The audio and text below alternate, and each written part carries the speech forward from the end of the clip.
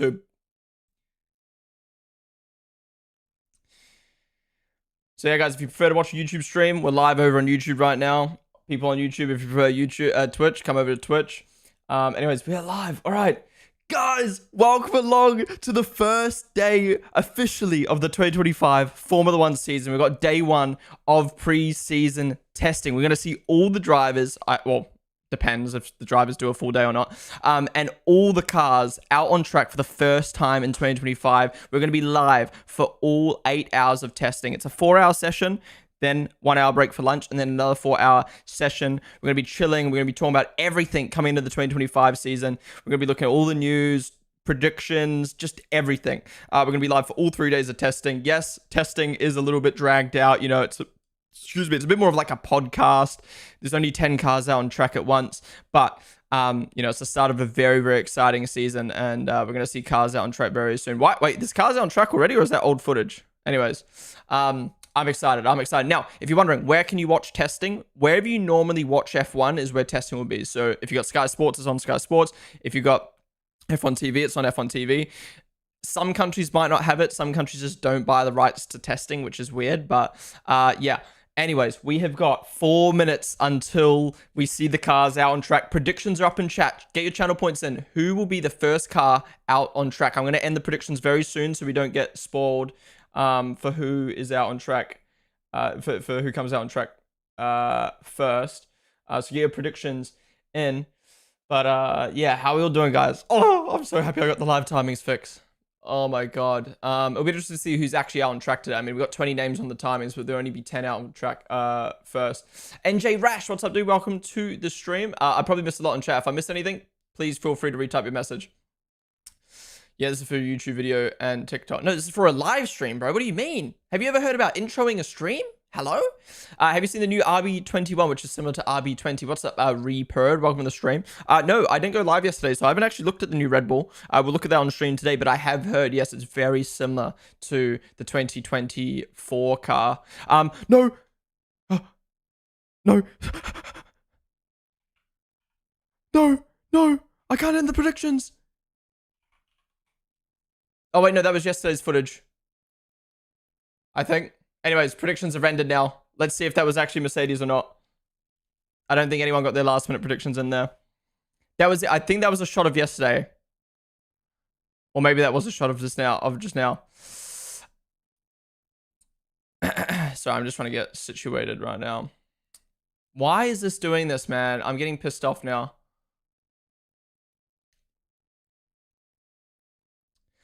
My camera keeps going white.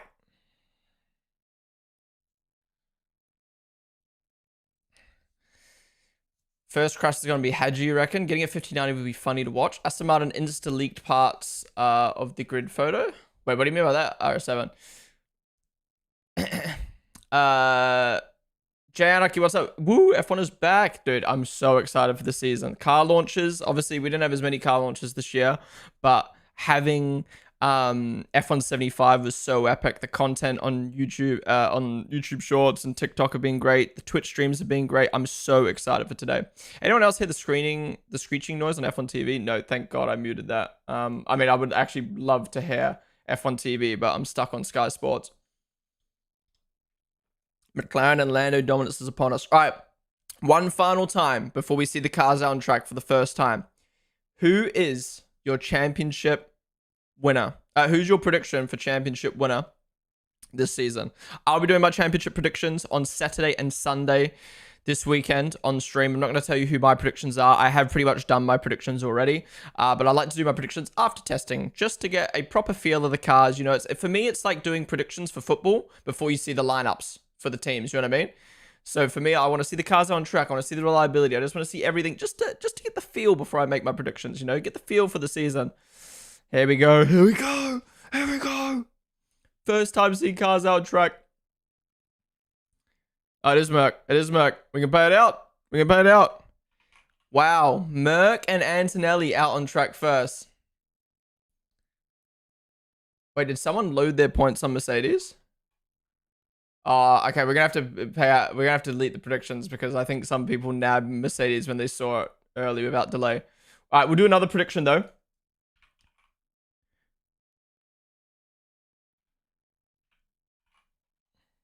We'll do who will be the first to cause a red flag, whether it's a crash, a spin, a breakdown. We'll do them in a second. But let's just see all the cars out on track first. We got the new Merc, the new Aston Martin, the new Stake. Boom! Kimmy's off. I imagine he just bins it in the wall. Just loses the rear. In the wall he goes. Alright, so Antonelli on track first. Who we got? Fernando Alonso. Well, we got the youngest on the grid, followed by the oldest on the grid. Then we got a Stake. Is the Stake already stuck? No way the Stake is already stuck. Nope. It's going, it's going. Oh my god, the sexy V-carb. Oh my god. Oh my god. It's so hot. It's so hot. All the air rakes. Now, if you're wondering, what is all that metal stuff on the car? They are air rakes to help find where the wind flows over the cars. They'll be using them a lot in testing. Who's up next? Oh my god, I was about to say Carlos Sainz. No, that is Lewis Hamilton in red for the first time on a broadcast for the season. Oh, cinema, bro. Cinema. All right, let's get the timing up. Oh my god, dude, it's the fucking Lewis show, bro. It makes sense, but it's the Lewis show. F175. Can't wait for Lewis tonight. And now here we are at testing. Lewis. All for him to go out in Q1. So I'm just getting the timer up real quick. F1 is back. All right, time is up, guys. Ponden wave.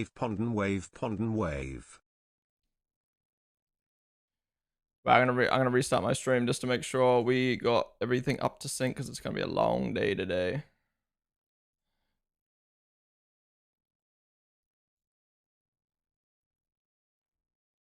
Bro, why is this delayed? The fuck?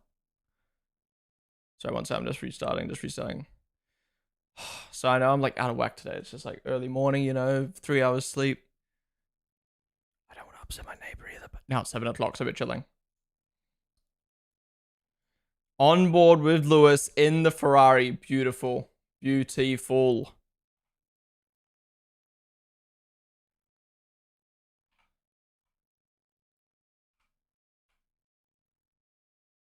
All right. The timer is now up, guys. Sync on up. Live timings are working. Here we go. Let's get a prediction up. Who will be the first to cause a red flag? McLaren, Ferrari, Red Bull, Mercedes, Aston Martin, Alpine, Haas, Racing Bulls, Williams, Sauber. Oh my god, I remember the championship order off by heart. All right, predictions are up. We're going to let them run for 30 minutes, assuming no one crashes in the first 30 minutes or cause a red flag in the first 30 minutes. Who will be the first to cause a red flag? Here we go. Kimi Antonelli, the youngest driver on the grid, taking his first laps in the new Mercedes. Last time we saw him out in a Mercedes, he crashed in the wall in Monza in practice. So let's see if he does do that today. Oh, the Adidas logo on the finger. That's so smart to have a logo on the finger there, because everyone can see that from the onboard cam. We are so back. What's up, Dibbo? Sean King, thank you so much for the 18-month resub, dude. Thank you so much for supporting the stream, man. Appreciate it. King Rice, Reaped, and Alvarez, thank you guys for the follows. Welcome to the stream. You hate the Ferrari. That Ferrari looks horrendous. Really? Look, I don't love it. I think, I do feel like Ferrari were perfect. Their marketing was perfect. Their race suits were perfect. Their merch was really, really clean. Well, their merch was perfect. Their team kit was good. Great. There's Bottas with the glasses, with the Merc, back in the Merc kit. Oh my god, this season feels so weird, man. This season feels so weird. But yeah, I think Ferrari missed with the livery. Again, it's not bad. I just don't think it's perfect. Red Bull got the Red Bull logo on the front wing of the car. There's Liam. There he is. He's gonna win a race this season. I'm telling you. I have so much confidence in Liam this season. Okay, you guys are gonna say I'm weird, but I genuinely had a dream, I think 2 nights ago, that Liam won the first race of the season. It was cinema, man. It was cinema. We had 10,000 viewers on Twitch. It was crazy. But yeah, the Red Bull, that Gate.io logo back on the rear wing. Yesterday Liam was doing testing in Jerez. I hate pronouncing that, Jerez. And it was full Red Bull branded, like Red Bull logo on the front wing, Red Bull logo on the rear wing. It looks so nice. The Gate.io logo is back on the rear wing. But at least we've got the Red Bull text on the front wing still.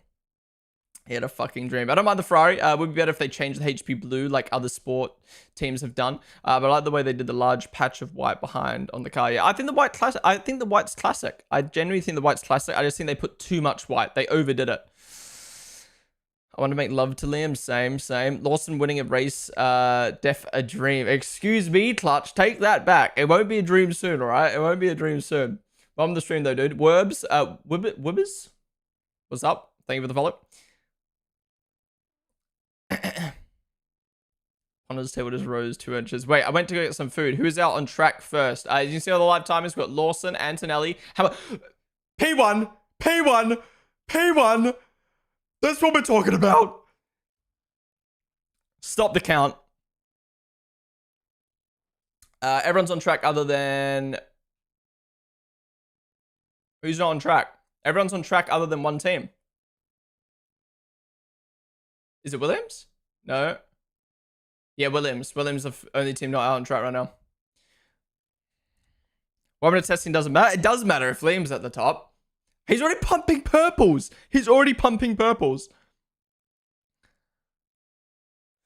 The F1 cameras look really white, like no color. I think that's what all F1 looks like. We haven't seen F1 in so long, we forgot how desaturated their broadcast is. The Red Bull looks identical. I'm so worried for this season. I don't know. I don't know how I feel about the Red Bull being the same. New live timings. New graphics. Okay. I actually kind of like these. I'm not going to lie. I kind of like these. I don't like how it's full opacity. I liked the 2021 era and even previous era where the graphics are a bit low opacity, where you can like see through onto the track. But these are a lot cleaner than previous than the last few years. I'm surprised they've done a graphics update. Obviously, we've got new regs next year, which will obviously get new branding as well. I'm surprised they didn't wait a year. Maybe they just want to kind of get a new feel going for this year, especially with how hyped the season is, and then they can follow that through into the new Rega cars. But yeah, okay. Any logo changes? No, we got all the same logos. I'm sure that will change though. As it always does. But I like that. That feels a lot more F1 than the last year. What do you guys think? The numbers look odd. True, yeah, they do look a bit like video gamey. I swear that's like my font. Chakra Patch. Genuinely think that's my font. They stole my font. Just lower the opacity. Yeah, honestly, lower the opacity by 20% and they're banging. I like them a lot. Yeah, because I noticed in F175, they had like new lower third graphics. And I was like, maybe that's just for F175. Nope, that's for the season. Yeah, so those big metal rakes on the side of the car, for people who don't know, they're called air rakes. Essentially, air flows through those. On every little metal piece, there's a sensor, and air flows through it. Then they can look at the sensor and go, all right, there's heaps of wind coming through here. There's not a lot of wind coming through here. And that's how they measure how the air is flowing over the car. It's insane how it all works. And some of the air rakes that teams show up with are absolutely crazy. But we feel like we got the standard stuff here today. Just big kind of square looking ones on the just behind the front wheels. Okay, now we can rate every single team's onboard as well. Okay, I'm not gonna lie, the V-Carb onboard is a bit plain. I like the white with the Red Bull logos and the red Hugo, but where the Visa Cash App and the 22 number is, it's a bit plain. Like, why not make that 22 big? Or why not put like Yuki's name there? Why is that so empty? Kabuchia, what is up? I'm on the stream. Jessica Dream, Suckma F1 exhaust. Thank you for the follow. Lawson B wants some Spitty. Dude, he's already top of the standings. Stop the count. That's what I'm saying. The Clarity P16, it's time to have a conversation. On God, man. On God. Oh my God. The V-Cub looks even better on track. Has our mind changed on the V? Has anyone's mind changed on the V carb? For the people who are a bit iffy about it, does it look better? For the people who loved it, does it look worse? I think front on, it is the perfect livery. I can't think of anything they could do front on to make that car better. Side on, I do think they could have maybe had a little bit more design, but front on, look at that. Oh my God. It is beauty. It is beautiful. It is beautiful. Cash App on the rear wing. I mean, the sponsor's a sponsor, right? Oh my God, that looks so good. That looks so good. Okay, so on track today, we've got Liam Lawson for Red Bull, at least in the morning session. We've got Liam Lawson for Red Bull. We've got Hamilton for Ferrari. We've got Antonelli for Mercedes. We've got Tsunoda for Racing Bulls. We've got Alonso for Aston Martin. We've got Hulkenberg for Sauber. We've got Doohan for Alpine. We've got Piastri for McLaren. We've got Behrman for Haas. And we've got Albon for Williams. Now, what I find interesting is Red Bull, Ferrari, Mercedes, Alpine, technically Haas, and Haas. So 5 teams have put their less experienced / new driver in the car in the morning session. I feel like it would be better to put your more experienced driver or the driver who's driven the car before in the car in the morning session to get it shaken down, to get the car set up, and then the second driver can hop in and have a better feeling car. Rather than them hopping in and kind of like learning the car whilst also trying to get the setup right and blah, blah, blah, blah. But then I can also see it being like the less experienced driver hops in and just gets used to the car and the feeling. And then the experienced driver hops in and like irons out the issues. But yeah, I don't know. I feel like I would chuck the more experienced driver in first. But hey, I ain't an engineer, so I don't know. What's up, Jackson? Your boy's signs ain't on track yet. Sorry, sir.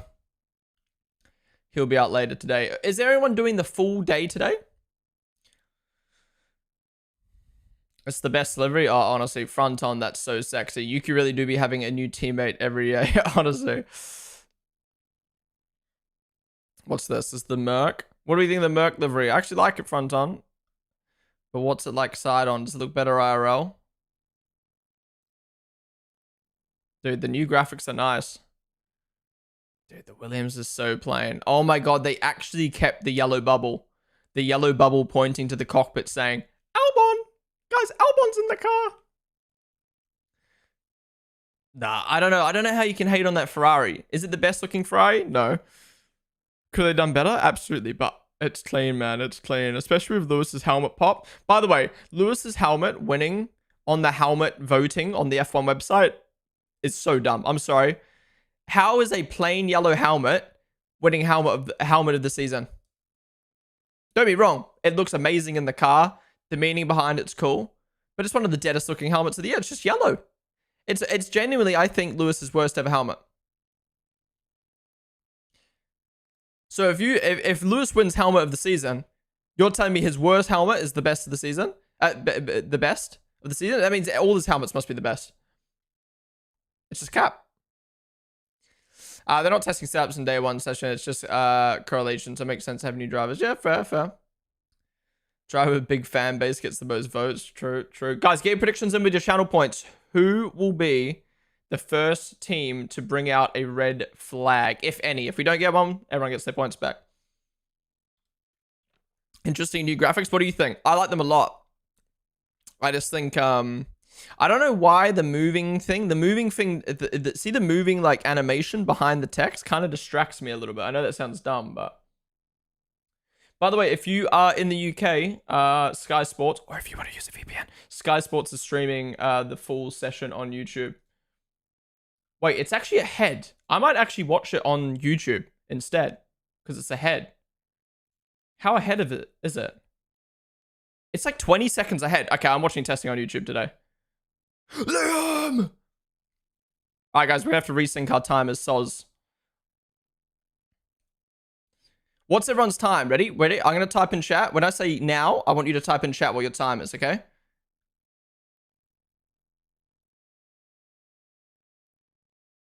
Now, what's your time? So for me, it was 45:30 when I said that. 45:15.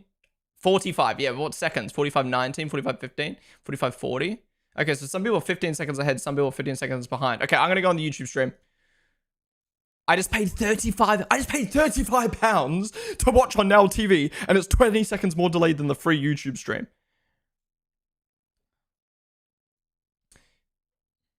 All right, let me re-get the timer up for you guys.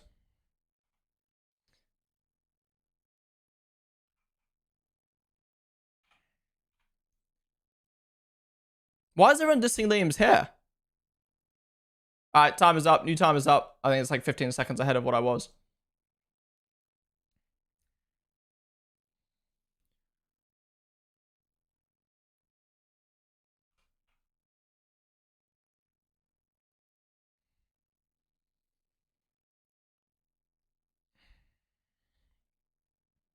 Can you send YouTube link? Yeah. Let me put it in.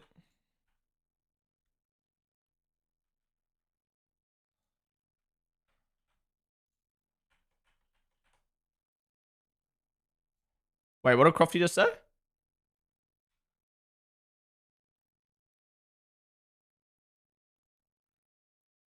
Wait, is Crofty already on smoke? What did he just say? Is he? He was just like, move on, move on.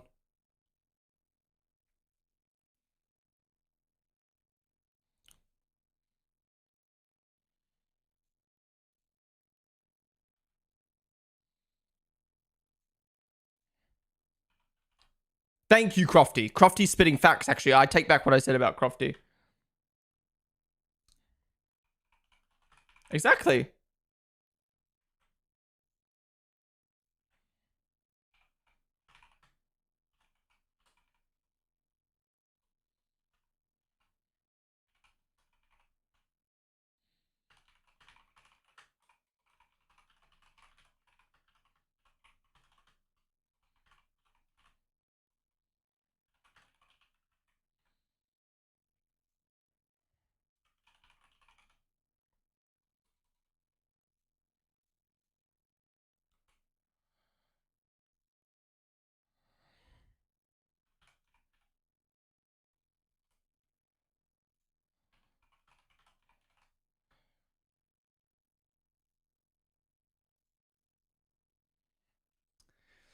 Well, I can't see the cars can't show the stream on Twitch because it is copyright. But wherever you normally watch Formula One, that's where you can go to watch testing today.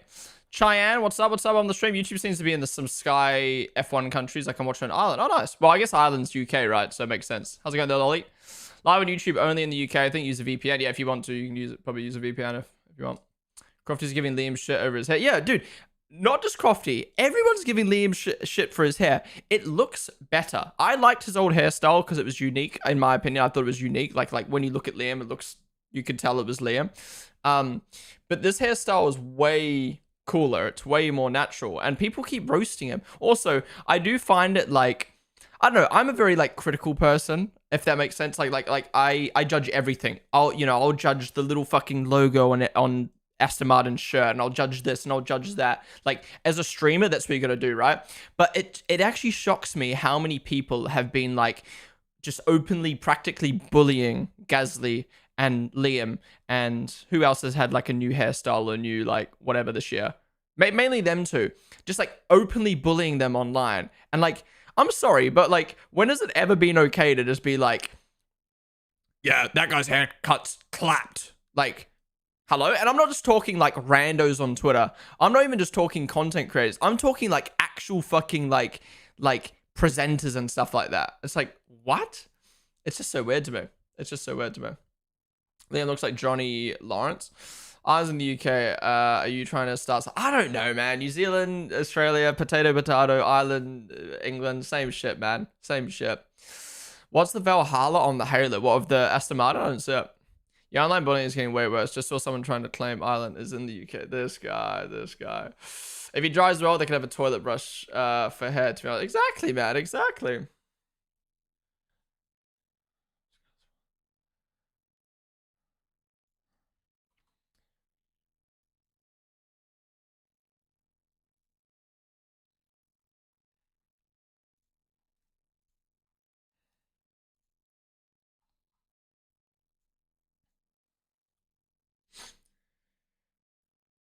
Sup, Sam? Welcome to the stream. Coming from Canada, almost a midnight. Damn. Well, UK's had to wake up early. Americans have to stay up late.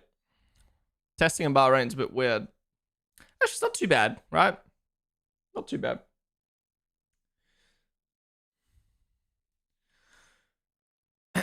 Too much feminine energy in F1 now. Who cares about what the fucking drivers look like?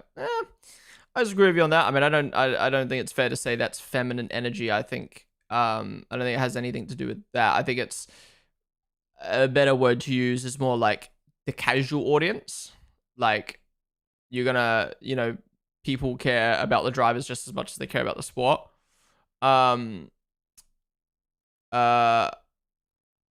I think it's good. I think you need balance, right? You need balance of like the sport needs. There's a big okay. So basically, a TikToker made a TikTok, a fairly big F1 TikToker made a TikTok saying F1 75 was the downfall of F1.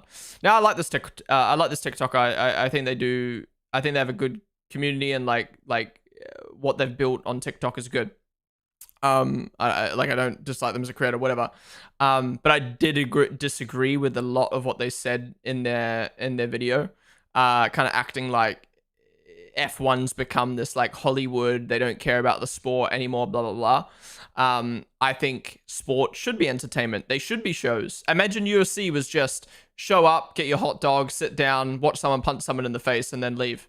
Boring. No one's going to pay for that. No one gives a fuck. It's about building storylines. It's about building up the show. It's about getting people excited. And it's about these people being more than just an athlete. It's about being an entertainer. At the end of the day, the sport should always come first, but it's about the spectacle.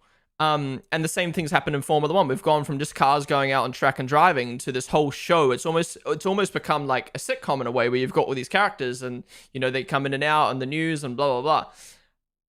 I will say, though, as much as I think F1 75 is amazing, as much as I think Drive to Survive and the boom of the sport and the way Formula One's heading is amazing for everyone involved. Like, it's great for the casual fans, it's great for the diehard fans, it's great for the drivers, it's great for the teams, it's great for everyone. There's no one, maybe unless you're like 40 years old, actually older than that, probably like 60 years old now, and you grew up watching fucking Senna, and you're like, the game's gone. It's only been a positive the last 7 years in Formula One. I will say, though, I do wish, with all the spectacle, with all this that they've done for Formula One, I do wish there was still I still wish there was more emphasis on the sport itself. That's not me saying there shouldn't be the show, there shouldn't be the spectacle. I'm just saying I wish there was more emphasis on the show. So what I mean is, like, for me, if it wasn't for the F1 game, I wouldn't have learned how gearing works, what this means, what that means, how this car works, how a car feels, blah, blah, blah, blah. If it wasn't for streaming and my friends, I wouldn't have learned as much about Formula 1 as I did. Now I feel like when you go on the YouTube channel, it's like funny radios, race highlights, this driver interview where they're talking about their hair and their clothes and blah, blah. And there's not enough about the sport. You know what I mean? There's not enough about this is what happens in the car and like this is the engineering and this is this and this is that. And I am worried that if and when maybe that bubble bursts for that Formula One hype, which to be honest, I think we did see in 2023 and end of 2022, 2023 and start of 2024, you will see that dip because people aren't invested in the sport. They're invested in the drivers. And if Max Verstappen's winning 24/7, no one gives a fuck.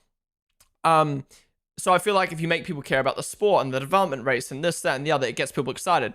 For instance, last year, Max and Checo won 2. No one gave a fuck for 6 races until Lando won. And it wasn't until a few races after that, people were like, oh, I'm actually going to start watching the season again. That season was so great. Even the start of the 2024 season was decent, sporting-wise. But people just don't give a fuck because their drivers aren't in the fight.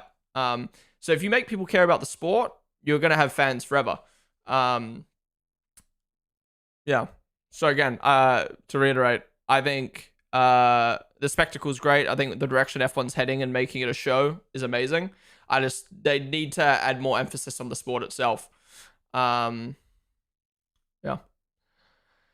I can't lie. I feel like some people hate on stuff in F1 just to seem like they're hardcore. I completely agree. Kloppen. That's how I feel about the new F1 movie. The movie's not even come out.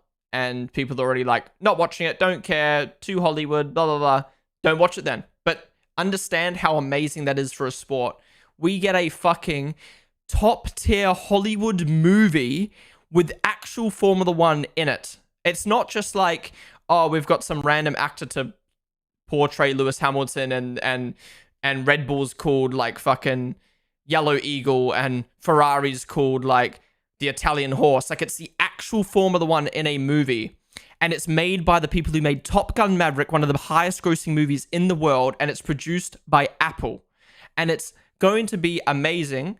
Even if it's slightly not accurate, even if it's not for you, it is going to be amazing for 99% of people who watch Formula One and 99% of people who don't watch Formula One. And those 1% of people are like, but I don't give a fuck. I don't care if you don't give a fuck. I feel like F1 and sports in general has gotten to the point where these fans are like, appeal to me, appeal to me, appeal to me. Not everything needs to appeal to you, right? Like, for instance, let's say F1 chose to go to India, right? I think F1 should go to India. The amount of people in India, the amount of fans in India, and the Asian market is great. But people will be like, why India? No one gives a fuck about India. Shit this, shit that. Bro, there's a billion fucking people in India. What do you mean? You know what I mean? Like, people are just stuck in their ways. Look, that criticism can apply to a country like Saudi Arabia or whatever else, but it's the same with the American Grand Prix. Why are we going to America? Maybe because there's 300 million untapped F1 fans in America, and they have fucking money. And don't get me wrong, I do think there's a line where we shouldn't go to a shit track like Miami because the track sucks, and we should just go to a place for the sake of money and for the sake of fans. For the sake of bringing in new fans. But Vegas was fucking amazing. Great track, great spectacle. Why are we complaining? It's gotten to the point where people are just like, me. If it's not for me, it shouldn't be for anyone. No, the sport isn't just about you, man. It's about everyone. It's from us diehard fans who tune into testing for 9 hours to watch 10 cars out on track, to the people who literally tune in because they're at a pub and it just happens to be on the TV and they go, oh, yo, Max is about to win.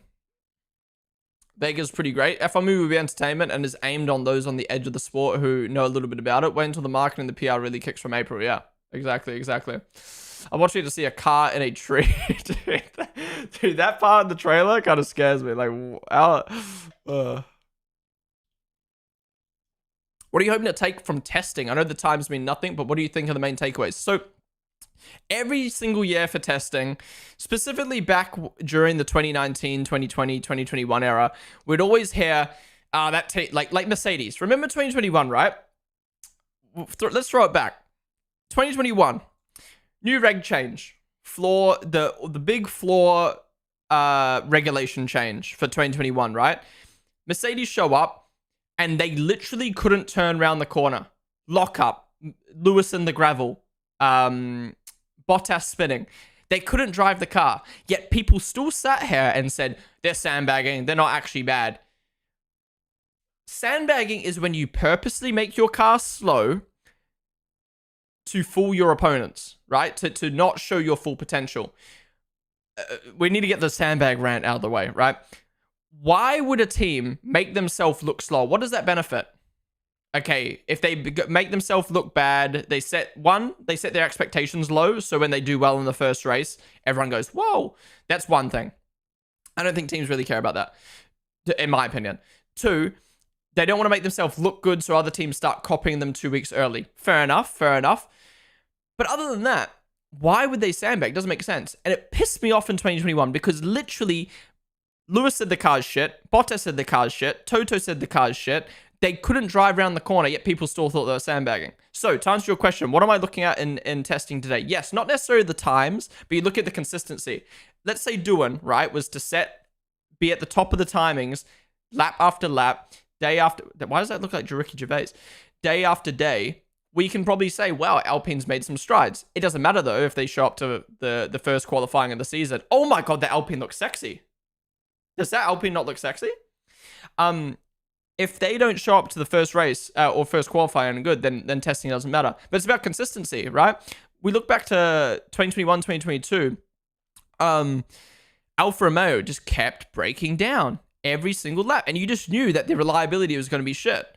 And what do you know? Their reliability was shit. So yeah, we're looking at reliability, we're looking at consistency, and you know, the odd time where we do see drivers pushing all out on a quali lap on softs at the end of a session. That's the only time you really get to gauge lap times. Excuse me. The Alpine looks good on track. Yeah, I like that a lot. Front on, it's a bit mid, but oh, look at that side on. All they had to do was make that BWT logo white, and we're chilling, man. We're chilling. Chian, thank you for the follow. And so if you a rapper Rolly. 27th of June is the international release date and will be a few days early in some markets, including UK. Premiere will tie into the F1 calendars. Drivers and teams will be part of that, at least on the red carpet. Is it 27th of June? Because I swear they've changed the date to coming soon or coming summer. No, they changed it. I swear it came out as 27th of June. Then they changed it to summer. And then they've changed it to coming soon. I reckon it's getting delayed. I reckon it will get delayed, personally.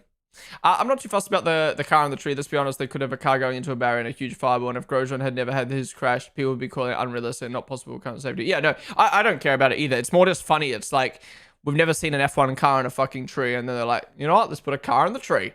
But then again, like you said, like, no one would have expected what happened to Grosjean to happen, but it did, so... no, I'm an Indian. There are a lot of fans in India, but we are so cheap. I don't think people are going to buy tickets, but I become a fan of Drive to Survive. What's up, Vibgio? Welcome to the stream. No, I appreciate you giving your input from someone being from India. Yeah, obviously understand the Indian market obviously doesn't invest, or like the, you know, like... India couldn't do a Grand Prix like Miami where they sell tickets for $400, right? It's just not possible with the Indian economy. It just doesn't make sense. But... India could be that Grand Prix where you somehow get 200,000 people at the track each day, right? Like, fuckload of people, but you sell the tickets for like $50 each. And it's not about... The thing is, it's about return on investment, right? Or is that the right term? It's about getting back what... I don't know what word I'm trying to use. You understand what I mean once I say it. But like, let's say you invest... Let's say F1 invests $30 million a year to go and to have the Grand Prix in India, right? And they only get $20 million back on ticket sales. So they're at a $10 million loss. That $10 million loss then gains them the ability to have a Grand Prix in India, which is all over the news. You know, old mate, 18-year-old Indian guy goes to college. Is Leclerc having a sleep? He's literally asleep right now. Obviously just stretching his neck.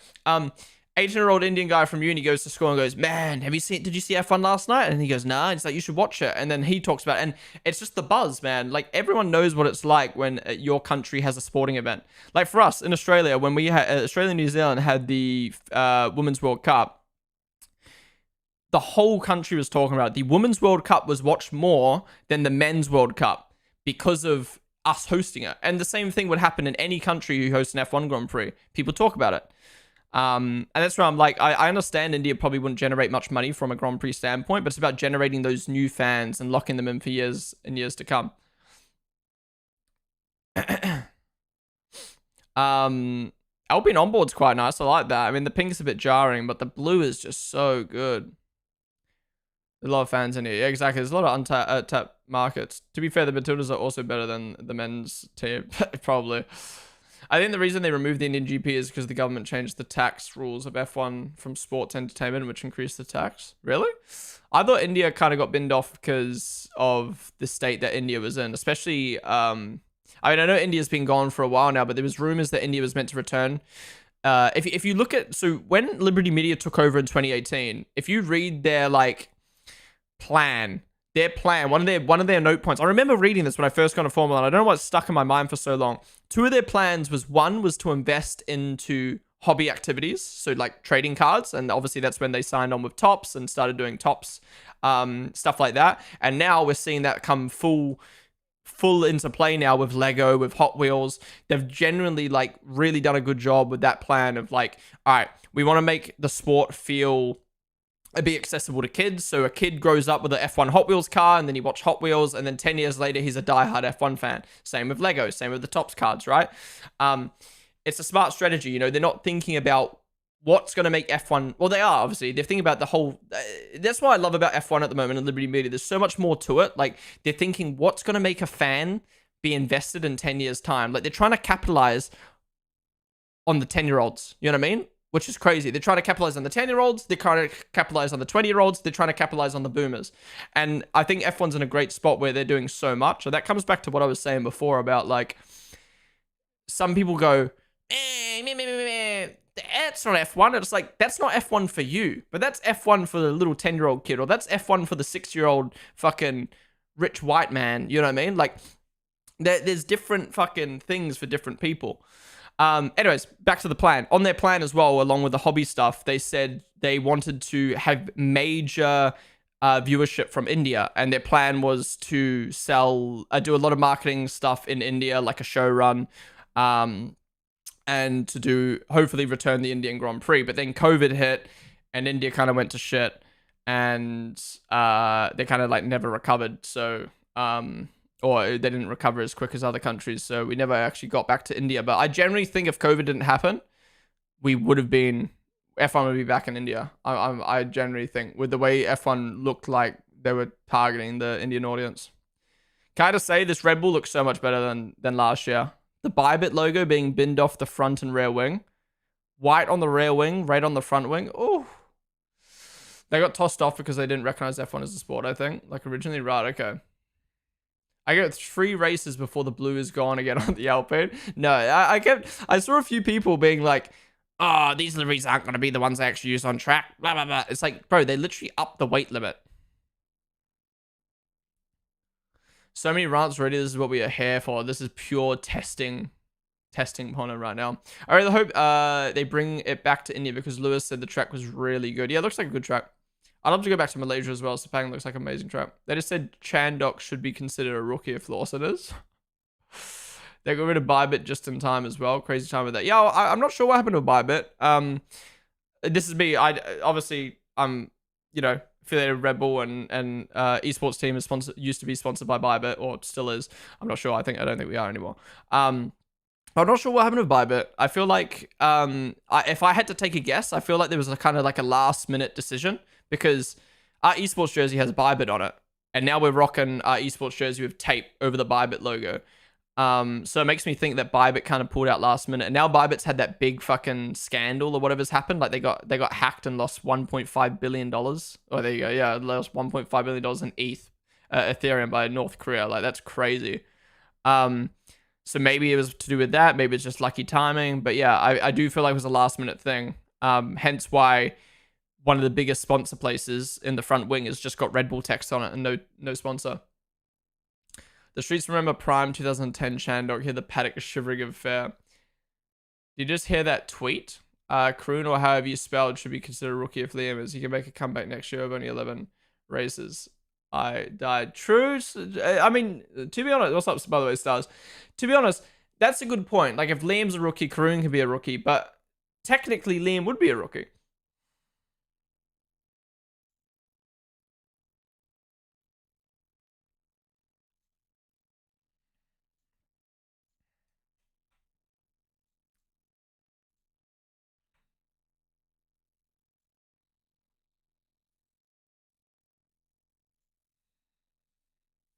Fuck's sakes.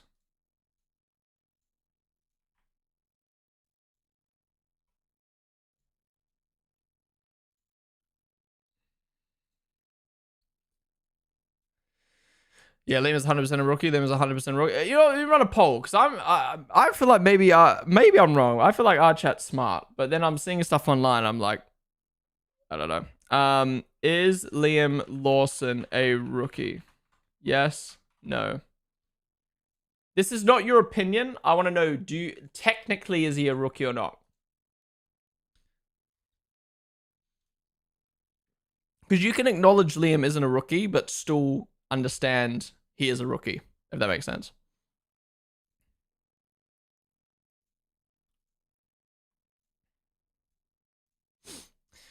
I mean, for the people who watch my stream a lot, you've probably heard me say this a lot of times, but this is my definition, right?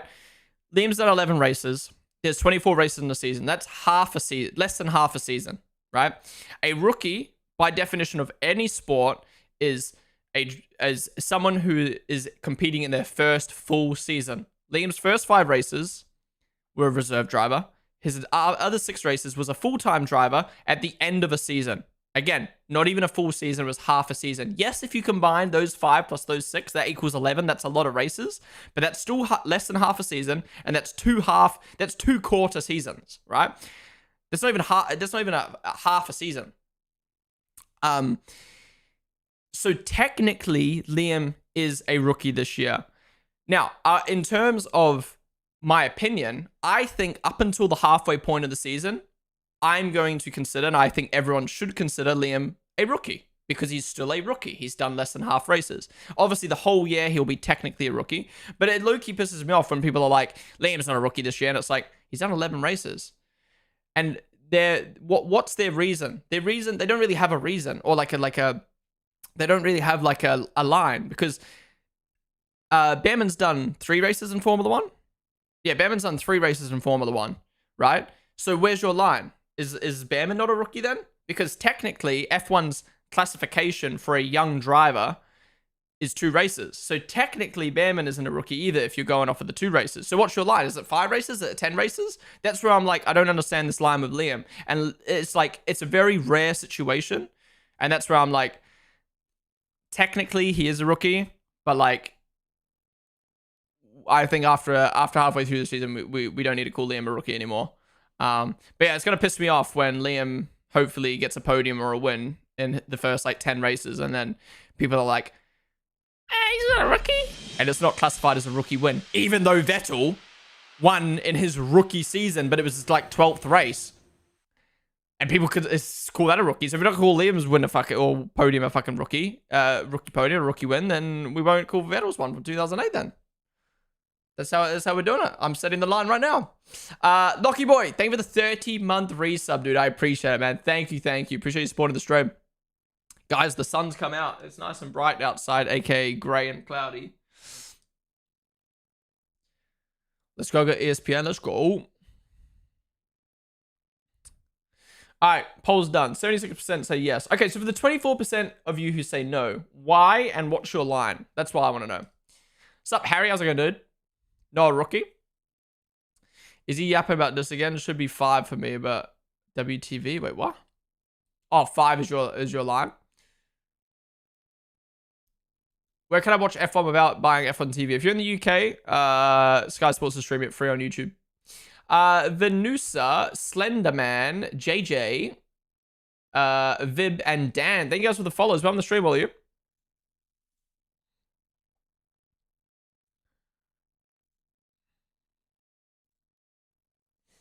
It's actually interesting. I'm not actually, I'll wait for the ads, Dan.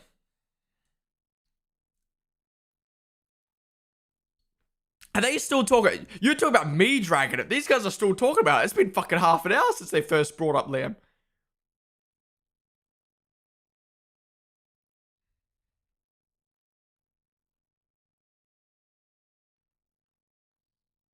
Wait, so Ted's saying that Liam, Behrman, and Dewitt aren't rookies because they've done races. Okay, I don't agree with that. Like, I mean, at least he's drawn a line, and if you've done a race, you're not a rookie, but that's just dumb. Gabriel Borderletter. Is they pronounce it or not? Those who said no, revive 5 bullet points on why you said no, or you'll be banned from chat. Yep, facts. This will be his 3rd year in F1. I can't call him a rookie. But it's not his 3rd year. It's his 3rd year competing in F1. Rookie is classified debut. Debut is the term you use for when they're debuting. It's their first time.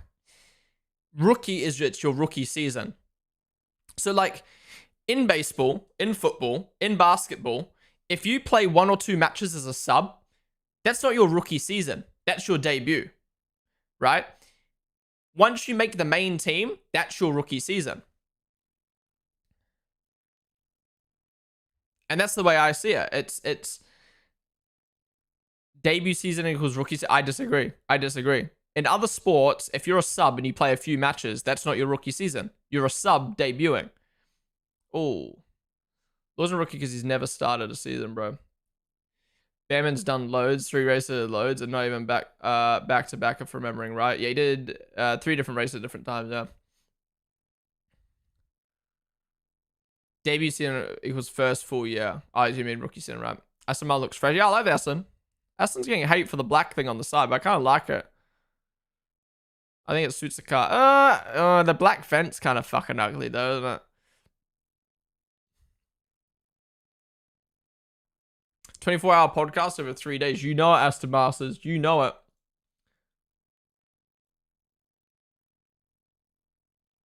What I was gonna say before though is it's interesting to me looking at my view account, looking at Matt and Tommy's view account. It's much, or our viewership is much lower than what it normally is for F1. Like I was getting more viewers on yesterday. Actually, well, not now, but I was getting more viewers on yesterday's stream than I'm getting now for the first day of testing. Matt and Tommy getting 1/10 of their normal viewership. And I think that goes to show one of two things. One, people just don't give a fuck about testing. Because it's just 10 cars on track doing laps. Or two, it just goes to show how big the European audience is for Formula One, that because it's 7:46 a.m., no one has woken up yet to watch Formula One. But still, it's just an interesting point, because I was expecting like big numbers for the first day of testing. First time seeing all these rookies out on track, first time seeing the liveries, first time seeing the cars, but nowhere near as much as I thought. Oh, lock up there for Alonso. By the way, now that the predictions have done, where did you guys put your points? 4% on McLaren, 4% on Ferrari, 0% on Red Bull. No one put... Okay. 15% on Mercedes, 16% on Aston, 30% on Alpine. No one put anything on Haas, 23% on Racing Bulls, 10 points on Williams, and 8% on Sauber. Okay. Nicky's... what is that? Bottom of the stream? Name of the bullet? Sorry, I need to get YouTube chat up. I'm actually... My bad, YouTube. My bad. Any place to watch for free? Yeah, Sky Sports YouTube channel if you're from the UK. What do you think Ferrari and McLaren... What you think Ferrari and McLaren will be the title fight? I think the title fight will be McLaren, Ferrari, and Red Bull, with Merc getting race wins. And Merc will be in the fight, but not in the title fight. Yeah, I think it'll be Red Bull specifically Max, Ferrari specifically Leclerc, and McLaren. I think a bit of both, but mainly Lando. Yeah. I think it'll be a 3-way championship fight in the drivers. I think it'll be a 3-way... I think it'll be a 2-way constructors fight between Ferrari and McLaren. Sorry, Liam, but I just don't think he has the...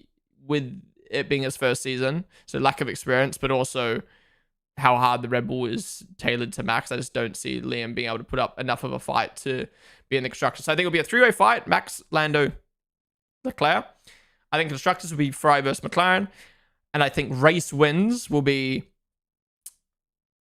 Max, Liam, Lando, Piastri, Leclerc, Lewis, Antonelli, Russell. I think all 6. Obviously, Antonelli and Liam less than the others, but still. I think we'll get... 8 race winners. I think we'll have 8 race winners this year, or 8... There's a better way of wording it, right? I reckon we'll have 8 podium sitters. Probably more, because you'll probably have the fucking random Alpine podium and shit. But let's say, I think we're going to have 8 podium sitters who were fighting for a win. That's the better way to word it. Because I don't want people to be like, you think Liam and Antonelli will win a race? I don't 100% think they will. I just think they will have the potential to get one. Like, Red Bull will have the fastest weekend, will be the fastest car at a weekend. Max breaks down, Liam will win. Same with Mercedes. Mercedes has the fastest car, Russell gets taken out, Antonelli wins. I don't think Liam is going to be like Checo. I genuinely think Liam's going to be quicker than Checo and more consistent than Checo. And I think, obviously, Antonelli is probably a downgrade to Lewis, but if he can suit Russell's driving style, Mercedes can tailor a car to both of them rather than having to try and make a car for each of them. Pharrell, I'm trying not to fall asleep. Testing his peak background noise to fall asleep too. True. Watching this testing makes me so happy. I have F1 TV. The Sky Sports commentary is not for me. Look, I love the Sky Sports team. I think they're great in certain aspects. I like Karun. I love Karun. I love Martin. I love Alex Rundle. I I love Rosanna. I love Nico Rosberg when he's on.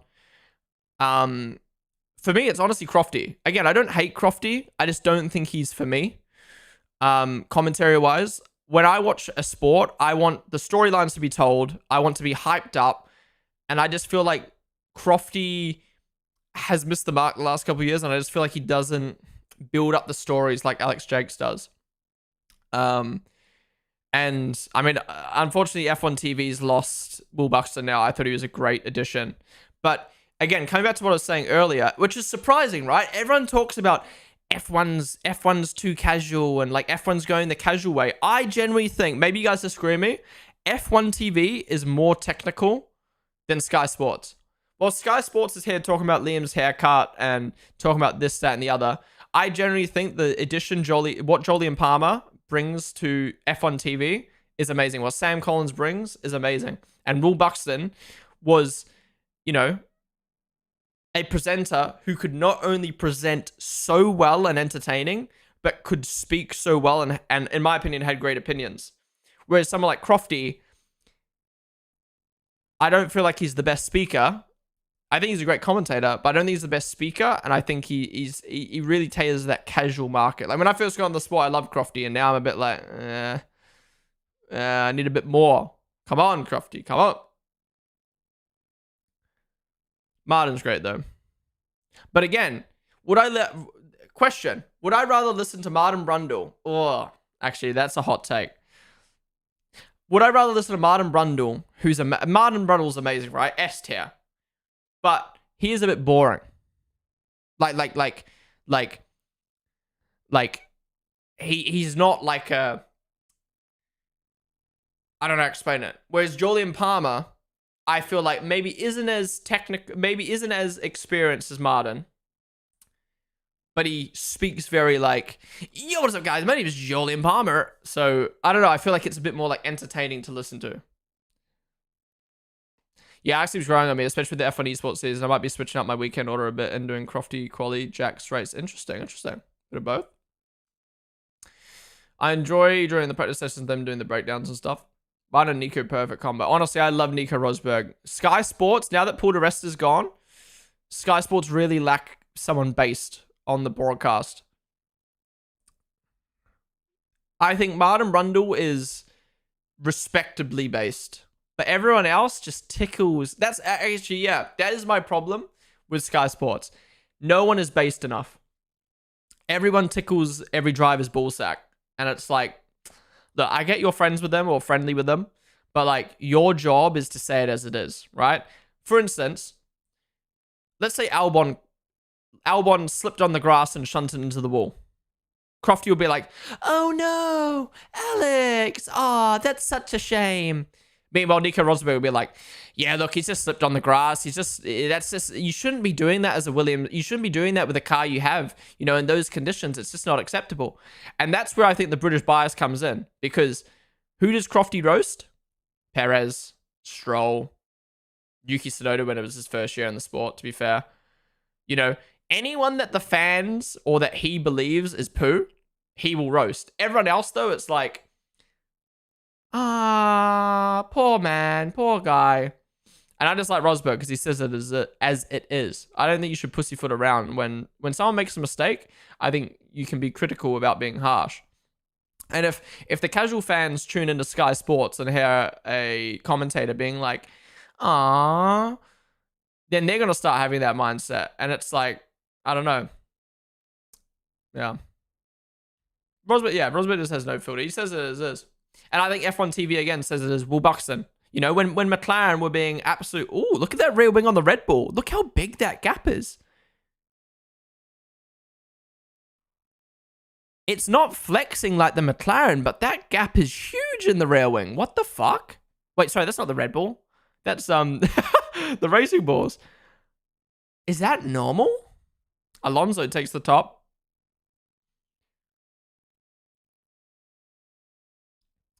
What was I saying? Oh, remember when McLaren were being fucking idiots at the Italian Grand Prix when they lost the race to Charles and Zach Brown was going around being like, I'm happy for that Ferrari one, and it wasn't us, instead of us, and blah blah blah blah blah. And McLaren and Will Buxton went off as nut. That was great because it's true. McLaren were being fucking idiots. Meanwhile, on the Sky Sports stream, Crofty's like, "Wow, well done, Leclerc. It just wasn't McLaren's day. It wasn't McLaren's day. They fucking threw." And then that's when you have the casual fans who maybe can't make up their own mind and trust these experienced drivers on the drivers and experienced people on the broadcast.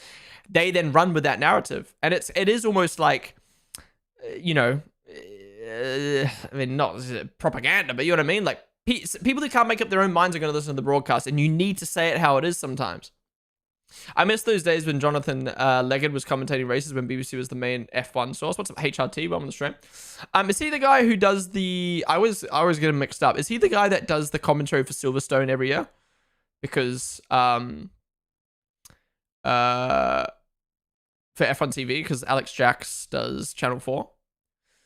Was McLaren's day is so funny. Yeah, honestly, man, it pisses me off. Do you know dumb that Zach quote from Monza would have been if Ferrari clinched the constructors in Abu Dhabi? Oh, absolutely. Where's Buxton gone? Spent time with family. He's moved to IndyCar. Apparently, from what I've seen or heard, apparently Will Buxton got like a really nice deal with IndyCar. So I think he's going to spend a year there, which will also allow him more time with his family, just because less races and it's all in one country rather than having to travel the world.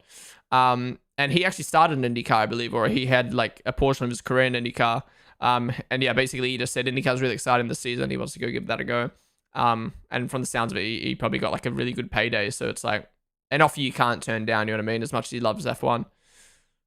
But we'll be back to F1. Will was amazing. Will was generally one of the reasons I fell in love with the sport. And that like the Paddock Tour, not Paddock Tour, Paddock Pass. What was this YouTube show called? Was it Paddock Pass? In 2019, 2020? Yeah, Will was one of the reasons I got on the sport. And again, it's because of people like him who say it as it is that helped me learn the sport instead of talking about people's haircuts. You know what I mean? Fox is pretty damn good get for Fox Sports. Absolutely. So we in the US get them exclusively? Yeah. I've heard Monaco is a pretty bad track due to its turns. True or nah? Monaco's a very, very small... Siri, fuck off. Yeah, Monaco's a very, very small track. Very tight track. So with the modern day Formula 1 cars, you can basically not overtake there. But there's currently discussions of doing multiple pit stops there to try and mix it up, which I think will be great for the sport. Maybe I'll run into him at the Detroit GP, hoping to get tickets, all of which include paddock access, even cheap ones this year. Nice. That'd be sick. I haven't been to IndyCar yet. I'd love to go. I've been to NASCAR. Okay. Does this count as me going to NASCAR? So I always forget that I've been to NASCAR because I went to the Busch Light Clash. So the Busch Light Clash is the preseason race in LA in the small ass arena. And so technically I've been to NASCAR, but it didn't feel like NASCAR because they're literally, if you search up the Busch Light Clash, NASCAR Busch Light Clash, it's literally like a mini oval. And you don't really see the cars go at full speed. So I feel like I still haven't been to NASCAR. So yeah, I'd love to go to Daytona 800, Daytona 600 one day, 500 one day. I'd love to go to IndyCar, Indy 500, and I'd love to go to Le Mans. I wanted to go to Le Mans this year, but fucking tickets sold out instantly. So maybe next year, I've been saying that for like 3 years now, but yeah. You gonna watch MotoGP this weekend, Ponden? Yeah, maybe I'll tune in. Or have it on the TV. Speaking of MotoGP, I'd love to go to MotoGP as well. Especially after watching, I think, Lando's vlog of MotoGP last year. Man. Looks so good. In person. Oh my god, I keep forgetting to read YouTube chat. Did the engine cover of the RB21 get changed? Did they stay with the late stage RB20 engine cover, or are they like early stage engine cover? I haven't looked too much on the Rebels, so I'm not 100% sure. Frost, sorry. The top flat on the Racing Bulls looks flat to me. There's a big gap underneath, though. Is this me, or does the new state livery look awful on track? The old one was so much better. Let me have a look. I haven't paid too much attention, to be honest. Are you streaming tomorrow? Yes, we'll be live for all 8 hours of testing over the next 3 days, so tune on in at any point. Excuse me.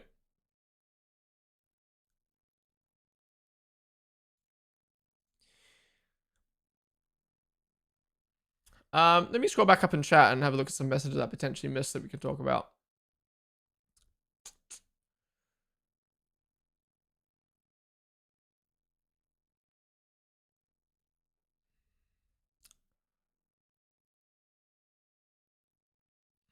Rookie, a member of a sports team in their first full season. I agree. Do you think Frank was a rookie then if he came back for a full season? Yes, because it would be his first full season. Who should I be a fan of? I like the Alpine brand, but I also like Red Bull drinks. If you like Alpine, I would be an Alpine fan. I know that sounds like weird to say for the people who are actual F1 fans, but if you have an attachment to any of the bottom teams, I would say support them. Because I think there's nothing better than actually being connected to something that isn't like at the top already, and then you can kind of like cheer them on and then see them do well. You know what I mean? Like for me, like being a Red Bull fan in 2023 was amazing, seeing them win every race and seeing Max win every race, but not being able to cheer someone on was weird. You know what I mean? Like it's like you either win or you're sad. So now having Liam in the sport, or at least in the position Red Bull's in as well, having someone to cheer on, like Liam for me, like one of my favorite races was Singapore, 2023, because you know, like Liam was fresh in the sport. You know, he's at a bottom dog team and he's doing well, and it's so great to cheer something on. So yeah, if you have a connection to Alpine, honestly, cheer for them, man. That's better than supporting a team at the top end. I mean, to be honest, it doesn't matter who you pick this year. I don't think there's going to be a dominant team. I fucking hope not. Touch wood. So it doesn't really matter who you support. There's going to be people to cheer on. But yeah, if you have a connection to a midfield or back market team, go for it. At the end of the day, just go for who you feel. I think a lot of people get in the sports like, oh, who should I support? And then they pick a team. Just don't support anyone, and then you'll just naturally feel something. You know what I mean? That's how I felt with Leclerc. When I first got on the sport, I was just naturally drawn to Leclerc. Yeah.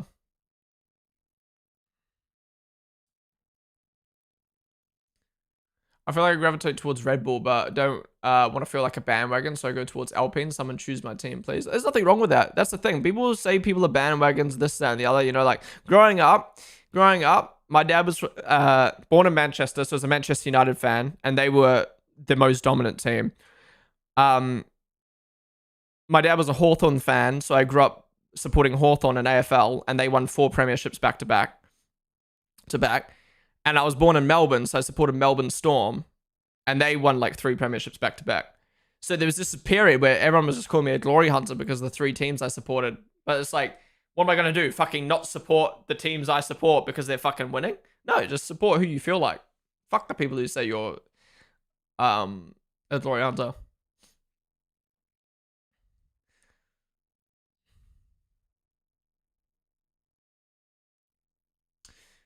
I did like that the F1 TV crew were kind of roasting Antonelli for his crash in Monza. I was expecting them to be like, well, this is his first time. They said he messed up. Yeah, exactly.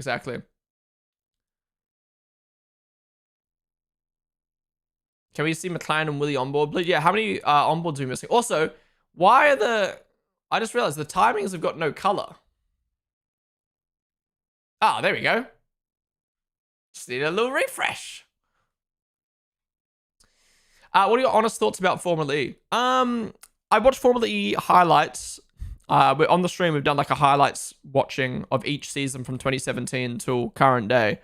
I've really enjoyed watching the highlights on the stream because they're just so entertaining. The battles, the crashes, just everything about it. The times I've watched Formula E live, though, I've thought of being quite mid. And especially last year's season highlights were quite mid as well.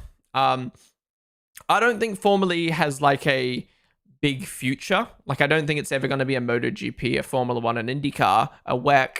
But I do think it has its spot in motorsports of like that kind of like slightly gimmicky, slightly different. Like, they can kind of do different stuff. Like, let's say Formula 1 did a fucking tack mode. The game's gone. But if Formula E were like, all right, guys, when you pit, you got to come out and you got to do 10 star jumps and hop back into your car, I'd low-key be like, that's fucking sick. I know it sounds stupid, but like, they're in the position to be able to experiment and do like different stuff. And I feel like, yeah, I don't know. I just feel like Formula E needs to kind of embrace that a little bit more. I've kind of roasted them in the past of being too gimmicky, but now the more I watch Formula E, the more I'm like, they need to kind of embrace being, I don't know. I think they need to do different stuff without being gimmicky. Like fan boost sucks, but attack mode's good.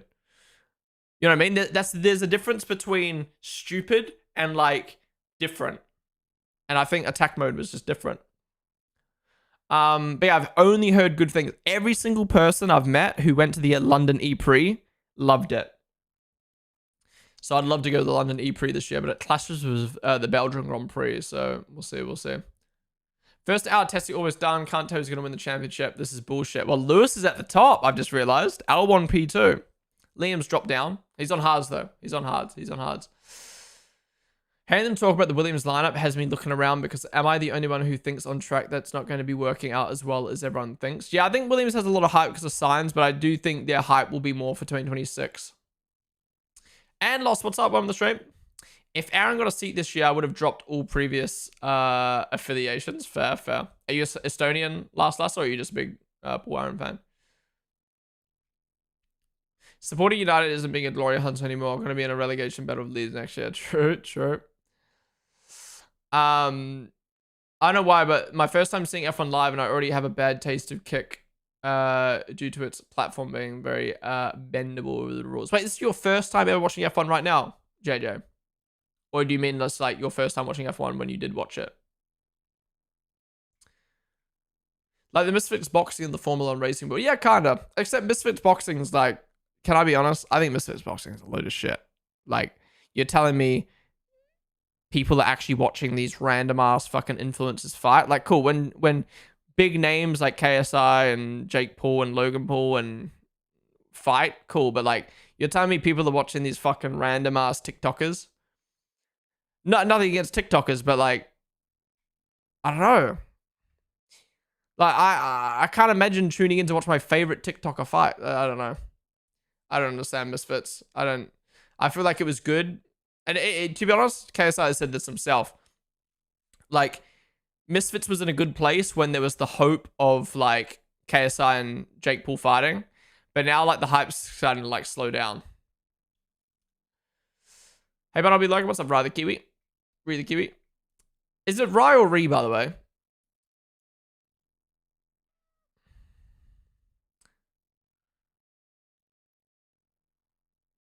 First time seeing F1, dude, you're starting with testing? Right, you're starting with the most boring, like, nothing happening part of Formula 1. This is literally 10 cars, so half the cars out on track doing laps and laps and laps for no reason at all for us to watch other than just to see cars on track. If you get bored, don't give up. You gotta wait till Australia. Start watching. Make sure you watch Australia before you give up. The Glory Hunter thing is so funny because people just assume to know why you support someone and what doesn't matter anyways. Like, who cares? Just be happy people are watching a sport you love. Exactly. When are you getting in the ring, mate? Oh, who should I fight? Who would be a good opponent for me in the F1 creator space? Matty D. He's getting whooped. T-Mac, I'm actually scared of T-Mac. T-Mac beat me up.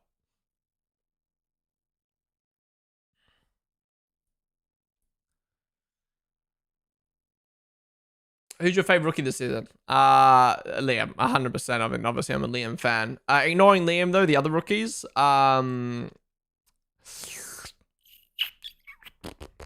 well, they're all different in their own ways. I'm really excited to see Antonelli and Behrman because I think they're great talents. I like Doohan because, you know, he's a Gold Coaster and I just think he's a cool guy.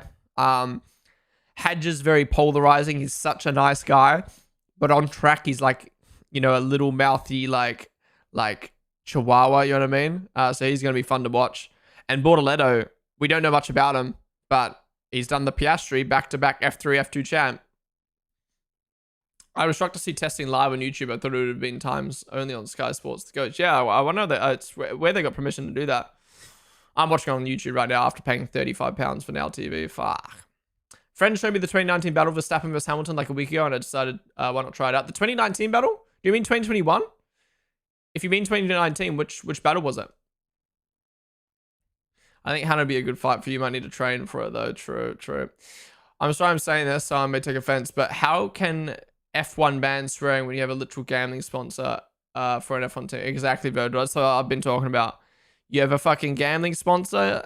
You have a streaming website with basically porn on it, and you have a vape sponsor.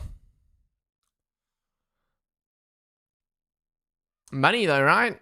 Lemons will win after cooking lunch and poisoning all the opponents. True. He just told me it was 2019. Right. Well, either way, there's a lot of good battles in 2019. I mean, obviously, especially 2021, that Max vs. Lewis era. Have you watched Drive to Survive, JJ?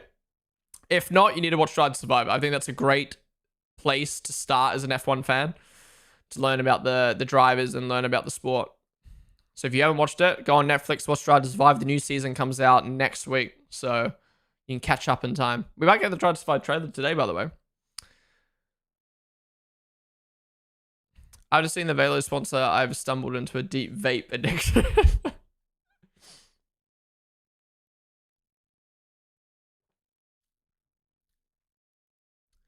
you guys have a cigarette sponsor now? They banned swearing. Yeah, but cigarettes have been banned though. One is a kick steak hater. I don't hate steak and I don't hate kick. I just think kick is a bit of a joke, if I'm being completely honest. And I think steak is gambling at the end of the day. And I think, as much as I think steak is a good gambling website, if you're looking to gamble, I think just gambling in general is just, yeah. I'm not even just saying that because I'm a streamer. I'm just like, I don't know. The more and more okay, basically recently I watched a bunch of stuff about like CSGO, Counter-Strike gambling again. It just made me realize how fucked it is. You know what I mean? Like how fucked gambling is.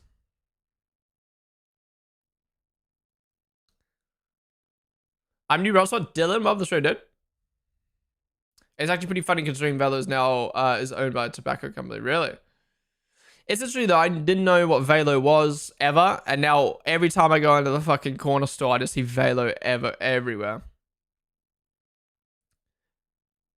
Do you think Lewis will struggle with the new Ferrari powertrain after being with Merc for so long? Yes, I do, Andy. Welcome to the stream, by the way. Dylan, thank you for the follow. Yeah. Sorry, I got snot in my nose. Yeah, I think he will. I think there's a lot of hype around Lewis, as there should be, but I'm worried Ferrari themselves. Why did it just say replay Mercedes for Lewis? Oh my god, they've already fucked up. The graphics team is already getting mixed up. Yeah, you gotta remember, Lewis Hamilton, not in his prime anymore. Not saying he's bad, he's just not in his prime anymore. Is going to a different team. You know, a team that he's not, you know, he's been at the same team for 10 years or however long it's been. 14 years, 15 years. He's going to a different team, new environment, different culture as well. You know, it's very different culture to Mercedes. It's that Italian culture. A lot of people speak Italian. So different team, different culture, not in his prime, different engine, different car. Is going up against a driver who's been in that team for 6 years now, who's in their prime. I think he's going to struggle, and I hope he doesn't. And I know I've seen a few comments on fucking TikTok and shit being like, you're hating on Lewis, you're a big Lewis hater, you don't think he's going to do well this year. And it's like, just because I don't think he's going to do well doesn't mean I hate Lewis. Like, what the fuck? I like Lewis a lot, but I can be a realist, and I think realistically, Lewis is not going to have a good season this season. Next year, maybe he will be better, but I hope he proves me. That's the difference, though, right? I hope he proves me wrong. I hope Lewis comes out the gate, is matching Leclerc, and is fighting for a title. But I don't see that happening. It's not me underestimating Lewis. I just think you have to build up the story of like, the chances, you know, you got to look at. I look at it from a statistical standpoint. New team, new culture, new car, new engine, not in his prime anymore, going up against Leclerc. The statistics, the chances are low, and if he does it, fuck yeah, I'll be cheering him on. Is the McLaren good? We don't really know just yet. Louis, no. But right now, Piastri, the McLaren. Wait, I just realized the Piastri and McLaren, the only car not to set a time yet. What is McLaren doing? Andy, name of the volley. Hamilton is winning the LGP. Wow, yesterday we did F1 Manager with an equal save. Every team save, same car performance, and Lewis won. What's happening in McLaren, by the way?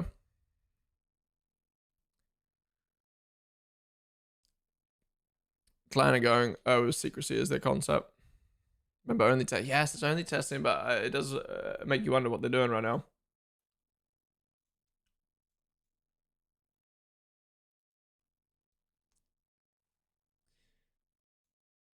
All right, guys. We've been live for almost 2 hours. I'm gonna quickly go toilet. Over my window. I'll be back in a couple minutes. Let me know if anything happens while I'm gone. I'll be back. It's a long day today. It's a long stream day today, so gonna have a few breaks.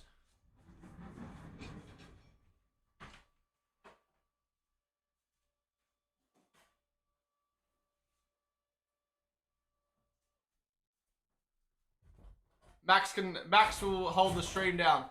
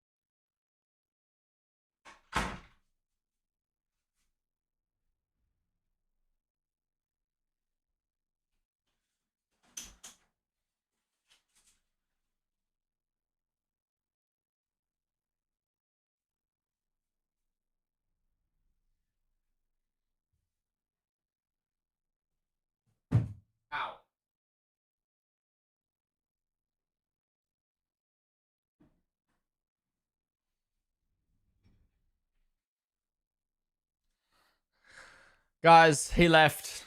He said he hates you all.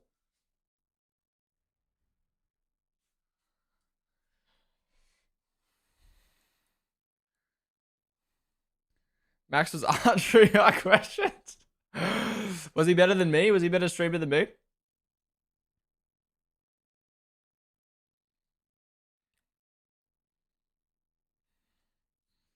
Yes? Ah, fuck, I'll leave then.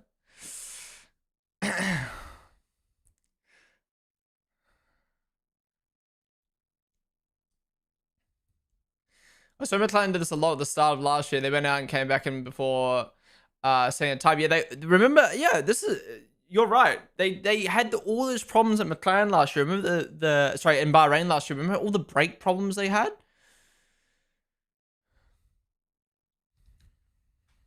Free Max. He'll be back. I'm sure he'll be back later. Isn't that right, Max? He doesn't fit in my room, so he's been at the top of the staircase. Literally, every time I come up the staircase, he fucking scares me. Holy.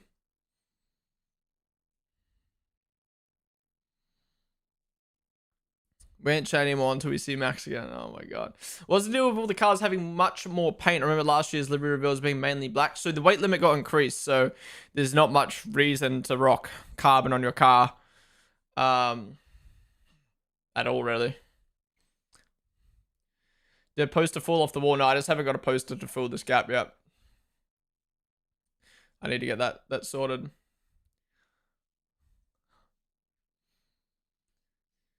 Half my posters are irrelevant now because they got Checo on them. Well, not irrelevant, but you know what I mean? Like, outdated, that's probably the better word to use. All right, McLaren on board. I like the addition of the Allwyn blue. I'm not going to lie. And I love the big 81 on Oscar's helmet. Yeah, I don't mind that, to be honest. I think it's a quite a nice looking onboard. Yeah, we need Automobilist to cook up a Liam poster.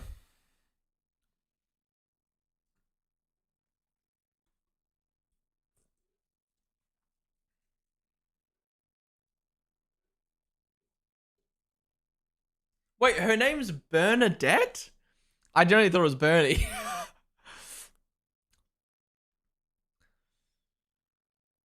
I'm surprised how well that blue actually works. Yeah, it's just a shame that they've then got another blue color on top of that as well. Who do you think will win the World Championship this season? You have to tune in Sunday for my championship predictions. You see the new Pit Exit sign changed from Rolex to Tag Heuer? Yeah, Tag Heuer and LMVM. Hey, oh, Piastri just gone off track, mounted the curb. Wonder if he's damaged the floor from that. Was it Louis Vuitton something group media? I don't know, whatever. Louis Vuitton, who owns Tag Heuer, is now huge investor or huge sponsor in Formula One. So Tag Heuer is now the official clock sponsor of Formula One. I like the new timings, man. I really like the new timings. They are sleek. They are sleek.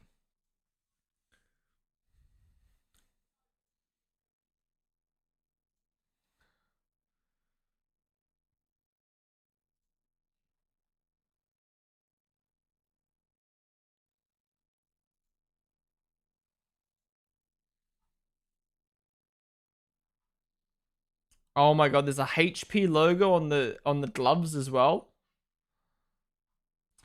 It's so weird because I want to keep watching testing and like I don't want to miss something, but then I'm also like I kind of low key want to like scroll through Twitter and look at the news. When Tag Heuer sending over a Red Bull watch, that'd be the dream. I got to wear a Tag Heuer in at the LGP in 2023. Basically, I bought my own watch, and one of the team members noticed and said, "Hey, you can't wear another team sponsor while you're with the team." And they were like, "Oh, we got the spare Tag Heuer if you want it." And I was like, "Fuck yeah!" So I was just rolling with a 6K watch on my wrist the whole weekend. I know for some people 6K ain't that much, but for me, I'm like, holy.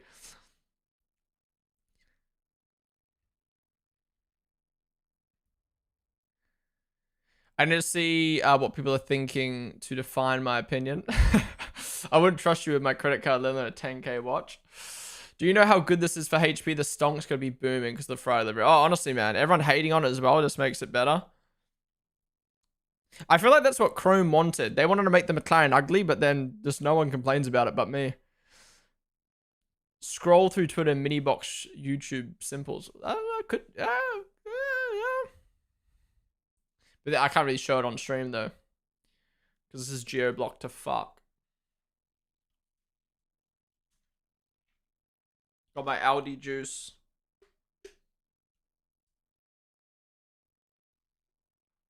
Pineapple, banana, coconut.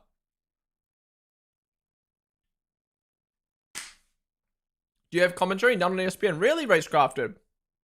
No commentary on ESPN? I guess they didn't want to commit paying commentators and analysts for 3 8-hour days. But yeah, I've got it on Sky Sports, F1 TV, have F1 TV peeps. I'm not going to talk about Ferrari, so they get no mention from me. Take that. Really wish the MCL 39 was just the 23 Silverstone McLaren livery. Yeah, that was so hot. Love that. I would have glazed more than Ponden glazes Liam. Any drain covers exploding this year? It doesn't look like it so far. Was that last year? That's, oh man. I was thinking, like, what's gonna be the first like wacky moment? Like, there's so much random shit that happens in Formula One. You know, you have like the monsoon in Japan in 2019. You have Russell's car being towed and then hitting the fucking bridge and leaking everywhere on the ground. You've got Vegas drain covers not allowing FP1 and FP2 to run. You've got Sandstorm and Bahrain testing a few years ago. I don't know, man. There's just so much wacky shit that happens in Formula One. It's like, what's next? What's next? And lost Andy Racecrafted. Thank you guys for the follow as well on the stream. Yeah, the Albon leaving the cooler on top of his car. What are some other wacky moments? It's just like you can't like even predict it, man. The fucking rain in Netherlands 2023 was crazy. Fucking Grosjean clattering the wall. Like, that's just so random, man. I mean, it's not really random, you know, it's part of the sport, but it's just like, bruh. Is Antonelli not coming out? He's done 16 laps, so he's having a bit of a break. Doing right now at the top for Alpine, 24 laps. Sonoda, 23 laps. Oh, that's on the tire. That's on that. Sorry. Keep in mind, this is not their total laps. This is their laps on that tire. Unfortunately, there's not an option for me to display their fuel lap count amount. Why is that a tongue twister? I love making predictions that have been proven wrong. Alonso having some cloth or tissue or something on his mirror. Didn't see that. Please tell me I'm not glazing. That is a way better looking Red Bull than last year. Bybit just was so ugly. So's Bybit, but it's true. That car looks locked in with the Red Bull text on the front. It's 12 at night for me. Need Stroll to crash so I can wake up. So this guy, see, JJ's new to F1, but he already knows the Stroll law. I think this one is uglier than last year. Really? Can we all agree that Grosjean crash has been the best escape in F1 history? Oh, it's probably the best fucking escape in all of motorsport. That car was split in half, on fire, in the barrier, blocking his head, and he got out. Wild. Com's talking about Cadillac coming entry. Dude, I keep forgetting we're going to have Cadillac next year. And Audi. This season, flowing into next season, cinema. I think this has the potential. I don't want to get too hyped. I think this has the potential to be a better 2-year period than 2021, 2022. 2021 still might be the better season, but 2022 was a bit of a letdown after Ferrari threw. Those first two races, 2020, Bahrain and Saudi, Max versus Leclerc, I was like, hell yeah, we're in for a fucking good one, and then it just fell off. 2026 is going to be crazy. These next few seasons going to cook, yeah. My worry is, though, the reason F1's in a good spot, I think, is because of the engine freeze. I'm really worried 2026 is going to be like 2022 again, where everyone's really spread, plus the engine freeze. So we're just going to see all the Mercedes teams at the top, and then all the Ferrari teams, and then the Red Bull powertrain teams, and then fucking Honda and Audi at the back of the grid. And it's just like, bruh.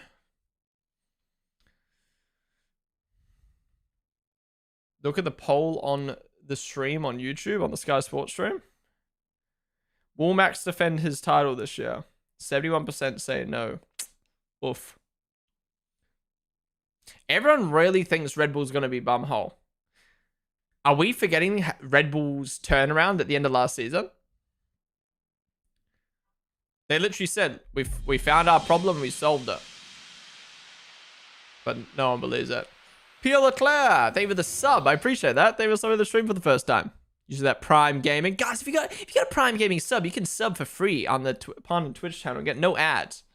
But yeah, thank you, Pierre Leclerc. Let me guess, your favorite drivers are Piastri and Leclerc. Remember the Porsche X Red Bull rumors before Ford jumped in? Wasn't rumor, it was true. Porsche offered a deal to Red Bull and Red Bull turned it down because they didn't want to give up 50% of their company. And why Porsche didn't purchase VCarb? Crazy to me. Crazy. Tell me Red Bull powertrains Porsche or like Porsche Racing Bulls or AlphaTauri Porsche wouldn't have been an amazing combo. Red Bull still get to keep 100% stake in their team. Porsche get to invest in an F1 team that is backed by Red Bull, the best team in the sport at that time, and still is, I guess. And then Red Bull get to still have a second Red Bull team that they could put their drivers into. But Porsche didn't want to buy a bum team. They wanted to be at the top of the grid. Sorry, but work your way up there yourself. Was VCarb for sale? I don't think VCarb was for sale, but I feel like Red Bull should have sold 50% in VCarb to Porsche. I think that would have been elite. It would have made VCarb better. Because this is what I don't get. Red Bull claimed the second team is just for advertising and just for their junior program. So surely they could have cut a deal with Porsche where it's like, you can have the team as long as we can put a Red Bull logo on it and we can put our second, we can make the driver line up. And Porsche would have been like, sweet. But they didn't. I don't know. Surely, but no, well, Porsche should have said sweet, but no, they wanted their own fucking, they wanted their own team. They wanted a top team.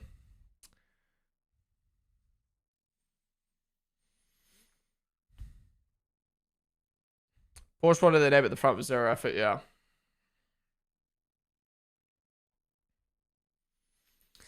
Like, think about that. They went to the best team in the sport at the time, the dominant team, and said, we want to buy half your team. Who do you think you are?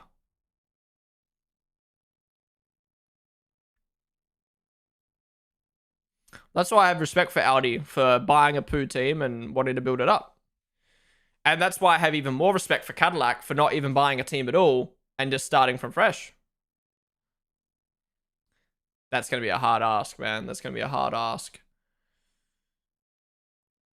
Opinion on the VCarb livery, best in the entire lineup, in my opinion? Yeah, man. Front on, that livery's gorgeous. The final onboard? What, you want the Williams onboard? Have we generally had all of them? I haven't paid attention to a lot. Come on, give us the Williams onboard. Someone needs to collate all the onboards. Have we had it yet? The Williams one? Did I miss it? You are good boy. Nice red flavors. Yeah, it's interesting how Williams do red. If you were a trillionaire, which F1 team would you buy or which team would you bring back to their glory days? Okay, if I was genuinely a billionaire, trillionaire, as an F1 fan, I wanted to invest in Formula 1, what would I do? I think I would do a Cadillac. Even though it's hard, I would do a Cadillac and start my own team. I'd rather have my own legacy, my own history, my own facilities, my own thing.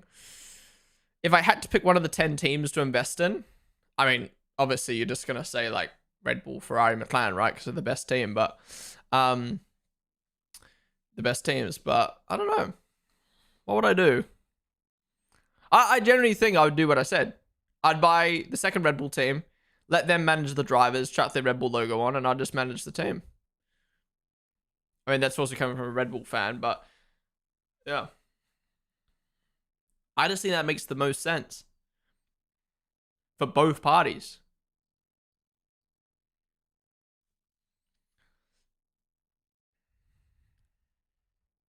What about a team that gone, but you would bring back? I mean, I haven't watched Formula One long enough to. No teams disappeared from Formula One since I've watched. Well, wait, well, it's just the naming. It's just the names have changed. Like Force India, Renault. Is that it? Alfa Romeo. That's it. Like that's the only 3 teams we've lost since I started watching the sport.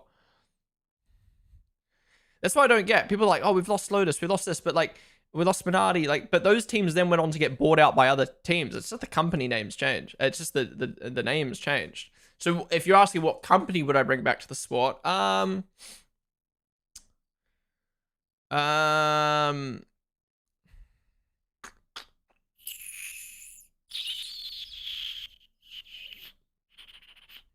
probably bring back like one of those like big car companies that are big in other motorsports, but not in Formula One anymore, like Toyota.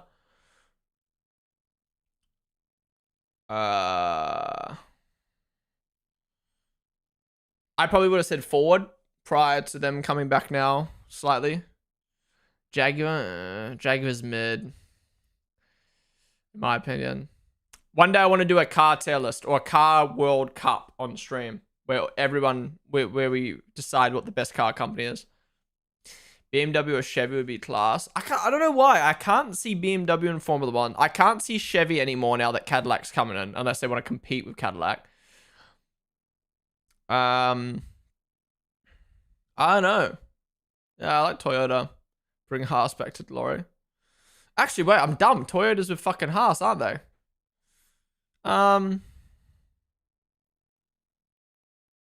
Mini Cooper, maybe. Oracle is the title sponsor of Red Bull, and it's on their side pod. That's it. But Ferrari have it on their front and rear wing, and even on the engine cover. Are they paying them more than 500 mil? What the fuck? Yeah, I don't know what their deal is. I think their deal's equal or maybe slightly less than Oracle, but yeah, they fucking HP got the bag, man. HP got a good deal.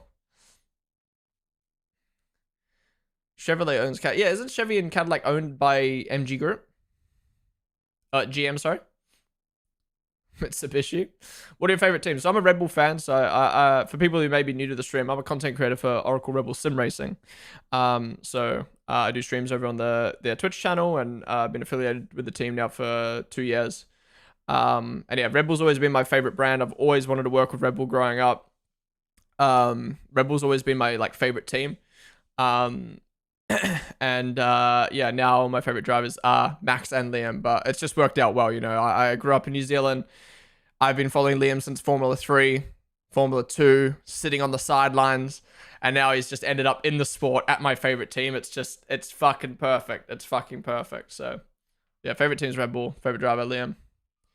And just naturally, Max has become my second favorite driver just because, I mean, being able to witness what he's achieved over the last, I mean, since I got into the sport, you know, like I've been able to see him go from the young guy fighting for a championship, fighting for the front, to fighting for a championship, to winning the championship, to dominating. You know, I can't not appreciate that, especially being connected to the team.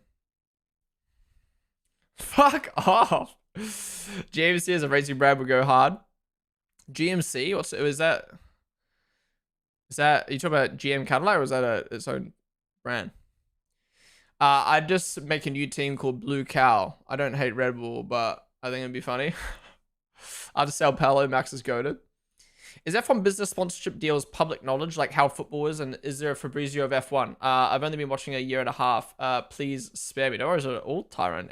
Dude, you guys can ask any question in chat. Like, no one's gonna roast you for asking a dumb question. There's no dumb question in Formula One. Formula One's a very technical sport. I fucking learn shit about the sport every single day. Are the deals public knowledge? I don't know what you mean by public knowledge, but like obviously there's Twitter accounts and news reporting the sponsor changes. Yeah. One of my favorite Twitter accounts or social media pages is called Decal Spotters. Whenever an F1 team loses or gains a sponsor, they always tweet it out. Poochshed, thank you for the bet. That's kind of scary, not gonna lie. Is there a Fabrizio Romano? Not necessarily like a Fabrizio Romano who has like inside knowledge that no other reporter has, but there's Chris Medlin. He's a really good journalist or reporter who posts stuff on Twitter. Nowadays, honestly, it's just a bunch of like insiders. Oh my god, that's my first time seeing the Louis Vuitton sponsor boards. That looks clean. That looks so weird seeing Louis Vuitton in Formula One. Yeah, it's just a bunch of like social media pages now kind of just report rumors until one of them actually sticks. Like I remember waking up and the rumors about Lewis Hamilton came out. And I was like, no, I don't believe you. And they're like, no, it's real. And I was like, I don't believe you. And then it was fucking real. And I was like, holy. F1 Skittle, they were the follow.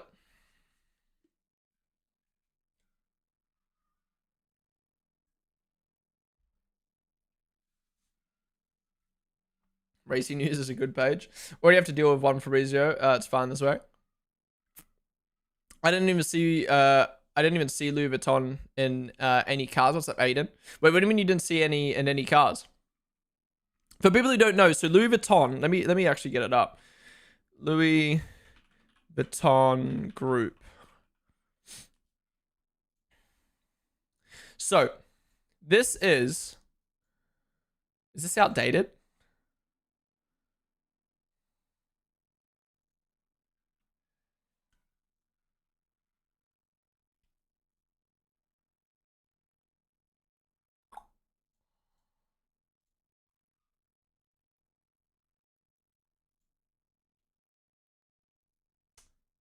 So Louis Vuitton, when you see this, it's actually crazy. This is low quality as fuck, but you get the gist of it. So this is Louis Vuitton, Moe Hennessy Louis Vuitton Group, right? This is what they own. So the fashion and leather, they own obviously Louis Vuitton, Celine Dior, Fendi, Givenchy. In wine and spirits, they own Moët and Chandon. They own Hennessy, of course. They own what other ones are noticeable here that I know? All of them. Other activities, whatever they are. Selective retailing, they own Sephora. Watches, they own Bulgari. Hublot. Christian Dior, Tag Heuer. Perfumes, again, Christian Dior, Fendi, Givenchy. Then private equity, they own all this shit as well. Cinemax. And they own Hermes, a minority stake in Hermes. So, LMVMH has invested in Formula One, which means they can, the watch sponsor will be Tag Heuer. And then, if they want to do a perfume deal, they'll pick one of their perfume sponsors. If they want to do a wine and spirits, they'll do that. Moët and Chandon's back, right? Fairly sure, correct if I'm wrong, I'm fairly sure Ferrari champagne isn't it anymore, and it's Moët Chandon. Yeah, so that's a prime example of LMVMH is like the big group now of Formula One, and that's why we've lost Rolex. So yeah, I think we're just gonna see Louis Vuitton kind of take over the sport, sponsor-wise, which is big. And I watched this really interesting video. Maybe we can watch it on the stream later, about Louis Vuitton group and how they've taken over sports, and how, Louis Vuitton, the story of Louis Vuitton's insane. He was a guy who traveled fucking, I'm not going to know all the details, but basically he traveled really far, started a business, started making like cases, and he noticed like everyone who takes their cases on like trains and stuff like that, you need to have them like square, and then high-end people started to be like, I want these cases, and then it started to just become a high-end fucking bag, or what do you want to call them, case company back in the day. And then it's had a few different, like, it's been a family business, I guess. And then now the new guy, who's been a bit controversial, has wanted to expand into sports, and it's working so well for them. Louis Vuitton at the Olympics, now Louis Vuitton in Formula One. And I think the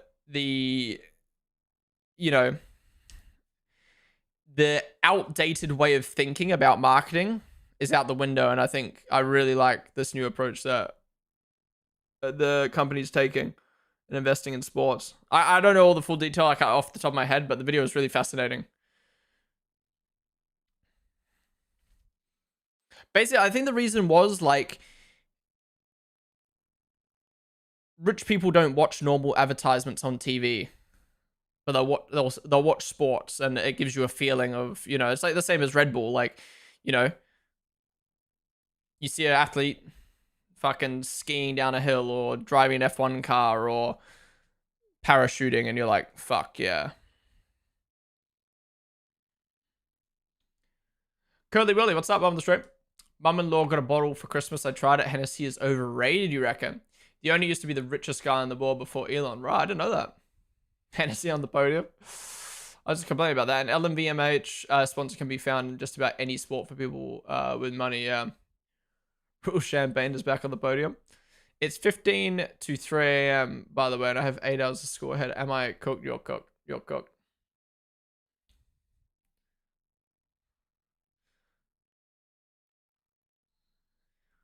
Leaderboard looks different. Yeah, they got new graphics. I actually really like these. Thoughts on the season's UI? Yeah, I like it. I don't like the moving white behind the whiteness moving behind the text. I think that's a little bit distracting. Other than that, I like it. I think they need to lower the opacity down just slightly so you can see through it, but yeah, that's good. It won't stop for a long time, that's for sure. Yeah. I believe the trophies are supposed to be presented in Louis Vuitton cases. Yep. And Australia is the Louis Vuitton Australian Grand Prix. Ballon d'Or got presented in Louis Vuitton cases, and Hennessy is the spirit of the NBA. Yeah, they're taking over, man. I like the old one so much better. You mean 2021 one or the 2024 one? I'm just so glad Motorsport is back. Big weekend this weekend. Yeah, we got IndyCar. First round of IndyCar. Is it the first round of NASCAR? And then WEC and MotoGP. Crazy, man. Like, I understand they're different sports, but you'd think they'd, like, start on different weekends so they could, like, have their own little, like, you know what I mean? Their own moment. Excuse me. Oh, third round of NASCAR, right. What track is it? How's Shane been doing? And the other new Red Bull guy.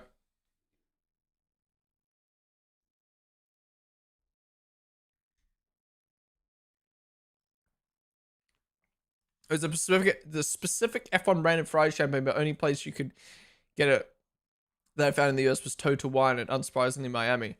Yeah, I was meant to get a bottle of Ferrari wine champagne in Vegas because they had like the special F1 branded bottles, and it was only like $15. I was like, yo, that's pretty cool. A branded F1 bottle that isn't too pricey. That's like a nice little present to get someone. And then I fucking forgot. So coded this week, SVG has not had good luck. Really? I swear I saw someone say like SVG is doing good so far. Guess not. See the supercars last weekend? Dude, that ending was nuts.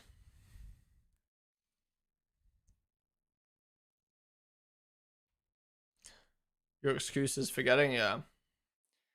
Well, I was meant to go back to the shop again. I just forgot. Tyrone, they were the follow, dude.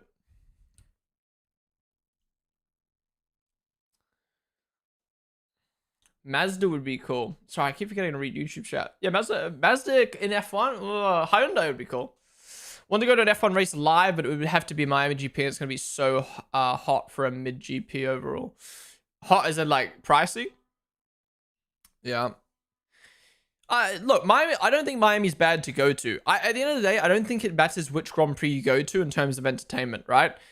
Like it doesn't matter if there's the most crazy race on track or the deadest race on track. You're not going to a Grand Prix to really watch the race. To be honest, it's hard to watch the race in person anyway. Like I've been in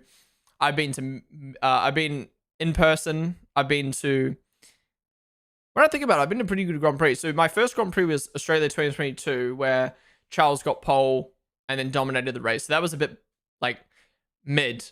But again, it was the start of that 2022 season. So it was kind of like that hope of the championship fight. The race wasn't great, but like it felt amazing being in the crowd watching that. Regardless of the race being air. Second race was AusGP 2023, where we had the absolute fucking chaos. The red flag, was it the most red flags we've had in Formula One? And don't be wrong, it was great watching the crowd and having the crowd's reactions and stuff like that. But it was very confusing, wondering like what the fuck's happening, what are these red flags for, who's overtaken who, like blah blah blah. Then my third Grand Prix was Vegas 23, and that was a banger race as well. And that was my first time ever watching a sporting event with commentary in my ear. And I felt like I could follow along, but I was freezing, so I like couldn't enjoy the race as much as I wanted to. What the fuck has happened to the screen? And then my fourth Grand Prix was Austria 2024, where I watched in the Red Bull Motorhome. Well, I watched half of it in Paddock Club, and I watched half of it in the Red Bull Motorhome. And Paddock Club honestly was dead. Like, you can't fucking see shit. You end up kind of half watching on a TV anyway. And you kind of just see the cars fly past. You don't really know what's going on. So I didn't even know what happened in the first half of the race. And then I went and watched the second half in the Red Bull Motorhome. And that was honestly cooler than Paddock Club. Being like in the Red Bull Motorhome when Max and Lando were battling, and then Lando and Max crashed, and blah blah blah blah. The vibes were tense, and it was cool to experience that. And then I had the British Grand Prix 2024 where Lewis won. And again, dude, I've actually been to some bangers. British Grand Prix 2024 and Lewis won. And don't get me wrong, amazing Grand Prix, amazing experience, loved it. But I didn't get the same feel as I would being at home. Maybe that's just because I'm a content creator at heart and I love doing watch-alongs and stuff like that. But I feel like I didn't get the same experience at the track as I would at home. Like, you get the lack of commentary, the lack of visuals. All you're seeing is the cars fly past, and you see Max slowly catching Lewis at the end. And you see like Piastri and Russell slowly battling, and it's just like you don't really get to experience. So anyways, my point is, if you're thinking, oh, I don't want to go to that Grand Prix because it's a boring Grand Prix, aka Miami, aka Spa, aka this Grand Prix, like, honestly, don't look at it that way. Just look at what Grand Prix is going to be good for the price. I think transport is the most important thing about a Grand Prix. Genuinely. I think if you're waking up at 4 a.m., 5 a.m. to get to the track at 10 a.m., and then you're fucking tired and hungry, and then you have to leave early to catch things, and if you're doing a 3-4 day Grand Prix, it's fucking bad. That's why I love street circuits so much. Yeah, I think honestly transport's probably the most important thing about a Grand Prix. AusGP, best Grand Prix on the calendar. There's a few content creators going to the AusGP this year. I think Tom's going, I think Arav is going. I think a few other people are going, and I'm really, because I've obviously been to multiple Grand Prix before, I'm really curious to see their thoughts, because I reckon they'll love it. So this is the thing. Everyone who I know says the AusGP is the best on the calendar is from Australia. So I want to hear like non-Australians' opinions on the AusGP, because I generally think it's the best. Best pricing, best transport, best weather, best facilities, best venue. It's just top tier. I'm not gonna say like, it's not like best facilities, like the toilets are poo, but like there's enough of them. There's enough of them around. They're close to get to, you know what I mean? And Melbourne's just a great city. You're a real one if you've watched Ponden's 2022 AusGP vlog from the Jones stands. You know it. You know it. Yeah, if any car here, I stay home on Sunday and watch the race on TV, because if you go, you just watch on a big screen. Yeah.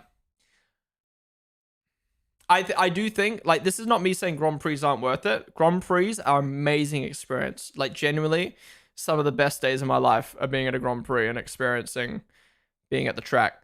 But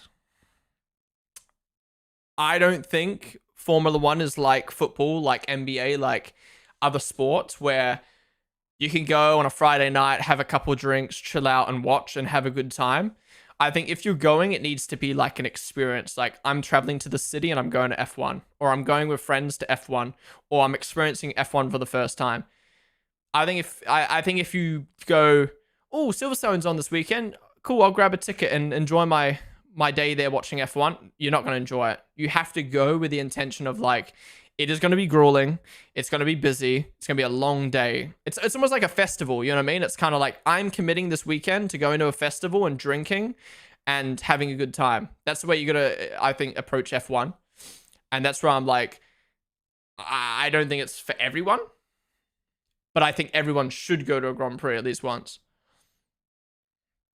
If you're an F1 fan. If you're able to. And I mean, I really hope they lower the cost, man. Like, I've been lucky enough to go with the team a few times, and then on my own before price. To be honest, I got lucky with Vegas in getting a ticket for free. And then because Vegas was like so poo in 2023, the hotels were really cheap. So I kind of lucked out in that sense. And OzGP 22, although was expensive, it's nowhere near as expensive as it is now. So I've been pretty lucky. And I really hope they like lower the price. And I think that's where F175 should be bigger and cheaper.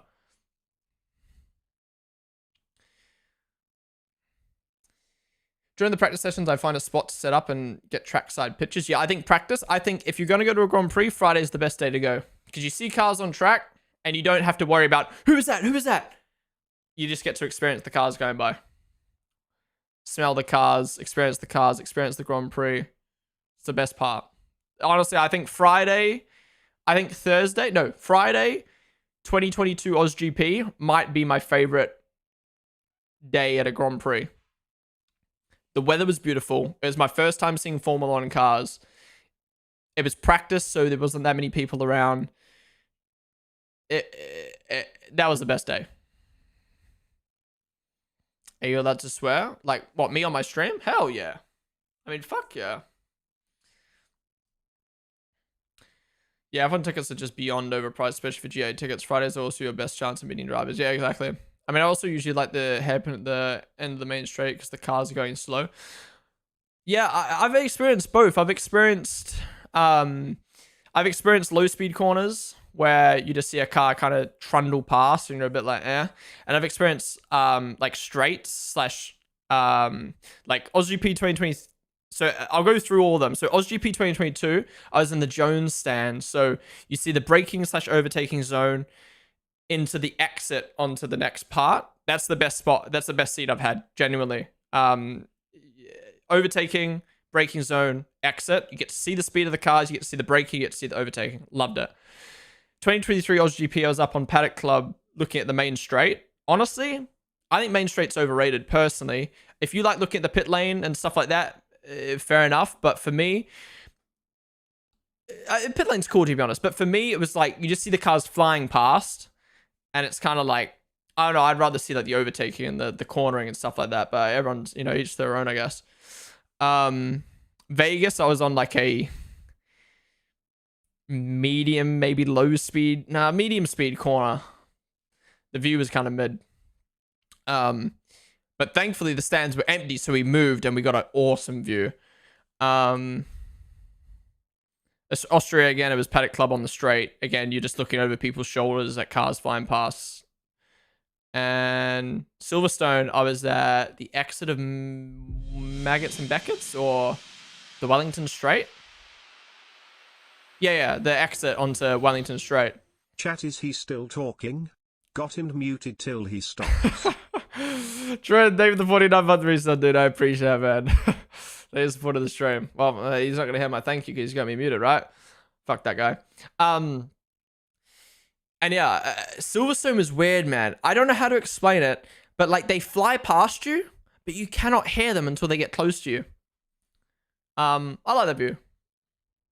Anyways, my point is, I think depends what you like, but I kind of like the being in the braking zone corners where there's an overtake. I remember watching a video at that race. Who was it who broke down right in front of you? So Max broke right down in front of us in 2022. You still have your signed Hulk head from 2023? What, the big ones from OzGP? Going up to the Kodak Tower is easily the best view of all of F1 in my opinion. You can see the entire train. You get about 20 minutes up there. That's sick. Is it? I feel like being up there would be kind of like poo because it's so far away and like quiet. But also, like you said, like I can imagine it being cool because you can see like all 20 cars at once. It'd be a different experience. Yeah, I kind of get my pick of free spots along the main straight. If I want to see the cars at full bore, though, I go up on a permanent overpass that goes over the street. So I get a good view and get to feel the overpass shake from the car passing. I want to go to like a Daytona 500 or Indy 500 and experience that speed. You know what I mean? I feel like you don't, correct if I'm wrong, I feel like you don't get that same sense of speed in Formula One because one, they don't let you get as close to the barriers you do in those sports. But also, like, I mean, super speedways are just fucking different, man. Holy. You know those videos of, like, people standing close to the barrier and their fucking hat flies off? Fuck, can't watch testing? How come? Is it not on KO? Oh, we're on an ad. First ad break. Sup, Yida Cool?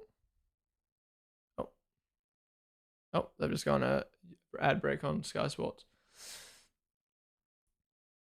Got to be in a track at Silverstone this year for me. Oh, nice. Whereabouts in a track? I was at the in a track last year. I will say though, get your fucking walking shoes on. Holy shit. They make in a track sound like VIP experience. You're in the inside of the track. Ooh, and then you fucking got to walk so long to get there. It's ridiculous. I think there's only one place to get into in a track. So if you come in at the other gate entrance, you got to walk around the whole track to get to the other fucking entrance. It's crazy.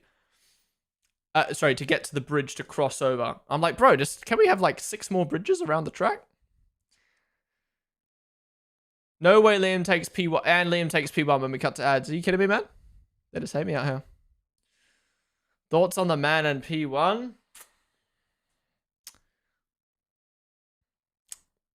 I mean, you know, it's coming. It's coming home, man. It's coming home. All right. While we're on ads, I'm going to run an ad myself. I'll be back. I'm going to go change pants. These shorts are pissing me off.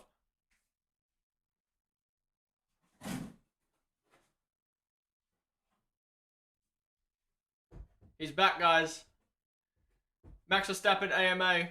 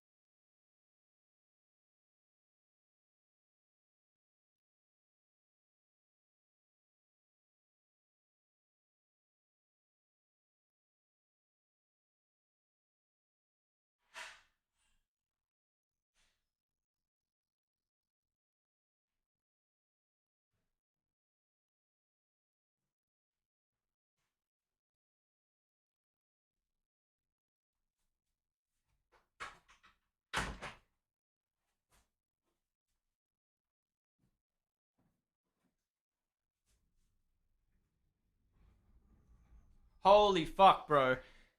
We've got Alex Jax on the commentary, and instantly I get a stiffy. Instantly, he builds up Liam Lawson and tells the story. Instantly, he starts talking about how good the season's going to be. No, I mean, he'll probably start waffling soon, but rather than just being like, So Martin, do you think Liam's going to do well this year? Alex Jackson's instantly, Liam Lawson. I remember when back in Netherlands, Daniel broke his hand, which led to this, led to that, and now he's at one of the top teams. Can he deliver? Cinema.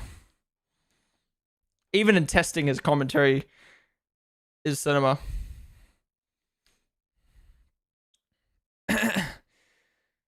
Interesting though that we've got F1 TV now, not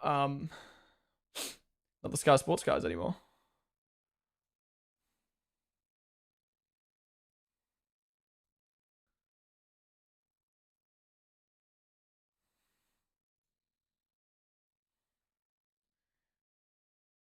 Hi, Ponden. Is the season testing over? No, in depth. We've just started.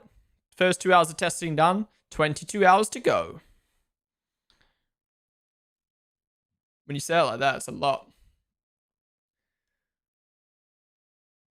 You haven't done the Silverstone experience if you haven't walked around the whole track like it's 10k steps. It's mad. Yeah, true. Lawson crash cap. Liam at the top on the hards. It's his year, man. It's his year. I'm telling you. All right. Question. Wait. Have I asked this on stream before?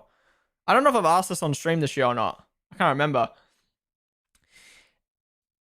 Not saying this is gonna happen. It's a hypothetical. I just want to know your guys' opinion. If Red Bull was the most dominant team again, right? I'm not talking 2023 dominant. I'm talking like 2022 dominant. Like they're the best car. A couple teams can kind of be in the fight, right?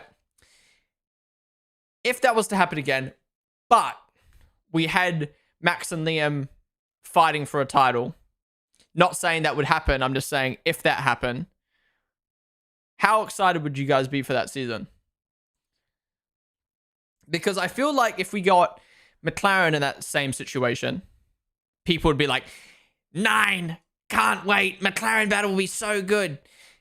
If we got that between Ferrari, oh my god, 10, cinema. But I feel like if it's Red Bull, it's just like, fucking Max. Even though it's an inner team fight and a championship fight, people would still just be like, it's Red Bull, no one cares. I would rate it. I probably wouldn't rate it on the same. Well, as a fan of Liam, I would rate it higher than Leclerc Lewis. From a sporting fan standpoint, I think Lewis and Leclerc would be way more interesting to watch. Leclerc going for his first, Lewis going for his 8th, obviously. But yeah, I don't know. A bird shitting on my head is not good luck. Evidently, he's not the only one on hards. Liam is going to win 4 World Drivers' Championships this year. 4. He's going to win 4 in 1 year. I love inter-team championship fights. A title fight is a title fight. Like the years of Lewis versus Nico were great for me. If it were feasible that Lawson could win, then hyped. It was Liam and Yuki, then it's a 10. It could be crazy either way. It's going to be like a boxing match. Same reactions to McLaren stuff you just did. Rosberg, Hamilton, Senna, Prost was peak. Oh, Rosberg, Senna, Rosberg, Hamilton, Senna, Prost was peak. 9 out of 10, Max Verstappen. We're officially back with these 3 in the booth. Yeah, this is it. I love this trio. Excuse me. That's the thing. I feel like other than Sao Paulo 2024, Max can win a race in a good Grand Prix, like a solid Grand Prix, and people will just be like boring because it's Max. You know, at least it was good to know that even when Max Max has to make up 17 positions in the wet, last the first challenge for people to be like, okay, that was a good Grand Prix. Williams onboard looks basically the same as last year. I got Oscar Piastri for drivers this year. Ooh. My goat Fernando winning number 3 in 2026. Imagine Aston Martin joining the fight. Like no one talks about Qatar 2024 because of Max won that. Yeah, true. What if Max Alonso and Hamilton retire and we have no active World Driver Championships? Wait, what if Max Alonso and Hamilton retire and we have no active World Driver Champions next year? Well, Max ain't retiring because he's got a contract till 2028. Lewis ain't retiring because he's got a 2-year contract. I think Alonso has a 1 year after this. Yeah, it's the same with that. That's in like you're right.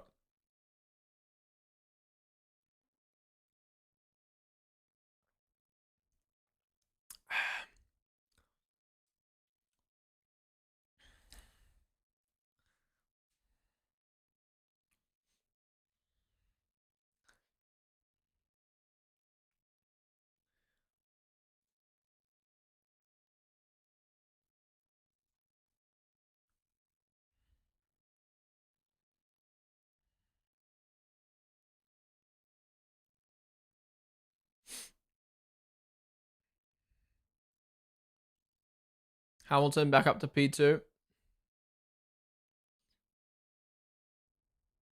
He said if the car performs well in the new regs, he'll extend, and if it doesn't, he'll be stopping. Has he actually said that?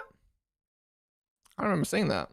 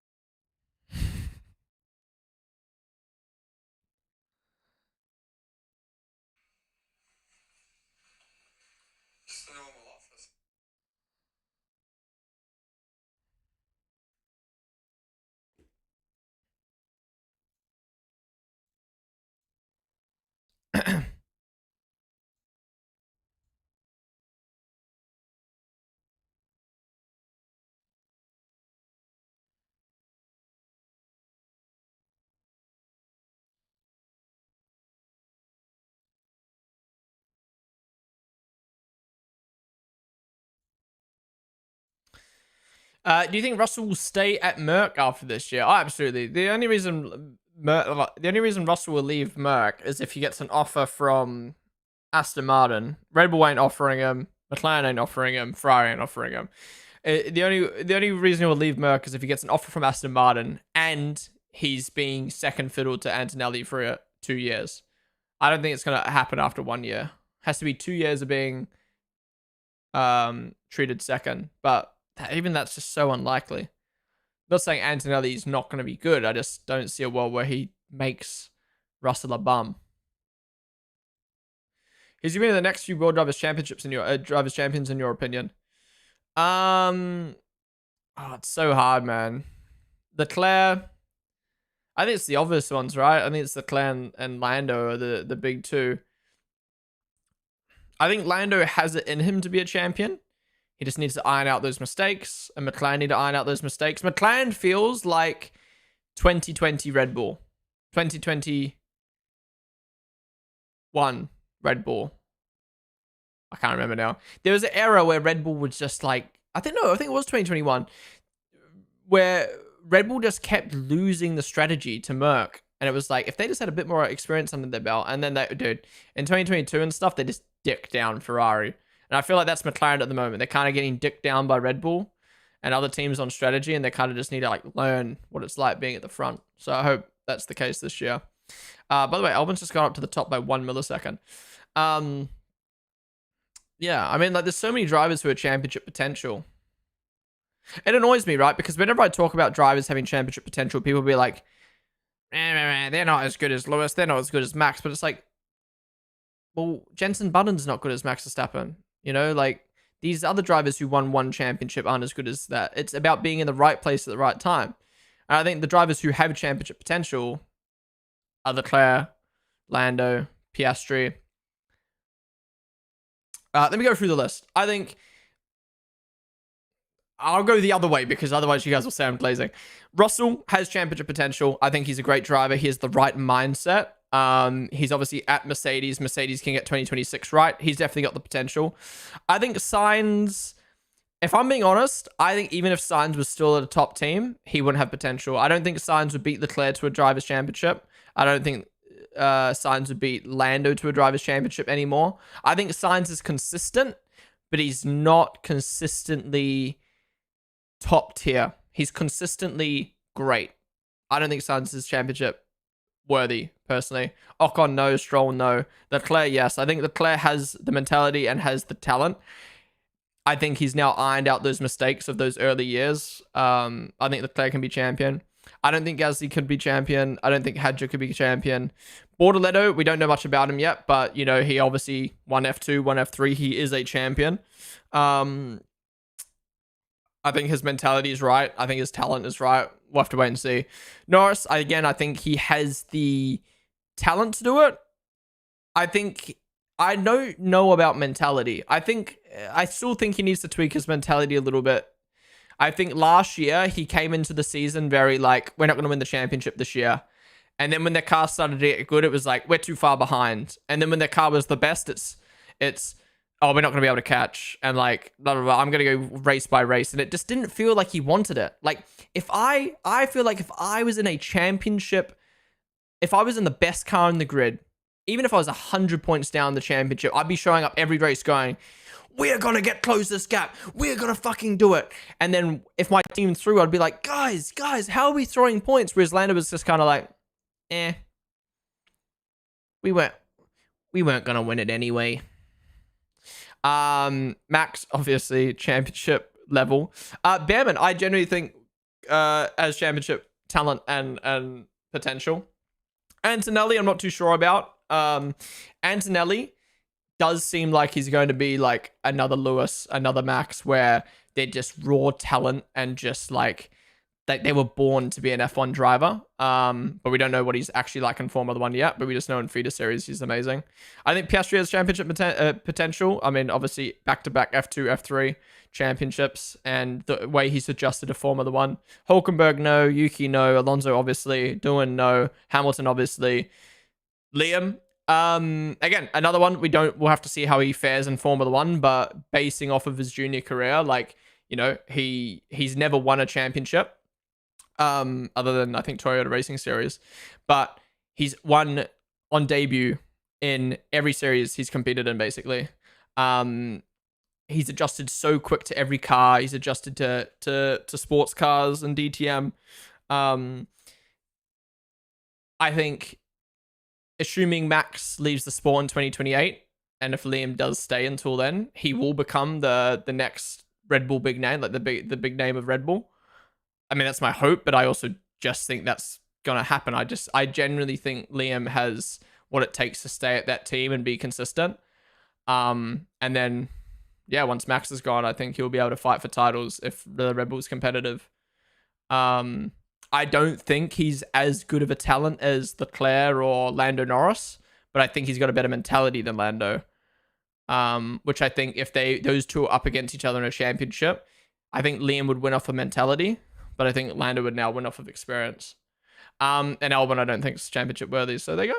That's my list. As a McLaren fan, I agree. If Lando sets his mind on winning every race, every year, he has the pace and the talent. And I think he has done that this year, genuinely. The interview that we listened to him, the interview that he did with F1 the other day, he really feels like we were Constructors champions. We need to be good off the start this year, and we can win it. Whereas last year, I feel like even if they had the fastest car in the fifth race, which they basically had, but if they had the fastest car in the fifth race, I still feel like he would have been like, man, too far down. Oscar Petrus is going to be savage, but Lando's their number one. Zach Brown is lying. This looks like something out of Ferrari, out of career mode. Alex on Lewis and Ferrari. Who do you think retires first? Retires from F1 out of these guys? I think Max stays till 2028. I think Lewis... I think it depends how his Ferrari stint goes. If it goes bad, I think he retires at the end of 2026. Genuinely. Same with Alonso. I think it depends how the Aston Martin goes. I think he retires at the end of 2026 if the car's poo. Hulkenberg, again, might retire at the end of 2026 if the car's poo.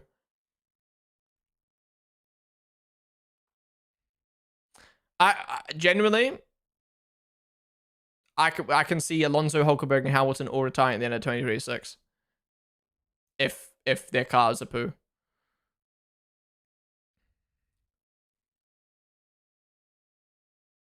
And then Max will stay till 2028.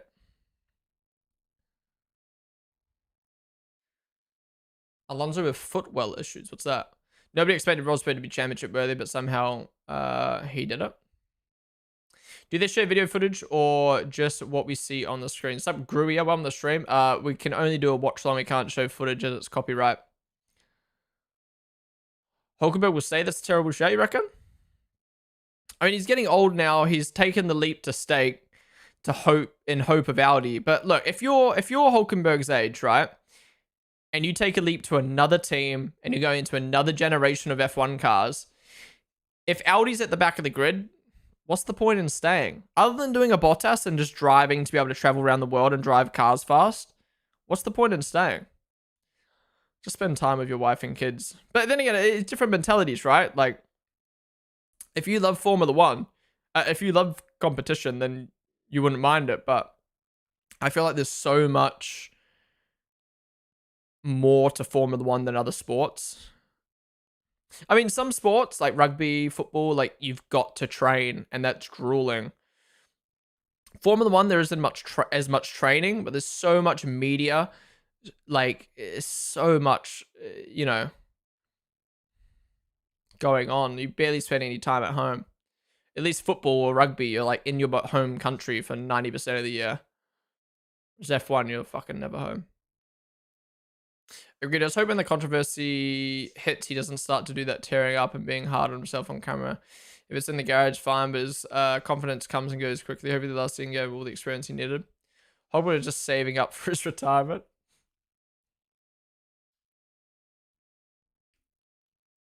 IndyCar is way more physical, and these guys in their 40s who will power still performing. Like, Will Power is still performing, yeah. But I also feel like IndyCar, again, is less demanding in certain areas than Formula One. Yes, IndyCar might be more physical. You got super speedways. You've got, no power steering. But it's all in one country, other than the one race in Canada. There's less races. There's less media. Whereas Formula One, it's literally like, okay, fly to Australia, arrive on Tuesday, media on Wednesday, media on Thursday, practice and media on Friday, practice and qualifying and media on Saturday, practice and qualifying media on Sunday. Monday, flight to China. Tuesday, probably activation somewhere at a sponsor. Wednesday, media. Thursday, media. Friday, practice. Friday, qualifying. Saturday, sprint. Sunday, race. Monday, hop on a plane back to England or back to your home country. Tuesday, Wednesday, relax. Thursday, over to the fucking factory, test in the sim, engineering work, and then it's like Friday, Saturday, Sunday, chill, and then fucking Monday on a flight to Japan, and it's just like probably Sunday you go to Japan because it's the time zones. It's just like crazy. And then you think about and then if you look more even in depth than that, like Red Bull were doing a show run in Japan on the Wednesday. So like then you're spending the whole day at a fucking show run. Like it's just ridiculous, man. Does Newey get to 2025 car? No, he doesn't start till March. 1 more month till Newey gets on board at Aston. Yo, Irish Bearcan, thank you so much for the sub, dude. I appreciate that. Appreciate you subbing to the stream for the first time. I mean, IndyCar stopped going to Michigan International in the 2000s because speeds got too high. IndyCar used to have more Canadian races in Mexico and even Brazil, I think. Yeah, they used to go to Gold Coast as well, right? Comparing apples to oranges. Yeah, exactly. Vancouver Indy, my actual home race, had a fun track before they got rid of it. Yeah, everyone has a race on 5 out of 7 continents. I'd love to see an African track come soon, but they're just nutty. Wait, 5 out of 7?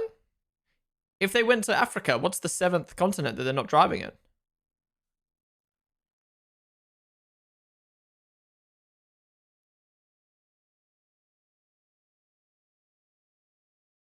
Asia, Australia, Oceania, Antarctica. Okay, let's be for real now. Let's be for real. I was gonna say they fucking drive at every continent. It's crazy to think they actually go through the calendar. So we got 1 race on Oceania. We got 1, 2.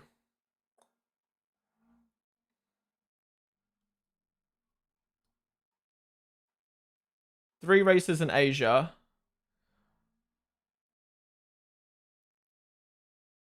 Wait, is Middle East a continent? Don't fucking give me shit either for asking this.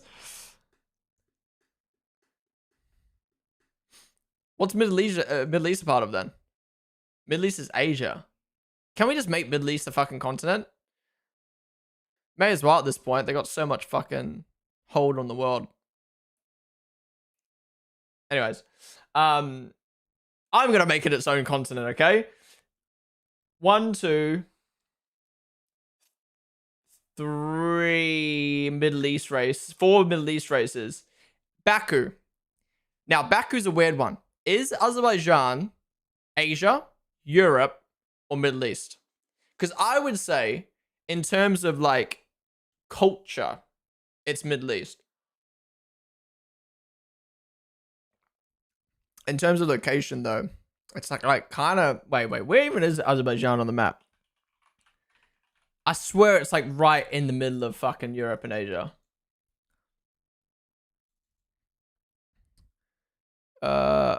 Earth. What am I doing? Azerbaijan maps. Yeah, it's like right. See, no, this is a fucky one, bro. Wait, let me make sure my address is not on here. Okay, good. This is a fucky one. So that's Azerbaijan there. Below is Middle East. Right below is Middle East. You got Iran, Iraq, Syria, Saudi. Then above it, you've got Europe, Turkey, Georgia, Armenia, which is Europe. And then to the right, I mean, it's another like kind of Azerbaijan, another Middle Eastern kind of area, Turkmenistan, Uzbekistan.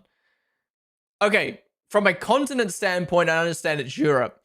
But do we consider Azerbaijan Middle East, Asia, or Europe? Because I don't think I've ever heard someone be like, oh, I'm going on an Asian holiday to Armenia. No one would say that. Oh, Georgia's no. I feel like Azerbaijan, I would say Azerbaijan's Middle East. If I had to classify Azerbaijan as something, I would say Middle East. Azerbaijan is Asia. Then is Georgia Asia? No, I swear Georgia wouldn't be classified as fucking Asia. I'm not talking continents here. I'm talking classifying it as an area. Oh, fucking Dubai's Asia then, isn't it? No, you fucking say it's Middle East. Dubai is closer to Asia than Azerbaijan.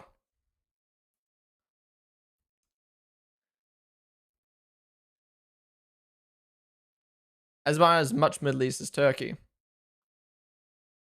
Turkey's like half Europe, half Middle East.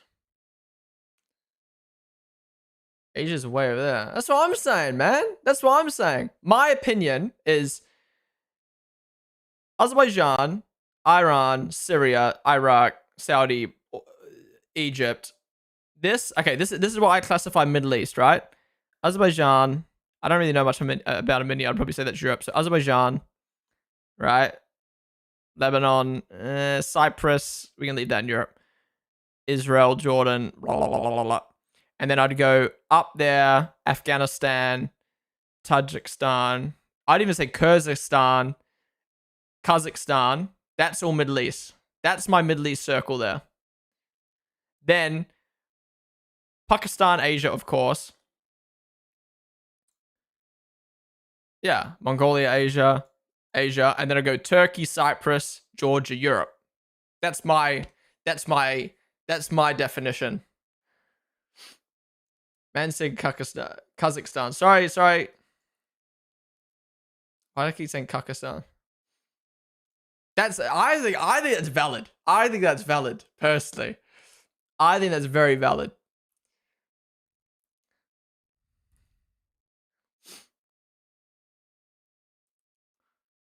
Anyways, I know it's not a continent, but that's how I'd classify it. Anyways, back to this.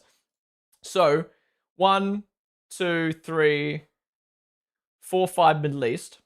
Then we've got 1, 2, 3 North America.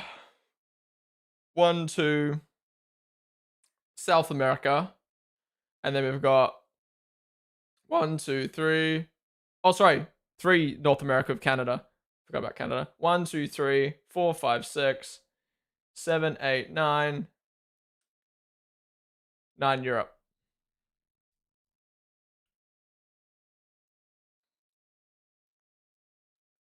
Wish there'd be a race in Malta. Imagine. I don't think the track would fit on the island.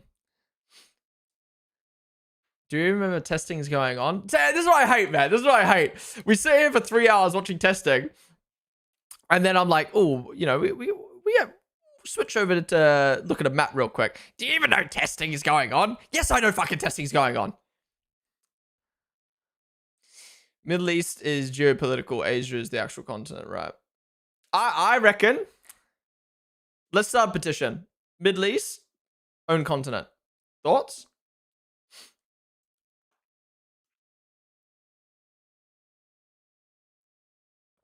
I forgot Mexico's North America.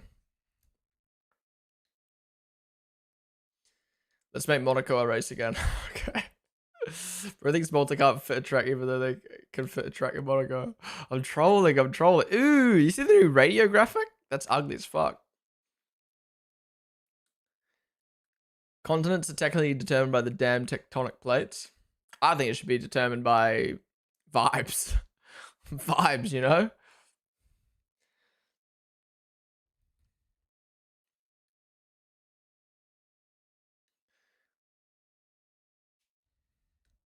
Yeah, the V-Cab looks hot. Yuki's helmet doesn't look hot though.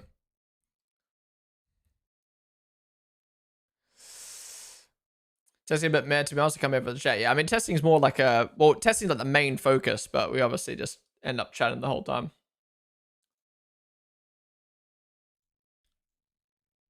Yeah, thanks, Ted.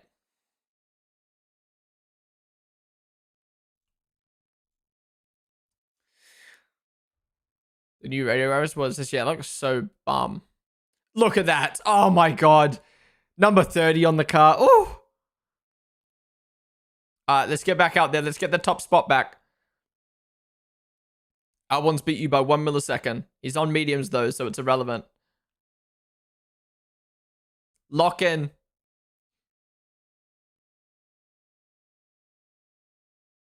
He just suits that team, man. You can't tell me otherwise. You know what's better than 30? 31.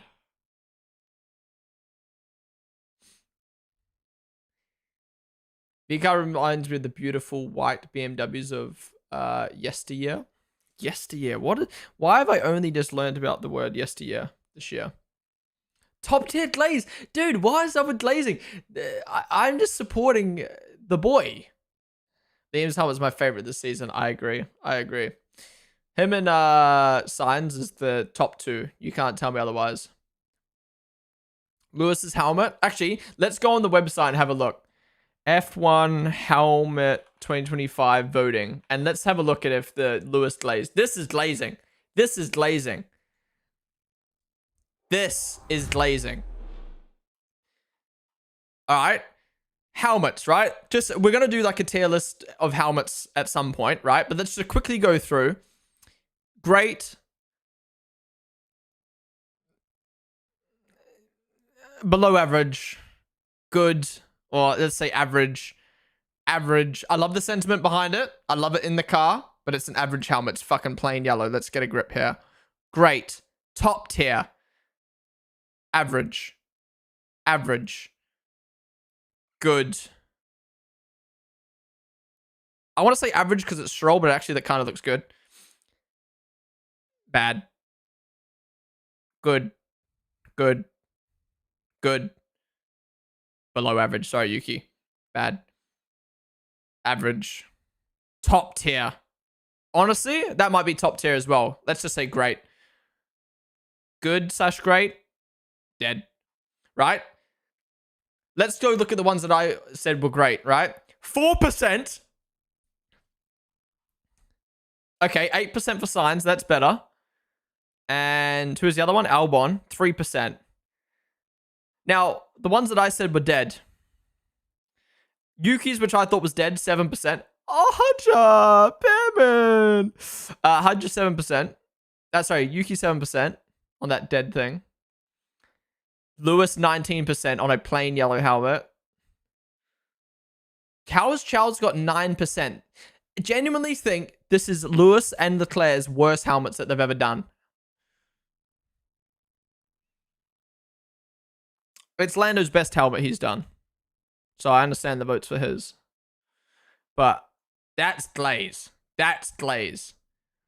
A plain yellow helmet with an ugly ass Unicredit logo is the best helmet. It's his worst helmet. The thing is, how All he had to do, we've already spoken about this on stream before, but all he had to do was do this. All he had to do was do this, but make it Ferrari vibes.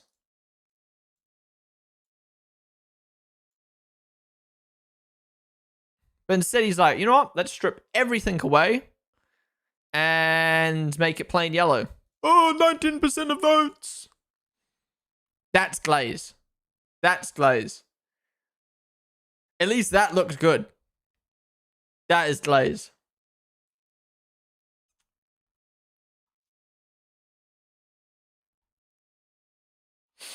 Wait, where's the livery one? Where's the livery one? F1 25 livery voting. Oh shit.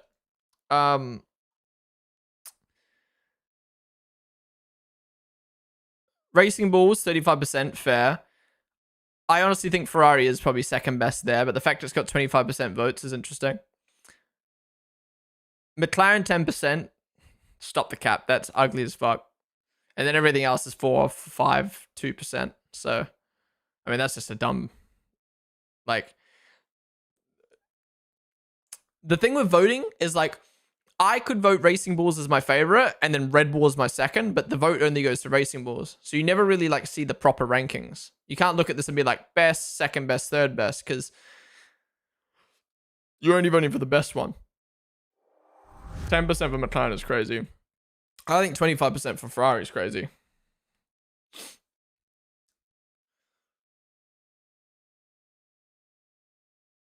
Anything with Rebel logo on it looks clean. I agree, but it needs to work well. Do you remember like the AlphaTauri helmets? I thought they looked bumhole. I think Lawson's a mid to be honest. More color does not inherently mean good design. Dude, really? I think the colors, the design, the moldy New Zealand design that he's got on it is so well integrated in my opinion. He's made it look modern, but also have like such a like Liam New Zealand feel to it. I love it. McLaren camo was sick.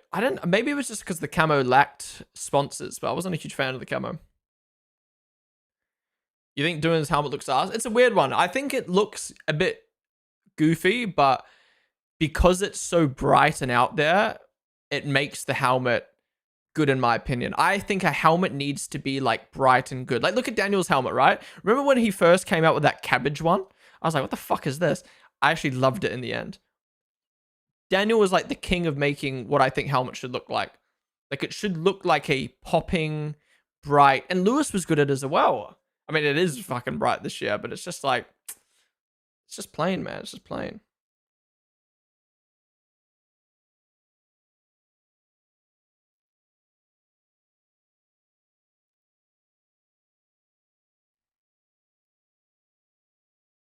Bro, I fucked up, by the way.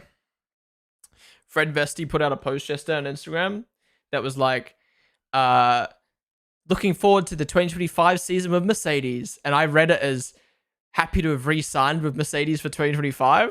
So I commented, congrats. And then I woke up in the morning to someone commenting, congrats for what? And I was like, and then I read the comment. I was like, oh shit. I read the fucking caption wrong. Duckbutt was our dude on the stream. Thoughts on Lando's testing helmet? The testing helmet? Oh, he's got a special helmet just for testing. I didn't have a proper look. Wait, what happened? Are you still alive? Excuse me? How's it going, Voilabo? What do you mean I'm still alive? What's your favorite helmet of all time? Managed to be Vettel 2010. Ooh, I don't know about all time, to be honest. Oh, no, sorry. Lewis 2021. Pride helmet. I got the mini helmet of that. Love it. Congrats on being excited. Yeah, that was an L from me. I'm bad, kinda. Thank you for the follow.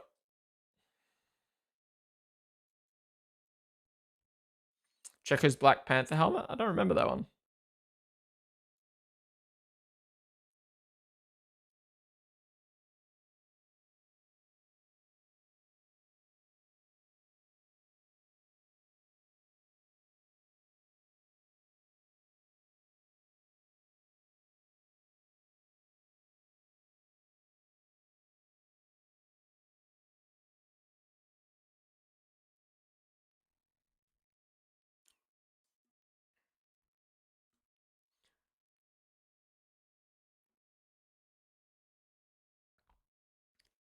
Lewis's Monaco 2022 helmet. White with purple gemstones. The Stratos helmet was good. What's the Stratos? Is that the Lewis's Japanese helmet? I can see this rookie talk being repeated in every session throughout the year. Oh, absolutely. What, are you talking about the Liam Lawson rookie, or are you just talking about the rookie chat in general about all 6 of them? Is it 6? Hudger, Behrman, Bortoletto, Liam, Doohan, Bortoletto 6. Wow. Hi, do you remember me, Ponden? I'm actually the guy who won the F1 Manager giveaway, but I decided to not take the reward. I remember now that you mentioned it. How's it going, dude? Welcome to the stream. Because you won it was the YouTube giveaway, right? Wait, what was the radio graphic? I didn't even hear it. Radio message?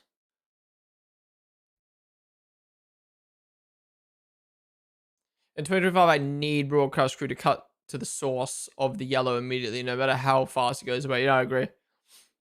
I understand there's like broadcasting guidelines and they don't want it to be jarring, but I would rather cut to something really quick than everyone sitting around.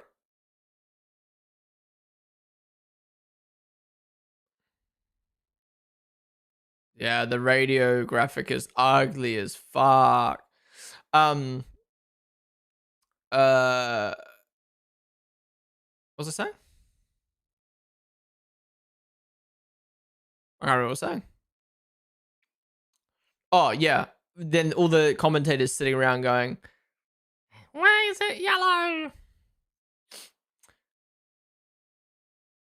Do you remember me when you ghosted me at the 2023 OzGP? I ghosted you at OzGP 2023? When? Liam's getting a lot of screen time. Is that just like confirmation bias because like I'm a Liam fan so I notice it more? Or is Liam like being shown a lot?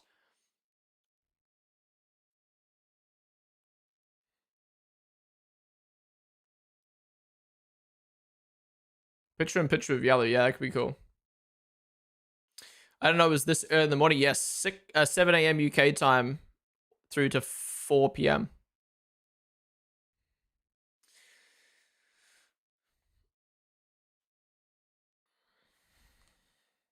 I like they're doing a lot more split screens. I don't know if this is just for testing, but I hope they do this a lot more this year. Wait, so is Sky Sports and Sky Sports and F1 TV must be doing dual commentary for testing, because Sky Sports wouldn't be using the F1 branding for their testing.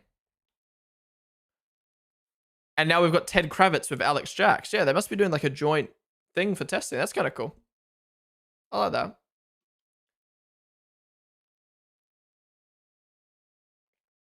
No Sky Sports and NZ, really?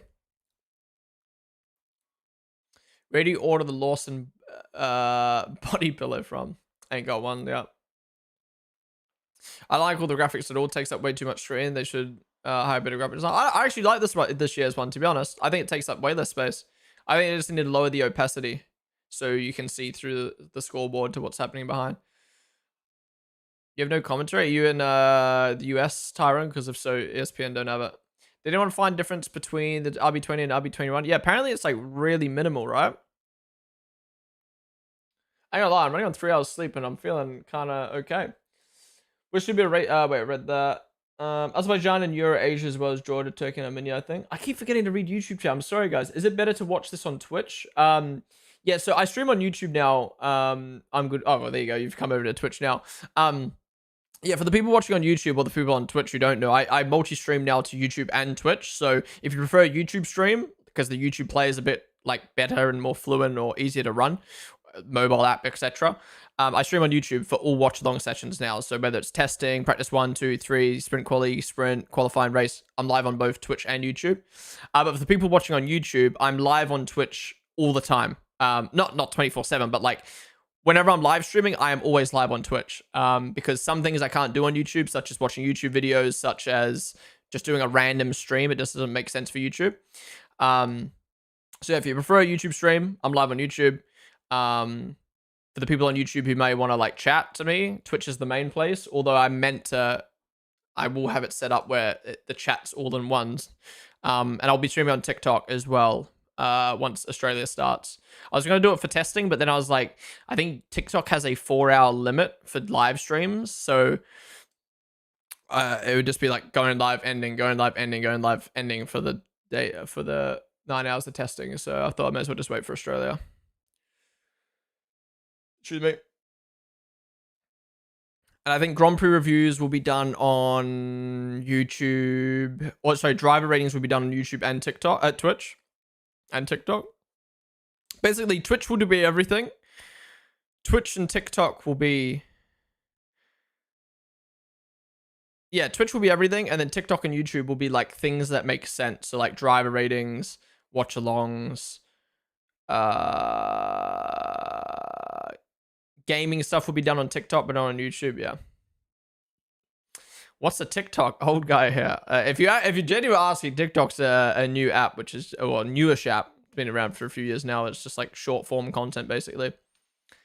Pan app in between sessions? No. I was thinking about ending the stream and going live again, but I was like, by the time you end the stream, eat food and then go live again, it's like, what's the fucking point? So might as well just stay live and just eat on stream, watch some vids. Rain forecast for day 3. Really? What's that like? Oh, it's a sticker. I was like, why is there a hole in the halo on the McLaren? One is now ignoring 2 chat feeds. Dude, how have I ignored chat today? Come on. Give me a break. Vish and Patis, thank you guys for the follows.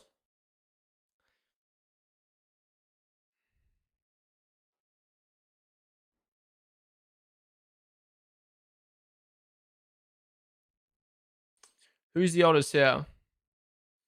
Might be you. Might be you. I can now see gender on Twitch. Like gender stats on Twitch, but you don't really set your gender on Twitch, so it says 80% unclassified. So it doesn't not really helpful. You're 46, not me. You're 51. Damn. I like not saying like, oh, old people shouldn't watch Twitch or watch YouTube, but like it's just crazy to me, like, because Formula 1 is obviously a sport that's watched by so many people, it's cool that like the range of ages, it's cool that the range of ages is so like wide. Same with gender as well. Like, because like normally on Twitch, like gaming would just be like 16 to 24-year-olds, 23-year-olds probably watching Twitch, and then like mainly male. Whereas like, yeah, on YouTube, TikTok, and Twitch, like the viewership is so wide. Like my mum rates drivers video that I did with my mum, I think like 5% of the audience was like 40 plus. Like what's 5% of 180,000?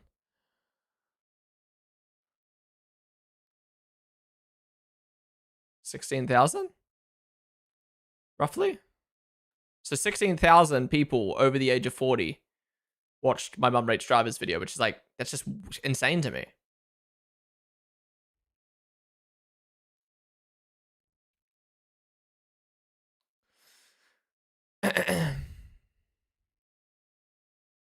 I saw Yos the Boss debut. That's crazy.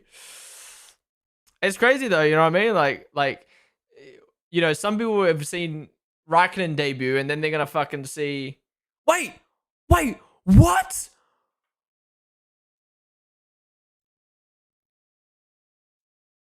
Wait, is that the Red Bull mechanic? No way. That Red Bull mechanic is moved to Steak. We were hotel rooms were next to each other. I didn't realize so many people moved teams. No, so Callum, you know, like the most known Red Bull mechanic, he's retired now, and he's gonna become a Red Bull racing ambassador, which is pretty cool. But yeah, there's been so many people leaving Red Bull. Sorry, I know I freaked you guys out, but it was more just like, I guess like in your mind, like in my mind, it's like, oh, everyone just stays at their team, but then you see all these mechanics like moving teams. I mean, most people don't pay attention to the mechanics, but obviously with myself being at like the Grand Prix and seeing these people around the factory, like you see them move team, you're like, oh shit, they moved team. It's interesting. Like, why would he go from Red Bull to Stake? Like, does he want to help build a team up? Did he get dropped? Did he get better pay? Like, what's the reason, you know? Thought there's a car and a tree there. Sorry. The Rebel jump ship has been a real thing. Yeah, a lot of people leaving. But again, who knows what the reasons are? That's like Ponden's version of Lakers. No, I'm sorry. I know it wasn't that big of a deal. It was more just like he for me, there's like 10 faces that when I look at the Red Bull garage, every single time it's like those same guys for like 5 years. And he's one of those guys where I'm like, what the fuck? He looks so weird in a Stake outfit.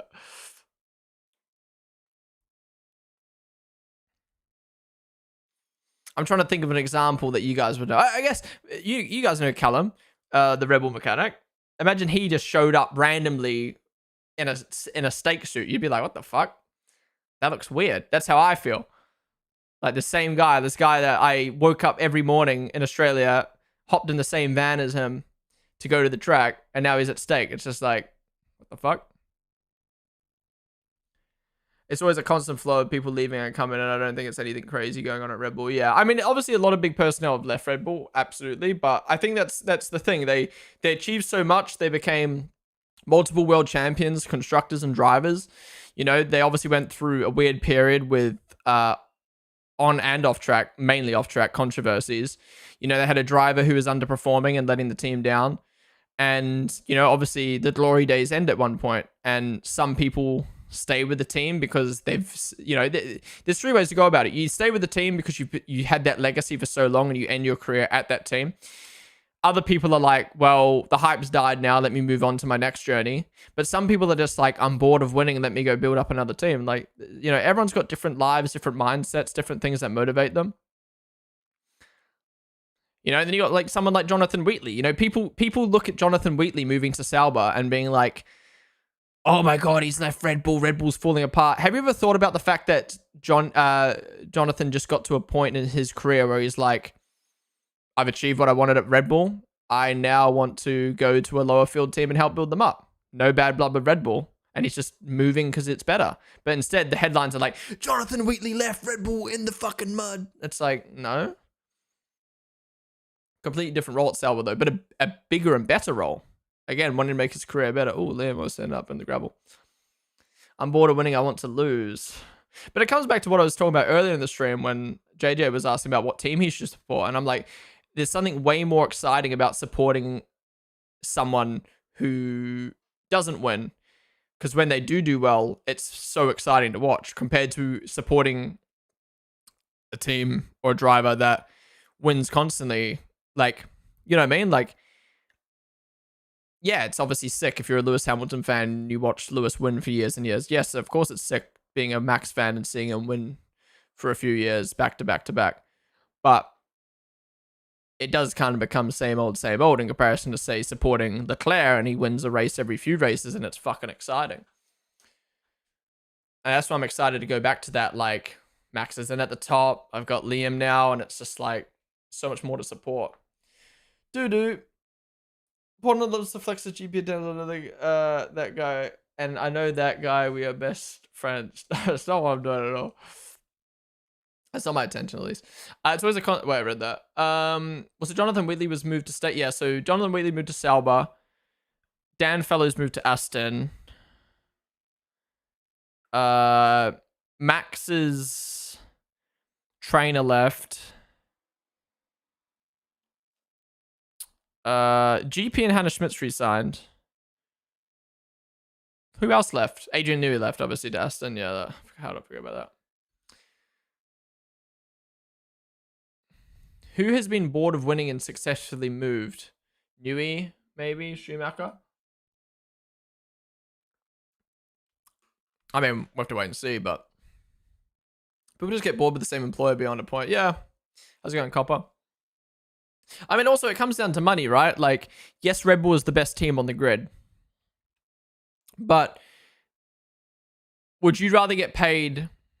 I don't know how much you get paid a year to be a mechanic. I'm just going to throw random figures out there. Would you rather get paid £100,000 a year to be at Red Bull or 150,000 pounds a year to be at Sauber. I think if you're a behind the scenes,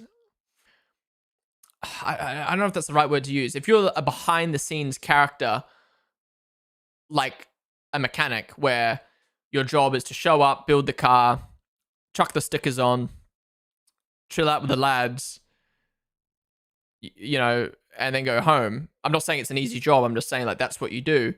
Like, yes, it's great to be a part of a winning team, but you're not like, and you do contribute to being a winning team, but whether it's you or some guy named Andy, you're not really going to change the team's performance too much. So if you can get offered an extra 50,000 pounds or 20,000 pounds to go to another team, it's not really going to impact your life too much.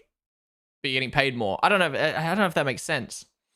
Like, yeah, obviously, if you're like a Newey or a Wheatley or a Hannah Schmitz or a GP, like you are going to tactically move teams, and the money's not going to come into it because you're going to think more about the people you're working with and the brand you're working with, and can I win and can I achieve what I want? But as a mechanic, I think it's a bit different. I mean, then again, you know, it's just like any workplace. Like, you know, say that Red Bull guy, like you've been with these guys for years. You've built that kind of family.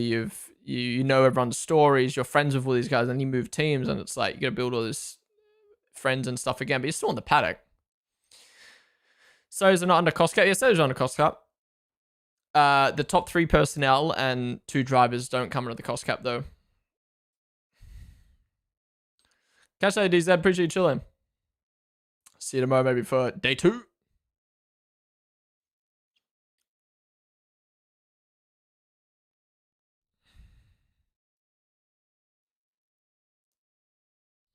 All right, 1 hour left of the morning session. And then, yeah, if you're tuning in and wondering, 1 hour left? No, 1 hour left of the morning session. And then we have an hour break and then the afternoon sesh.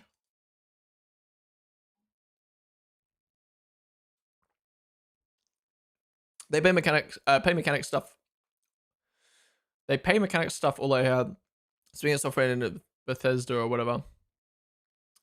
Yeah, I think F1 personnel is really underpaid from what I've heard, but also like what's being reported. Like F1 personnel just get paid. Yeah, so underpaid. Like I've spoken to a few staff members about like, well, how did you get your job, and like, you know, like how's your contract work, and do you get paid on weekends and double time, and like, in short, it's just like a normal job, but you work overtime and don't get paid for it. That's basically the best way to describe it. And then when you have someone like Blake Kinsley, who used to work for Red Bull, you know, content, then did content, now is working in WEC, he's always shitting on F1 for the salaries. You know, you're the pinnacle of motorsport, but you've got a cost cap which prevents people from getting paid. And then, oh, old mate crashed his car, you got to work overtime. No, you sign a contract that basically says like you don't get paid overtime, that you just get paid for the work you do, you know. Kind of like a flight attendant, maybe, is the best way to describe it. Like, you sign a contract, okay, you get paid £30,000 or £60,000 a year or whatever the fuck it is, and you do, and you're set for 12 flights. You might end up doing 8 flights. You might end up having to do 14 flights. You don't know. And that's where the way I think it works in F1 is like, yeah.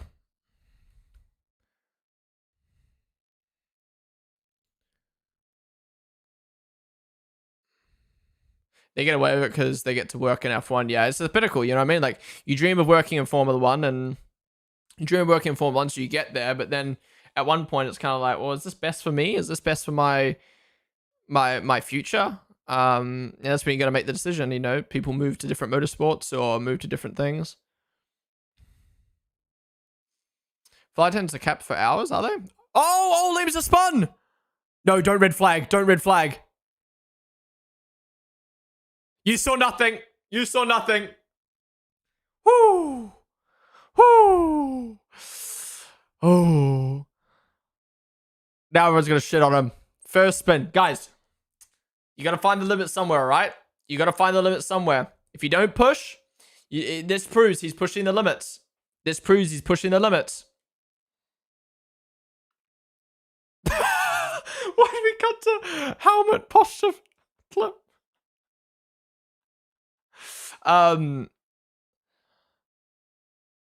Yeah, obviously no defending though. I mean, that's going to happen in testing. I like a driver's pushing in testing to actually find the limit rather than just trundling around.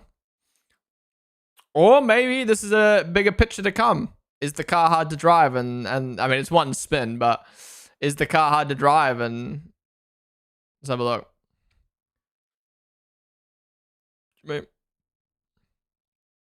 He's coming too hot, I think.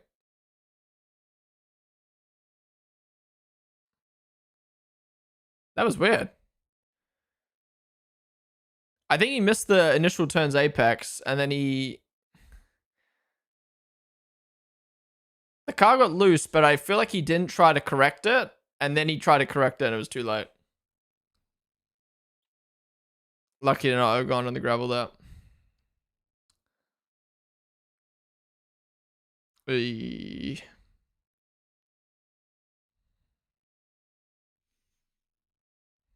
Yeah, true, bumpy as well. But yeah, I hope that's not a sign of things to come, you know, where is this Liam not comfortable with the car? I don't think so. Liam hasn't shown, I mean, we're only 3 hours into testing, but Liam hasn't shown me that he's not confident. And I'm glad he's getting this out in testing and not in a practice session before a Grand Prix weekend.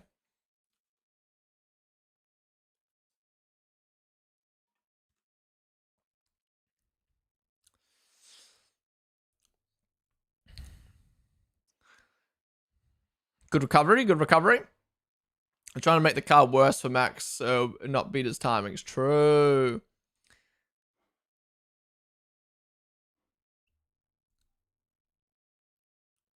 W Liam finding his limit. Yeah, will we even get a red flag today? Might not even get a red flag today.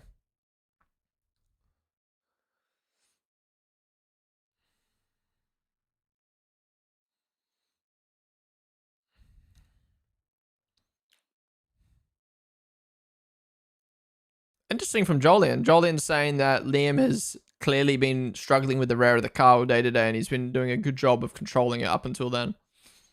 That's not good, if so.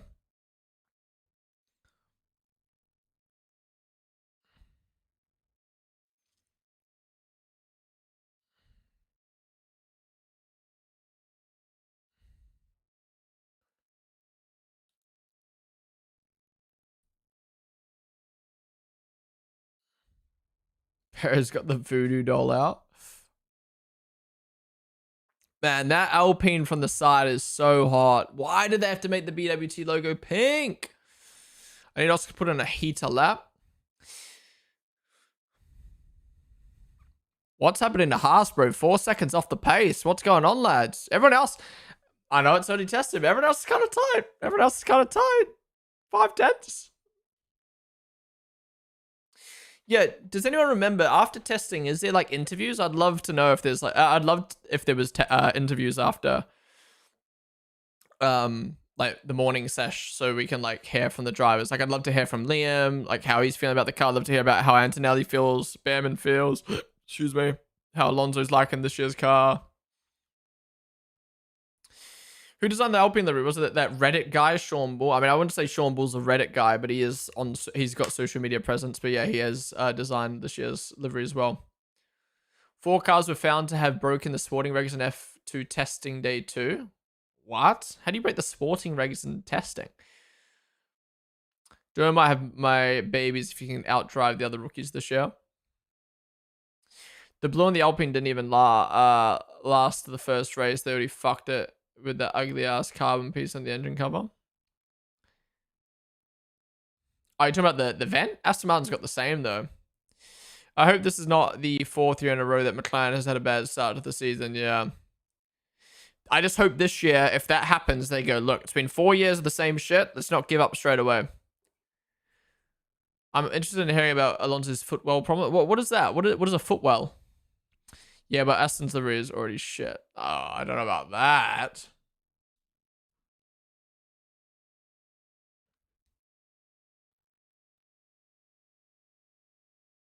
McLaren had a great start last year. Yeah, trolling.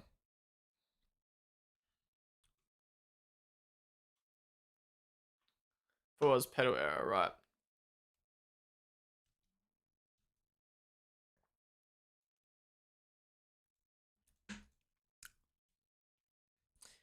One of the mechanics was working at Alonso's cockpit in the football, you know, where his feet go right. Points in Bahrain and Saudi, podiums in Oz and China.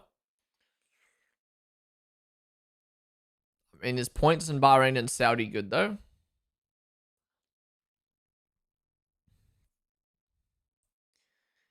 I mean, Lando choked the sprint in China. They kind of lucked out in Oz because of 3 retirements, was it?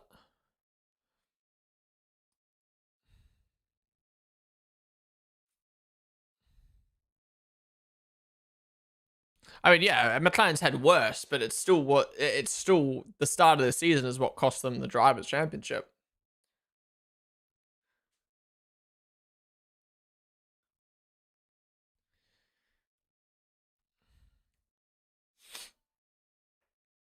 Dude, the 2023 start needs to be studied.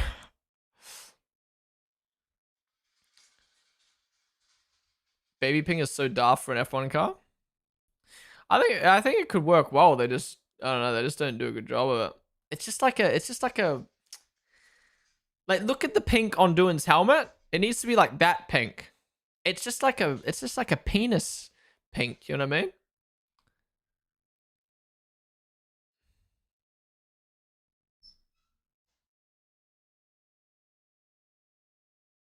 Oh my god, look how much Doohan's struggling. That car looks poo.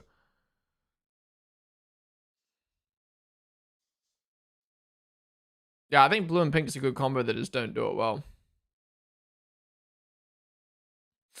Wait, by the way, isn't Doohan's helmet meant to be orange and blue? Why does it look pink? I swear McLaren didn't even change their car from 22 to the beginning of 2023. Dude, I think they did, and it went fucking backwards.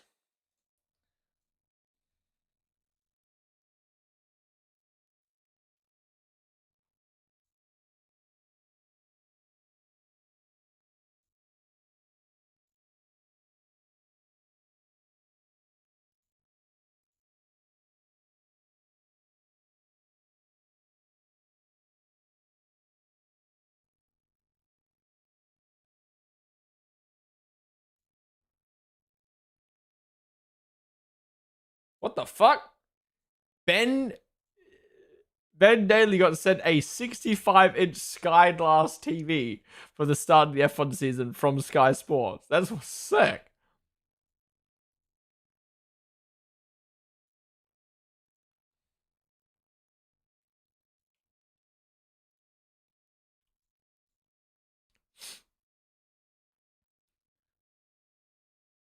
The bezels are so small, yeah.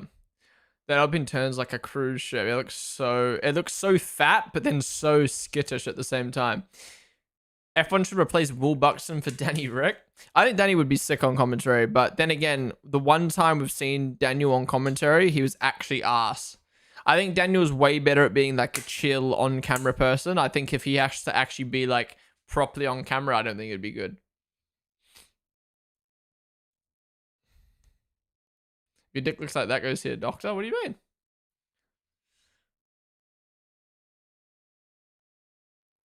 Did Will Buxton fuck off to IndyCar? Yep. He's gone off to IndyCar for a year. Sadly. So weird seeing McLaren in the first garage. True.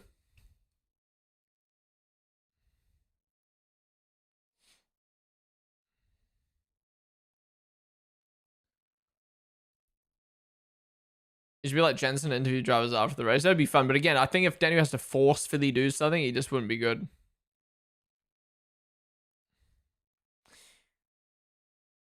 Any day now, Signs get out of the garage. It's not Signs today, it's Albon. So if you're just tuning in and wondering why only half the car's out, for some reason, F1 limits teams to only be allowed to use one car for testing each day. So the morning session, these guys, and then the afternoon session should be these guys. But some teams might do a full... Who knows? Does anyone know which teams today are doing a full day? Because sometimes they split it 50-50. So like Liam's doing the morning session, Max is doing the afternoon session. But some teams will just do a full day of just one driver. McLaren is doing 50-50. None today. Most are swapping today. Yeah, usually it's 50-50 day 1, full driver day 2, full driver day 3. The other 10 drivers doing the track, yeah, they'll be chilling. They'll be doing they'll be looking at the data, maybe doing some media stuff, talking to people, chilling. I mean, we saw the clan napping before.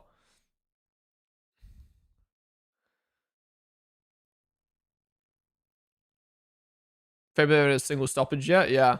I mean, it's hard to crash at this track, but no reliability issues. I mean, that's expected now. We're into the last year of the engine freeze. These engines are so good reliability. So for people who don't know, back in 2020, what year was it? 2021 or 2022? Somewhere around then, the engines got frozen. And what that meant is no one could work on their engines performance-wise anymore. You could only work on the reliability. Now, thankfully, for some reason, everyone's engines kind of became very similar, almost very equal, which really helped. Because imagine having your engine frozen for years and it was just poo. The only thing you could work on was reliability. Now, there was a little bit of a loophole with that. When you worked on the reliability, you could upgrade the spec slightly. So some teams would, when their engines broke, they'd upgrade the reliability, but they'd also upgrade the performance slightly. It's very technical, but anyways, yeah, the engines froze. I can't remember where I was going with this. Oh, so back then we'd have so many problems with the engines because people would be pushing their engines to the max to try to get the most performance, but then it would cause reliability issues. But with the engines being frozen, everyone kind of maybe knock 10% off of their engine to make sure we don't want an unreliable engine for the next 4 years, 5 years.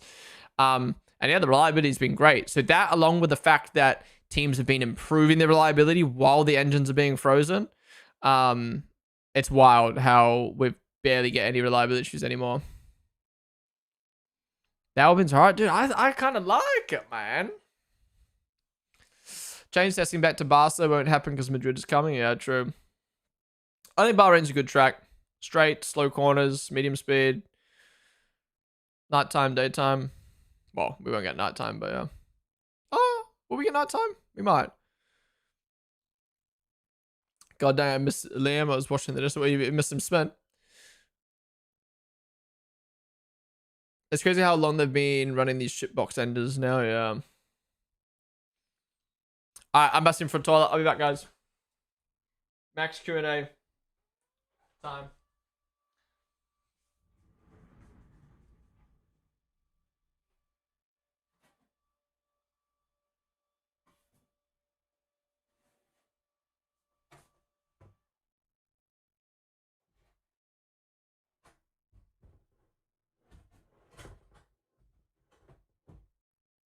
Bro, why don't you stand?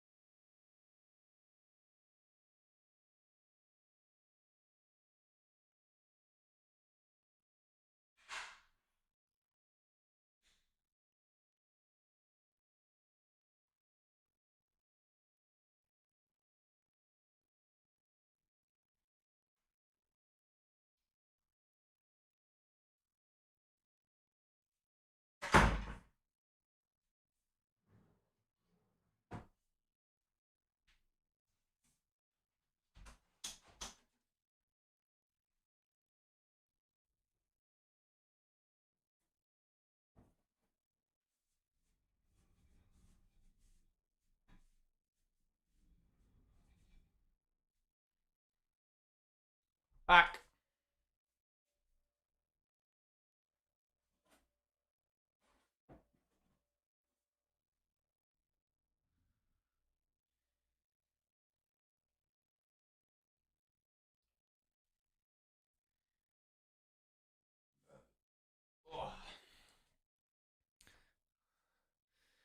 No, I haven't even been poo today. I've just gone wee a few times and just stretching because I know today's going to be a long stream and I'm running on 3 hours sleep.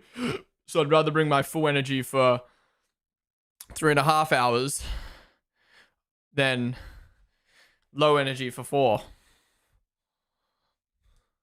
Not coming to your hair, I just fluffed it up because it was looking flat. It looks different. Yeah, it was looking too flat, so I just fucking fluffed it up. Looks better, right? It just looks messier, but I hate these little bits, man. Fuck off.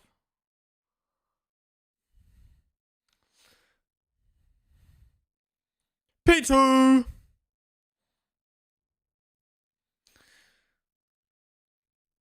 Oh, yeah. Bro, do you know how hard it is to try put little bits of hair down when your camera's like back to front? Anyways.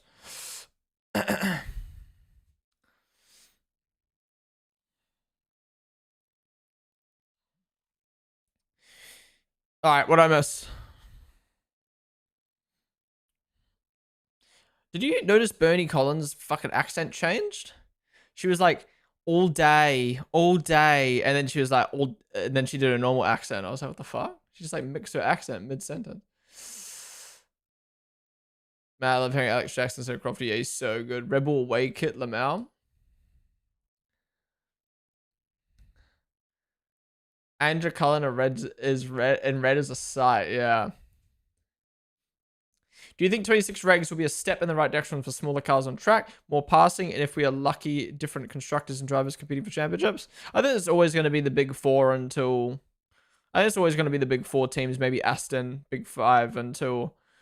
Yeah, I think if you put Aston in that, yeah, we'll see a new constructor, but I don't think it's going to change too much at the top end. Those teams just have too much legacy, too much, like, good facilities, too much money. They just know what they're doing, you know what I mean? I don't know, I think we're in for a good season this year. I think 2026, genuinely, I think my prediction right now is 2026, we're going to go backwards. I think we're going to go from every team kind of being in the fight for points and being in the fight, and multiple teams in the fight for wins, to going back to like a big three, a midfield, and a backfield. Who else thinks the best lap graphic is nonsense? What do you mean for testing? It's not worth having the best lap? Or do you mean the red thing highlighting Antonelli?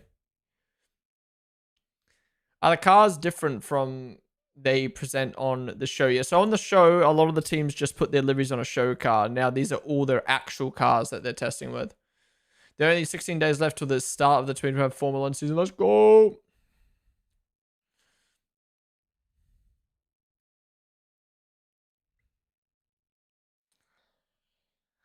It's not a race. Yeah, but it's still to show like who's got the fastest time, I guess. Lamau, the Max Verstappen cutter. Yeah, he was just filling in, man. He was just filling in.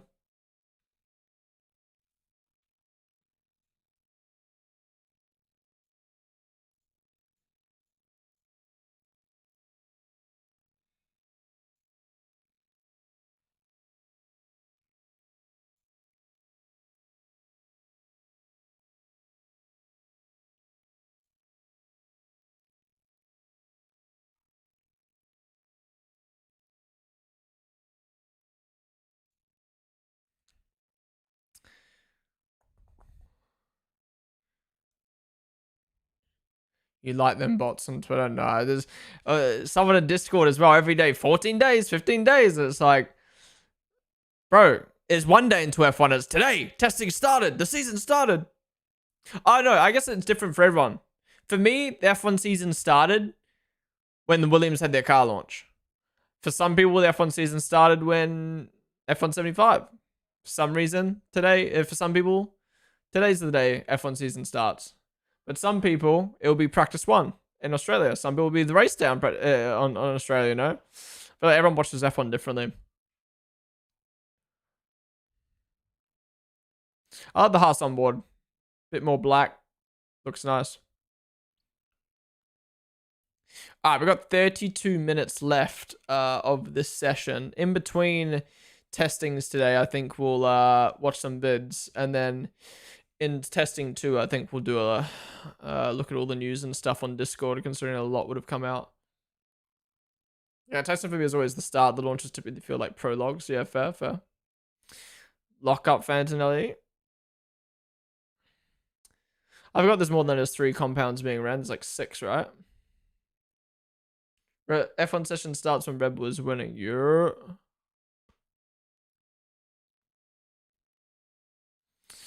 Yeah, I'm not a huge fan of lower third graphics. I don't think they look bad. I'm just not a huge fan. And the team radio graphics are poo. But I really like the timing board. I think maybe the number font, the number and the time font could be a little bit different, but it's good. Feels like F1. Antonelli Championship confirmed. Media going wild.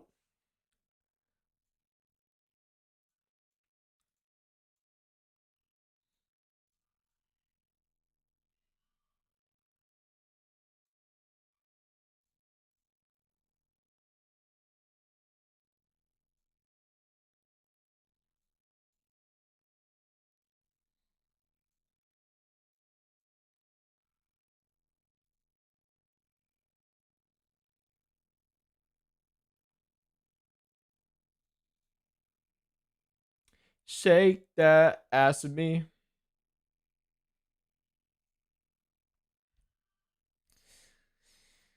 Time font was better last year. Yeah, I agree. Do you have any Topps trade cards opening this year? Yes, we got a box. We got a box to open that I bought. One before each Grand Prix. We've also got my drive crates from, I think, OzGP in China that I didn't open up last year. To open. F1 season starts when Ponden uploads stream reaction to the race on YouTube. Yep.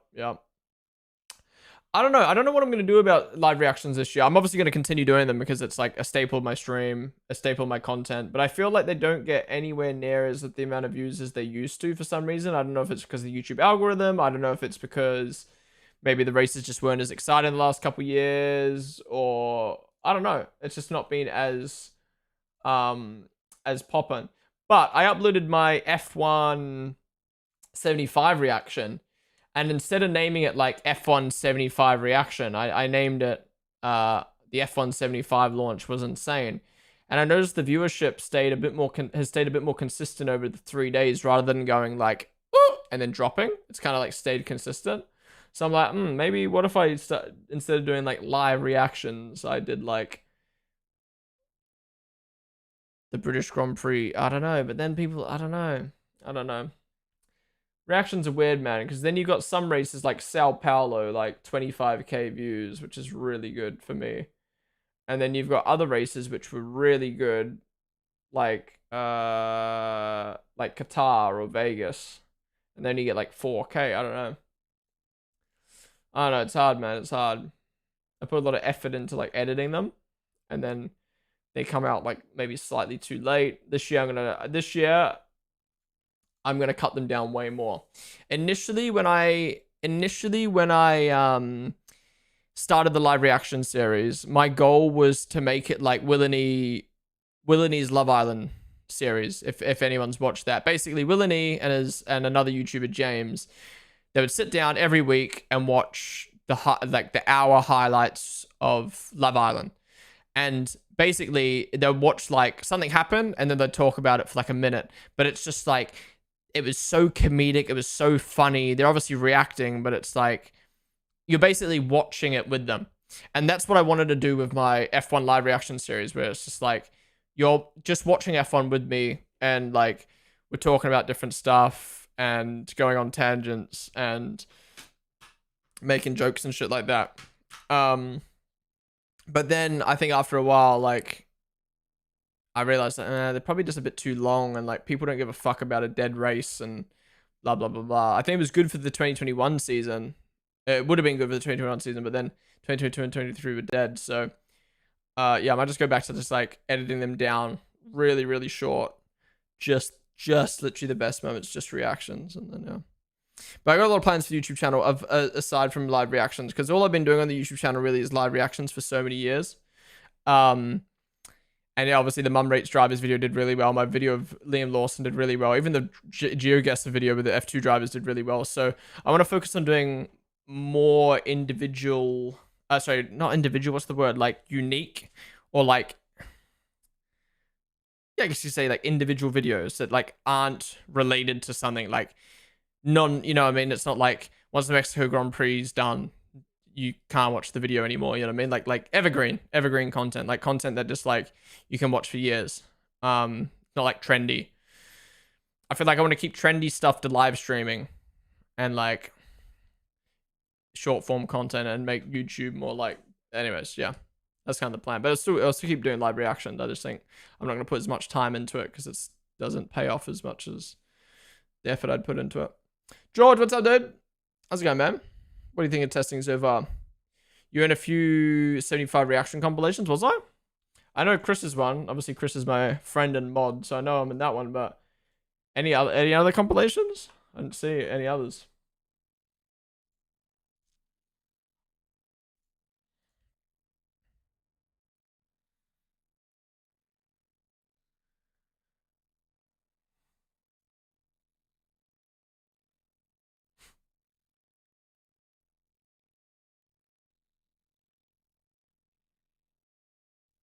Bro, I literally open up the video in the top comments. Why do Americans always think they're cool when they drop the F and S word? So childish. Actually blows my mind people have that much of a problem with swearing. I feel like most YouTube viewers are there for a 10-20 minute bang. What's the thing? That's why I hope with the live reaction series, it's like I could just put out a 5-minute live reactions video and then that's it. But I'm like, I want to make it like a series, and then I don't know, it maybe didn't do as well as I'd hoped. Some do well, and I don't know. I think as well now Chris uploads the fan reactions. Some people feel less inclined to watch my individual video because you can just see me with all the other fans. So yeah, I'm just gonna do mine shorter and stuff. I don't know why I just thought of this, but does your dad still have the Aston Martin cap from the drive crate? Yeah, he does. He does. I feel like every time my mum posts a picture of it on Facebook, he's got a different cap on that I gave him. One day it's Red Bull, one day it's Merc, one day it's Aston Martin. Oh, actually, no, I sold the Aston Martin one.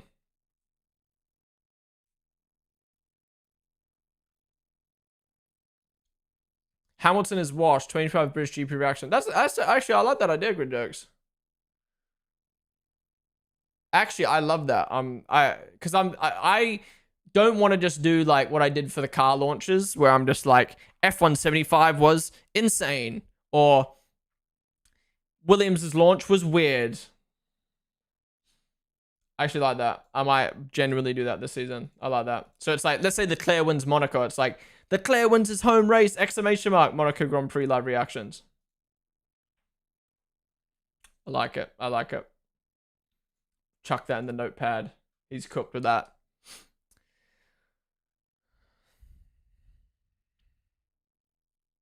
If everyone has power steering, why don't the drivers just get real fat and party up at all the exotic races they go to? Well, F1's a very physical sport. You might only be turning the wheel, but the G forces you take are nuts. Your neck needs to be strong. Your legs need to be strong. You cannot press the brake pedal without a strong leg. Even though you're using power steering, you need to be able to withstand the G forces while steering. There's so much that goes into it. And to be that athletic for 2 hours, whew. Yo, Looney, thank you for the sub, dude. I appreciate that. Thank you for the tier 1 and supporting the stream for 23 months. 1 month away from 2 years. Thank you, dude. Guys, we've got 22 minutes left of this session. Again, we will be live all the way through to the afternoon session and the 4 hours of this of the afternoon, so stick around. When you search F1 on YouTube, there's so many damn clickbait bullshit channels. Yeah, it's ridiculous, man. You've got like oh man, I don't want to go there, but it's just like, you know, like for instance, when Michael Schumacher, like one of his family members came out and said like Michael Schumacher was at Michael Schumacher's making great progress and he was at his daughter's wedding, the YouTube channels are then like, Michael Schumacher is back, and it's like a photo of him in like a wheelchair, like an AI photo of him in a wheelchair and shit. And it's just like, bro, what are you doing? I didn't tune in. What did I miss in terms of performance? How's it looking for teams? Honestly, nothing has happened in this session. Like obviously, I think Red Bull looked pretty good. My gauge right now is Red Bull look pretty good. Liam and Red Bull have been towards the top of the timing sheet most of the time. McLaren have had minimal run time. Haas looks slow, but then again, I don't know. They're the only team not within a second of Antonelli right now. Lewis looks somewhat comfortable at Ferrari. Alonso's had some issues with his pedals, and Liam's the only car driver that spun. YouTube search is bored. Has anyone ever found a good channel that way? Yeah. What I hate about YouTube at the moment is, let's say I search F175 live reaction, right? I'll get five results, and then it's like recommended for you, and it's like other F1 videos, and I'm just like, but that's not what I was searching for. Or like, let's say you search like how to dual PC setup. You get like 5 results, and then it's like a Linus Tech Tip video that's unrelated, and it's just like, it's not what I was searching for. The fuck? They're ruining Red Bull cars already. Yep.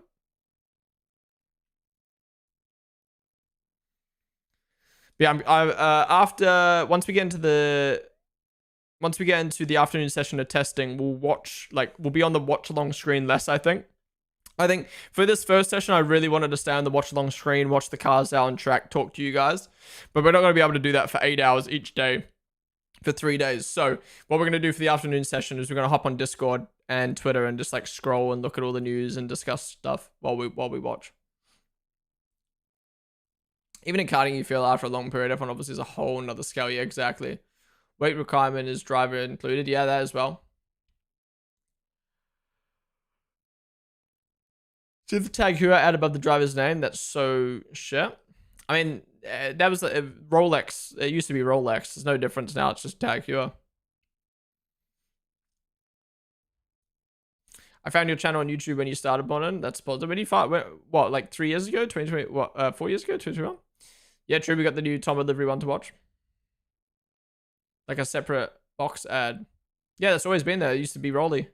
And when the like tire strategies pop up, the AWS logo pops up above it. Everything has got a logo above it.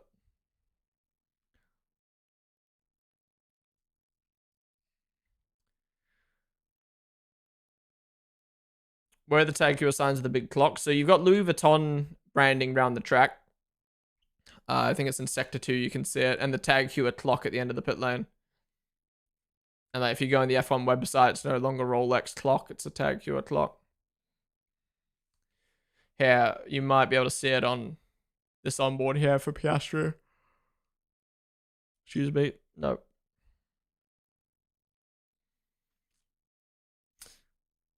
That Haas looks real nice. Lock up for Ollie. The Rolex pictures were so hard. Yeah, I like the green. It was a lot more popping. Now you've got the dark navy Louis Vuitton and the black tag Hua.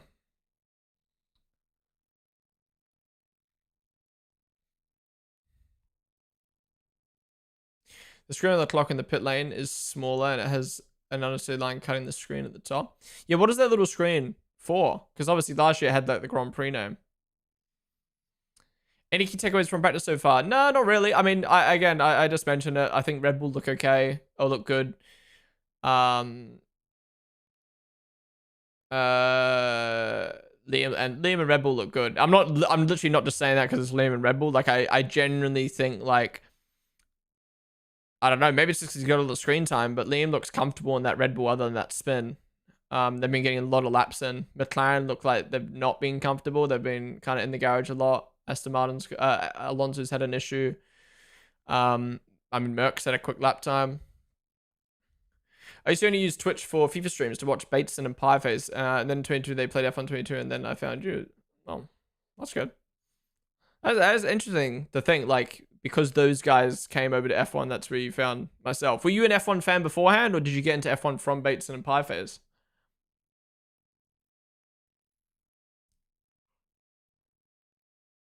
Weird seeing Joe and Haas, man. This season feels so different.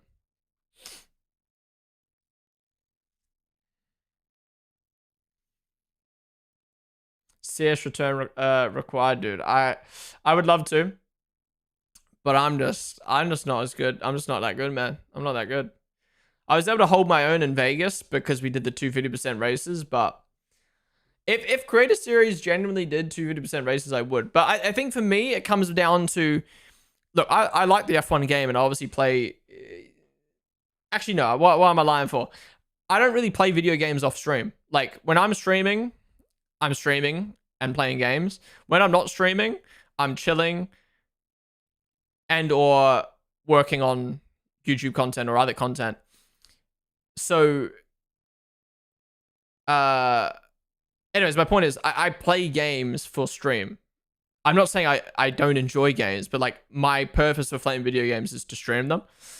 So for me, streaming Creator Series at 8 p.m. Is it 8 p.m., 6 p.m.? It's just a completely different time to when I normally stream, but also every other man and their dog is live.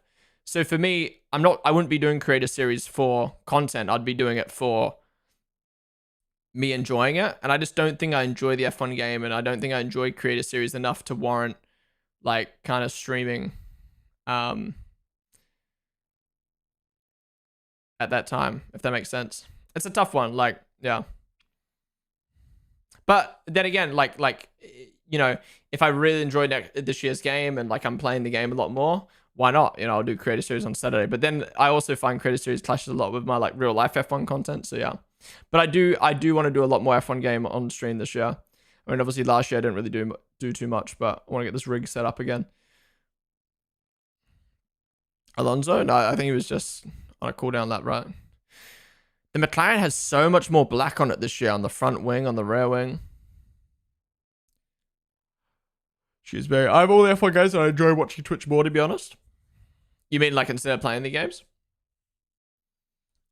I think I found this channel during the COVID era when every real life driver was doing RS, and that's cool. I was like, what, my early days of streaming. It's interesting to look back, man. It's crazy to think this is my 21, 2, 3, 4, 5. It's my 5th year watching Formula 1 on stream.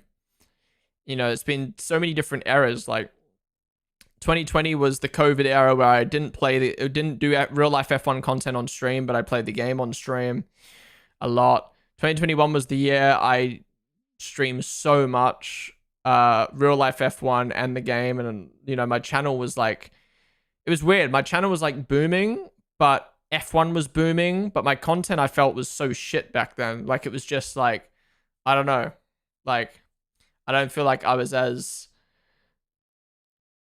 informed, as well worded, as I don't know. It's just like, yeah, like the thing was 2021 was fun because we were all learning Formula 1 together. I was learning Formula 1. We got an amazing season. Everyone was on Twitch. There was way less people streaming on Twitch. So like my channel was just a lot more bigger back then. But like looking back, like that version of me was just like a way less, I think, way less entertaining, way less funny, way less like professional. I don't know. It was just like way less, not as good of a streamer or content creator. And then 2022 was like when we really like doubled down, I guess, on real life F1 content, but the season kind of went to poo. And towards the end of 2022 and 2023 season was when I kind of like lost interest in the F1 game and focused fully on real life F1 content. But then, at the same time, the F1 season went to shit in 2023. So that was kind of like, well, you know, like, I've doubled down on something, but then I mean, I guess it didn't matter if I was playing the game or real life F1 content. Like F1 was just like not in a great spot. And then 2024, I, you know, wanted to mix things up, move countries to better myself, better my like career, I guess you could say. And then that took a lot of like time out of my life, and like I just wanted a break, especially after 2022, 2023. And then that season was good, but I wasn't making content for half the year. And now this year, it feels like we're back again. You know, this is feeling like, this is feeling like 2021 again. It's feeling like, all right, I feel like I'm enjoying content again, which is the main thing. I'm enjoying making content again, which is the main thing. F1 feels like it's in a great spot. Feels like everyone else is enjoying Formula One. Feels good. Feels good. Every year's had its own thing, like everything, every year's had its pros and cons. This year's pros is just that we've got so many people watching Formula One now and informed in Formula One. Like, Formula One's very established. Like, 2021 might have been peak viewership for Formula One because of COVID, Drive to Survive, the championship, all that shit. But now we've got, like, heaps of people making F1 content, heaps of people streaming F1 content, heaps of Twitter accounts, heaps of this, that, and the other sponsors getting involved. You know what I mean? Like, it's just like Formula One is booming at the moment, and then we're going to have a good season to go along with it. It just, yeah. The cons? As a content creator, I guess it's just like oversaturated. Like to think back in 2021, there was like me, Ash, Dirk, and then a few other creators. I don't want to miss anyone's name. And a few other creators who don't stream anymore doing watchalongs, and that was it. Now you got Matt and Tommy, who do watchalongs. Have been doing them since like what, 23, 22, 23, 24. And then, yeah, I feel like there's a bigger like audience on like TikTok and YouTube now.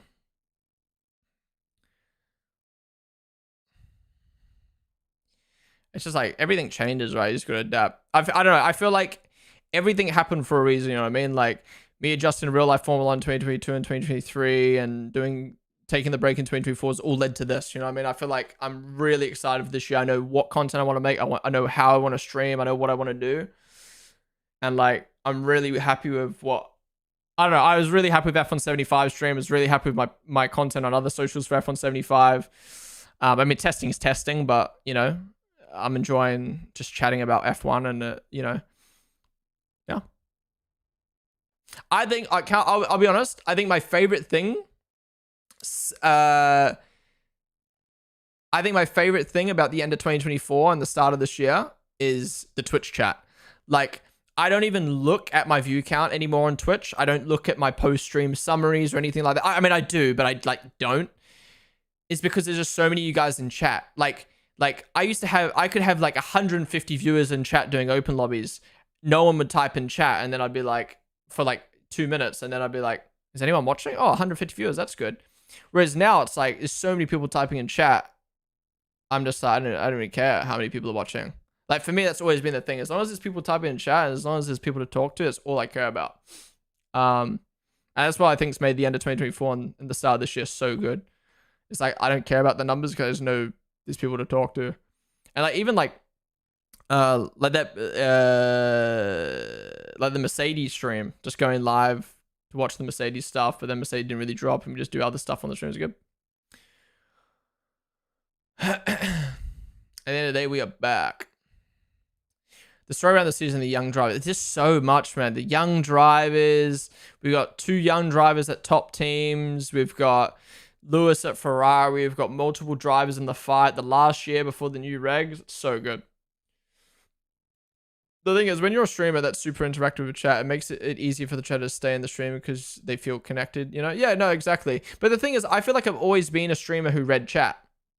But for some reason, I feel like even though my viewership is less than 2021, 2022, maybe the same as 2023, 2024, I just feel like there's way more people in chat. And I think that's just like a testament to like me being consistent, other than the 8-month break, being consistent with the watch-alongs and being consistent with what I do, that people like feel like they want to come back and talk and blah, blah, blah, blah, blah. So, yeah, I'm just excited for the season to play out, whilst also being consistent, hopefully, with short form content, which is like, I feel like I missed the early boat with TikTok in 2021, 2022. I then started making short form content or TikTok content in 2023. And then they literally changed the algorithm like 2 months after I started. And TikTok went from like a dump platform where you could post anything and everything, and some things would bang, some things would do well, everything would get pushed out, to kind of like, unless you're posting minute-long videos or you're posting like good quality content, we're not going to really push it. And now I feel like TikTok's kind of finally come back to like what suits for like streamers, where it's like you can just kind of put anything and everything out, and some things stick, some things don't, and it's just like, yeah. I mean, bro, the car launches did so well for me on TikTok, even YouTube Shorts, Instagram Reels. It's been, I don't know if it's just the car launch period, but if this hype can stay like this for the rest of the year, yeah. It seems organic as well, not like half the chatters mods. It's funny you say that, because I feel like there was a stage where like, I feel like all the main viewers in chat were just like mods, VIPs, like subs.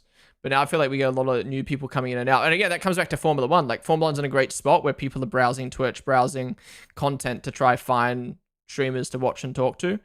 Whereas like 2022, 2023, it's like, well, unless you're like playing the F1 game and leading them over, it's hard. And then when you're someone like me who doesn't like enjoy the F1 game as much as I used to, it's hard to then like force yourself to play the F1 game just to benefit your real life F1 content. But yeah, lurkers indeed. Yeah, that's the other thing. If you're at the point where your chat is popping, you good as a Twitch streamer? Thanks for reading our chats, bro. No worries. There definitely seems to be a lot of hype around F1 in general this year. Yeah. Chat's gonna pop off when it's GTA 6 time, boy. But like, people aren't gonna come to like me to watch GTA 6. I will play GTA 6 on stream when it releases. I've like I said, I've literally got a HDMI cable running from my monitor to nothing. I've got a HDMI cable running from my capture card to nothing. I've got a Ethernet cable running to nothing, all ready for GTA 6 to drop, so I can plug a PS5 in to play.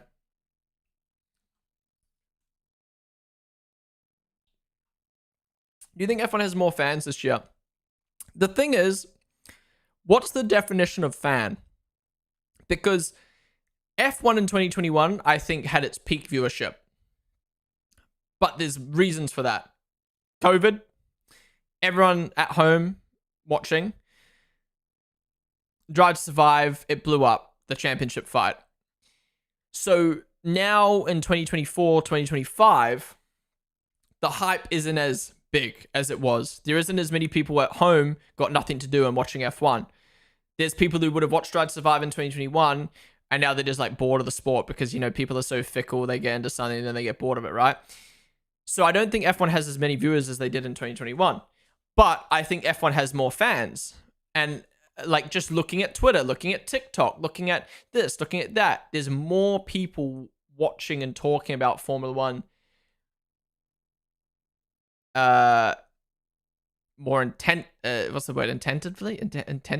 whatever, tentatively, I don't fucking know, you know what I'm trying to say, than in 2021. So I would say yes, F1 has more fans, but it might have less viewers. But at the end of the day, would you rather have 100 people who are a diehard fan of you, buy your merch, buy a subscription to watch you, or would you rather have 1,000 people who just view your content? Because that's like, you know, you could compare that to Twitch versus TikTok. You can compare that to, what the fuck is that guy doing? You can compare that to, you know, F1 versus another sport that's on free-to-air TV. Like, you know, some people might look at something and be like, oh, well, that's got more viewership, but F1 has diehard fans, man. What's up, VidSec? Are you going to Melbourne GP? No, I won't be going again this year, VidSec. Obviously living in London now, it's quite far for me, quite expensive, so won't be going. Yeah, but in 2021, everyone had more viewers because people watched everything because they were bored. Yeah, exactly. It's really hard. I think most F1 creators can attest to this. It's really hard to look back at your 2021 numbers and be like, fuck, man, look at the numbers I used to get. Because F1, again, has grown bigger, but in some places, our hype and our numbers, or like take follower count, for instance, right? I used to get like 1,500 followers a month back in 2021, 2022. And now I don't really gain much followers on Twitch, but my viewership like has stayed the same. Why is that? Because back then there was so many new people getting into Formula One. There's going to be so many new people following your channel. Now there's not as many people coming to Formula One or getting into Formula One. It's just about finding the people who are into Formula One that haven't found you already. And like Twitch doesn't do a good job of serving that and blah blah blah. So yeah, it's sometimes hard to look at those numbers, and it's like it's such a unique period, you know. Try to survive, championship battle, COVID. It's really hard to look at sometimes, and like yeah. But then I look at streams like F175, you know, and I'm like, you know, it's like my third stream of the year, I think, after a break. You know, hadn't posted any TikTok content yet. Went live and we had 600 viewers, 500, 600 viewers. Obviously, we actually got to watch the actual F175 footage, which helps. It's not a watch along, but it's just like, you know, I know that people are there. It's just about like making sure people come back. And again, to me, numbers don't even matter. At the end of the day, being able to go live like we did, like we have been the last 5 days, the last 6 streams. I don't know how many streams I've done this year since I've returned. Since I started streaming this year, like 6, 7. Every stream has been great. Like I've ended the stream and I'm like, I love that. So many people in chat. We did so much cool stuff. I feel like I brought my best energy, blah, blah, blah, blah. Obviously, today with testing and the next 2 days of testing, it's not going to be like as fun as the other streams we've done because it's fucking testing and it's 9 hours long. But it's like a different purpose, you know? Today, for the next 3 days, we get to just chill and talk about F1. Yeah. Ian, what's up, dude? On the strip. Morning, Albon 3rd. Yes, Albon 3rd. Wow. Look at that. Antonelli P1, Lawson P2, Albon P3 and Williams, and Tsunoda P4. I mean, obviously, again, times aren't reflective, but still.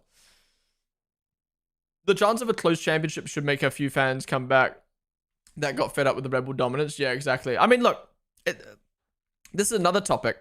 Look at F175, right? Like in my Twitch bubble, actually, real quick, we got 20 seconds left of testing. Let's talk about this, and then we'll remind me to talk about the Red Bull topic. Lewis went off. Jack doing. I need to eat. My stomach's dying after having some caffeine. There's a lot of sandbagging going on, methinks. Don't you say that. I hate that word. I hate that word. Timings are irrelevant in this case. I mean, they're irrelevant, but again, you can look at consistency. You can compare that to last year and how much they've improved, stuff like that. All right. That is the end of the morning session of day 1 of the 2025 Formula 1 testing. Our first time seeing all the cars and the new drivers out on track in 2025. If you're enjoying the stream so far, be sure to hit the follow button down below. Thank you guys all for joining me. The stream is not over. Stick around. We are going to be live all the way through the lunch break, which is an hour long, and then watching the 4 hours of the afternoon session. So please stick around. But yeah, that's it for the morning session.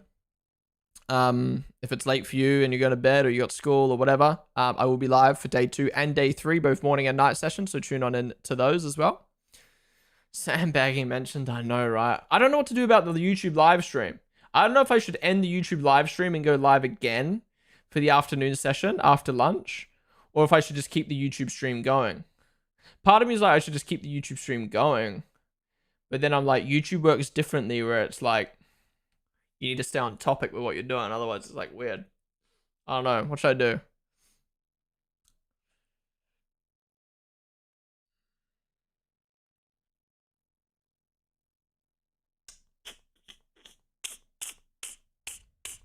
Next to Carlos at Williams, Ocon at Haas, Spoiler, and Hudge debut test. Yeah, I forgot we're going to mix up in the second session as well. Max will be in the Red Bull, right?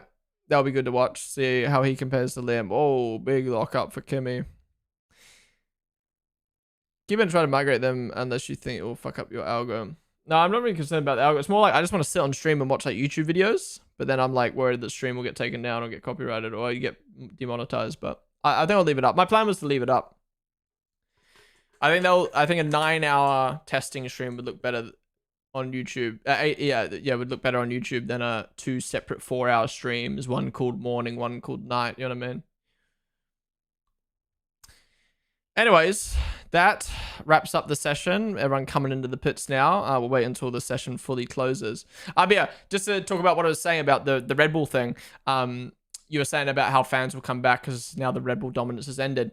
Like, as someone who mainly looks at Twitter, mainly looks at Twitch chat, mainly looks at my Discord and talks amongst people who are big F1 fans, I'm under the impression Red Bull isn't a loved team, but there's a lot of Red Bull fans and everyone respects Max and everyone respects Red Bull for being good, but obviously can acknowledge that Red Bull winning non-stop for 2022 and 2023 was boring.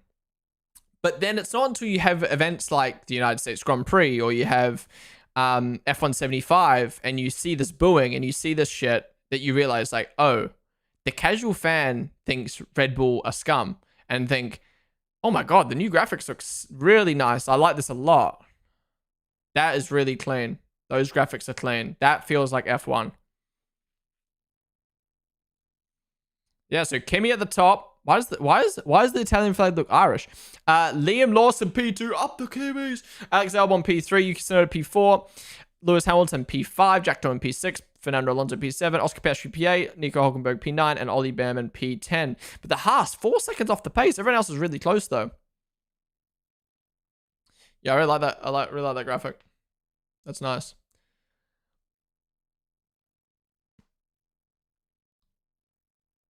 I like these graphics. Weekend schedule. Dude, these are clean, man. These are clean.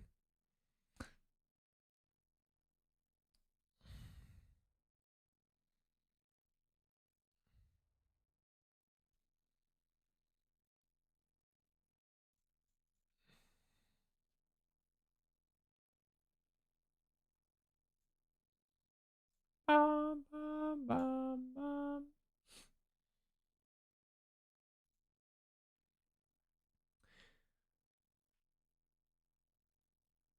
Times will, of course, be better in the afternoon, better condition. Yeah, true, true. I don't like the radio graphics. Yeah, the radio graphics bumhole. The lower thirds are okay. Everything else I really like. I like the live timings.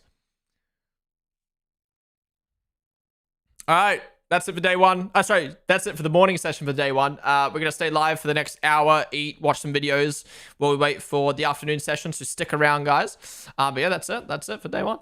Sorry, for the morning session. I keep saying day one. Yeah, so continuing what I was saying was, it's not until you see those events like F175 or the booing at the United States Grand Prix or, you know, you speak to like casual fans, like, as someone who's like, the amount of times I'm in a conversation and they go, oh, what do you do for work? And I'm like, oh, I'm a content creator for Formula One. They're like, oh, cool. Like, what, like who for? And I'm like, oh, do like personal content, but work with Red Bull. And they're like, the amount of times, I'm going to say 50% of the time it's, Red Bull?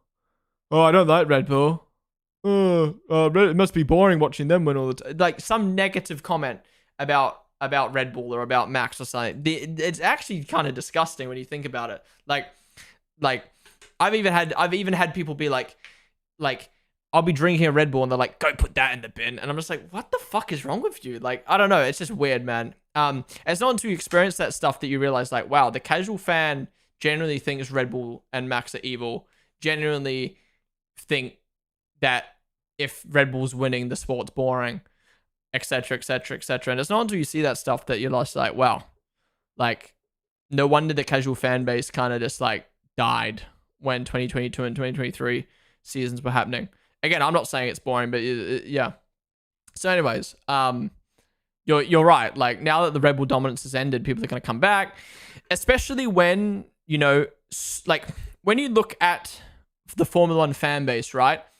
I would say most of the diehard older fans, the Dutch, maybe like, let's say 18 to 24-year-old males are Red Bull fans. So they've got like, let's say, I don't know, these are just random numbers I'm pulling money out. So let's say like 20% of F1's audience are Red Bull. Then you used to have like, let's say 30%, 40%, let's say 30%, let's say 40% of Red Bull's, of F1's audience was Mercedes, Lewis Hamilton's fans. But now that's changed. I'm going to say probably like 40% is Ferrari, / Lewis Hamilton fans, maybe 50% Lewis Hamilton fans, Ferrari fans. And now you've got this huge new wave of McLaren Lando fans, which is probably like 30%. So even though Red Bull is like a good chunk of F1 fans, let's say 20%, they're still the minority in comparison to the Merc, Ferrari, and McLaren fan base, especially that new era of fan from Drive to Survive and that COVID era. So they get into the sport, they watch an amazing season between Lewis and Max. You know, they're loving the sport. They get attached to Lando, they get attached to Leclerc, they get attached to whoever else. Only 20% of them are cheering on Max, the winning driver, and or the winning team at that time. They're going to be annoyed and upset and bored when their drivers aren't doing well.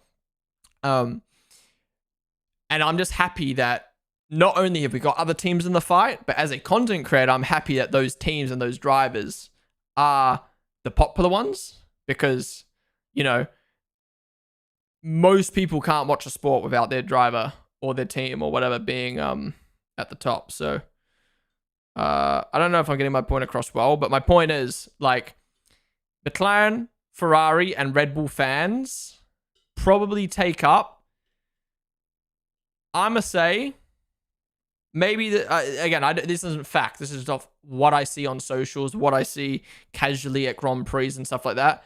I'm going to say Red Bull, Ferrari, and McLaren. I'm ignoring Mercedes in this because I don't know now with Lewis gone from Mercedes. I'm just taking a guess. Probably take up 70% of F1 fans. That other 30% is Merc, other teams and drivers that people like. But I would say if you like Carlos Sainz at Williams or Alex Albon at Williams or Hulkenberg at Stake, I would say you're diehard enough of the sport to not give a fuck about who's winning. You just want to see the sport be good. So anyways, I'd say 70%, and then the others make up the casual fan base as well, who don't support a stream and just chuck the tally on the weekend and watch. I'd say 70% of the sport is Red Bull, Ferrari, McLaren. So if we have those three at the front of the grid, not only you've got the casual people who are tuning in because they don't give a fuck, and the people who support Hulkenberg and Albon and stuff, and they're just watching the sport because it's good. You're also going to have the diehard McLaren, Oscar fans, Lando fans watching. You're going to have the Ferrari diehards, and you're going to have the Red Bull diehards all watching. It's just going to be good, man. This is going to be good for the sport. Ugh. I've asked people before if previous periods of single driver / team dominance was boring, and the response is always, that's different, that's different. How is it different to Lewis and Max dominant? Yeah, I mean, I came into the sport in 2019 when Lewis was dominating 2019 and 2020. And looking back, let me put some music on, by the way, while we chill and chat. Excuse me. Those seasons were, looking back, boring, but I enjoyed them because I was learning about the sport. And, like, you know, I see a crash, whoa, that's crazy. Someone gets pole, whoa, that's crazy. Someone gets a win, whoa, that's crazy. But now looking back, like, those seasons weren't great. So I can understand why the old heads of the sport were probably like, F1 sucks, F1 needs to be better. And then that's kind of like the stage we got to in 2023, 2022, where it's like, we've now watched for multiple seasons. It's kind of like, all right, it's getting stale now, and you see people dropping out.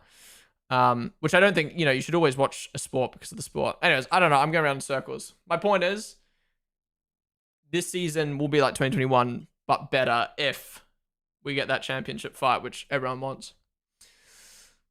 I was answering your question about Lewis dominating. Yeah, everyone says it's different. It's not different. It's just, the difference is, well, to be fair, when I got into the sport in 2019 and 2020,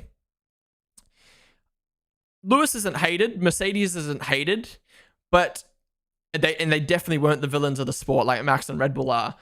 But coming into the sport, I was under the impression like, oh, Mercedes is boring, like they're corporate, no one gives a fuck, blah, blah, blah.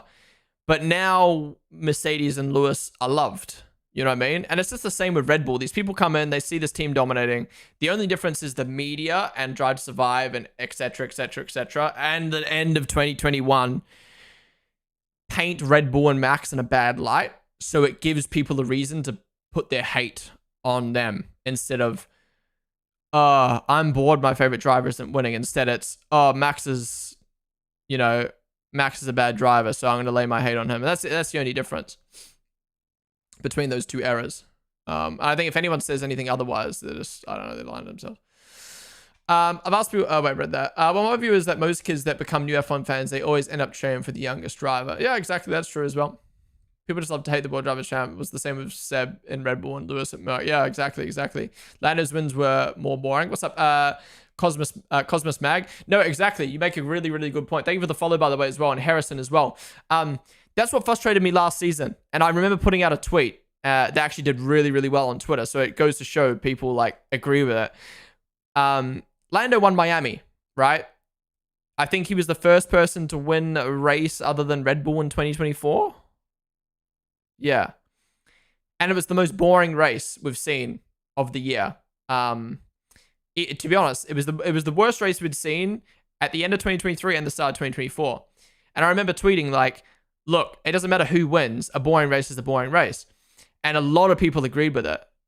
But oh yeah, sorry, Sainz. I forget about Sainz in Australia because that was like a freebie. It wasn't like a... Even that race was boring. He just fucking won. And yeah, so many people agree with me. But then when you go on like the F1 website and do the voting for the race of the season, or, you know, you go on TikTok and you see the kind of casual fans talking about F1, everyone's like, oh, I loved Miami. It was such a good race seeing Lando win. And it's just like, you know, there's no right or wrong answer. It's your opinion. Some people are going to absolutely love their favorite driver winning a boring race. And some people are just going to absolutely hate the race being boring regardless of who wins.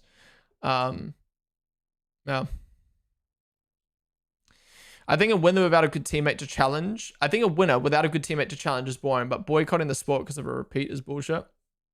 That's how you can tell if someone is new to F1 because the way Netflix made F1 look like. I mean, dude, again, I'm a Drive to Survive fan, and I remember, I was a Drive to Survive. I came from Drive to Survive, and I still remember thinking, wow, what the fuck's happening to my camera, bro? I remember thinking, well, Max is a fuckwit, and the first thing I opened up YouTube, and the first thing I saw was Max Verstappen takes out his rival's video, and then from then on, until Austria 2019, I thought I didn't like Max. And then Austria 2019, again, at the time, my favorite driver was Leclerc. Max absolutely dicked down Leclerc that race. And some people, and this is the thing, I think it depends on the person as well.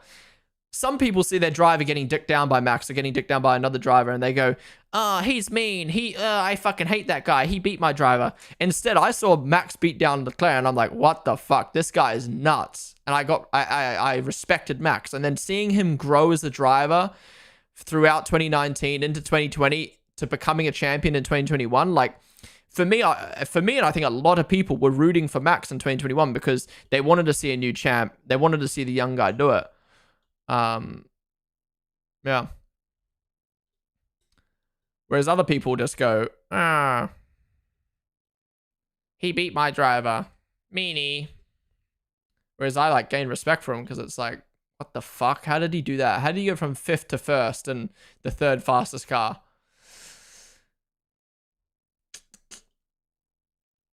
So many new fans of Glory Hunters, you reckon? At some point, you Ponden will actually become too old to know what weird stuff the youngest generation is thinking. Yeah, that too as well, Tosser, that too. UFM fans will hate Max and loves Lewis because of Netflix. I'll be honest, I don't think people love Lewis because of Netflix. Lewis was hardly in the Netflix series. I don't even think Mercedes was in the first 2-3 seasons of Drive to Survive. People love Lewis because he's the GOAT. It's the same reason I don't watch basketball, but I love Michael Jordan because I've seen pieces of Michael Jordan and he's the greatest, and there's no way you can not sit here and respect Jordan. And it's the same thing with Lewis. People get into the sport and they love him. Lewis has been the GOAT for so long. And he's British. I mean, it's you know, F1's a very British sport. He was the dominating British driver, you know? It's the same thing like Messi in Argentina, you know?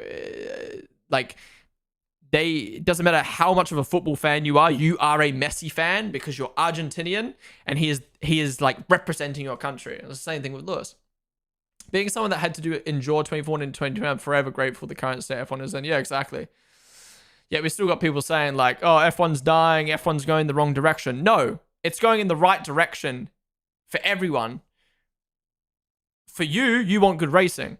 And I still can't believe that people will tune into F1 75 and shit on it. People will tune into Drive to Survive and shit on it. People will tune into the F1 movie and shit on it. What are you shitting on? Don't watch it.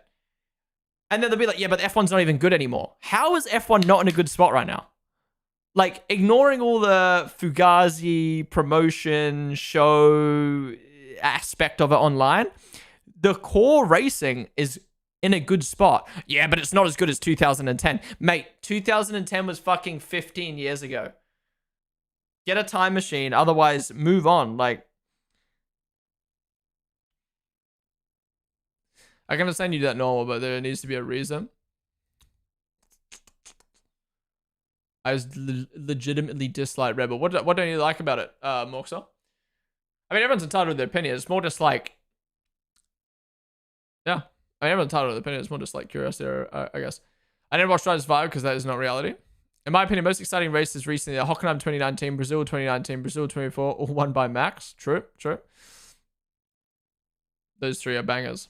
I mean, those races, I mean, Hockenheim was just like pure chaos. Sao Paulo was just a masterclass. Brazil 2019, again, chaos. Yeah.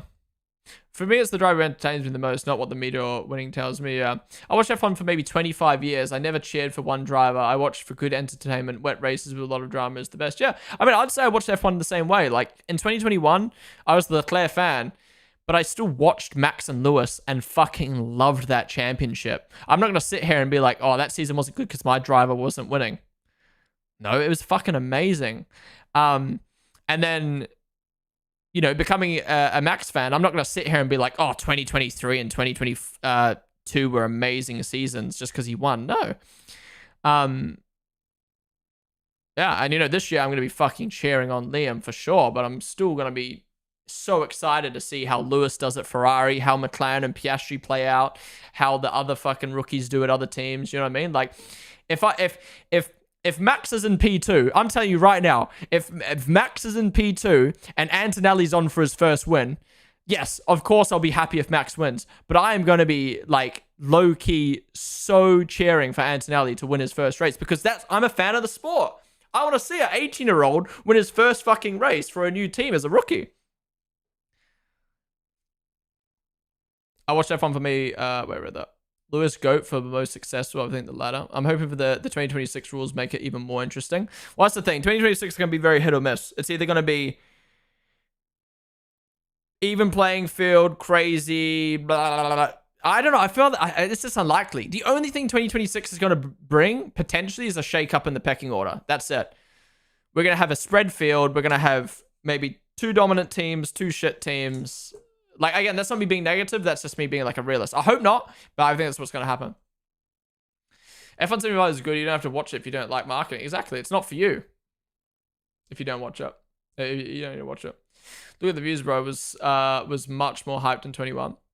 It's pretty shit, though. Let's not lie. A true F1 fan knows it's shit. The first race is going to be epic. I don't know if you saw what I said, but because of how they've broken the cost cap and little repercussions, it just reminds me of Man City breaking FFP in football. I get you. I get where you're coming from. Did Red Bull break the cost cap? Yes. But they didn't do a Man City and break the cost cap by $100 billion fucking million or whatever it was. They broke the cost cap by $200,000, which is equivalent to 1 front wing. Did they break the rules? Yes. But their punishment was, in my opinion, very, very, very, very fair for breaking the cost cap by 200,000. They went over the cost cap by £200,000, which again is equivalent to a front wing. And in turn, they got less wind tunnel time and they got fined and they got, what was the other thing? Something else happened.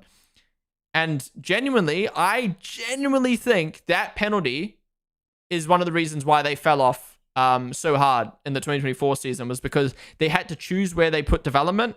And because they were so dominant in 2023, because they were so dominant in 2023, they were like, we'll kind of like coast a little bit in 2024, and every team caught them.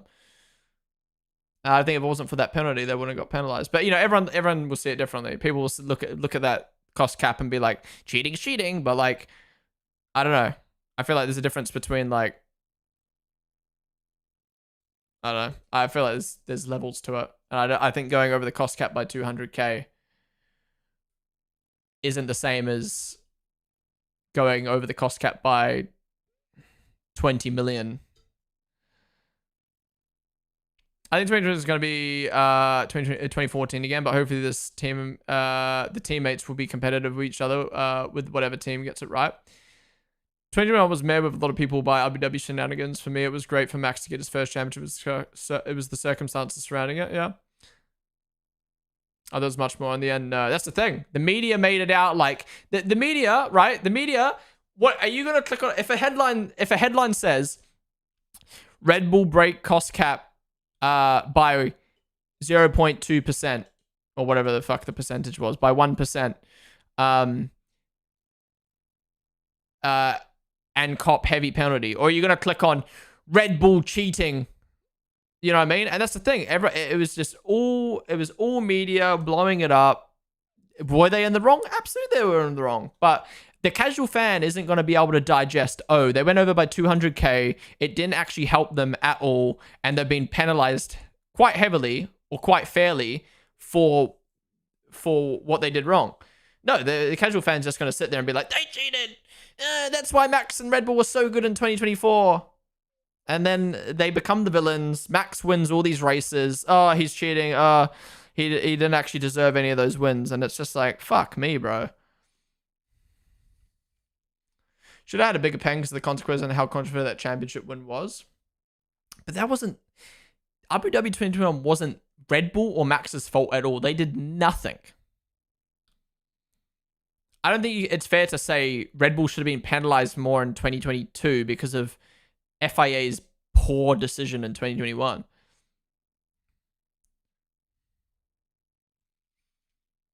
Afternoon session when? It starts in 35 mins. But that's your reason you should know about it, at least how much. That proves you're not following the sport more so, because if that's your reason, you should know how it was exactly. I mean, I do disagree with that a little bit, Dinglow. Like I wouldn't say Morkslow isn't a fan of F1 or like he needs to follow the sport more, but I do agree like people need to, before they go spurting shit on Twitter or like having an opinion on something, they should know more about it. You know, like, yeah, because otherwise it you know. But at the same time, we can't blame people like Morkslow or blame other fans who just see a headline and believe it. That's just the way the media world works right now, unfortunately. What time is the second session starting? It starts in 30 minutes on the hour.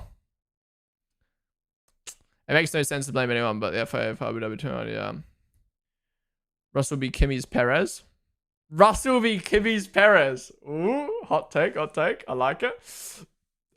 Siri, thank you for the follow on the stream. All right, guys, we've got 27 minutes until testing 2. I'm going to go make some food. Today's stream and the next 2 days of streams are going to be very like chill, like very like, you know,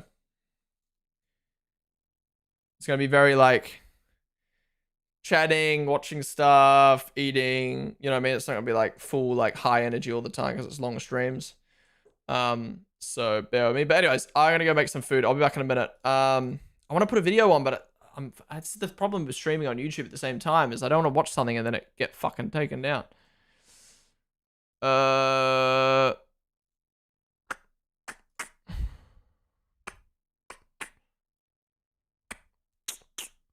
Max might have to make an appearance. Let me see if I can find a video that isn't like fucked. Yo, Spider! Thank you for the 47 months, dude. I appreciate it. You notice a wall of text in Twitch chat and your hand instinctively goes to the mouse. You don't have to scroll up to stop the chat elevator and read the pasta, indulging in its delights. You soon realize that this chat is empty and the copy pasta conveys no information. What is this, bro? Thank you for the 47 months, man. I appreciate it. Almost 4 years, guys. Didn't you sub like the other day? Hit Ctrl+C, then Ctrl+V and press enter. Is this like the resub of the continuing sub? Okay, I know a video we can watch, or I can leave on while I go eat. This is my housemate, Hannah. She surprised me and Luke, my other housemate, with Leclerc's ice cream, and we tried it. So, I'm gonna play this video. Unless she copy strikes me, lol. I'm gonna play this video while I go make some food. So I'll be back in a minute. Enjoy me, Luke, and Hannah eating Lek ice cream. I'll be back, guys. Today I'm surprising my friends with Lek, aka Charles Leclerc's ice cream brand. I know. Me and my friends have been wanting to try Lek for ages. We were even looking for it in Monaco 7 months ago. We're on a mission for ice cream right now. We're looking for Lek. To prove it's always been on our minds, here's a video of them yesterday talking about it without even knowing I was filming this video, so I tried to play it cool. Lek just arrived in the UK. Guess where Lek is? On GoPuff. Oh really? Oh my god, all 5 flavours. £5.60. I'm gonna go and eat it on stream. It's available to buy on GoPuff, and luckily I'd used GoPuff for some grocery delivery in the past, so this was really easy. I genuinely think from the moment I found out it was available to buy to it arriving at my door, half an hour. I bought 5 flavours, which was everything I could find, so I thought I'd surprise them with a taste test of Charles Leclerc's ice cream. It's a long time coming. I've got it all set up and ready for when they walk in the door. I've asked them to film something with me, but they have no idea what it's going to be. The fire's on. I'm really setting the tone here. When I say the fire's on, I mean the video of the fire is on. No way! That's why you're acting weird yesterday. I'm excited. I'm so ready for dessert. Yeah, I hope you've had dinner, guys. Is that all 5 flavours? Yeah. Oh my god. Dude, yesterday I was literally like, I want to do this on stream, and Hannah was acting all weird, and now I'm like, no way. I thought we'd do a taste test. How does that sound? I'm so excited. Ever. I'm gonna have inserted clips in this video by now of us in Monaco, like looking for it and That stuff. was a disaster. Worth it though. Yeah. Right. Good. I can't believe you've got it. Really quick rundown of the flavours. Salted caramel ice cream with chocolate caramel flakes, sounds delish. Peanut caramel tango, ooh, I think I'm gonna like this one. Peanut ice cream with caramel swirl and caramel flakes. Chocolate crunch, oh you can't go wrong with the chocolate, this is usually my favourite. Cocoa ice cream with chocolate chips. Okay, we have vanilla, which is just plain vanilla. I think this one might be my favourite. We've got swirly pistachio. Pistachio swirled ice cream with pistachio crumbled. I feel like this one's gonna be mid because it's vanilla. Ready? Was it cheap? So cheaper than all Ben and 5 Jerry's. of these came to 28. £5.60 each. Yeah. So it's cheaper than Ben and Jerry's. Cheers. Cheers. I mean, Tastes look. like vanilla. I know. I don't like that's vanilla. really good though. That's like smooth and like creamy. It's nice. The thing with ice cream is like I will literally enjoy every single ice cream flavour. You have But- to enjoy them equally. Severance. I'm gonna give that a 5 out of 10, but that's just because I'm not a huge vanilla fan. But it obviously tastes good. Compared to other vanillas, that's a 9. That's a 10. Yeah, That's a 10. that was Well, banging. compared to other vanillas or just straight I up? just like it a lot. Okay, fair That is enough. a You 10. know what? Fair. I was just gonna say we'll rank them in order. Oh, we're not going to agree, but we can do that. We can do that. Chocolate is next.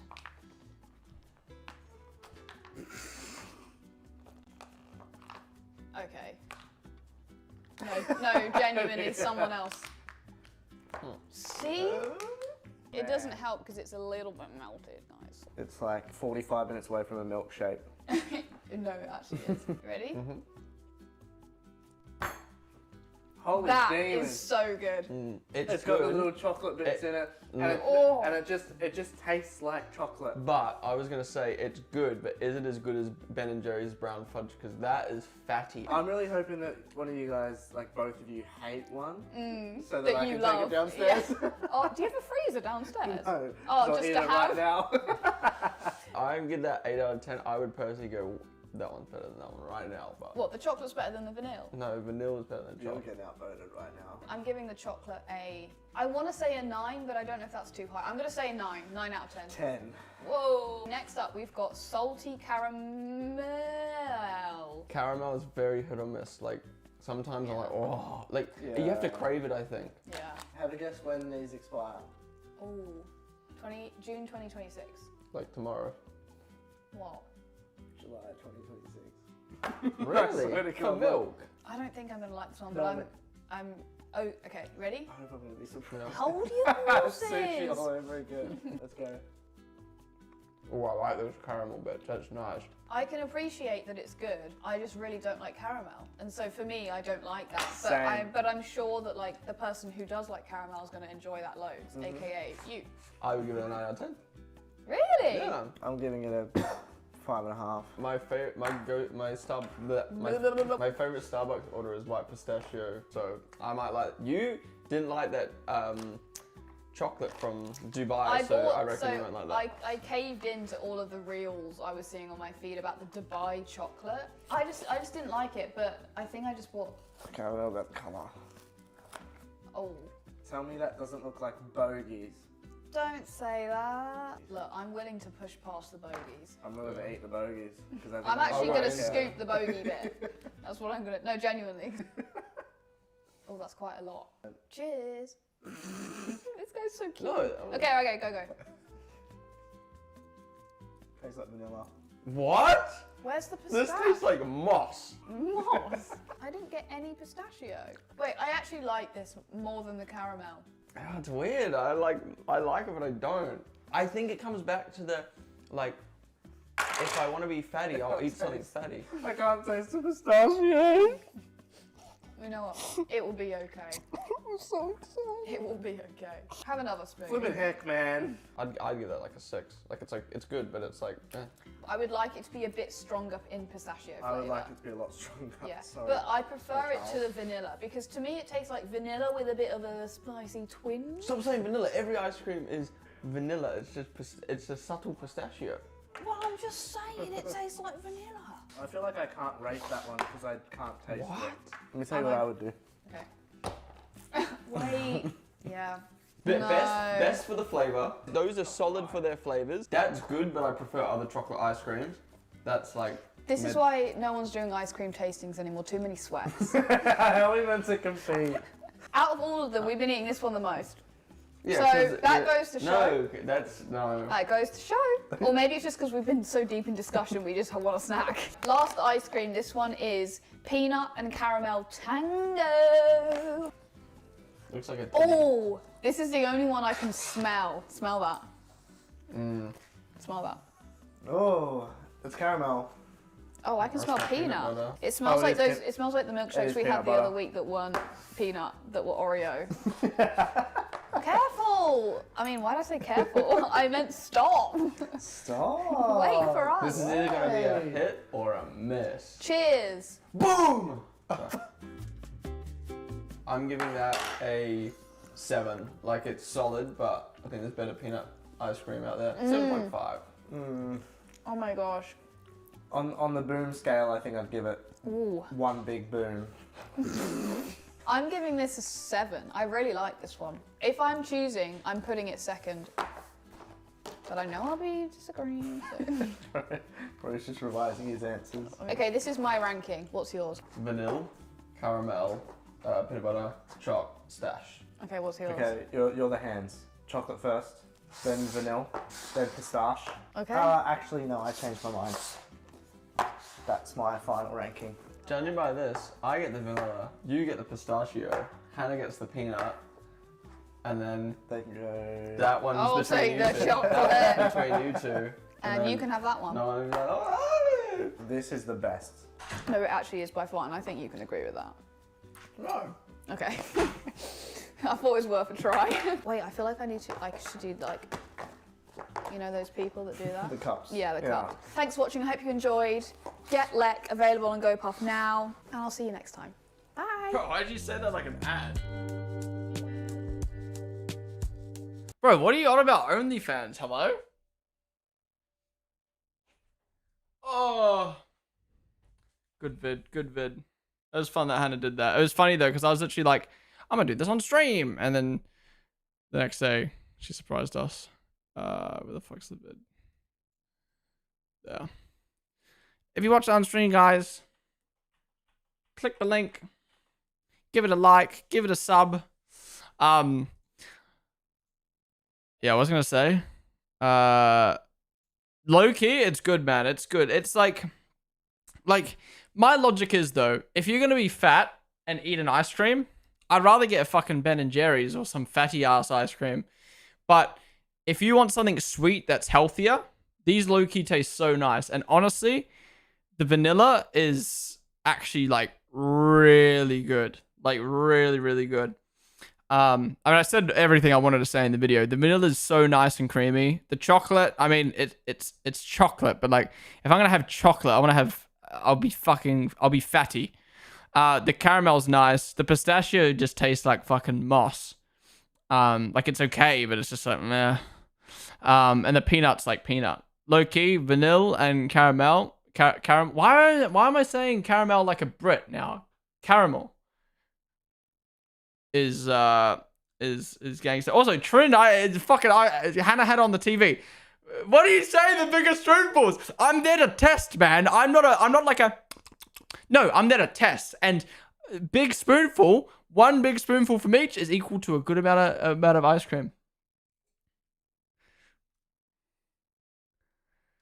Who the hell has a small spoon? Who the hell has a tub of ice cream and takes one spoonful and then moves on with their life? No, you eat half the tub, man. You eat half the tub. Maybe even a full tub if you're feeling freaky. Bro fed as hell. Is that the mango one? No, I don't think Lek does a mango flavor, at least not in the UK yet. F1 loves new race winners and new champions. They will rule against Max in the last race showdown like they did against Lewis in 2021. I will lie though, this one was a devious one. Careful! I mean, why did I say careful? Bro, you gotta try it, man. You gotta try it. Where the Clay didn't launch a strawberry red flavor. True. He should. Huff on the scales. Oh my god, this guy started hitting the gym and now he's just constantly calling everyone fat. Even though he has quarter pounders every single day. And I had a quarter pounder last night from a chicken shop. Dude, the quarter pounders from a UK chicken shop are the best. There's this one in Stockwell from, let me find what specific store it is. Stockwell, train station. Oh my god, it's the best burger in the world. Taste more.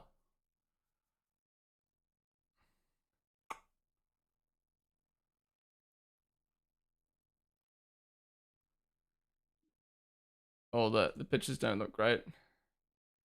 Trust me. Oh, what the fuck are these pictures, dude? So I'm just making sure there's nothing gonna leak. This shop, man, I'm telling you. Taste more fish and chips. Oh my god, their quarter pounder, life-changing. Their quarter pounder was life-changing. Look at them. Oh my god, where's the quarter pounder on the menu? Oh, you can't even see it. Oh, I'm telling you, man. Oh, there, is that it? No, that's not. Yeah, oh. I'm telling you, man. Genuinely, fuck McDonald's, fuck Burger King, fuck every other burger chain. A quarter pounder from a chicken shop is the best thing ever. So don't talk to me about being fat, because you're being fat and eating a mid burger. You gotta go to you gotta go eat a quarter pounder from a chicken shop. I'm telling you, man. I know your husband would laugh at the big spoonfuls because they know. No, they're fine with it. They're fine with it. Luke doesn't really like sweet stuff, I don't think.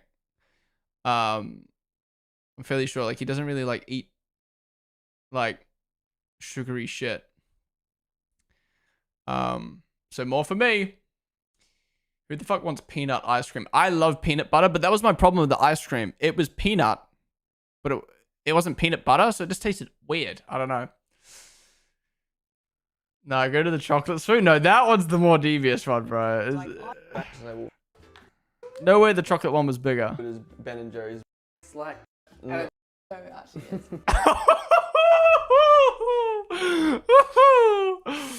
No. That's the teaspoon, right? And then I switched to the tablespoon.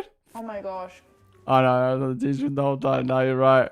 We'll rank them in order. Yo. No, that's normal though, man. You're telling me when you eat an ice cream, you go, no, you fucking take a mouthful, man. You take a mouthful. A banging burger doesn't have to look good. Exactly. Nothing better than the genuine Italian ice cream, though. Yeah, I hope you get another quarter full melted Wendy's. Dude, that... Honestly, I don't think I've recovered. Did you guys see my tweet during the off-season of Wendy's? One sec. Let me find it. Bro, I've never had Wendy's in my life, ever. But I've only heard good things about it. So I ordered this. That's what I wanted. I was like, yo, that looks fucking scrumptious. The classic Wendy's Frosty. Yeah. Where did it go? Where did it go? I actually think they forgot to put the ice cream in it. They just put the chocolate and the mushrooms, the marshmallows, and forgot to put the ice cream and then put it in the bag and Uber Eats it. You guys don't want to see it, dude. You guys don't want to see my fucking the sauce. What was it? The Trindos. The sausage I made. That is the best food pick I've got. I don't think anything's beating that. Wait, did I put it in Discord? Wait. I need to find it on my phone. I need to find it on my phone and show you guys.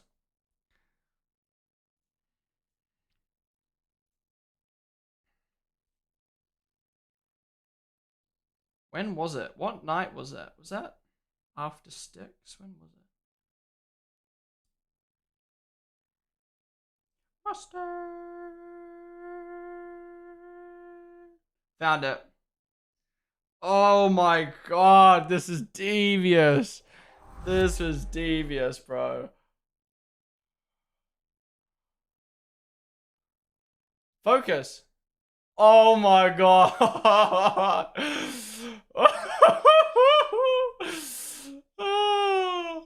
Basically, context for that. On GoPuff, you can get a mystery bag of like, it's basically stuff that goes off the next day. So for £5, you get a mystery bag. And in my mystery bag, I got a pack of sausages, a pack of cheese, pita bread, and some other shit. Like a bunch of other shit. So I came home 2 a.m., 3 a.m. actually. It was 3 a.m., 3:34 a.m. after a night out. What was the night out? What even was it? Oh, we went into the city with Aldas and another friend of ours.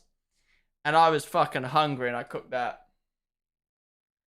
Honestly, I don't cook, so that's my best work. Burnt sausage on pita bread.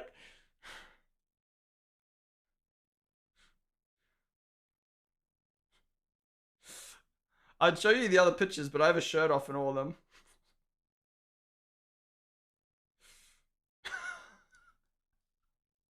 There's a photo. Oh, no, you don't want to see that.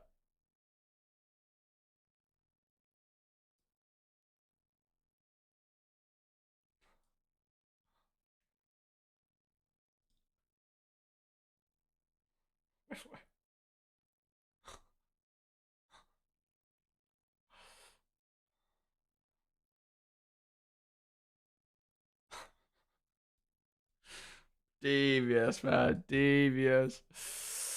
Is your mic even on? Wait, what do you mean? Hello? Anyways. More time. Okay. Alright, what can we watch? What else can we watch? That's not gonna get me fucking banned. Ocon vlog? Should we watch Ocon vlog?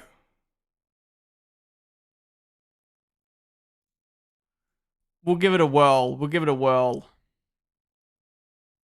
The fuck? What the fuck?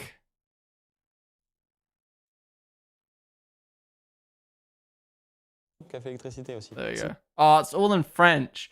We'll give it a chance. We'll give it a chance. We got to give it a chance, right? Even though it's Ocon. That was the most I've laughed and stared of it. No, dude, I was dying. There's like, you know when like the group chat's popping? There was literally like 6 people in the group chat watching me make this meal. It was, and like, oh, it was fucking hilarious. Raw sausage on one side, burnt on the other. Alright, Ocon, entertain us. This is Ocon's first ever YouTube video. Okay, just had to flex the Hungarian Grand Prix win. Alright, just flex all the countries he's been to. Flex his girlfriend, flex his car.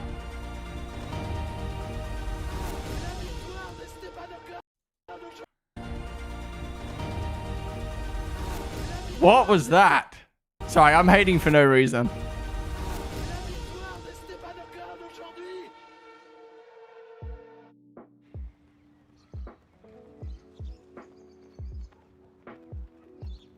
People say it's cringe, but low-key, I'd have all my newspapers in the... I'd have all my newspapers as well. What's up, everyone? It's Esteban. Welcome to my YouTube channel. I've been wanting to do a YouTube channel for a long time now. I'm a huge fan of YouTube. It's been years that I'm consuming videos and looking at YouTubers and content creators. Yeah, I think it was a good time now to do something. I'm not a YouTuber, so excuse me if some of the things that you are seeing are not great or are not as you want. We will progress with time, but yeah, just think about it that I'm not a YouTuber at all. But yeah, I'm proud that I will be able to show you some content. Is it Ocon hate or French hate? Look, I don't hate Ocon. I just like, he's one of those people who I just don't really find interesting, I guess. Like he's just not my type of vibe. Like I don't know how to explain it. Like I don't care to really like, I don't know. Like I don't rate him as a driver, and he just doesn't, like he's a nice guy, but like he just doesn't like appeal to me, I guess. I don't know how to explain it. Yeah.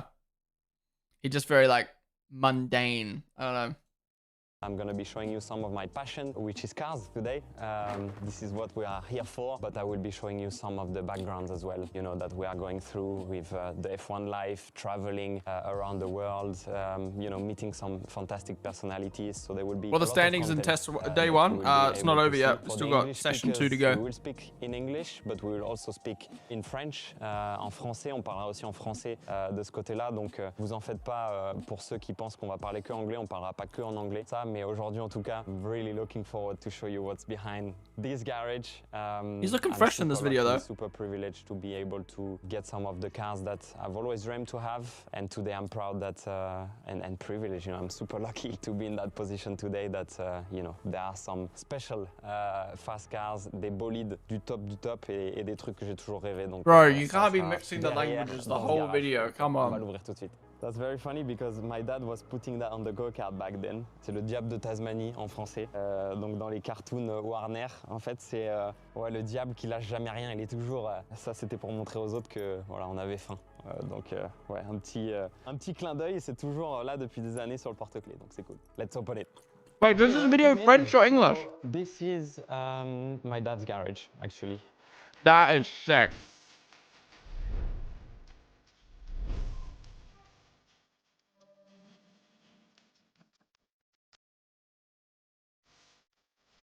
It's something that you know, I've been super happy to be able to build again, honestly in better shape. I mean, all the tooling looks really clean. Gran Turismo 7 logos? Why? Is with our partner Facom as well, and you know, we've been able to build probably the best workshop you know, I've ever seen. I may be biased to say that, but you know, I'm walking in socks normally around here, which is here actually, my dad. So yeah, I will introduce you. Vas-y, pas viens la vidéo, viens la vidéo. Regardez ce que je vous disais, il est en chaussettes, vous voyez. C'est pour ça que je dis que c'est peut-être le plus bel atelier possible, parce que pour mon père, il faut manger, on peut manger par terre dans un atelier. C'est parce que j'ai pas de chaussures. Moi. Il va refermer la porte parce qu'il y a le chauffage. Voilà. Donc il y a un pont élévateur en dessous. That is sick. Why is the tire wrapped though? Ne bouge pas la voiture, pas. Alors, du coup, il faut pas que tu partes dans tous les sens là. Je pars pas concis, voilà, tu parles. They look very alike. Je peux pas montrer le pont. Donc papa, si tu veux nous montrer un petit peu les spécificités pardon, de ton garage, ce qui te plaît dedans, bien sûr, il y a pas mal de nouveautés maintenant. Oui, donc le garage, Esteban adore le rouge depuis toujours, donc le seul, j'ai fait. Ferrari? C'est des dalles. Hein. Mais t'as fait aussi des bandes de...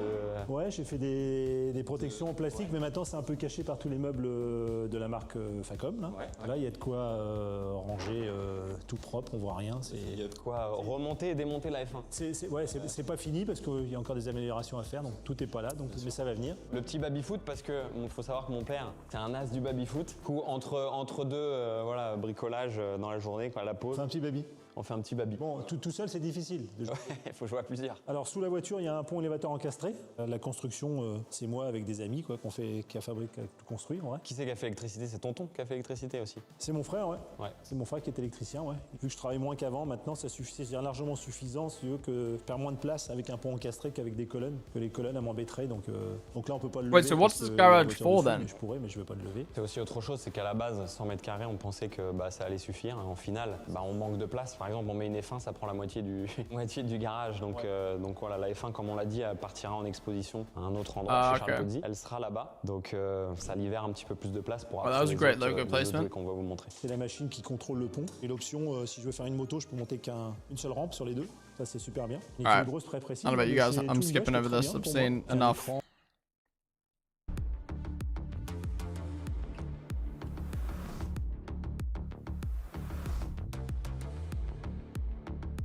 Voilà, bon, c'était le petit tour du garage. Papa, déjà, qu'est-ce que ça fait qu'on ait cette voiture dans le garage? C'est quand même un truc de fou, non? Eh ben, ça fait qu'on n'a plus de place. Ça, c'est sûr, c'est un bon Tires can degrade and flake over time in the indoor climate if not regulated properly. Problems trying to keep the tires du mouvement avec les voitures, etc. around. C'est du stress aussi de pas l'abîmer, tourner en mouvement parce que tout est très fragile. Hein. Vous voyez les ailettes. Elle se salit, la poussière, elle peut prendre un coup. Ouais, c'est ça. Hein. D'avoir cette voiture, je pense que vous avez déjà vu la présentation sur la vidéo de Lucien. Et for the English speakers, I'm proud to show you guys the car today. It is a complete car. You know, there is the engine, there is the gearbox. We don't have the batteries, obviously, for obvious reasons. There is my steering wheel. They don't there. got the car? You know, we are not going to take it apart today, but the car is here, 2021, winning Hungary chassis and the car itself, which is awesome. On est hyper fiers, voilà, de. How did Alpine là aujourd'hui pour moi? Look at this car and go, yeah, let's not do this livery ever again. En tout cas, celle qui a le plus de signification pour moi dans ma carrière. Voilà, c'est 1,6 litre turbo hybride, bien sûr. À peu près 800 chevaux électriques, 800 chevaux thermiques, pardon, 200 chevaux électriques. Voilà, sur les roues arrière, avec une boîte de vitesse palette séquentielle, avec un simple embrayage. Oh my god, testing starts in 5 minutes, what the fuck? Je voulais, quand j'étais petit, c'était mon vrai premier casque, celui-là, enfin mon deuxième. De compétition dans bielle forgée, piston, tous les goujons de cul. Racing gearbox that we have here. Bêtise, il n'y en a eu que 60. Donc la capacité.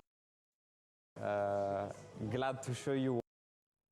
Je vois pas que le mec il arrive. Jamais de la vie je rentre. Mais si tu rentres, on enlève le volant en premier, sinon tu peux pas rentrer. Comme ça. Ah oui, ok, ça je peux le faire. Oh my god, why did that look like Gasly for a second? Did you see that? Wait. Let me get the pause right. Tu peux pas rentrer. Why does it look like boarding Gasly? Comme ça. Low key? Comme ça. Ah oui, ok, ça je peux le faire. Ok, c'est bon. Voilà, et tu peux poser le pied au sol là-bas. Heureusement qu'il était stretch mon jean. Et au fond. Et après, tu peux lâcher et appuyer avec tes épaules. Voilà. Ah non, mais rien que pour rentrer, il faut bac plus 12 quoi. Compliqué. Oula.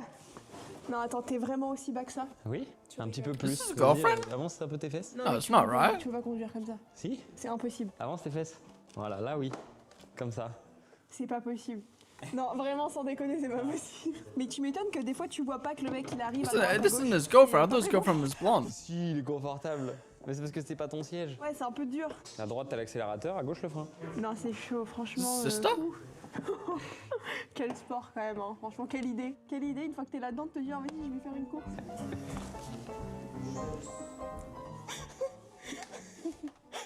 T'as pas un tabouret, pas? Attends, t'as pas un tabouret? So what's in my garage is also not only big cars but small cars. That's his mum? Again,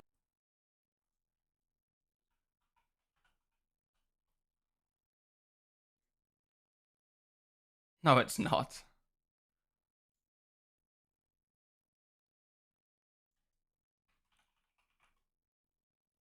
It's not his mum. It's not his sister. Okay, it has to be his girlfriend then. Oh, it is his girlfriend. What the fuck? She looks so different. Like, there you can tell it's her. But like, oh fuck, why are the photos so low quality? That must be his ex. Yeah, that's his ex. That's his ex. Why are the photos so bad? Yeah, it's her, but I don't know why she looks different. Very glad to show you what was my dream to have when I was a young kid. I was seeing all these little RC cars flying by racetracks, and I always dreamed to have the highest spec one. So all the competition parts, which makes a huge difference to how the car feels, how the car handles. And yeah, I'm super lucky to. Yeah, he's a big RC fan, isn't he? Wait, what's this? Did he buy this himself? Well, he would have had to, right? All right, guys, this is the last car for this video. Hopefully there will be more if I'm lucky enough. Yeah, really wanted to show you that one. It's a dream coming true for me to get such a car. And yeah, it is very special. Obviously my first of the brand as well. And yeah, been very lucky to work with a great partner, which is Charles Pozzi, who provided me the car. And yeah, we are gonna show it to you right away. So let's do it. Oh, that ruby red. Bro thinks he's in 2025 Ferrari. If you have a car cover, never let it touch any stones. That is a nice red. Scratch the paint. So I give it to someone very carefully. He's not gonna drop it. So here we are, 296 GTB, my first Ferrari. Yeah, as I told you before, it is incredibly quick. It's insane. It's I like that color a lot. It feels classic. 820, 830 horsepower. It's a maybe a bit too on the brown side, like aka like slightly too dark, but I like it. Yeah, there's a lot of aero, as you can see here, all the way at the bottom. You got some flicks all the way here. Anyways, Ocon, thanks for showing us your cars. Which are obviously real there. I mean, if you're an Ocon fan, that's probably a fun video. But it was very long and drawn out. Bro could have literally made that vid like 10 minutes. Anyways, testing's back. Let's get into it. Let's go back over to the watch-along screen. Excuse me, I'm still going to be eating at the start of testing, but look, we got fucking hours of testing, so... Boom. Oh, what have I done?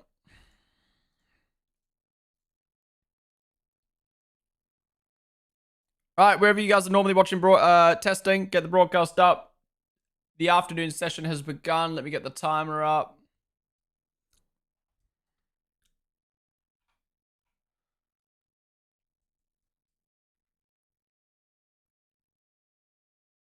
All right, timer's up. Let me get the timings up as well.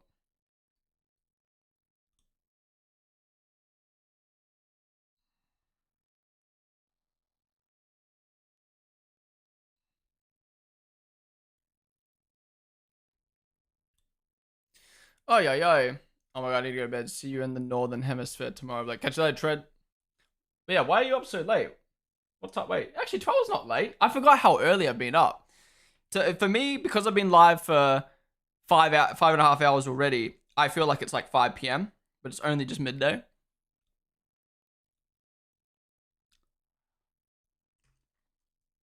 When one message gets deleted, Naughty Hill, all of them get deleted. Just the way Twitch works.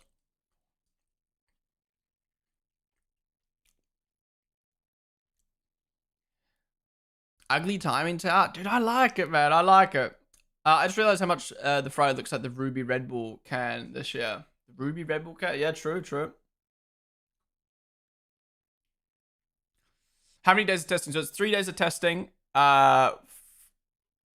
4-hour sessions each. So 24 hours of testing total. Oh, rain? Look at the weather.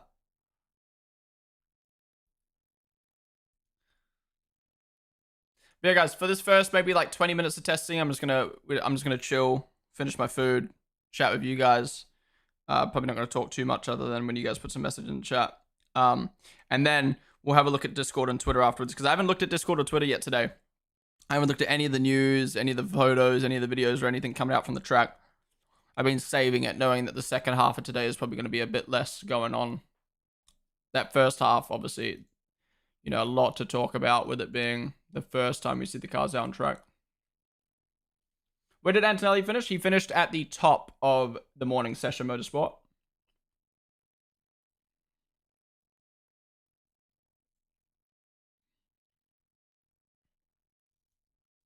It's 11 p.m. in the east right now. Trent saying he needs to go to bed. Nah, it's not that late. Get tag hurry gone. You don't like tag go? I like that as well.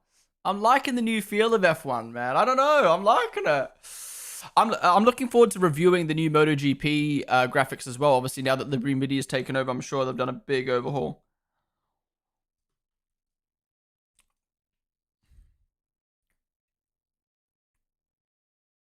Oh, okay.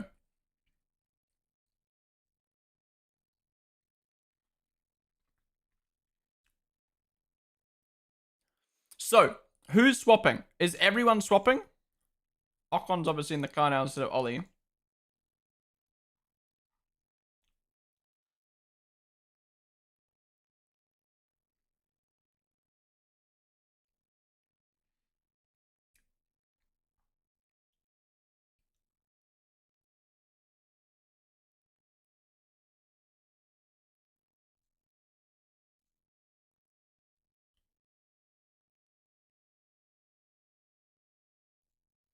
Oh my god, I've just seen a photo of the steak on track. It looks bumhole. That's why you wait to do a tier list.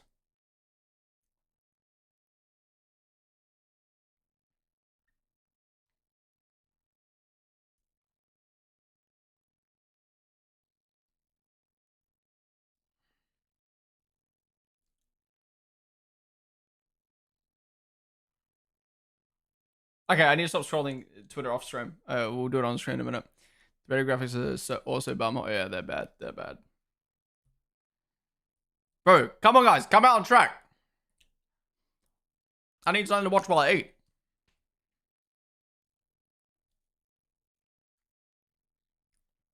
Fairly sure it'll be all year round Monaco pin. Unless highly unlikely, unless this is just a test for next season's graphics and they're testing them in testing this year, but that's highly unlikely.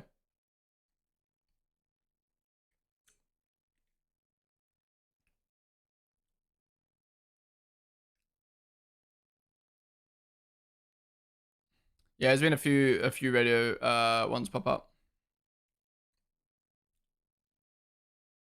You can say fuck though. Wait, Naughty Hill, man. Look, I appreciate you typing in chat, but I don't want you typed something in chat that wasn't appropriate for chat. It got timed out. You don't need to make a big deal over it, all right?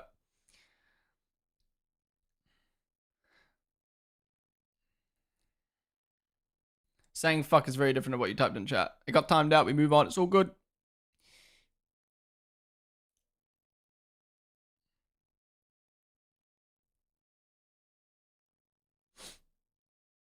I haven't seen a clip of it other than that.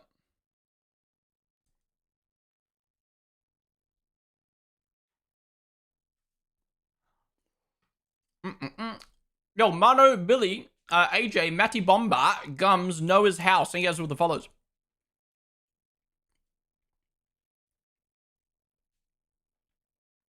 Imagine it rain. Dude, if it rains, I genuinely, if it rains, I'm ending my stream. If it rains, there's no point in fucking streaming testing. No one will come out on wet tires. I think only Aston and... Only 2 teams brought wets, right?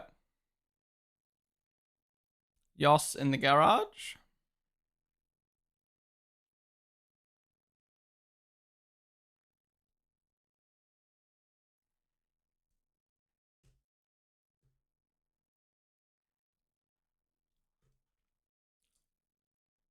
Yeah, Aston and Haas. Yeah, wait, just throwing to it. That's not great. Yeah, I don't know what's up with the steak, man. I don't know how they made it look so good on the videos, but not in real life. What is that?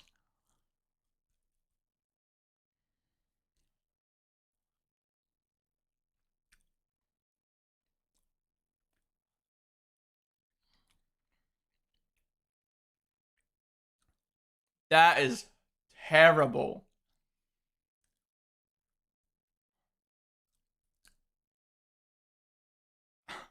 Crofty just full on roasting it. He compared it to an astronaut. He compared it to a turkey being wrapped in tinfoil.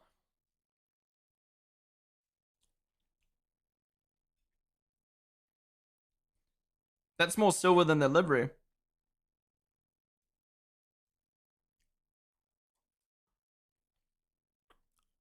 I reckon George loves that low key though. Bro, it's literally nothing. Come on, guys. Come out. It's been 9 minutes.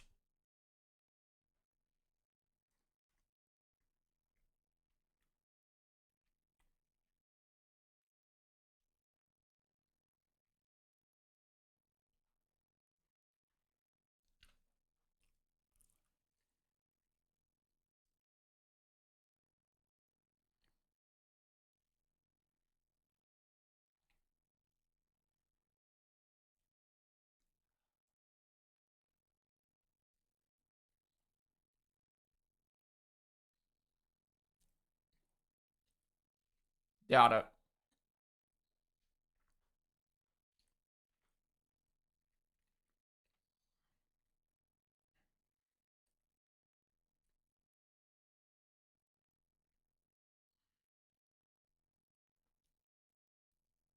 Is that legal?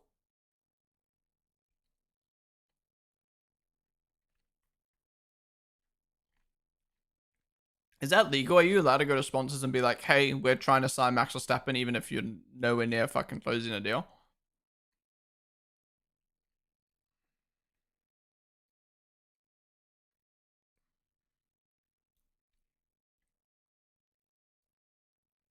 That's I was discussing. The gradient was non-existent. Yeah.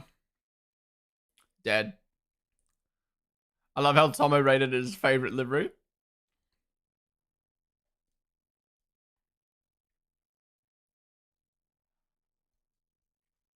And now it's dead.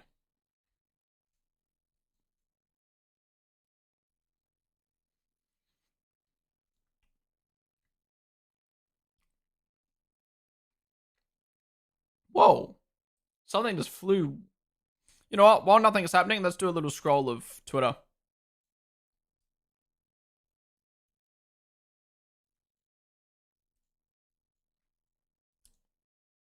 Look at this. Look at this on the Red Bull. Oh, what the fuck? I missed it. The fuck? Not fully excited. You do not fully understand how excited admin was to make this post. Fuck. What the fuck? They're the only team with a non-normal sloping side pod. Every team's the same. Slope, straight. Not slope, not straight. No wonder they suck. I mean, McLaren's is slightly not sloped, but...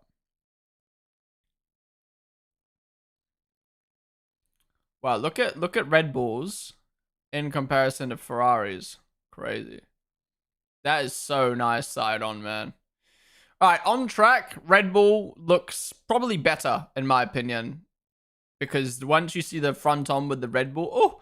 Oh! Williams looks honestly the same as the launch. Just eh. Ferrari looks better on track, in my opinion. I think VCARB looks way better on track front on.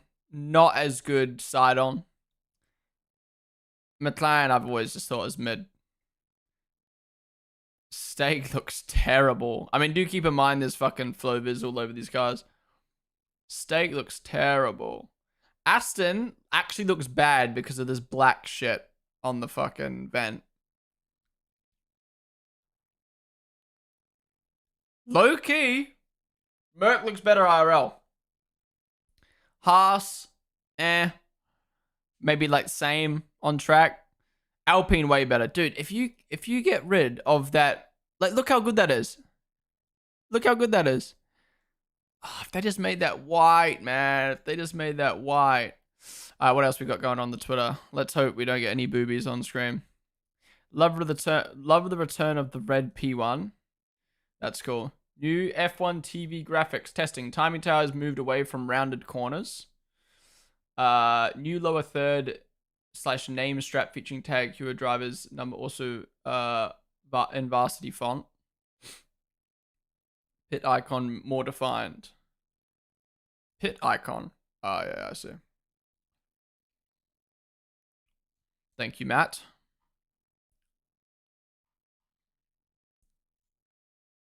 Oh, you guys can't hear this, fuck. Hate watcher counter. Yuki errors 0. Liam errors 2. Pierre Gasly with a fresh new look for testing. Okay, why did it take me so long to look at that? Crofty saying Ferrari would love Lewis to win the championship. They like Charles, but they'd love for Lewis to win it. Lamel Lecfosi, I will deal with this. We'll deal with this the whole season. Up until like race 4 when Leclerc potentially just picks him down. Yeah, these graphics are so much better. I agree. I agree.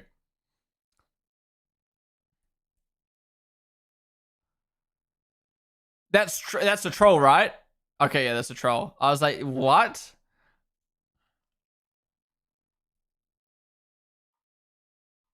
See what I mean, though? Notice how we were getting all Formula 1 stuff, and then all of a sudden, ad, and then Twitch, and then meme, Trump.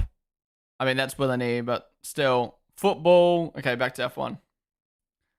I wonder if HP put their logo specifically on the left thumb because they knew there was Lewis's start producer, and they'll get extra exposure. I think they just put it on the thumb because the thumbs are seen quite easily.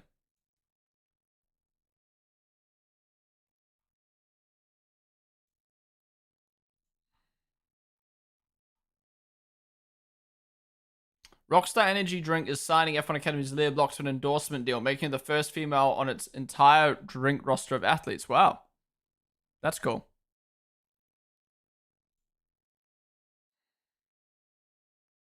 You know, I'm going to mute the broadcast for a bit and then unmute this. This other stuff. Buongiorno e benvenuti alla pista di Fiorano di Maranello.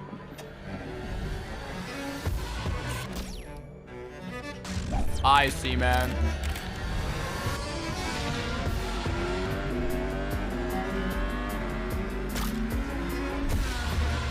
Fuck. So good.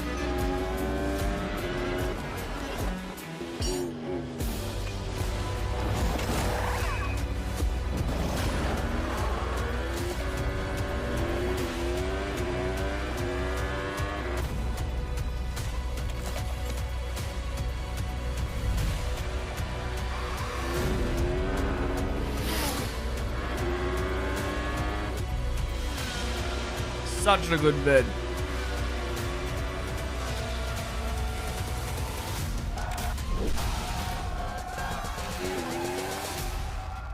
Ferrari are just giving me championship like energy this year, man. Honestly. First time watching live on Twitch. Love watching your YouTube content. What's up, Matty Bomber? Welcome to the stream, dude. I appreciate you tuning in. Glad you enjoy the YouTube content. And thank you so much for the sub, dude. I appreciate that. Thank you for subbing with tier 1. Wait, did the alert not play? Anyways, thank you, man. I really do appreciate you supporting the stream. And tune on in. That's the regulations. What the fuck is Sauber cooking there? Oscar didn't seem like he was comfortable in the car, especially turn 13. Yeah, they've always struggled at Bahrain, though, to be fair. Did Alpine add that carbon bar? Did Alpine add that carbon bar on the cooling? I know Aston did, though. I wish Merc just connected the silvers. Hadja getting ready to go out in a little bit. What's up, Psych Season? Yeah, has anyone gone out yet? I've got it up on my second monitor, but just go on Twitter right now. There have been 778 Formula 1 drivers in history. 353 of them have finished inside the points. 216 of them have stood on the podium. 115 of them have won a race. And only 34 of them have become world champions. There have been 778 Formula 1 drivers in history. 353 of them have finished in. That's crazy. And to think there's like like 1,000 fucking people in just like the Premier League alone. No, not 1,000. How many people would be in the Premier League each year? Which film should I watch on the way to Melbourne and why? You should watch. Have you seen Spider-Man? No. One. No. Spider-Man. You have never seen Spider-Man 1? No, you're joking. None of it. No Marvel, no superheroes. Really? Same, bro. I feel like you're judging me now. Yes, I am. Man, that's so sad. I know you're a big fan of Marvel. Which film should I watch on the way to... Did you see all the onboards? Not yet. By the way, does anyone know how to get to the topics section of Twitter? Like, I like scrolling the For You because it's just like everything F1 related, but then you just get the fucking stupid post popping up.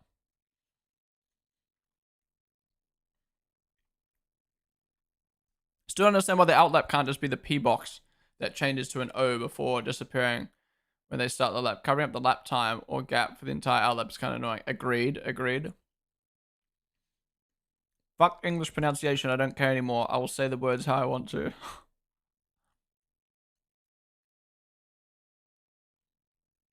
Like, why is this on my timeline?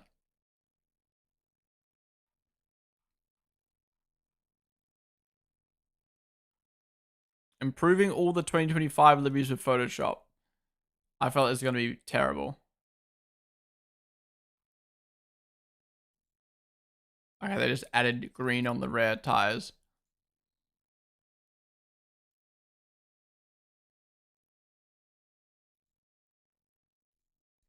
That is actually way cleaner. What the fuck?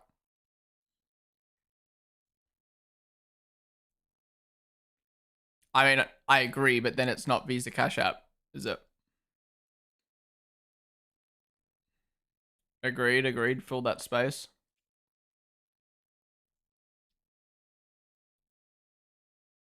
I mean, agreed.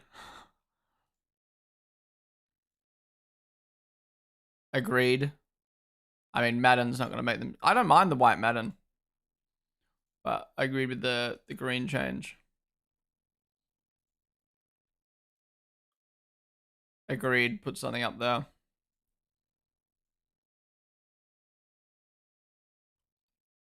I mean, the Red Bull and the rear wing I agree with, but...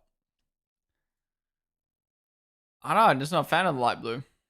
Oh, Hedges out on track. Alright, we'll just look at these two. I mean, yeah, that's clean. Yeah, that's better than the fucking ugly ass chrome, but most of the changes just from sponsors, man.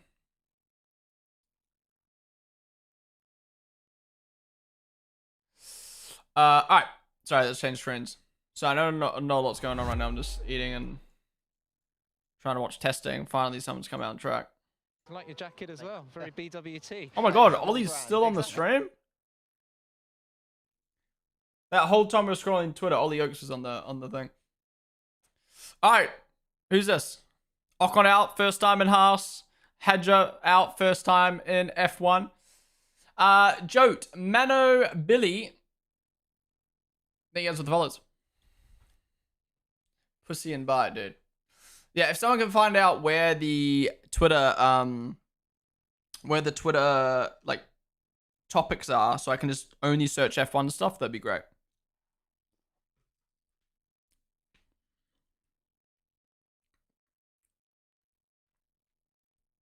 Poor drivers doing the second session. All the mechanics eat lunch, and then they have to spend the start of session 2 to get the car sorted. Explore or search will usually show topics. Right, okay. I blocked Elon Musk on Twitter, bro. Tweets too much. He's spam. Yeah, dude. I used to follow him. I was a fan of Elon Musk because, I mean, he was an amazing entrepreneur. You know, what he did from PayPal to Tesla to SpaceX. I mean, SpaceX is so inspiring, like what he's done for that company. And then he bought Twitter, and I mean, he's made the website better in some aspects, but absolutely terrible in other aspects. And so I obviously followed him, And bro, he just dribbles on the timeline, whether it's politics or about himself or about random shit. He shits on the UK. Yes, some stuff warranted. But so much stuff, he's just like exaggerating and making Americans be like, fuck the UK. And it's like, okay, yeah, the UK isn't great, but like, it's not as bad as you're making it out to be. Fuck me. So anyways, I unfollow him and he still pops up on my fucking For You page. So I'm just like, oh my God, is it time to block him? Holy. But it's like, it's funny though, right? Like, I still have so much respect for SpaceX, but I used to love Tesla. Now, I don't know. Am I the only one? I'm not a car guy. I only know business and I know looks of cars. I know nothing else about it. Am I the one who feels like Tesla is like, who gives a fuck anymore? Like, how is it still the #1 car company in the world? Because Tesla used to be good because it was it innovated. It had a solid lineup of high quality cars. They were the first company to do proper electric battery technical level cars. Now I feel like every other car company's kind of caught up. Tesla's quality like isn't that great anymore. And they have like what 5 cars in their lineup. And I'm just like, how are they still the most like highest stock car company in the world? I just don't like don't be wrong, yeah, they'll put out the Roadster, they'll put out the truck, they'll put out the cab, and like, you know, they'll keep like producing high quality stuff. But like, I don't understand how they're just gonna. I don't know. I don't know. I just don't know how they're still the fucking #1 car company in the world. It doesn't make sense to me. Every other car company's caught up. Get one and you'll know. I've had 2 in the past 4 years. Yeah, they're not the most fun or best, but it's for sure most value for price. Yeah, fair. I mean, look, I've been in multiple Teslas now for Ubers, and I remember the first time I hopped in one, I was like, dude, this is sick. The way it accelerates, the way it brakes, how technical it feels. Don't get me wrong. Amazing car. But at the same time, like, electric vehicles can only go so far. You know, electric vehicles in general have so many limitations. And my point is, Tesla stood out because they were kind of like the first company to do like the battery and like, you know, fast charging and blah, blah. But now like most other cars can do that. So what makes Tesla special other than the quality? I don't know. I'm not saying Tesla's a bad company. I'm not saying Tesla make bad cars. It's more just like, how is Tesla still bigger than a Toyota or a whatever other fucking big car company out there is? Like, how are they still... Well, they're not bigger, but you know what I mean. How they still got more stocks. It's crazy to me.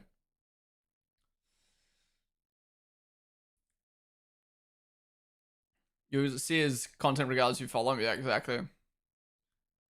Best thing that happens is the For You page, yeah. And just the algorithm in general, I think. Well, I say algorithm. There's positives and cons, again, to the algorithm. I wouldn't ever get a Tesla. I go on too many road trips, Lamau. Like, I like Teslas, but I wouldn't get one myself because I'd rather have petrol, yeah. I'd definitely consider getting a Tesla. Again, this is not me shitting on Tesla or the Tesla cars. It's more just like, yeah, I just don't understand how it's that. Like, I don't know. I can understand why their stocks went up so high in the early days, but I just don't understand how it's still so high. They're the biggest EV company in terms of profits. Plus, Elon always promises the moon and delivers a toy truck. If you look at the global sales, BYD absolutely destroys Tesla. Right. Wait, so you agree with me or not agree? I'm confused. I was getting the Maxime on the stream. They have a moat like Apple. Yeah, but those are driven a lot and not taken care of. I like how quiet they are. The quality isn't great either. The Cybertruck is arse quality. Those racing bulls look fucking awesome, honestly. Front on, so sexy. What do you get for the price? Best software of all cars for sure. Yeah, that's true. They're the McDonald's of the EV market. That's a good way to put it, right? Like, no one goes, ooh, McDonald's is gross. Like, McDonald's is fantastic. It's just like, it's McDonald's.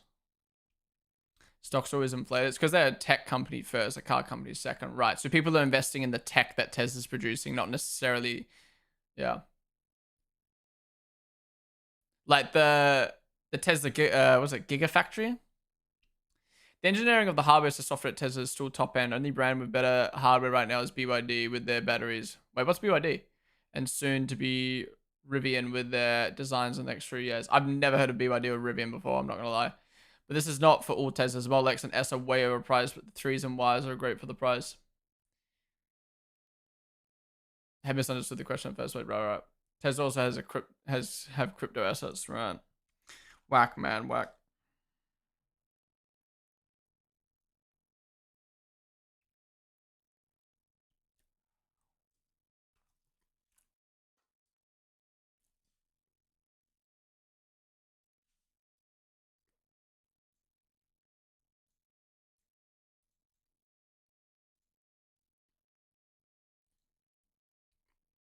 Him rebranding Twitter to X is the most dumb thing ever. Like, everyone knew the Twitter bird. Imagine having like if you can have a branding, right? If you can have branding where people use the name as the product. How do I explain this? Like, do you guys have Glad Wrap overseas, or is that just an Australian thing?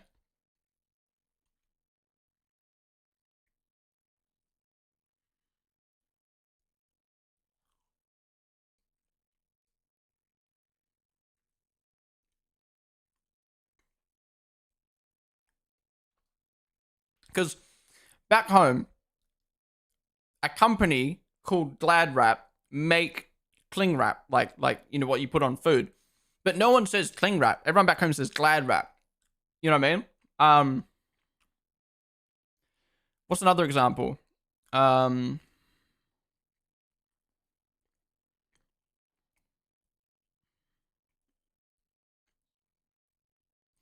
Like Tupperware.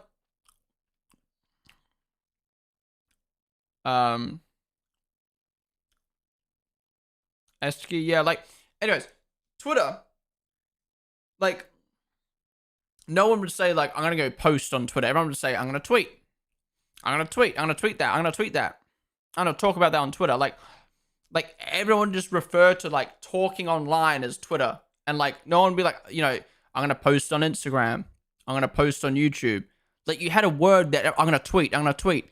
And then you just go and ruin all that branding to call it X because you have a fetish for the letter X and you bought the letter X fucking years ago. Bro, just, he could have named his AI X. Honestly, you should have kept Twitter and named the stupid Grok thing X.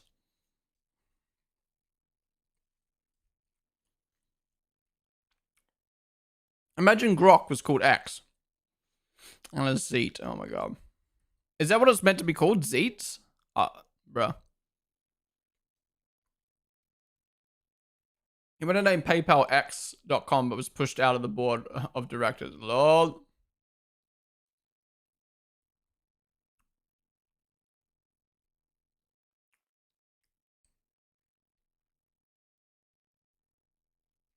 Can't stand people who call it X either. The thing is though, like, as a content creator, like everyone who, like, when I get emailed from a company, they'll be like, please provide us your Twitter bracket X. Or like, I get sent a contract and it's like, you must do 2 posts on Twitter bracket X. And like, as a content creator, like, I don't know, my YouTube descriptions or on my Twitch, I should have Twitter X. You know what I mean? Because the website's now called X. And if I make a graphic with the Twitter logo and in 10 years time, we're still calling it X, it's just like, at some point, he's going to surely remove the Twitter branding from X. So it's like, what do I call it? As a content creator, do I call it X or I call it Twitter? I mean, I still verbally call it Twitter, but just dumb, man. Just dumb.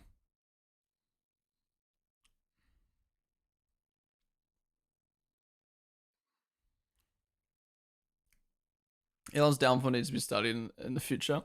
But the thing is, he's not having a downfall.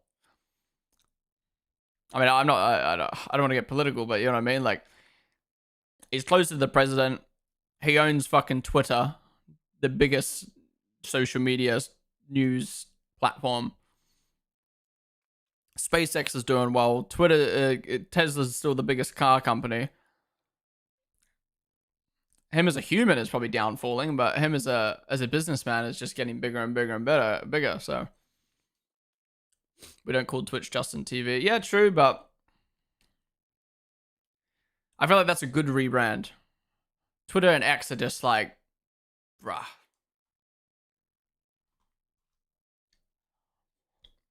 Also, there's a difference between renaming Twitch, Justin TV to Twitch, like a year or two into its, or however many years into its life with a certain amount of users, and rebranding the biggest social media app tens, however many years into its life.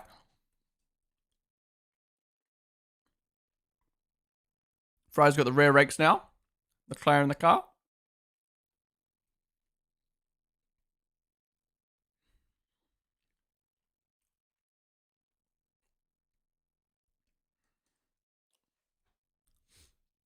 All right, guys, I'm gonna go put my food away. When I'm back, we'll go back to scrolling Twitter and Discord and talking more. I just wanted to chill for a bit while I ate, but in the end, I ended up like not really eating and just talking instead. What's happening to Max? Is he locked up? Oh, drifted out wide. Thoughts on the new graphics? I like the live timings. I like everything. Other than the lower thirds, I think could be better. And the radios are dead. But I like everything else.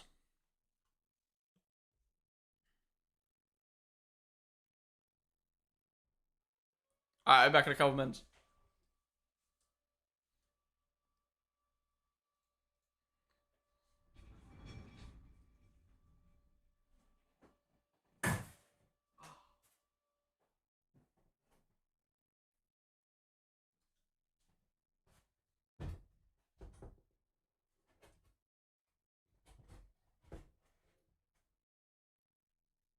We're back.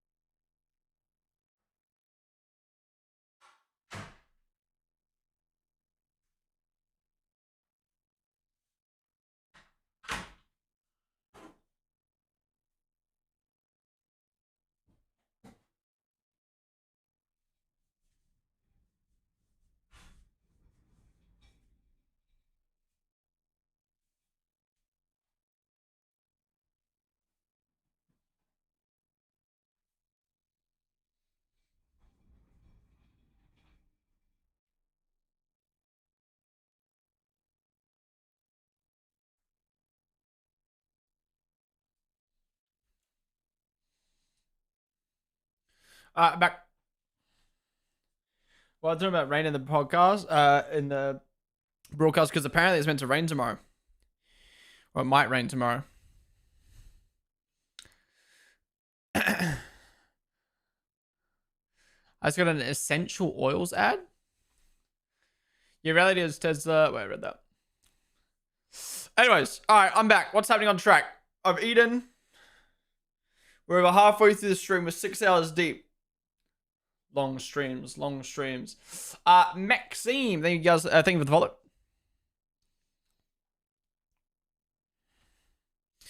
No one's caused a red flag yet, so we can't put out the predictions just yet.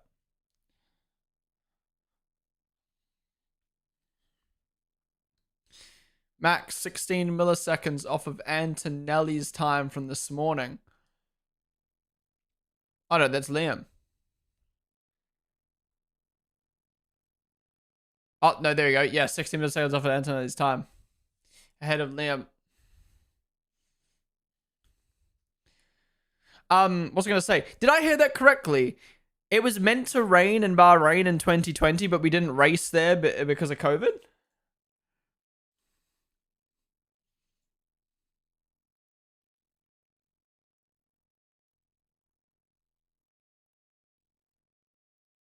Whoa, F1's even got new thumbnails. Whoa. Whoa. What do we think of the new thumbnails? I did see their thumbnail the other day and I don't really think much of it.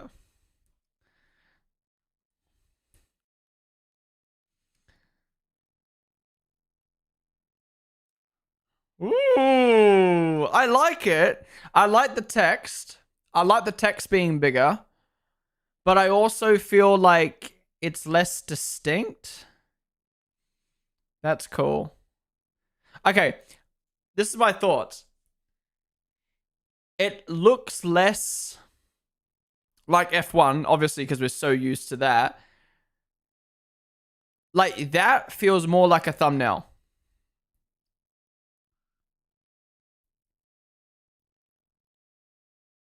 This, like, I mean, look, when you look at it like this, that thumbnail versus that looks better, right? So basically, rather than having that line around the outside now, they have this line at the top with the F1 logo.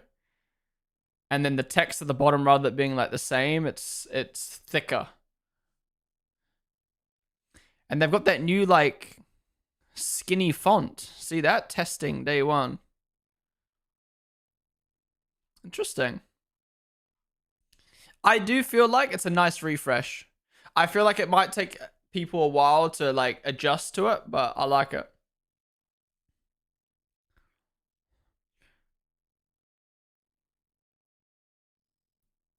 I like it, to be honest. It's different, but I like it. The text is better, but the old white bar was better in my opinion. Morning times are fast, right? Because it's colder. Maybe. Was it the other way around? I actually don't know. No, it'll be colder tonight. No, it'll get colder as the night goes on. It rained at the time the GP would have happened. Wow, robbed of a classic. I know, I like this, man. I like this. They haven't updated this one. They need to go back and update this one. This is the only 2025 thumbnail they haven't updated. And this one.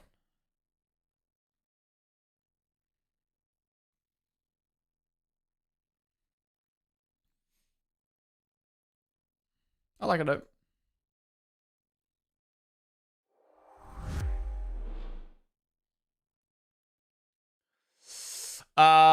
In your opinion, who has the best livery? Now we can see them all on the track. Still V-Cub. I think V-Cub's top. I actually like the Alpine quite a bit. I don't know. I feel like teams kind of either went sideways or backwards a little bit. Not many teams went forward. V-Cub went forward. you know, teams like Red Bull went forward, but they only went forward by changing one logo. Ferrari, I think, went sideways off of the yellow year, off of last year with the yellow. I think Aston Martin went sideways because it looks cleaner, but it also looks like worse. Haas, I think, went forward, but just a little bit. Stake went backwards, but they were already poo anyway. Oh, Hadja just lost the car. No save, no save. No red flag yet. Oh, that was the replay. Where's the replay icon? In my opinion, Stake looks way better than the F1 75. You think it looks better IRL? Really? I thought it looked amazing in the event. It looks absolute poo in real life. On another note, no offense to the Sky Sports team, but I 100 times prefer the F1 TV team. Yeah. Alex Jax, Sam, and Jolene Palmer were great. Diogo, and Hey Monday, thank you guys for the follows. I like that's like the most exciting thing of testing is Hadja spinning. All right, let me put testing back on my second monitor. Let's go back scrolling Twitter again. If you're just tuning the stream, we are doing a watch along for F1 testing. We spent the first 4 hours of the day just chilling and watching it. Now we're going to kind of mix between like watching it on the side whilst doing some other things on the main monitor. So let's have a look-see at everything on the Twitters. Let me know if anything happens. I am going to mute the broadcast so I can scroll stuff on stream so you guys can hear. Okay, we looked at that. What else we got? F1 Drivers X Lego. Perfect F1 circuit. Banking in all the corners. I like that. Monitor lizards? Okay. What? They can be up to this big. The Japanese garden. That's a good idea. A dog wearing the checkered I flag. mean, there's always been the myth and the theory that F1 cars can drive upside down. So Looping and Yeah, we should do a test. I think that would be really fun. yeah, this huge volcano. Volcano was cool. Volcano would be tough for us, that's for sure. Jump. Not sure about a jump. Cool in theory. My back really doesn't like that idea. I don't think the real car can do the jump. Nah. Tunnel. Donuts. Donut. 1, 2, even 3.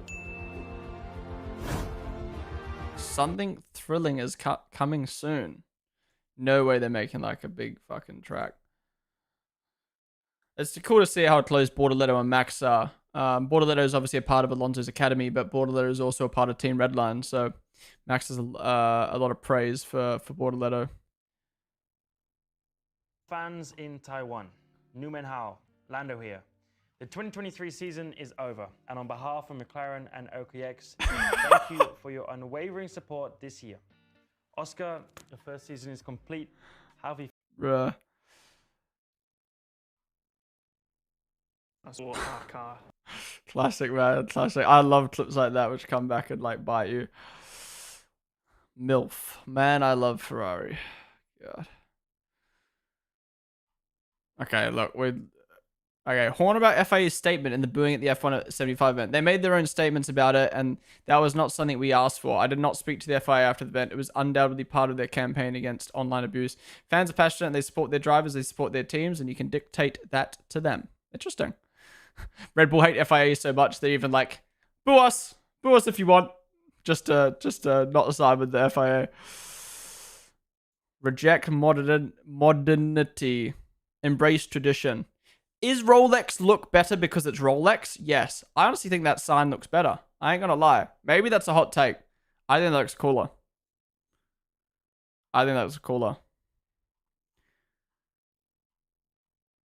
George.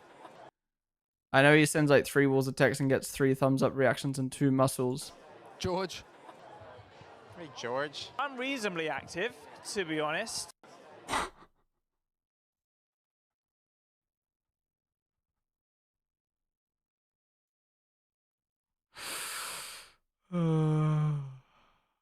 Bruh. Marvel. Saw that one already. Bro's like, fuck. What did I do?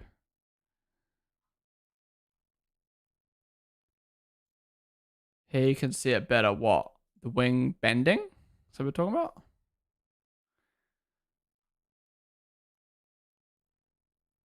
The front wing flexing. Isn't that just normal under load? Is it? Look, I ain't technical, right? I'm not technical when it comes to this shit.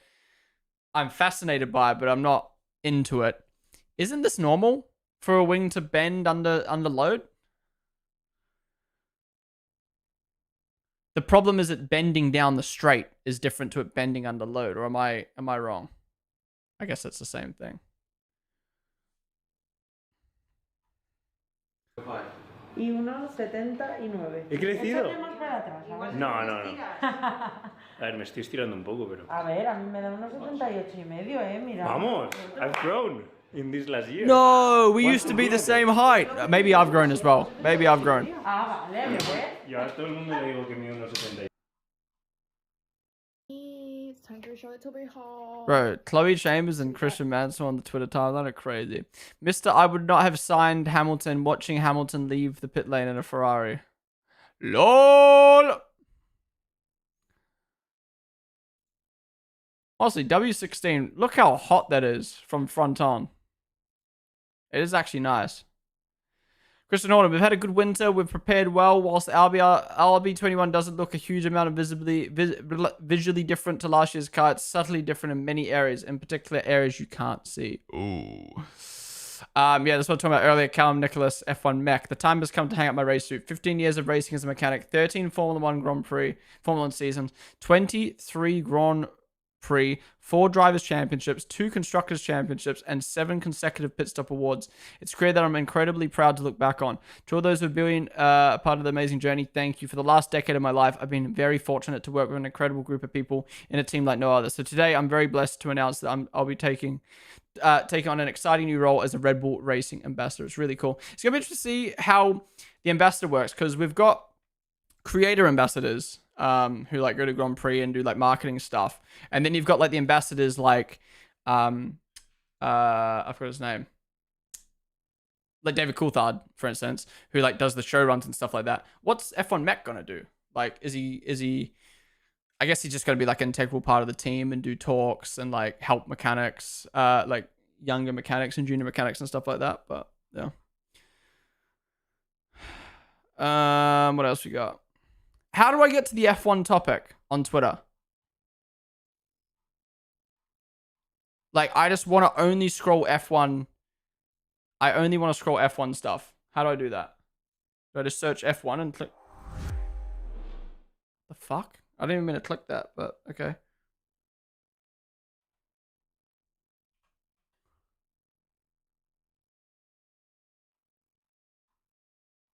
Hashtag F1? But like, I swear, there used to be a way to like scroll topics.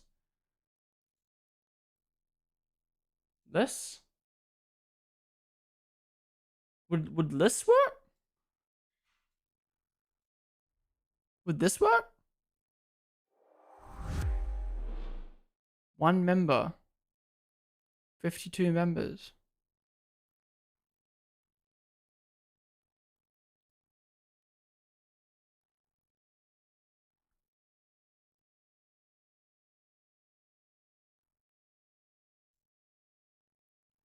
I don't have it.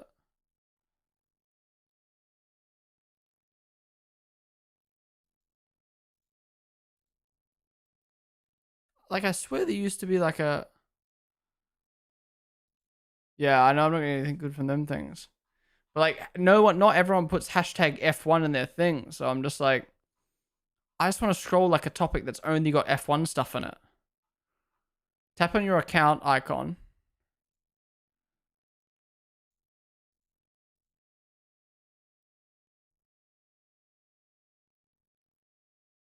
Yeah, I know you can do that, but I just want to scroll the topic. I don't want to add or remove topics. Weird, man, weird. We've got Flovers. Looking delighted to be there. What is that, man? What is that?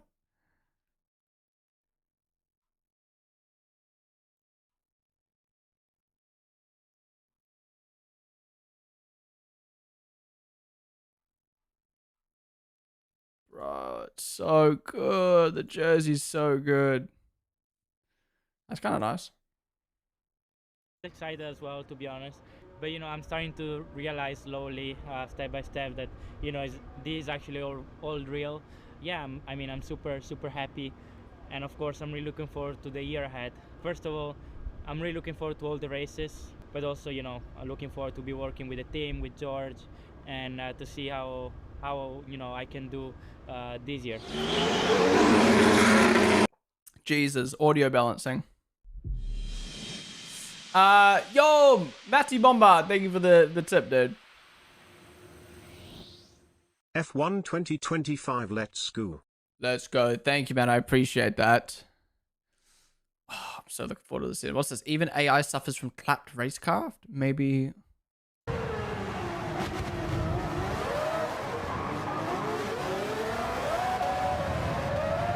What? No, McLaren testing said they're taking 2 #1 drivers so far. They're putting them in the car together. Or we need to watch Tomo's redesigns at some point. What the fuck? Why did I think that was real? But yeah, Matty, thank you so much for the tip, man. I appreciate that. What the fuck? Okay, I just want F1, man. Kimi Antonelli dominance could warfare. Why is this photo already a classic, dude?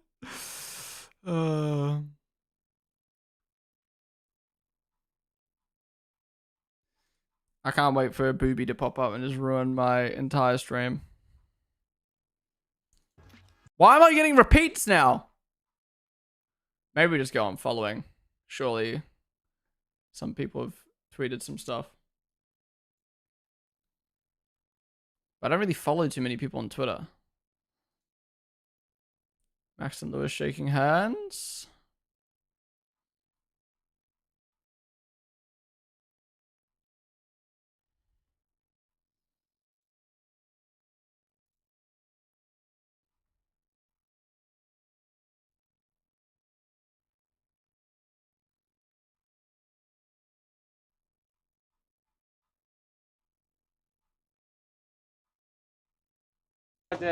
Why do they both have... Do you see both of them had that awkward stance? Just left a bit. What is that? Okay.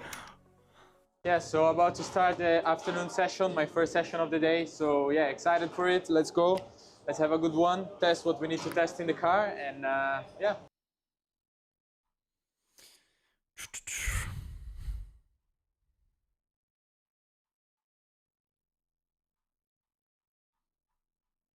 Bro, I wish I could just scroll For You page forever, but Twitter just doesn't want me to. Yo! Oh, I thought it was showing he was top of the timings. Yo, have they added the photos yet? Please tell me they've added the photos to the website. Oh my god. How have they only added Charles and Lewis? Is that his old helmet? That's his old helmet, right? Bruh. Update, for fuck's sake. It's testing, come on. Sad. Still so cool to see a female race engineer. Oh, I forgot about that. Wonderful hair on the radio and testing today.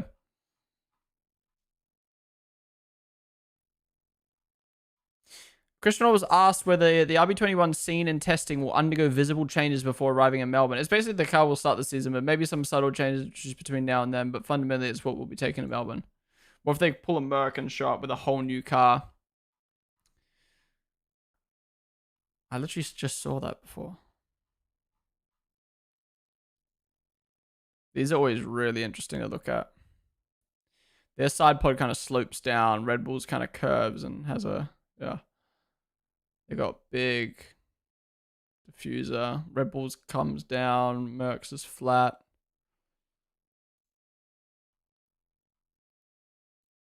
Communities, my communities. Right, let me have a look at this.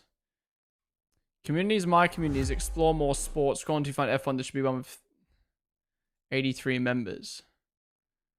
Communities, sports.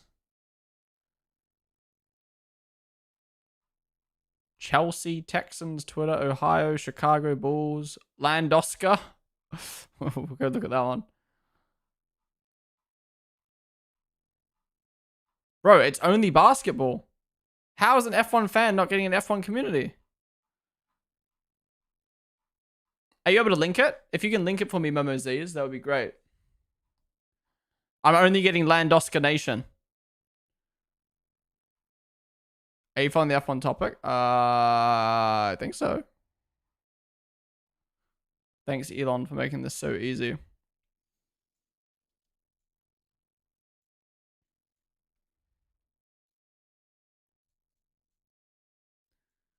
Okay. Is this it? Am I good now? Should I join it? A space for all F1 fans to respectfully discuss the sport. What happens if I join?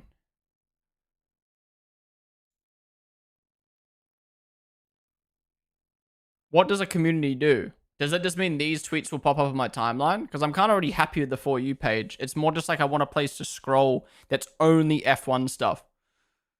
Comes up on your timeline. I'll join it and then I'll leave if it's poo. But either way, this is what I wanted. Thank you. I appreciate that. Welcome to the stream, by the way, Momo. AK75, thank you for the follow. Made a teaser video for the upcoming season and Australian GP.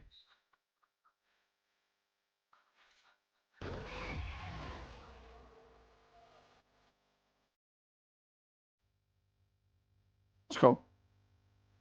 You can scroll with community only. There should be a tab top for you. Okay. Basically, a custom feed people in the community can post on. Right. Yeah. No, I know what a community is, but I'm like, what I mean is like, Twitter used to be able to detect topics, right? So like, I don't have to write F1 in my tweet or hashtag F1 or be in this community. It would just know all George Russell's a part of F1, Red Bull's a part of F1, and it would add it to an F1 topic, and then you can scroll the topics, but I just feel like they got rid of it. I can't find it. For the topic, if you're already following, don't know how to follow it. If not, it's more settings and privacy and city content, you see topics, and then you can click into it. Okay, let me give that one a try. Let's see if that solves. Again, I like this community, but I want the actual I just want all tweets. I don't want it to just be people in a community. Okay. What was it? Settings and privacy. Privacy and safety.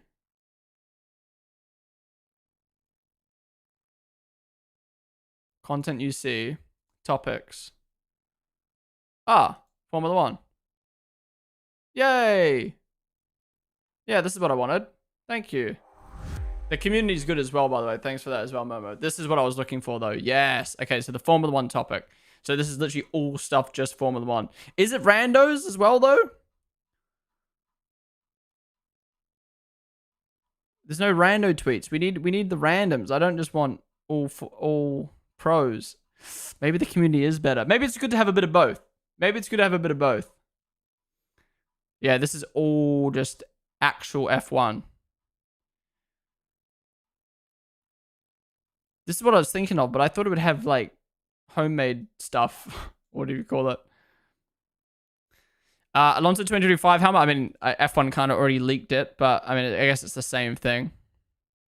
Nice. I like it. Yeah, I don't think there's really much more to look at on this. We kind of see all this on, because I follow all the teams on Twitter. I see it all on the following. Okay, maybe the community is better then. Yeah, we'll go back to this. Anyways, I'm gonna go back over to the Watchalong stream for a second. I need to go poo, so I'll be back in a minute, guys. And then when we come back, we'll scroll through the F1 community. I like this. Can help to make the car go that way. Very light. If there's anything at the moment, we'll keep an eye on it. Keep us posted. I unmuted at the perfect time to hear Hedge's first radio. Yeah, you're working. What was he? Was he complaining about something? To design a car to make, to improve it, but you're also working. Oh, you guys can hear this. Fuck sakes. To help with the correlation. My bad. All right, guys. I'll be back in a second. I need to go poo.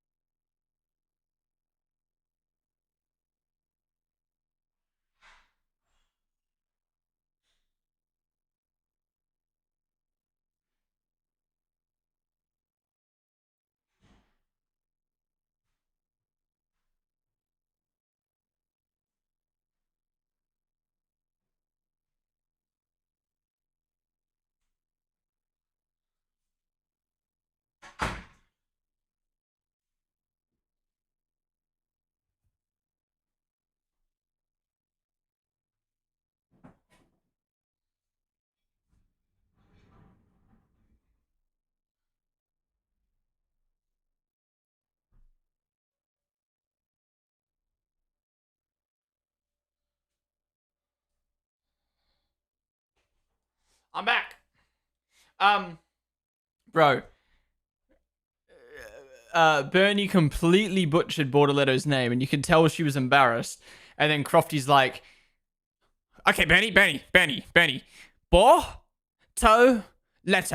Say it with me now, Bortoletto. It's like, bro, you don't need to embarrass her for a fucking bad pronunciation, probably because of her accent on live TV, brother. And then he goes, I'm getting an evil look right now. It's like, yeah, I wonder why. Anyways, Russell going to the top of the timesheets, 3 tenths ahead of Antonelli. That is an equivalent tire to the Bahrain qualifying tire. So, and we're a 10th off of the qualifying time of last year. So, I mean, obviously times don't matter, but still. Crofty is a prick sometimes. Yeah, I don't know if prick's the right word. I think he just like... you have to do this if you're on air. You have to like not think about what you're saying. Because if you start thinking about what you're saying, it's not going to flow properly. And I think sometimes he just says stuff without thinking and then yeah.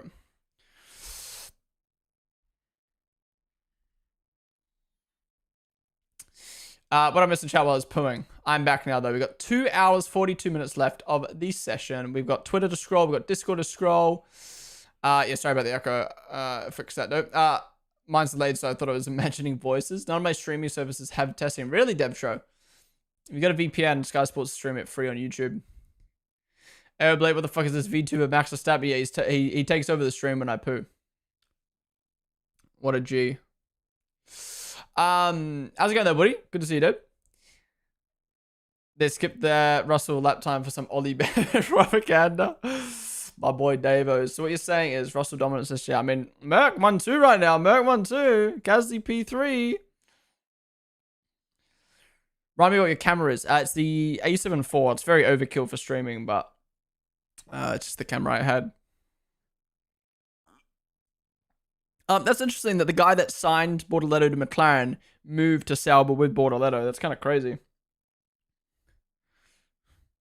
Well, it's not crazy. It's just like, kind of goes to show how much he loved Bortoletto to get him in the team. Did not crash? No one's crashed yet. Hedges spun, and Liam spun, and that's it.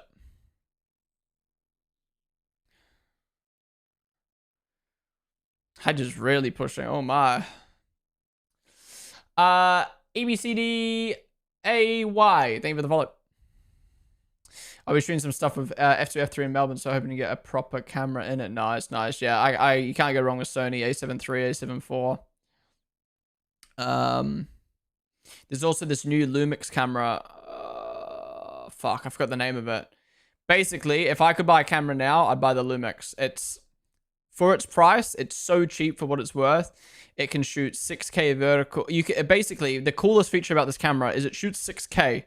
So that way you can do 4K landscape, but then it's like an expanded sensor. So then when you crop in for short form, it doesn't like you know how like when you shoot landscape and then when you go vertical, it like, you know what I mean? It cuts shit off. It basically can record vertical and landscape at the same time. It's so fucking good. I forgot what's called. Lumix. Fuck, I don't know what it's called. Nick 30 got like a 4K camera for his webcam. Man, wait, when you say his webcam, you mean his actual on-screen camera? I mean, I have a 4K cam as well. I mean, when you're like, especially when you're Nick 30 size, 4K camera won't hit the bank. I like that you had the camera before. I like that you had the camera before and didn't just buy it as a webcam. I cannot stand YouTubers and streamers who buy these expensive cameras just for a face cam. The camera should be used properly, man. So I disagree, Mr. Carr. I mean, I had one of my Sony cameras and then well, it's a weird one. So I bought my camera for my course and then I was using that as a webcam. And then I bought another camera for vlogging and like other filming stuff. And then anyways, I've ended up using one of them for my desk camera and one of them for my rig camera. So I've got 2 fucking Sony cams for my desk and my rig setup.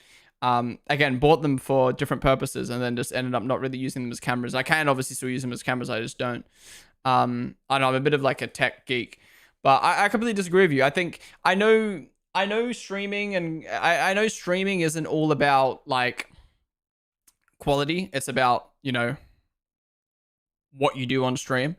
But I think if you're like Nikkei 30s size, or anyone size really, you know, they're like a big creator, I think it's hella worth buying a 4K camera. It makes your stream look nice. But, you know, it's like, in my opinion, like, this is the thing, right? This is the argument.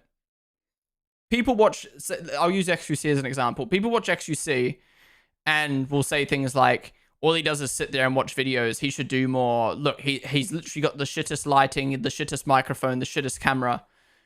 But then some creators will go all out with their setup, great lighting, great camera, and people will be like, you don't need all that lighting and camera to stream, blah, blah, blah. So it's just like, you know, you can't win. You know, at the end of the day, both sentiments are right. Like, streaming is all about what you do on stream, the entertainment, and you as a person. You don't need to have gear to stream. But I also would argue, like, if you've got the money and you want to upgrade your quality, hell yeah, get a nice camera. I mean, yeah, 4K camera is overkill, but a nice 1080p camera with a good lens. Put it this way, the lens is the most important thing. People upgrade to a 4K camera and then keep using a shitty f4 lens, and it's like, bro, just keep your 1080p camera and fucking buy a good lens for it. Yeah. Was Verstappen's fastest lap on hards? Yes, it was. Yeah.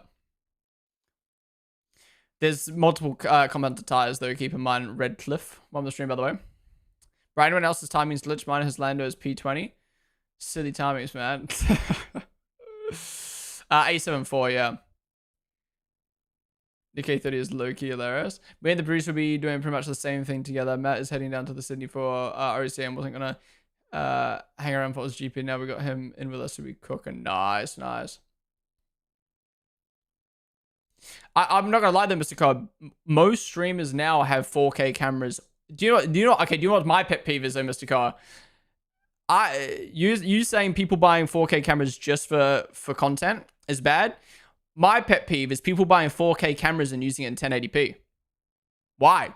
Why buy a 4K camera if you're just going to use it in 1080p? 4K is used to find TV, only if you have a large screen. Well, yeah, the difference between 4K quality, like, no one streams at 4K. You can barely even stream at 1440p. I streamed at 1440p to YouTube just because I can. I have the PC and the internet to be able to do it, but it's not needed. You can't stream to Twitch in 4K at the moment because it's so limiting with the bitrate. But YouTube, watching something in 1440p or 4K on YouTube, even if you only have a 1080p monitor, it gives you more bitrate because the file is higher. So if you have the internet, watch everything in the highest quality you can. In terms of a camera though, yeah, obviously the difference between a 4K camera and a 1080p camera when you're recording in 1080p isn't going to make a difference, but it does look a lot sharper. And then you can crop in. Like, for instance, I filmed my interviews with the F1 drivers and stuff in 4K. I upload it in 4K, but I don't do it because I want 4K quality. It's the be all and end all. I do it because if the shot's shit, I can crop in or add stabilization and I don't lose the quality, the 1080p quality. So for instance, my Max interview, which should come out soon, it was shot quite far away, so I can crop in because I got 4K. If I shot in 1080p, then fuck. It's like, fuck. 4K is good, but I'm talking about the price of the cameras because it's just sat there all day. Yeah, he has a Sony FX3 with 24mm 1.4 lens. That's the same lens I've got. But yeah, FX3, I would love an FX3 for streaming because then it would never overheat. And then you could also shoot 4K 60. But then again, you don't really need 60 FPS. I'm shooting at 4K 30. I used to always think if you're streaming on Twitch, you need to have a 60 FPS camera because otherwise it looks jarring having 30 FPS while your gameplay and everything's 60. But I've kind of grown out of that now. I've realized like 30 FPS for like people is more natural looking. Do you think Lawson has to make use of the first races before the car gets too oversteered like always and hard to manage for anyone other than Max? Is that true though, Redcliffe? Is it true that it's only the first few races or is it just ever? I would say the opposite, Redcliffe, to be honest. I think Liam just needs to chill, You know, if he spins, if he loses the car, if he's not comfortable, he just needs to take time to build up. And I think he's already come in with the right mindset. He looked good in testing this morning. Yeah, I don't think he needs to prove himself early. I think he needs to prove himself over time and not let any problems, if there are any, hinder him. Because Gasly, instantly depressed. Albon, instantly depressed. Perez, wouldn't say instantly depressed. He actually started off well, but started to get to him.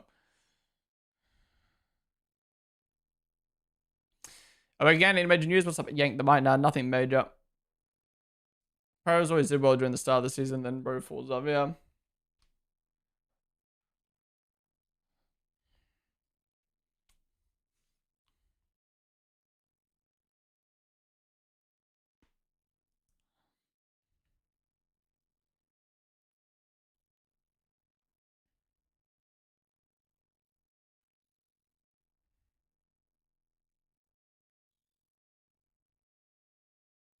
Boy X, I follow. Right, not much is really happening on track right now. I mean, there are cars out on track, obviously, but nothing too crazy. So I might put the coverage on my second one, and we'll go back to scrolling Twitter and stuff. Let me know if anything happens, because I will mute the audio.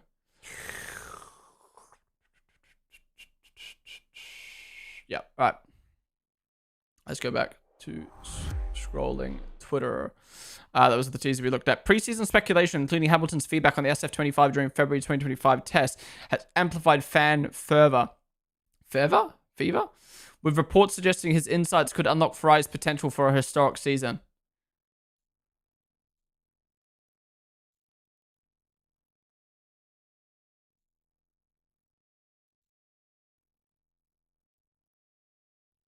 Journalism.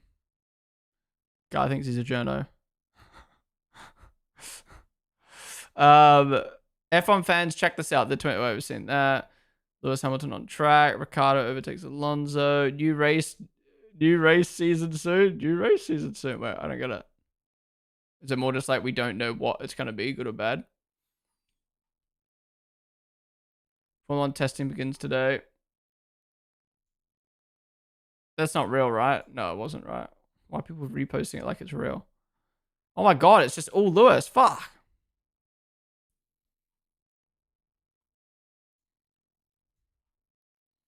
This doesn't have as much stuff in it. This doesn't have as much stuff in it either. For You page is just goated, I guess. Is that AI? Why does it look like AI?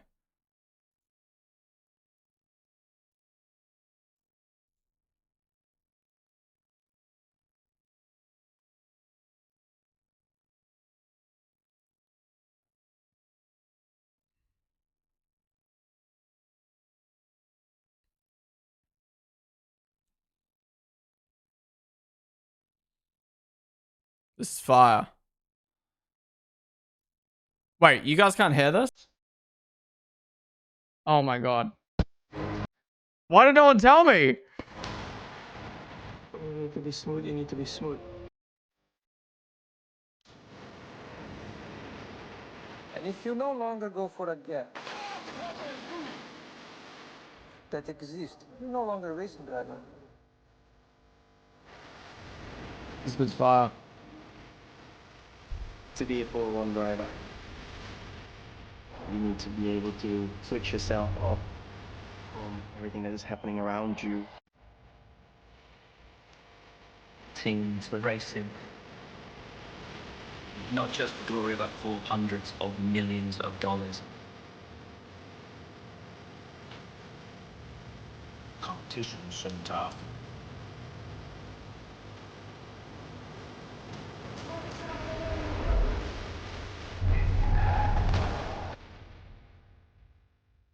That's for all the kids out there who dream the impossible. You can do it too, man.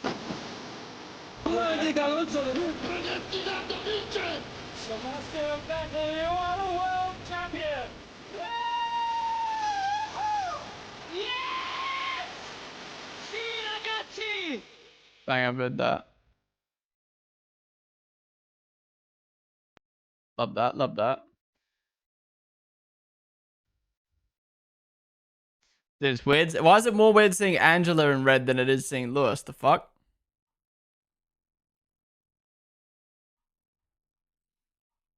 Man, there isn't as much on this as I thought. Fuck.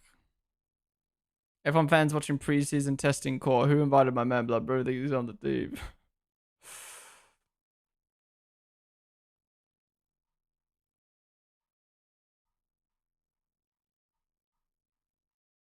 Yeah, it isn't as much as I thought. Damn it.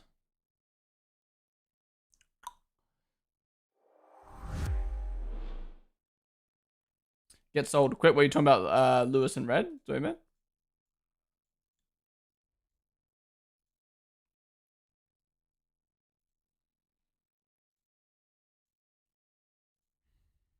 How has no one caused a red flag yet? Like, come on, bro, guys. Seb was such a beast, man. Yeah. Forgotten too quickly. I mean, look, I came in the sport in 2019, so I only saw the tail end of his career, which was like the bad end, but yeah, man.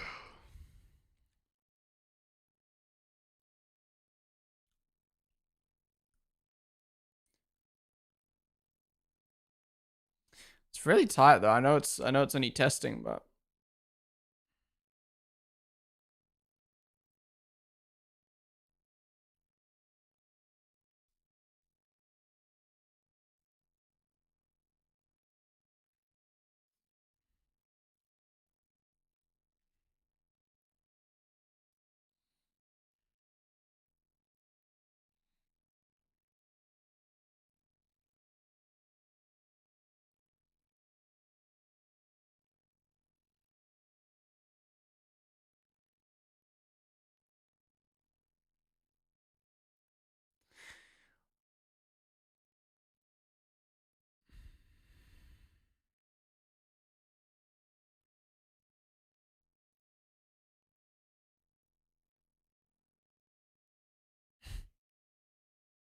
yeah, how is Haas so slow? What the fuck? Is Max on fire? Why is there smoke coming out?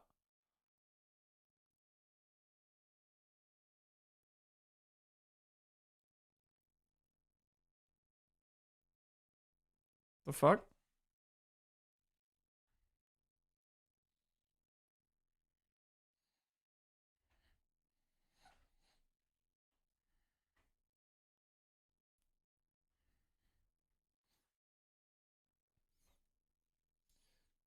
Is Haas even trying? Yeah, I don't, and it's weird. Like, I want to say, like, surely that's not their times, but then, like, what are they doing? They've been doing, like, high fuel runs.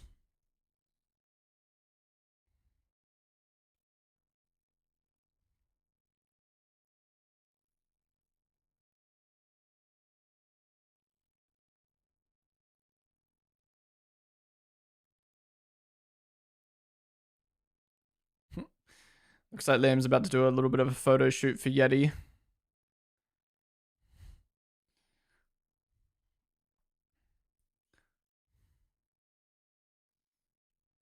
The Red Bull photographer is the nicest guy, man. He's been in Formula One for 20 plus years. He's so nice.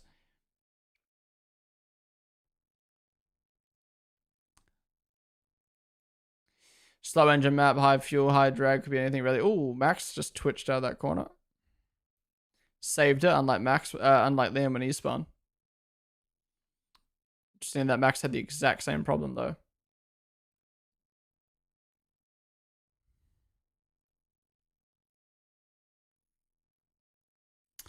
It's really interesting to think, right? Like, I don't know about anyone else, but when I go to make a decision, I'm always worried, like, is this the right decision to do? Like, when it, like committing, I sometimes I'm like scared to commit to something because I'm like, fuck, what if this goes wrong and then I have to change it and all that time's wasted, blah blah blah.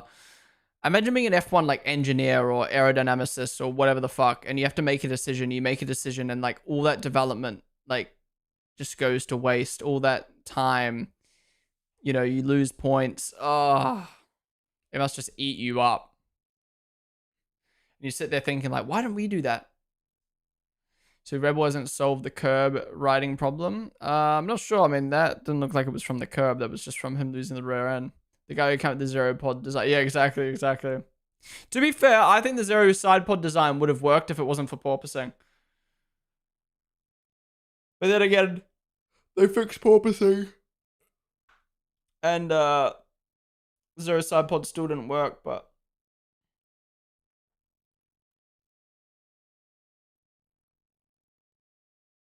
Sky Jamie just said Russell won't ever be a World Drivers' Championship. Wow, so unprompted, really? I mean, I guess it's just their opinion, right? But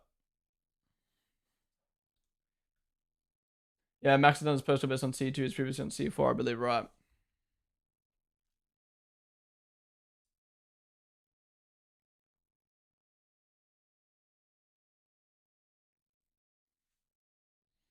You guys really don't think Russell will be world champ?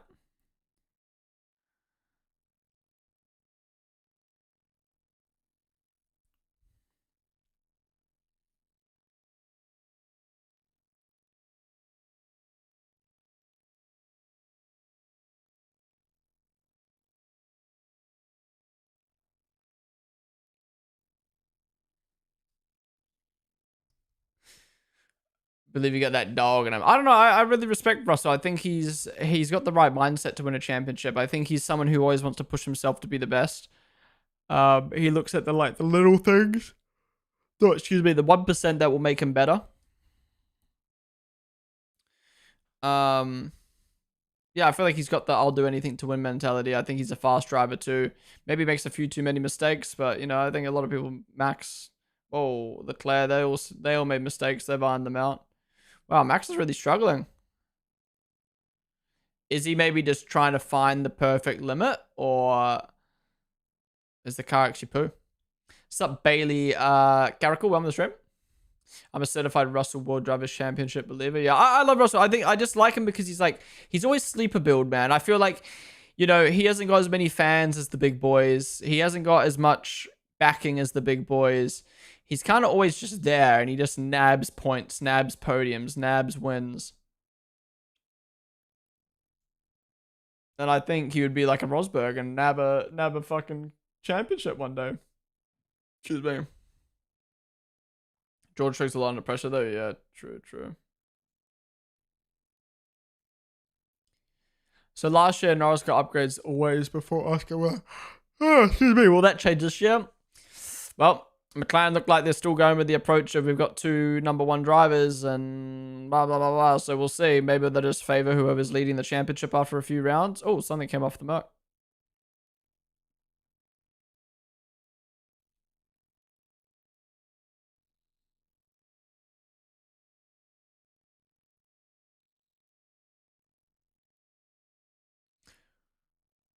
Russell could definitely win a championship one day. His pretentious side became amplified after his move to Merc. Was a chill guy at Williams. Yeah, true. I still think Russell's chill, but yeah, like you said, he is a bit more like, yeah. I mean, like what we saw at Qatar, I think is like prime George Russell assholery. And some people would argue like that's what you do to win, right? Like he's gone straight to the stewards and done everything in his power to try get Max a pen, which I think is fine. But I also agree with Max where if you're gonna go and do everything in your power to try win, you should then not act all buddy, friendly to everyone afterwards. You know what I mean?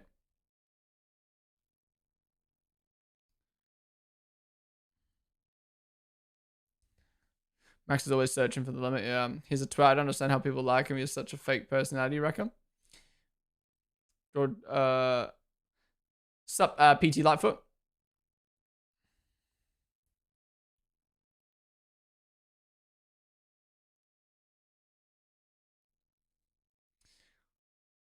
Oscar's quality in Mexico alone should be a reason why it's more reliable to give Lando the upgrades first. I do think Lando's quicker and more consistent at the moment. But I'd hate for Piastri to not be able to fight for wins, fight for a championship because Lando's number 1. But then again, they do need to pick. Sometimes they need to pick a number 1.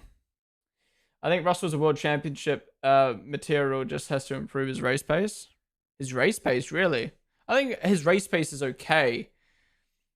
Maybe not as strong as Lewis, but it was okay. Yeah, maybe. Maybe it is his race pace. I think it's the handling pressure, to be honest. Who's me? Russell's the ultimate narcissist. Lando should always get it. Okay.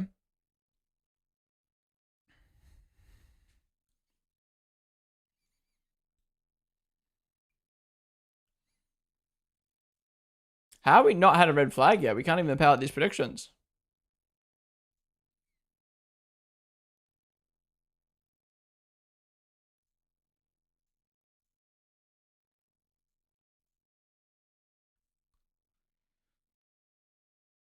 In terms of who gets the upgrades first, right?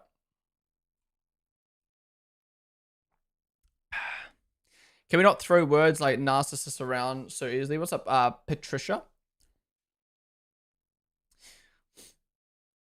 What does narcissist even mean? That just means like, what does that even mean? I don't look at that as a bad word. Narcissist. Narcissist is someone who is self-centered, preoccupied with their own needs, and lack empathy for others. Yeah, I mean, I can agree with you. I do. The thing is, if I called, obviously I wasn't the one saying he's a narcissist. That was someone else in chat. The thing is though, a narcissist is someone who's self-centered. But the thing is, as an athlete, you kind of have to be self-centered, especially in a sport like Formula 1 or the UFC. You know, football's a bit different, rugby's a bit different. But in F1, you kind of need to be a narcissist. Like,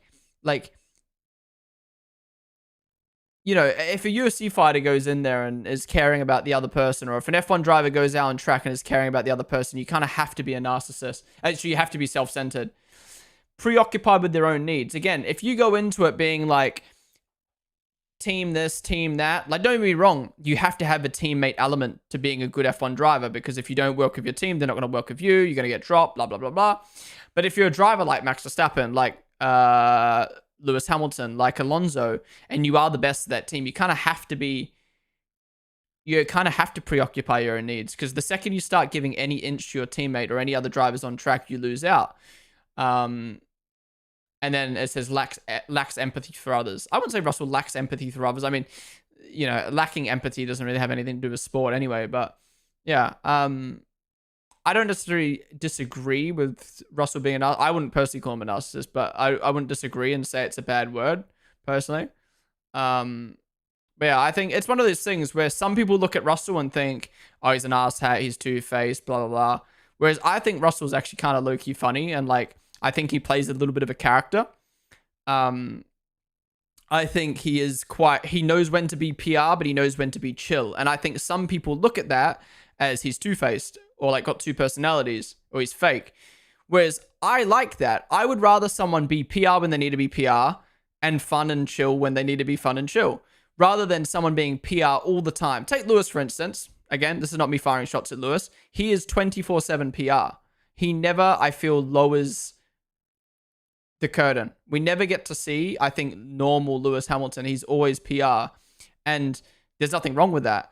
And then you've got drivers, say, like Max Verstappen, who are probably, and even probably Lando's a better example, who are like always there, always themselves, to the point where, you know, maybe their personality shines too much and people dislike Lando or dislike Max because they are too real. And, you know, again, some people don't like Lando because he's too real. Some people, and comes across, lack of better terms, cunty. Max, people don't like him because he comes across like an asshole, but I think it's just them being them and people don't like that. And then you got Russell getting criticized because he's two-faced, but he plays both sides. Then you got people criticizing Lewis because he's too PR, and it's like, at the end of the day, everyone, I don't know, it's their personality, and I think there's pros and cons to every personality, you know what I mean? Like, I wish I could see more into Lewis's life. I wish I could see more into Lewis as himself, but we don't. And some people probably wish Max and Lando are a bit more like, you know, corporate, but they're kind of just being normal human beings who have opinions and feelings, you know? So, I don't know. That's the way I see it, at least. That's the way I see it. But conclusion is, I think I like Russell turning it on and off when he needs, because you don't upset the team. You still give the fans something. You're still a chill guy, but you still know when to do your job, you know?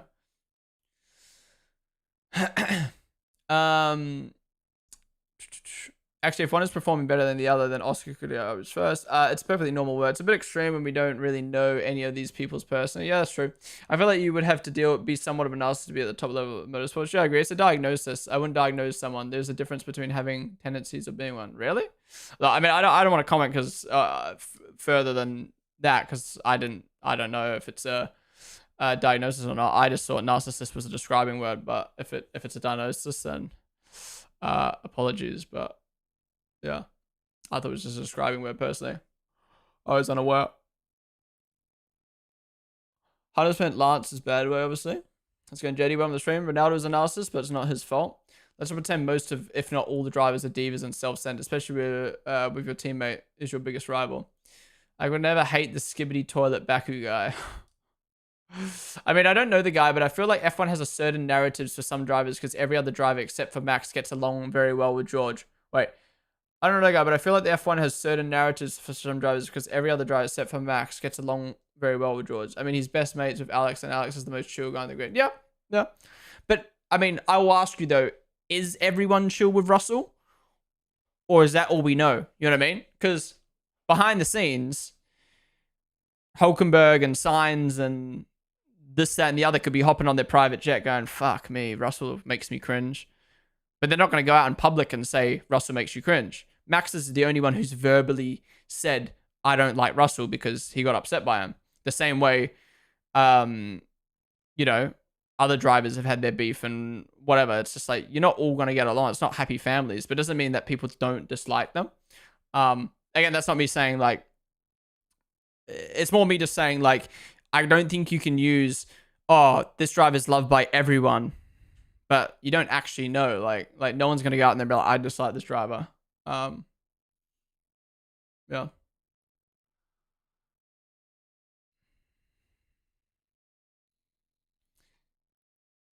For Lewis after the Abu Dhabi 20 was not pure Lewis, you reckon? I think there was like a switch around 20, I don't even know, 2015, 16. Like if you look at old Lewis Hamilton clips, he was very different to what he is now.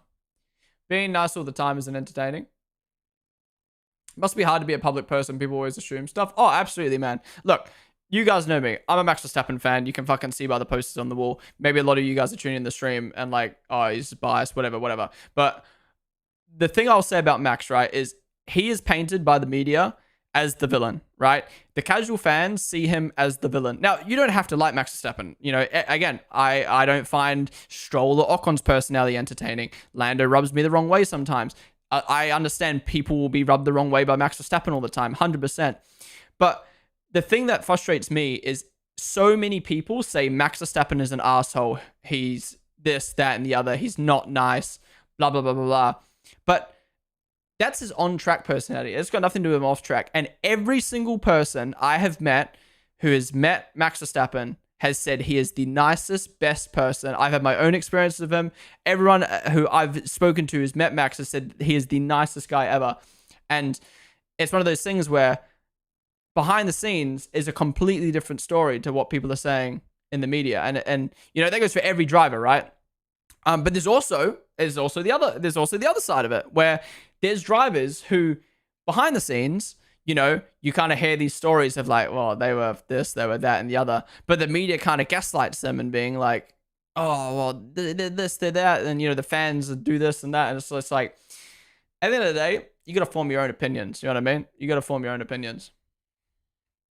Like Hannah, for instance, like she got to meet Stroll a couple years ago, and she's like, he was the nicest guy ever, and this, that, and the other. But it's not what the media will say. It's not what the general public would say. Everyone has their own experience of different people. Everyone has different different, you know, likes to different personalities and stuff. It's a very more complex than I think just putting a label on it. Nowadays, people just throw around words like these. There's a difference between being self-centered and having those tendencies of being a full-blown narcissist. On the internet, people just diagnose those things, and I think that's wrong. It takes away from victims who dealt with narcissists. Yeah, fair enough. So I personally wasn't aware that was like a word that could be used in that sense personally. So I apologize if that offended anyone. But yeah. March is going to be fun. A fire UFC pay-per-view to start the month at OzGP. I think people have been far too quick to jump on the Russell hate wagon, especially those who would have spent years defending Max's on-track behavior. The thing is with Russell, right? I don't think he's got a very likable personality. I think he does come like I'm not saying I dislike him. I'm just saying like he is a bit of like a posh, kind of cringy kind of guy. And I think if he was at the back of the grid, people wouldn't like him. But because he is a good talent, he can get away with it, if that makes sense. Yeah. I think that goes for everyone, right? Like, yeah. I think it goes for everyone. Like, you gotta have the on-track talent, or the in any sport. Like look at Conor McGregor, right? I mean, people will say he's fucking dislikable. I mean, his sporting era of Conor McGregor, like, and most fighters, to be honest, right? If they couldn't back it up, they're just fucking twats, aren't they? But if you back it up, then it's just like, well, it's just their character. I think people have been far... Wait, I read that one. With Lewis, it seems to depend who's around him. He's got some funny moments in press conferences with some driver. Yeah, true. Any telltale signs for this session? Who's having reliability issues? We've honestly had like no reliability issues. We've only seen the Red Bull kind of skittish everywhere. That's about it. And Alonso had a problem with his pedals at the start. What do you think of the new F1 TV? I really like it. I like it a lot. As someone who really watches practice and testing, what do you watch for? Is the pace actually real, or do teams actually sandbag? So being completely honest, if I didn't stream, I wouldn't watch practice and testing as much, if not at all. Well, I would treat testing like a podcast. Like, I put it on the side, keep track of the timings, listen to the things and whatever. The reason I watch testing and practice is to be able to stream it and chat to you guys while we do that. Essentially hosting our own like podcast while we watch it. It's kind of like the side thing to us talking. You know what I mean? So yeah, in reality, there's not really like too much to take away from practice or testing. But it's more just fun to like see cars on track, discuss everything coming into this week, or in this case, coming into the season. But if you really want to look at it, you want to look at consistency and reliability. Like, you want to see how consistent drivers are setting their laps. Like, just because you set a fast time doesn't mean Leclerc's just gone up to the top by 2/10. That doesn't mean they're the fastest car if they just set one lap. But can they do that consistently? You also want to ride on board with the car and see how the car's driving. Like, for instance, we're on board with the Alpine and it looked like poo, and the Red Bull's been having a lot of problems. But then at the same time, you can ride on board with the Red Bull and be like, oh, okay, it actually drives quite well. If you keep it under control.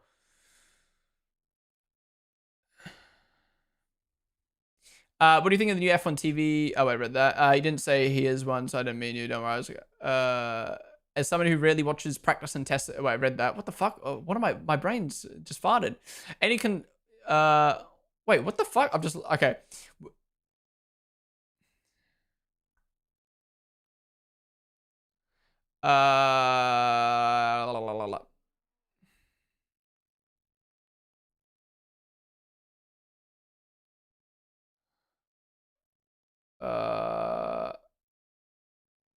Lando and Alex are definitely cool with Russell. I'm sure with Russell, I just wouldn't be friends with him. He's also by far not my favorite driver, but I wouldn't call him that. Max is Dutch. It's just like that. He speaks his mind in a direct way. Doesn't hold grudges. I mean, I don't want to get too into it, but I don't really like people kind of just like... I don't really like palming someone's attitude off as their nationality. Like, I do agree, like, it is very the Dutch way. Actually, to be fair, I kind of do that with Horner a lot. Like, you know, Horner has that real like dry British humor, and people don't like it.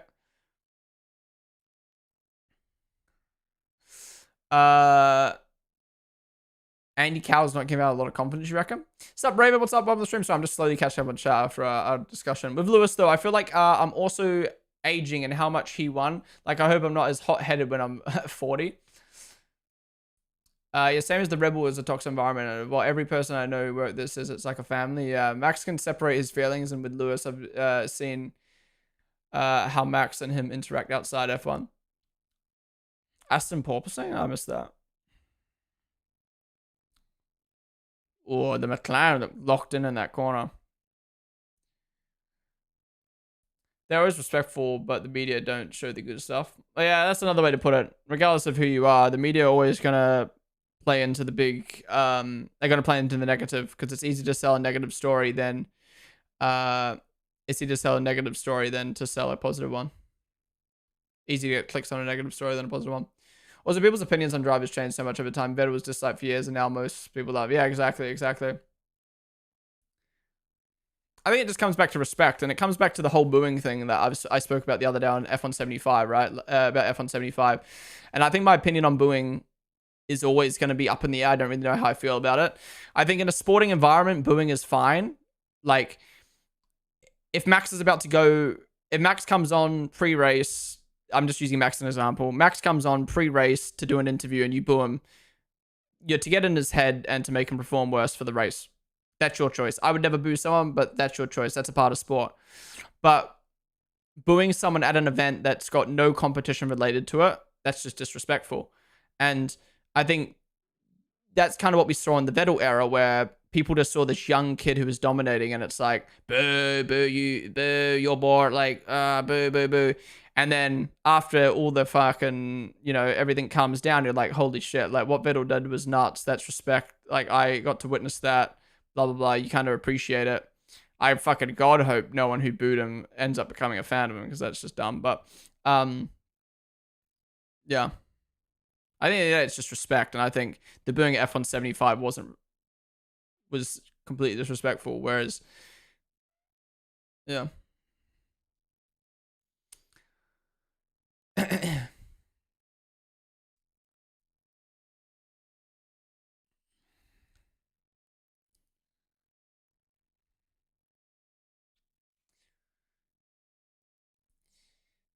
I miss the old drivers press conference format. It was so much more funny. Yeah, I don't know why. I don't know why it's become more corporate. Is it because it doesn't get streamed anymore? Is it because they only do like a couple drivers at a time? I don't know. It used to be way more chill, like you said. 7 hours of streaming, 8 for you. Bro, they put Carlos front and center of the drivers pick. It's a big Dutch stereotype though. A lot of people think they're rude because they're too honest. People forget how young and how much pressure put on the drivers. Fans wouldn't handle it any better. Oh, absolutely. I'm German. German's also very honest, but being rude and covering it up with honesty is a great way of living. Yeah. I agree. That's what I mean. Like, you can't just be an asshole and be like, oh, it's because I'm French, or oh, it's because I'm Dutch. Like, yeah. But being misinterpreted maybe can come down to your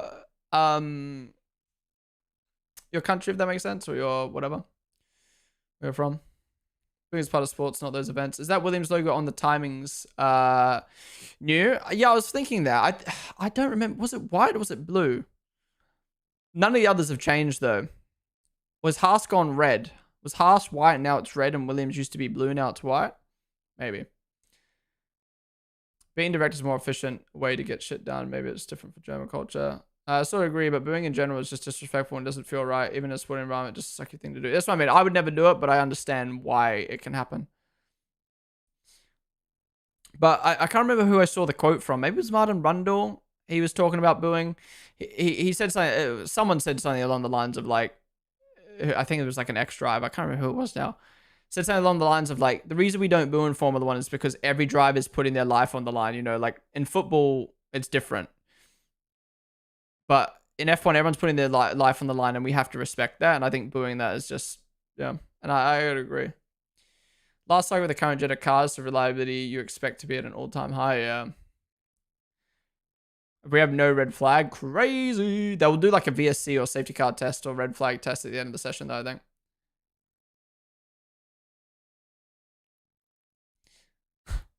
This Leclerc lap is making my Ferrari a heart feel hope.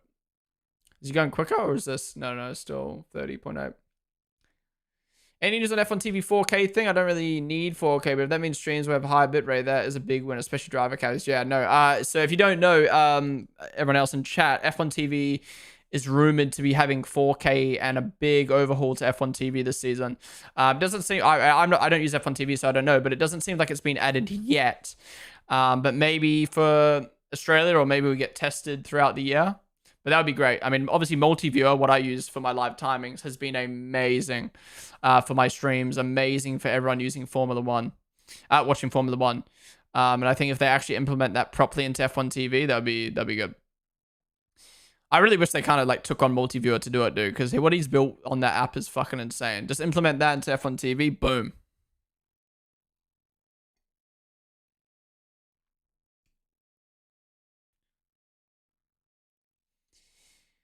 Being the best in the sport you enjoy, being the best in the sport you enjoy is crazy. I think there's also a difference if you're booing a team because it's not against just one person. There's a difference between booing Red Bull as a team or just Max. Yeah, I agree. That's another thing. Like, booing the FIA, you're booing a collective of people because you want them to change. Booing Max Verstappen, it's just kind of like, what does that achieve? Like, he's gonna change his personality for you? Like, the only reason you boo is to get in someone's head. But at F175, what are you getting in his head for? It's just disrespectful, I think. You love watching the mini sectors. You can only 5 milliseconds behind a certain somebody. Time for a conversation.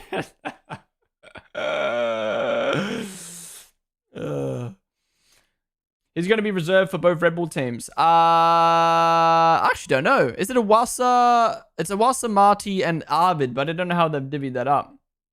Is preseason testing not till the 28th? So it's today, tomorrow, and the 28th, Danny.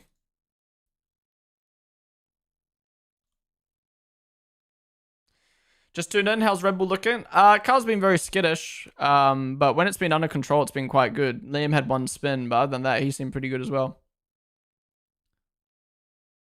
Oh yeah, it's Yuki for Red Bull and Awasa for RB, yeah.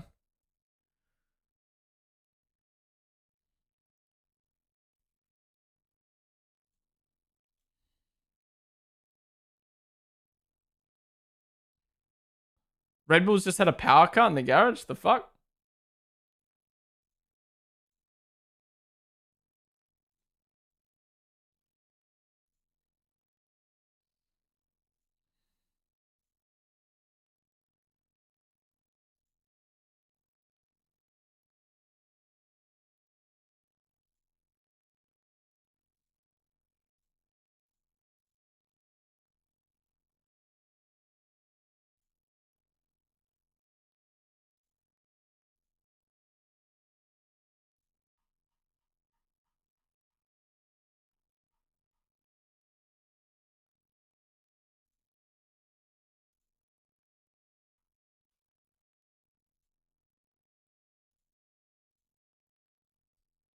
Oh my god, Max Verstappen just fucking scared me. Did you see that? Holy fuck.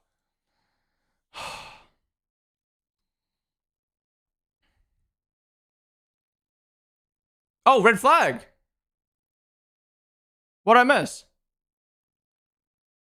Wait, what? Sorry, I was looking at my second monitor. What's the red flag for? Power cut. What, everyone?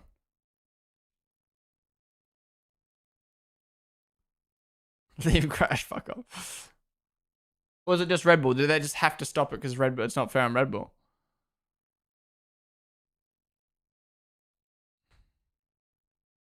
Okay. Alright, well, we'll see how long this goes on for. Well, the predictions still stand. Who will be the first to cause one? Power cut wasn't an option. I don't think it's necessarily true that you boo someone to get in their head. I don't boo at all, but I'd say more people do it because they just don't like the target. Yeah. Williams screens were black. Right, okay, well, we've gone to ads now. I can't believe you didn't include power cut in the poll. I know, right? Oh. They just cut off the ads on the YouTube stream. Lol. It's interesting Sky Sports are streaming testing on YouTube. I wonder why they're doing that. I guess maybe it's like hype to build up. It's to get people to build up the hype to buy Sky Sports for the season.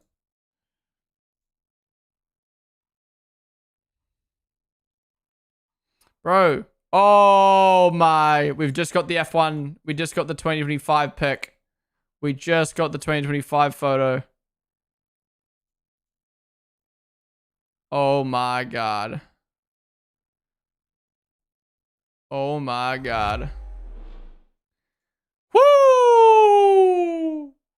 I'm covering the Claire, but it's okay. Why is he all by himself in the bottom right? Cold. Cold. Who's got the most aura? Honestly, Leclerc, he's got some aura there. I like it. Max, he does not look like he wants to be there. Signs isn't even looking at the right camera. Lack aura. Great aura. Great aura. Yuki, solid aura. Kind of T-posing, but aura. Aura. Maybe it's just because it's Stroll. No. He's trying to Mew. Honestly, I don't know if that's aura or cringe. Lewis looks like Humpty Dumpty sat on the wall. Sorry. Kimmy. Yeah, Lando looking tough. Bearman, he looks a bit goofy. Borderletto looks goofy. Why is he the only one smiling? Oh, and these three are the only three smiling. Hudge is copying my pose. Hulkenberg looks really sad. They put, you know what? They've done this on purpose. They've put him at the back, standing, so they can easily Photoshop him out. And Albon looks sad.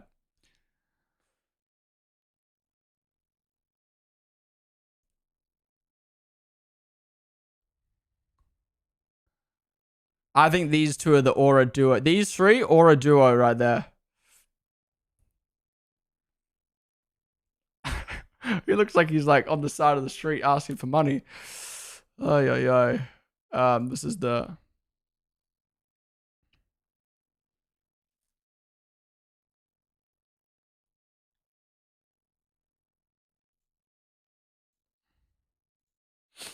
More photos.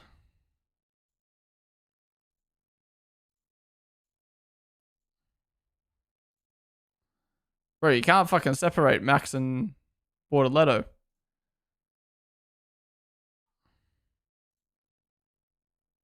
Oh, this is the high quality version. I should look at the high quality version. That's way better. Why is Leclerc all by himself, man? This is a fire pick, though. Oh my god, I thought he had Birks on.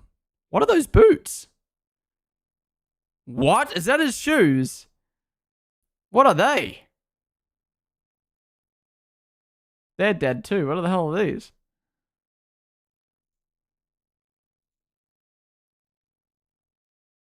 Yeah, why is Yuki sitting down? The fuck?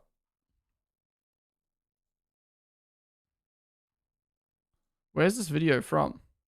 Testing isn't just for the teams, it's also for the broadcast team. Top is the traditional onboard camera. Bottom is a wider field of view. Last season, we saw the wider FOV a handful of times with the gyro cam, but they've been testing it with Lando's car being locked. I like it. I like it. Fuck no. Oh, look at the stream. What the fuck? I forgot that the stream is still running.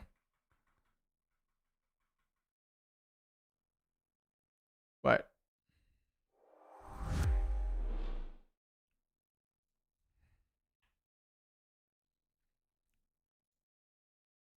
So the lights are all out. Remember what I said yesterday?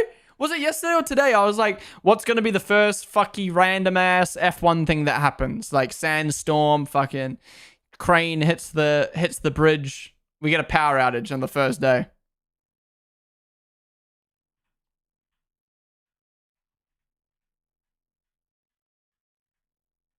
How are their cars on track in the power outage?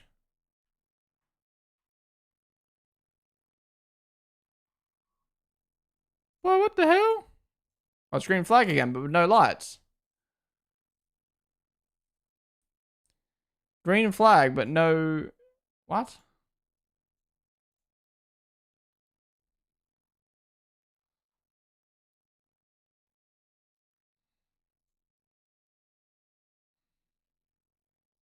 I'm confused.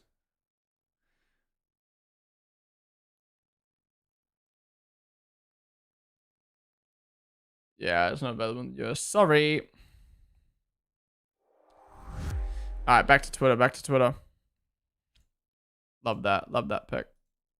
Cold. I love the new branding that they're going for.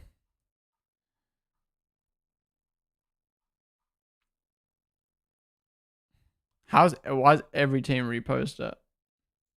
Didn't I just like this? Yeah, I did. What the fuck?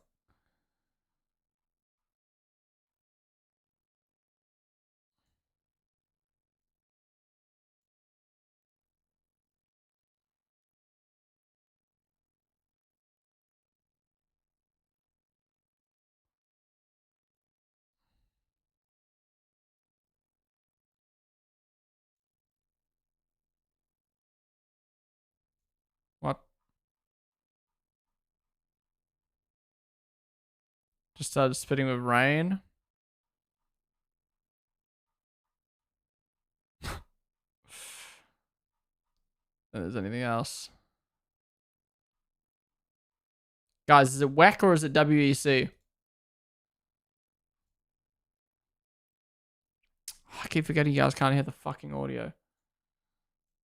Can I just get your reaction to the reception you received at the F1 75 launch event, both yourself and Max being booed, and also a FIA supporting you with its statement as well that followed a few days later? It was a big event. It was obviously all the teams put a lot of effort into it, which was good and interesting to see. Now, of course, you know, launching your car is a bit like launching your away strip in a home fan stadium, and so you know, fans will always back the teams and drivers that they want to, and of course, you know, we've been the protagonists over the years. I guess the only disappointment I had with it was that, you know, the reception to Max as a 4-time world champion was, you know, that was disappointing. But you know, passion in sport is always going to be there. If the launch had been in Holland, no doubt the reception had been somewhat different. So they didn't have any conversation with the FIA following the event. It was obviously part of their, I think, campaign to stamp out, you know, online abuse. Well said, I think. Alright, so looking for you. Hello? Hello?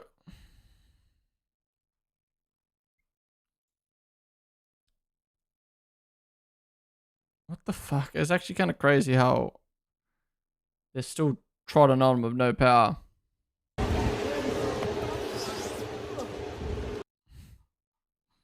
Bro, the rookie's going to be so much fun this year. The only reliability so far is the circuit itself.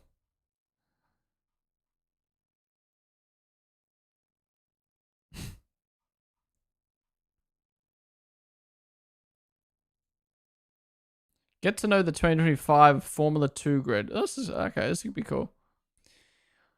Fornaroli, born December, so 20 years old, Italian born, driving for Invicta, F2 rookie, 2024 FIA F3 champ. Stanek, 20 years old, Czech born, driving for Invicta, non-rookie, ended 22nd, 2024.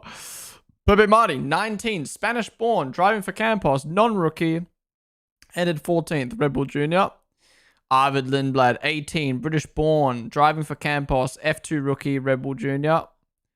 Finished 4th. Ollie Goethe, born 20, they're all like fucking 20. German born in London. German born in London, what does that mean? Like German family? Born in London? Ended 23rd in 2024, only participated in 6 races, Red Bull Junior. For sure, 24, Dutch born. Drive for MP, non-rookie. Luke Browning, 20. Wow, Luke's 23? I thought Luke was like 20. British. Ended 26. Only did 6 races though. Boganovic, 2004. Swedish. Drive for High Tech. 4 races. Montoya. Oh, he's moved up to F2. I didn't know that. That'll be good to watch. He didn't do too great in F3 though. 19, Colombian born in Miami, driving for Prema. Mini, 19, Italian. Crawford, American. Driving for Dams, Lucas Oil.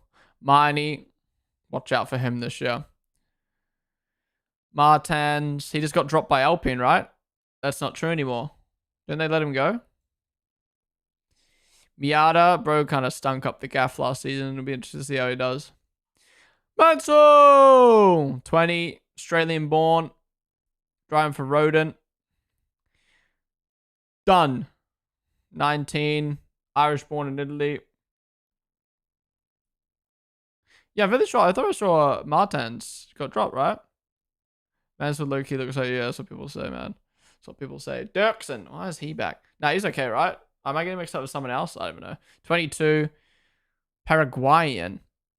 Shields, 19. British. Sammy, never heard of this guy before. French born in Marseille. F2 rookie, ended 8th in 2024 F3. How the fuck did he get a seat? Okay. Esterson, 2002. Non-rookie. Yeah, but where did he come from? He didn't come from F3, right? American. John Bennett, 2021. British born. Villa Gomez, 23. Mexican born. Okay. Yeah, is this session going to restart? I mean, if the power's out, then live scenes in Bahrain. Good one, Merc.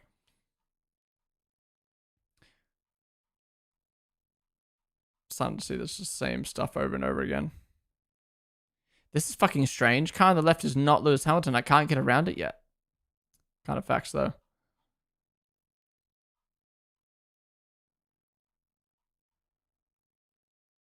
The McLaren made a changeover rule livery-wise, but it got a slightly more colorful T-cam on board.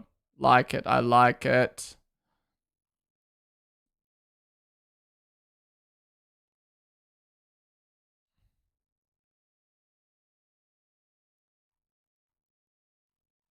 Right, I feel like I'm just looking at the same clips now. Over and over again. The fuck? Alright, have I missed anything? Russell having a chat now with Valtteri Bottas. We appreciate him having a chat with us.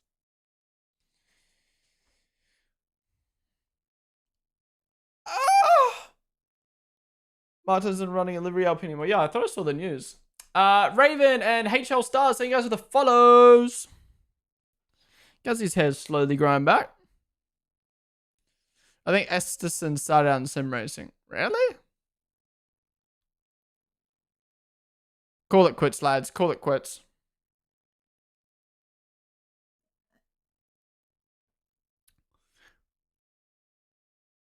It'll be dark enough for hours, so they really need them lights. So I mean, they can't even go out in the light because fucking got no data. I don't know why it went green for a second there. What was the point of that?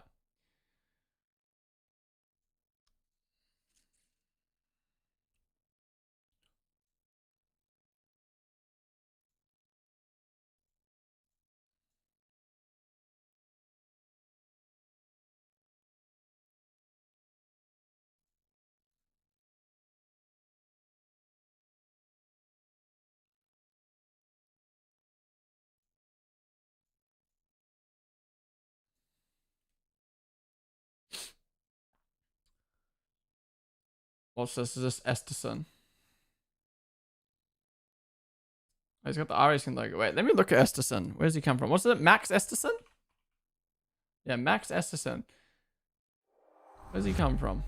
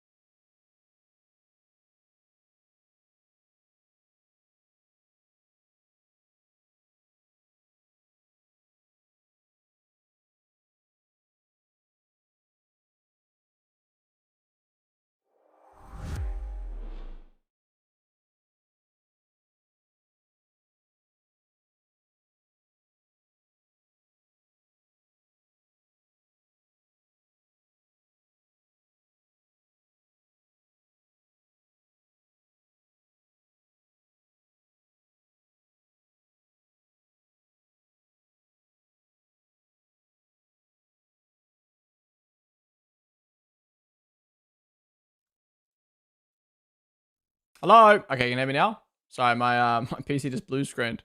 We back. To go to this team, to go to Sauber, which would become Audi and could have been entirely.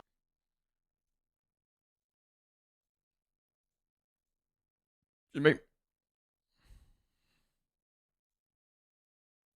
What was I doing? Oh, I was looking at Max Esterson, wasn't I?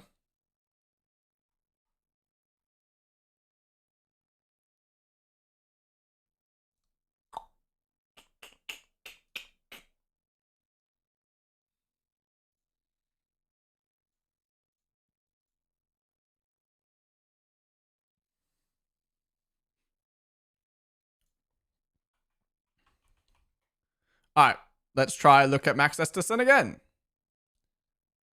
No, wait, just crashed the sec. Oh my god, I thought it crashed again. So where did he come from? Press conference.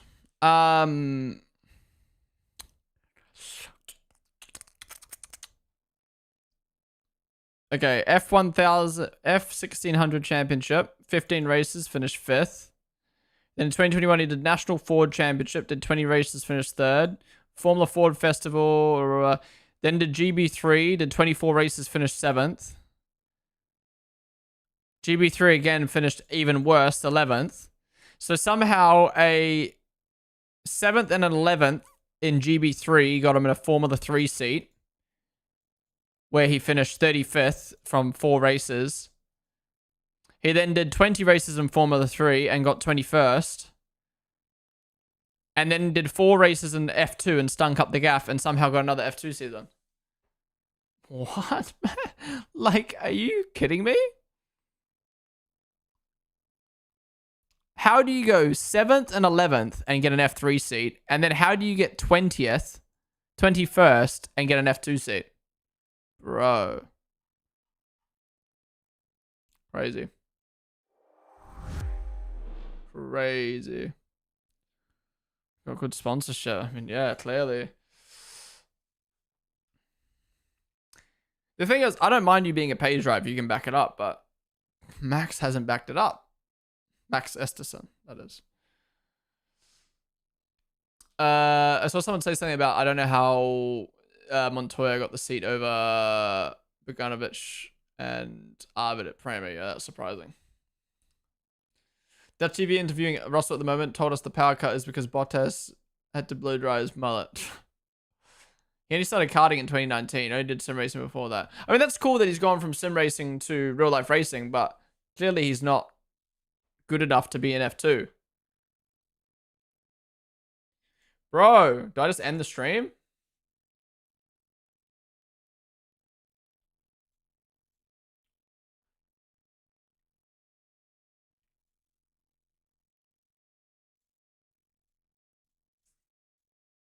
Oh, someone coming out? Was that old? Oh, it's a replay. Oh, and then all the powders went out. Oh.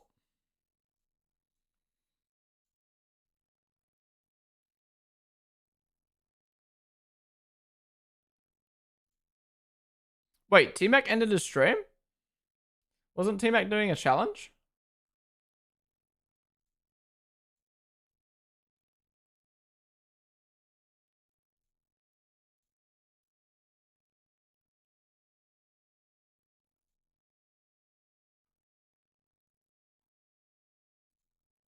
His internet went out. Oh my god. These marathon streams just don't like them, do they?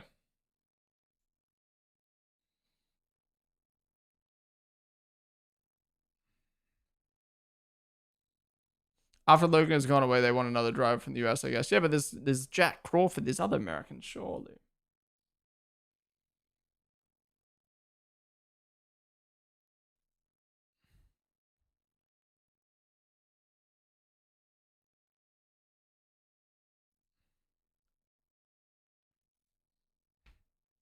Oh, on board, full lap.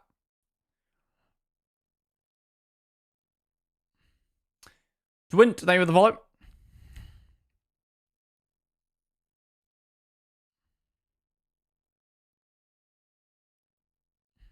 Why do I feel like that's... Yeah, I was going to say, why does it feel like he missed the apex? Then Jolene backed me up.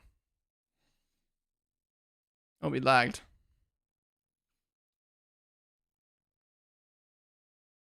That car looks solid, man. Oh, a little bit wide.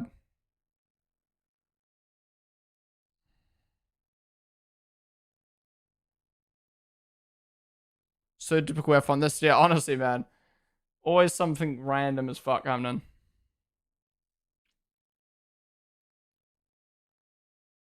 Sainz and a Williams ahead of Lewis and a Ferrari, dare I say.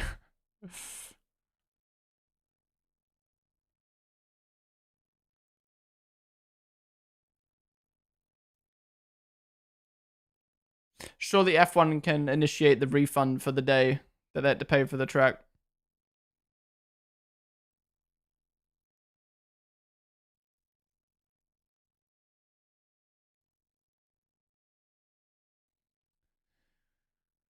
You're not doing all of testing tomorrow and Friday? Yeah, I am.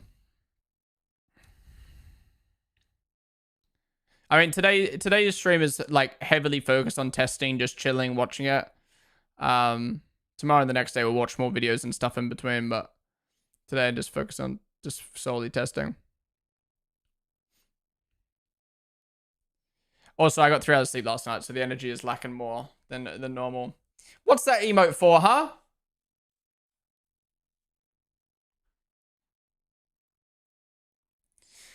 Yeah, where's Ryder's vibe chat? I mean, maybe we'll drop in 30 minutes. Maybe. Who gets driver #1 role, Lewis or Charles? Oh, Charles. If they have to pick, it will be Charles.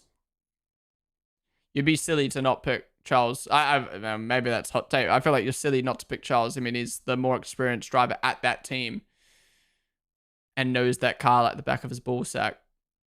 But in terms of like #1 driver, like who? Well, okay.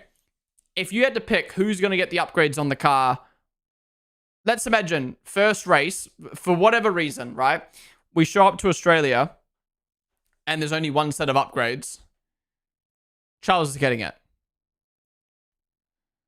Lewis Hamilton fans won't like that, but Charles is getting it. After that, it will just be whoever's ahead in the championship, surely.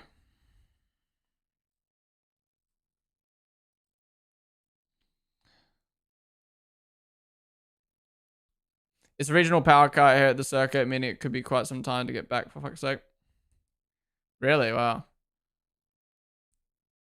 Wait, you guys really think, or Farrow, you really think that Fryer would give Lewis the upgrades at the first race? They'd give a driver who's never driven a race for the team before the upgrades. Don't be wrong, Lewis is a 7-time champ, but like, I feel like logically it makes sense to give it to the driver who's been at the team already. Lewis don't even speed time. I mean, that's got nothing to do with it, but why is the red flag power cut? I think they would only give it to him to see what he can do, not saying he should get over Charles. Charles is absolutely the priority until Lewis is ahead of him in the World Driver Championship. Fry already favoring Leclerc.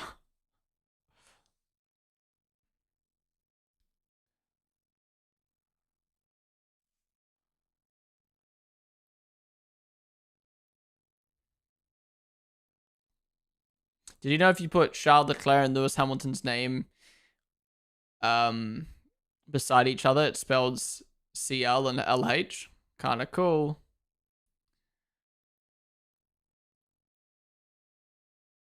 Yeah, it would be interesting because the thing is, even though in my opinion it logically makes sense to favor Leclerc until Lewis proves otherwise. Hey, power's back on. Lewis Hamilton fans would just be like, disrespectful, racism, this, that, and the other. They'll pull the cards out, and it's just like they're already doing it. When they posted the first graphic on Twitter, and it was like Leclerc's name first and Lewis's second, they were like, it's like, bro, fuck up, holy. You wouldn't believe it, right? You wouldn't believe it, right? Formula One put the championship standings in order. You notice F175? Reverse championship order. Pit lane, reverse championship order. Teams, they'll just do championship order on their socials.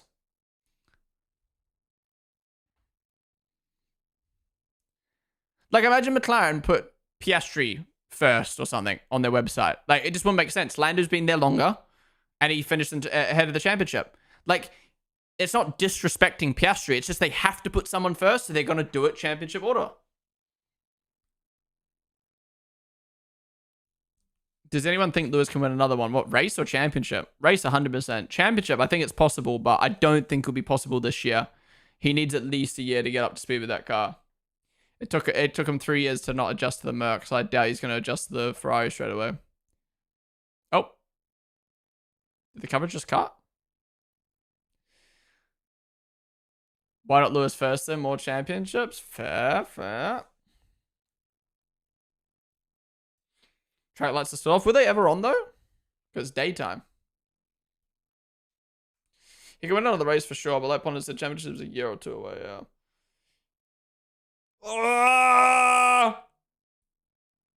I don't know, like, I feel like the thing is, like, some people would be like, I don't know. And the thing is, okay, take Michael Jordan in his prime, right? Maybe some of you guys are, okay, I'll use let's use any big sport athlete, right? Michael Jordan in his prime, Lionel Messi in his prime. Who else is the GOAT of a team sport? Tom Brady in his prime, right? These are team sports, but if any of those three moved teams, do you think that they'll be able to win a championship in their first year? And be the reason why they win that championship? Well, it's hard to compare, right? Because it depends on the fucking other like the team. Like yeah, of course, if Tom Brady leaves the second best team and goes to the best team, he's gonna fucking win the championship. But I don't know much about fucking football, so I'm just using that as an example. Anyways, my point is with Lewis, like, yes, he's a 7-time champ. Yes, he's, you know, one of the best drivers in the sport right now. He's obviously not the best anymore. He's not in his prime, but I just don't think you can just go to Ferrari and just instantly be like, oh, I'm winning a championship over Charles Leclerc, who's been there for 5 years. I just don't think that's logically possible. If he does, fucking amazing. Holy, like, prove me wrong, prove so many people wrong. He does the impossible and wins the championship. It'll be wild. I hope so, but like, realistically, that's not going to happen. And yeah, you have to adjust to the car, you have to adjust to the environment.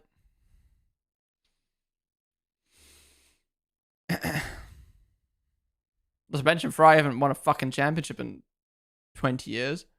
I think if Verstappen would go to McLaren, he may have won the championship the first year. I don't think any other driver could do that. Yeah, I mean, Max is that's the thing. This is no disrespect to Lewis. I think Max is a very adaptable driver. Same with Fernando Alonso. Lewis needs to be somewhat comfortable. And again, I'm not saying Lewis won't be good at Ferrari. I just think he needs to take a little bit of time to get comfortable first. Joshua YRL, leave the follows, guys. Imagine Lawson does that, beats Max to the championship. Ooh! Yeah, I have had Alonso before, but that didn't go well. But Alonso's not, there's limitations to it. When Alonso had the car of Aston, he fucking delivered. The absolutely new F1 car into a new team is just different. Dude, Lewis is in for a rough patch. Again, I hope he proves me wrong, but he's going to a new team, new environment, new car, new engine. And then next year, new car, all again. New regs. My gut feeling for Max this year is maybe not, and it's the first time I felt this way about Max. Maybe because of Red Bull. For me with Max, I think like you can't count him out. Even if it's the third best team, I feel like you can't count him out of the championship unless they're way off of McLaren and Ferrari's pace. I think what could cost Max the championship is Piastri and Lewis actually being good drivers. If Ferrari and McLaren are good enough, Max might not be able to do enough to finish ahead of them all the time, and then he would just be getting 5th place points a lot. Whereas, like last year, Piastri was mostly useless at some races in comparison to Max. And who's the other driver? I mean, Sainz just wasn't on the same level. I mean, yeah, I'm not dissing Piastri and Sainz. It's just like there's levels to this, you know? People do not understand the engine difference that Lewis Hamilton needs to get used to. Ferrari and Merc engines do not feel the same way. Yeah, I mean, look at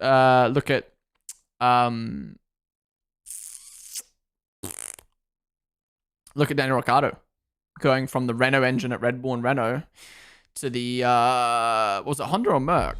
Would have been Merc, right? At McLaren. Bro fucking sucked. Yo, Luke, thank you for the raid, dude. I appreciate it. I was just stream. I heard you shouting.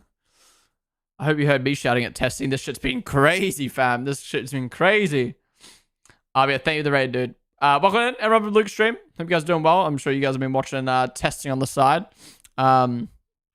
If not, welcome into the watch along. We've got an hour and 30 minutes left of F1 testing. The power just went out and now it's back on. So we're just waiting for the cars to resume on track. New regulations for next year. Yeah, my God. Well, I read that. Yeah, but never do. He went to Renault engine with Renault, yeah. But still, he was good at Red Bull on the Renault engine. He was good at Renault with the Renault engine. From one room raid to another room at the same apartment. Exactly. He was shouting because I finally won a race. Ever? First race ever? Gonna spend the rest of my day here. Let's go. I think our simply drivers were very adaptable in comparison. Lewis isn't one of those drivers. I think Lewis is in like the mid pack. I feel like Max, Charles, Alonso.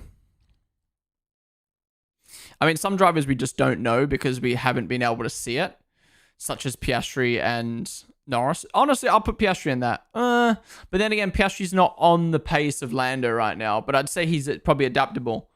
Okay, let's say Max, Alonso, and Charles, and let's say cold Piastri. Slightly Piastri. I think you could put them in any car on the grid and they would adapt quite quickly.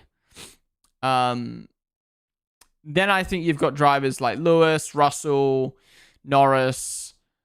I'd say chuck cold Liam in that other pack as well because he's shown he can adapt to so many different series. Anyways, Russell, Norris, Lewis. I can't even bother rating some of the bums at the back. I'd put them in the I reckon they could adapt, but it would take them time. And then you've got drivers like someone like Gasly and Albon, where it's like, I forgot Sainz. Probably put Sainz in that mid. Actually, Sainz could probably be in that top pack as well. Like, I think he's pretty good. Sainz in that top pack. He's really good at adapting. Then I'd say like Hamilton, Gasly. No, sorry. Gasly, Albon. They need to be in a comfortable car.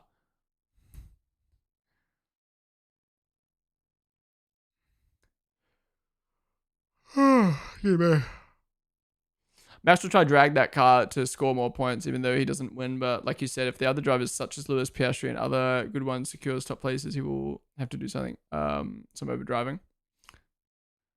Sainz driven for so many teams successfully. Yeah, he's great. The thing is with Piastri and Sainz is like, I'm sure they can adapt, but like, it's not going to be at a Leclerc, Max, Alonso level. I'm so glad these talks are back. It was boring out here of our F1 talk. Sainz isn't consistent enough, I think. I think Sainz's strong point is consistency. I think his weak point is high level consistency. Like, if I had to pick between Sainz and who's a driver who's got the touch but inconsistent. I mean, the thing is, I think drivers are showing if you're good, you can fix your consistency. Look at Max in 2018, 2017. Now look at him. Look at Leclerc in 2019, 2020, 2021. Now look at him. Like, you can fix consistency, but it's hard to go from good to top tier. And then the main difference between Sainz and Leclerc, for example, is that Leclerc had a higher ceiling. Yeah.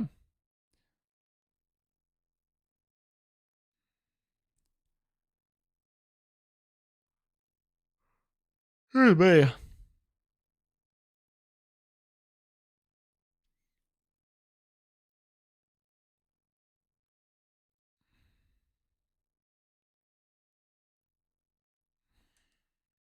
Yeah, this sucks for the drivers in the second testing. The first like half an hour, a lot of teams were fucking around with their cars because they can't really do it during lunch because the mechanics need a break. And then now they have the power cut, like barely getting any time.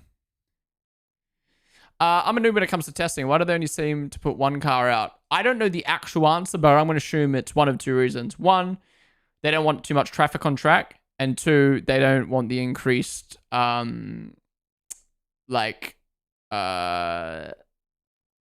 do you call it? Emissions and shit like that. But then again, I don't see why they don't rock 2 cars out on track for 4 hours instead of 1 car out on track for 8 hours. Why draw the days out that long? Just put 2 cars out on track, fucking get it over and done with. I still think even though Sainz hasn't the highest highs, every team would love to have him because everyone says he's very helpful. Yeah. I agree. When does the crash test start? I imagine they all just have to go shunted in a wall to test their crash structure. You think Sainz will outscore Albon this year? Could do. I think so.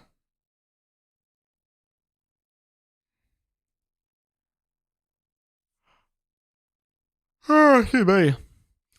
Perez to Red Bull, Daniel to McLaren, Sainz to Ferrari, Alonso to Alpine, Vettel to Aston Martin. So goated.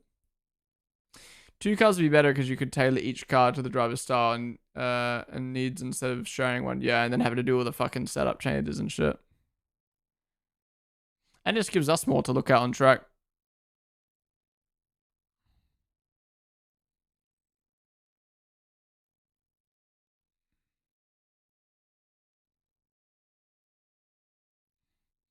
How are there VIP tickets for testing in Bahrain? Are there actually any fans at Bahrain testing? Surely you could sell a few tickets.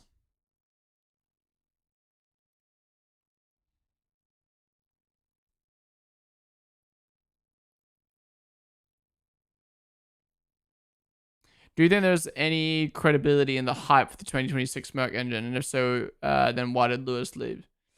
I don't know if there's credibility is the right word, but maybe like predictions and assumptions. Like, you gotta remember, Merc dominated the sport the whole time when the engines were unfrozen. Basically, as soon as the engines froze, that's when they dropped off. And they're going to open up again. And, I mean, if people are saying they've got the best engine, I wouldn't be surprised. The VIP guy used to drive for Red Bull. Oh, really?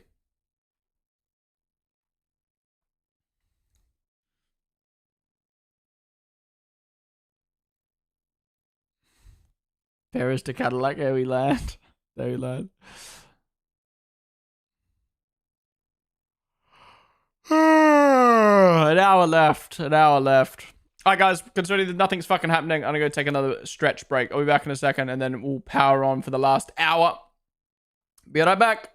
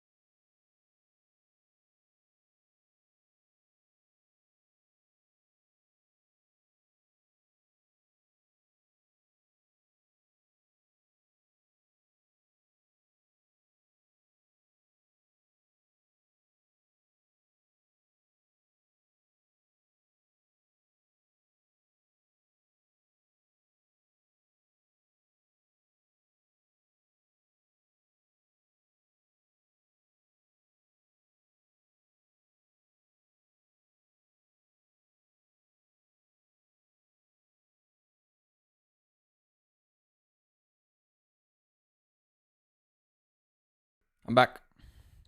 Forgot to mute my mic before. Could you hear me talking? What the fuck? You can hear me stretching? Yeah, could you hear me talking on the lounge? I forgot to mute my mic. Is it just me or does Max get younger? Yeah, he's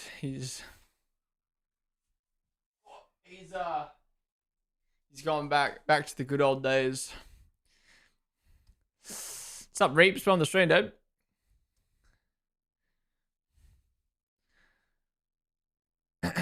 Pon's such a big fan of Verstappen. Bro, stretch every month. No, honestly, man, I had to. My back was killing me after 8 hours. Holy! Yo, George Morgan, thank you so much for the raid, dude. I appreciate that. Sorry, I missed that. Wait, why couldn't I see that? Oh, there it is. Sorry, my bad. I was Max took over the stream, you know. But thank you, dude. I appreciate the raid. How was your stream? And Reaps, thank you for the follow.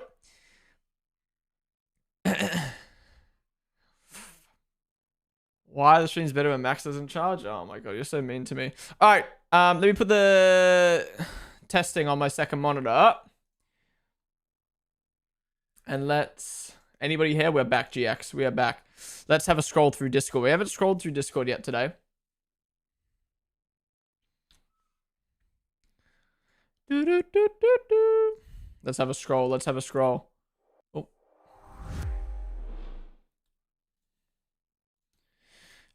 Let me know if anything happens on the stream. I have to mute it.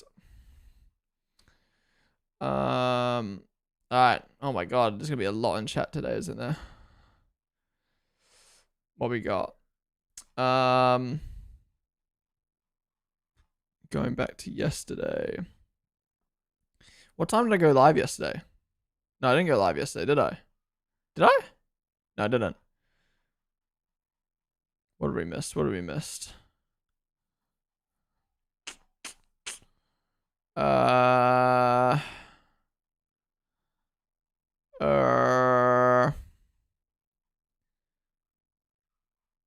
let me look at this stuff. All right. Okay, so this is Lando's special testing helmet. What do you think? I mean, look, as a testing helmet, cool, but I'm not a fan. It's nothing too special. It's just kind of dark with some green stuffs on it. Safety car on track going so slow. Oh, lights are on track now. Or have they always been like that? They powered up the diesel backup generator. But the lights have been on for a while now, haven't they? I'm going to FA. The power control system lights around the circuit slowly coming back to normal. We expect the restart to resume shortly. Nice. Dude, we talked about that earlier in the stream. Everything you need to know about testing. Gary Anderson verdict of the surprising 25 Mercedes F1 car. They put a hole in their nose. Kicking the week off with a filming day. Bro, why does it look so good there? That's my thumbnail for the YouTube stream. Why does it look so good? Clay's-worthy. This is funny. It's Max. It's Marcus. It's Nico. It's Brendan. It's Romain. It's Pierre. Hit me, baby, one more time. Hit me, baby, one more time. It's K. Oh my god. It's Max. Not that ending, though. Not that ending. Fuck. Oh, we're gonna watch Tommy's livery reveal. You're 4 inches deep inside Sydney Sweeney and Lewis Hamilton's forward. Okay. Taking every... Okay. Natalie Pink went on... Oh my god. Abu Dhabi 2021 and 2025. Oh my god! That I had with 2021 personally was I couldn't explain it to my kids. And if I can't explain it to my kids, how can we as broadcasters explain it to the viewers, the public at large? How can anyone really... I love Natalie, but what the fuck? She just said the fans are dumber than her kids? understand it? Not least of all the protagonist, not least of all Lewis, you know? So I tell you what, for me, the most enduring memory of that day was seeing Anthony Hamilton go up and whisper in his son's ear. And to this day, I've never asked him what he said to his son. I don't want to know because it was such a private moment on a very public stage. But whatever it was enough for Lewis to walk up to Max and shake him by the hand, look him in the eye. And I thought, my God, if anything we can take out of this is this incredible moment for children everywhere to see how to deal with adversity and defeat graciously. magnanimously. And I still contend to this day that Lewis walked away from that moment with more fans globally than if he'd won an 8th world title. Because of the way he handled it. It was just incredible. With class. Yeah. No. And by the way, I didn't want or expect to get... I mean, she's right, but also, like, I mean, usually if something bad happens to someone and everyone feels for that person, that's kind of like what happens.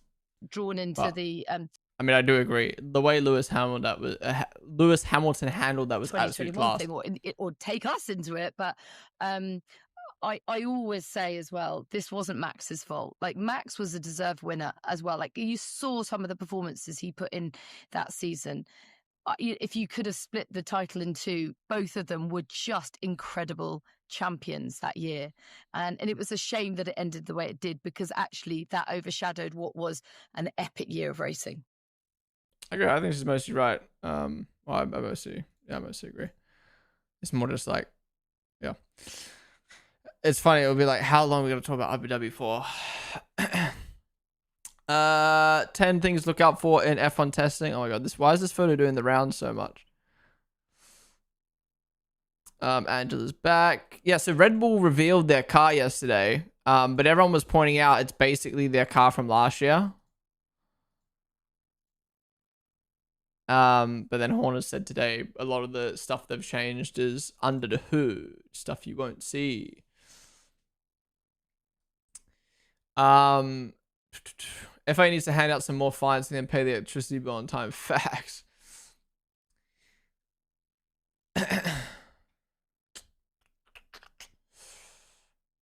Put some music or something on when you go AFK. Silence is a bad look. Silence is a bad look? What? I don't put music on while I'm doing watch-alongs because I don't know about you, but the last thing I want to hear while watching a sport is music playing in the background.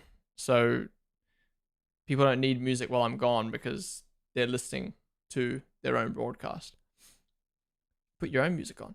That's the way I see it, at least. Nothing annoys me more than going to someone's stream and they got the worst music ever. Unless the music's adding to the stream, I don't see the point in playing it. He said, imagine how Massa felt when you won in 2008. Performances from that season doesn't mean it was deserved. This conversation is so tiring. Massey the go. What's up, TMA Racing? If someone comes in and literally nothing is happening anyway, I'm literally not doing anything. I'm going poo. A viewer's gonna tune in and see Max Verstappen sitting there by himself. It's no difference to them tuning in. I am here. It's just gonna be silent. You put on do Max Verstappen. True. I feel there's a clear difference in commentary between the F1 TV and Sky Cruise. Yeah, F1 TV, I don't know, man. It's just, Sky's just feels way more casual nowadays. F1 TV feels way more like profesh. Again, I think it just comes down to Crofty, the way he leads the conversation, personally. What else we got? Yeah, there you go. Martin's no longer part of the Academy program, Alpine Academy program. Results of F2 testing. Mini. Is that Miata? Yeah. Luke Browning, Martins, Dirksen. Wow, F2 testing's been like all over the place. I mean, it's just testing at the end of the day. Shit's hideous. Dude, I look at that. I'm like, it's kind of fire. Just get rid of that pink. Emerson Fittipaldi Jr. has been penalized for leaving the track and gaining advantage in the Euro Cup 3 at Barcelona in November. What? Making him that. What? I was like, why are you linking this? Emerson Fittipaldi Jr. has been penalized for leaving the track and gaining an advantage during first Euro Cup 3 race at Barcelona in November. Christian Ho inherits the win and overtakes Javier in the final standings, making him the champion. 4 months later, what the fuck? Wait, green flag? Let's go. All right, finally, we're going to have some more running. Maybe some quality laps at the end of the session. The shot versus the edit.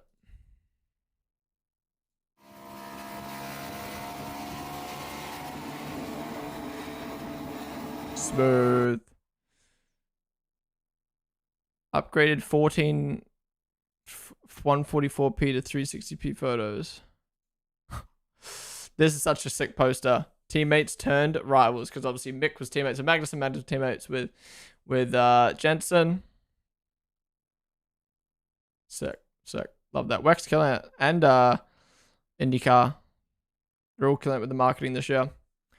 Always fun to look how teams start and end the regulation. And here's Mercedes. Wow, they're so different, man. 0 pod to this.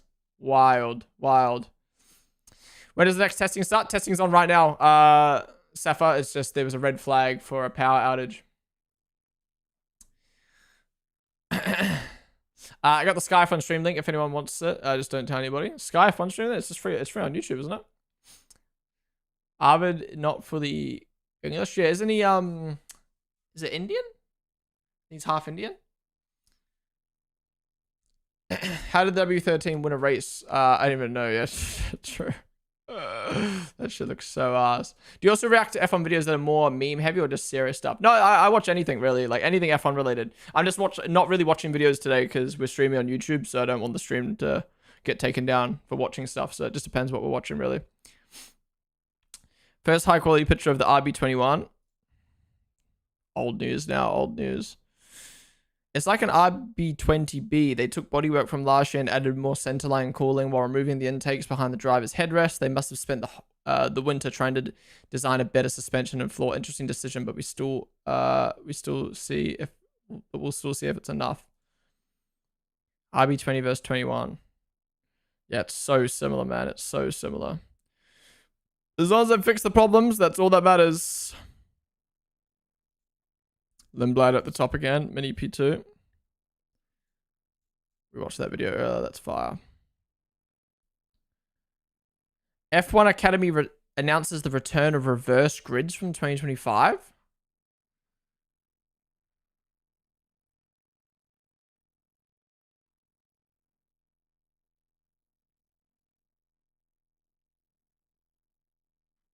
Race 1 will become a reverse grid race. The grid for race 1 will be set by the reversing the top 8 drivers from qualifying. Okay. Standard stuff. That's good, though. That's good. Oh, yeah. Bahrain did a press conference. We could watch this. An hour? The car's working as it should. The groundwork you need to do kind of when you want to eat all the... yeah, usually every year. Okay. Bearcon's first chat. Lando arrived late to preseason testing in Bahrain after encountering a bridge troll and failing to answer any of the 3 riddles. McLaren will be the first garage in the pit lane from tomorrow onwards and at least until the end of the season. Q&A with Russell. Hey GQ, it's George. I'm going to ask you questions, or you're going to ask me questions? All right, you're going to ask me. All right. Hey GQ, it's George. I'm ready for your questions. How many scraps are you going to have with Max Verstappen this Straight season? in there, aren't you? You know, last season was last season, but let's see come Melbourne. How does it feel to be the number 1 Mercedes I'm driver? going into a season like any other. Super excited for the year ahead. Fun new dynamic with me and Kimmy. It's going to be fun to see how it pans out. Congratulations, about Me, Alex, and Lando. Wait, what the fuck? What was the question? What was the question? Fun to see how it pans out. If Top Gear came back, who would you cast? Me, Alex, and Lando. Good trio, to be fair. Cards coming Dad out. Jokes is sort of my vibe and my sense of humor, but I don't have one to hand. I'm sorry about that. How's life changed since you got a good haircut? Bro. Life changed. I mean, I had a bit of a situation with my hair recently. Like, it's a bit too short on the sides, and it's not quite flopping over like we saw last year. It's a bit more slick back. So, yeah, we're vibing with it. See you, GQ.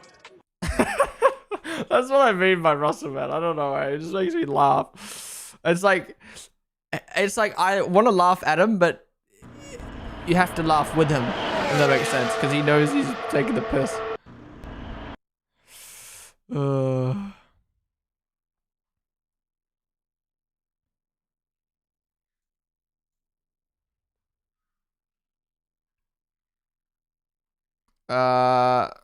High chance of rain on Thursday.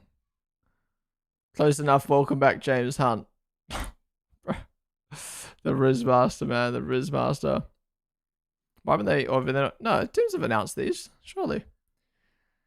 Apparently the driver didn't understand that Charles and Lewis would go down at the Ferrari garage, so Lewis jumped from the cart while Charles patiently waited for it to stop.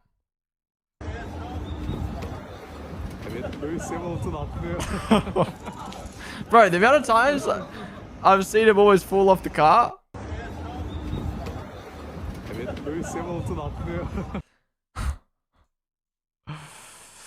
Bruh. Alright, here we go. This is where Grid Jokes was cooking this morning with the onboards. Did you collate them all into one post? You better have. If they're all separate, I'm going to be upset. Oh, here we go. 1, 2, 3, 4, 5, 6, 7. 1, 2. That's 8. Where's 9 and 10, huh?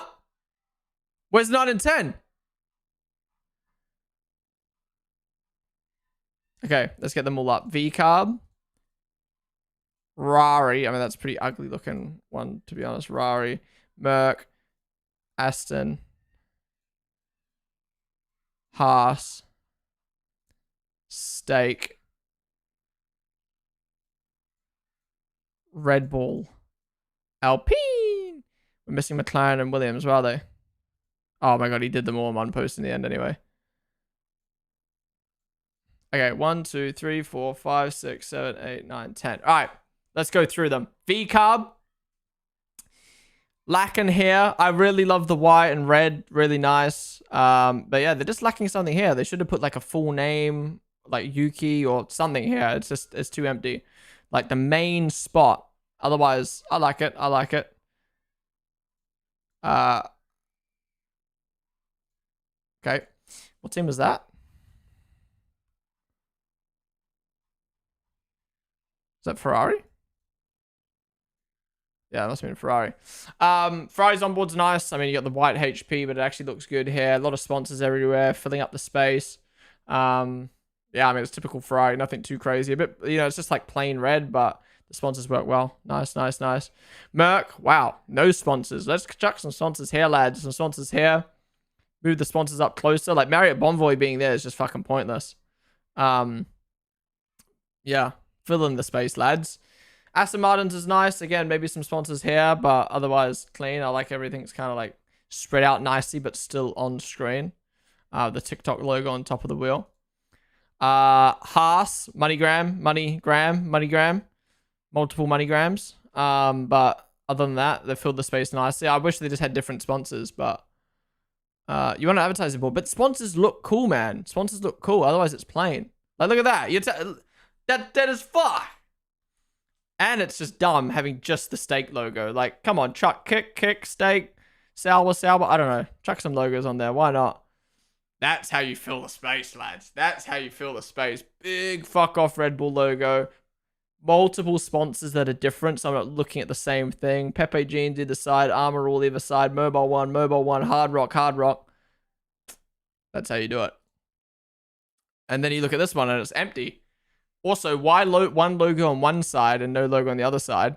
Everything else is mirrored nicely. I don't mind Alpine's one. If they just chuck some more sponsors on the halo, nice, nice. McLaren's is nice. They might be my second favorite on board. Maybe actually my favorite, to be honest. Yeah, sponsors are placed nicely. Nice and spread out, but also fill the dead space. I like it. And Williams, I think Williams has a really nice onboard. It's just not changed from last year. But yeah, like they fill the space in nicely. Everything's spread out. I like it. I like it. And yeah, that's it. If a car is nice, you need loads of sponsors, but then it looks plain, man. It looks plain.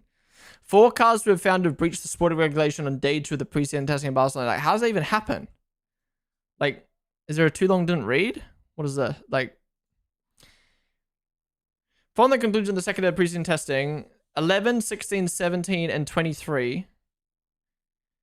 Who are they? All lap times of cars limited have been deleted due to breach of sporting regulations. This matter will also be reported to the panel of stewards. So, Jack Crawford, Christian Mansell, Naughty, Alex Dunn, Max Esterson.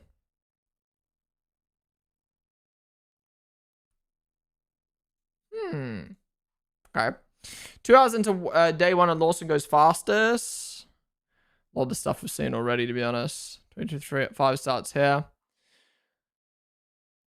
The FIA will introduce tougher front wing deflection tests at the Spanish Grand Prix, round 9 in May. Red Bull's front wing showed signs of movement when Liam braked for turn 1 shortly before his spin earlier. Have they made progress in this area of the RB21?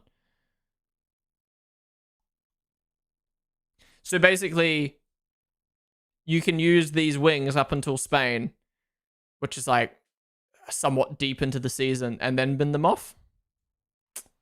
So Red Bull's trying to like do it now to get an advantage until Spain. Why wait till Spain though? It makes no sense. To be honest, it does look a bit like a duck. Haas returned to larger pit wall after $250,000 savings in 2023.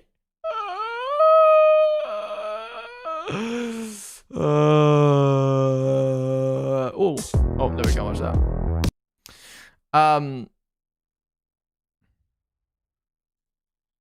Bro, that looks so bummy. That looks so bummy.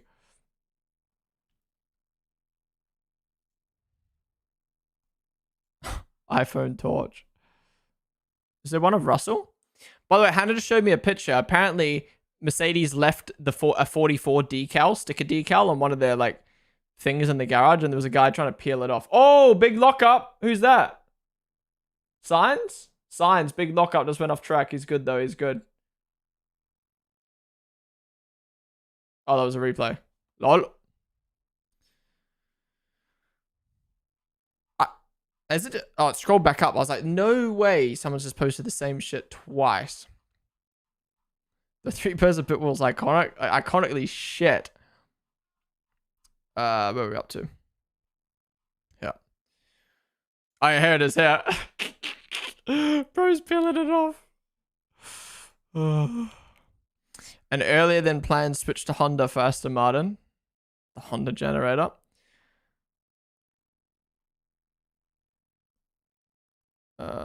That's it. Alright, go up on Discord. I mean, to be fair, we usually scroll Discord first, but we scrolled Twitter first, and then half the stuff in fucking Discord was just the shit we'd seen in Discord already. Seen on Twitter already. Stability and predictability, certainly through the corners. That's something the car was.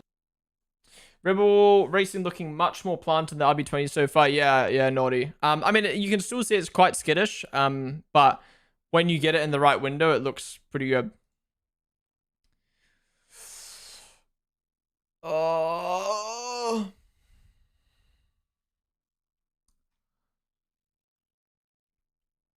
I was just asking before sending a recommendation in Discord. No, chuck anything you want in Discord, Patricia. You got the F1 chat. Yeah, I usually react to anything. I mean, today again, like when I'm kind of avoiding like YouTube videos, but usually we just watch anything and everything, talk about anything, everything F1. I keep seeing the red across the new graphics red flag. Now that we've had a red flag, I was thinking that. I was like, does that mean it's red flag or is it green? To be fair, it does flash green when the green flag comes out, but during the session when there's no flags, it's just red, which is weird. If the car color is that nice, you don't need loads of sponsors. Piastri looking like a fraud down there. Yeah, he was the morning session, right? Or is he... No, is he now? Can't remember. The afternoon testing session will be extended by 1 hour? Really? Another hour? Morning. He barely did shit. Yeah. They needed 17 laps actually on that set of tires.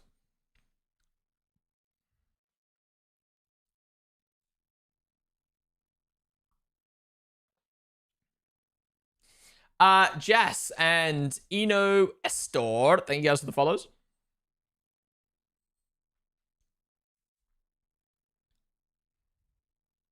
Whoa, the light's beaming in. Let me go shut my curtains. 1 sec.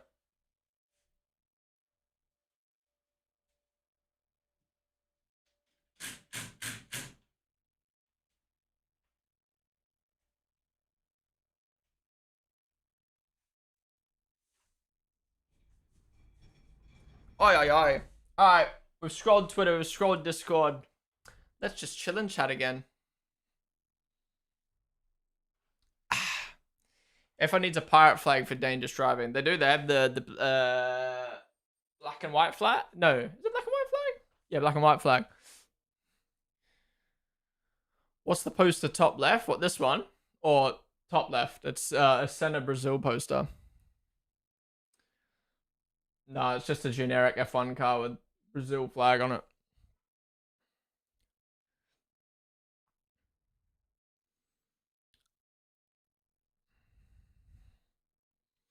Boom, boom, boom.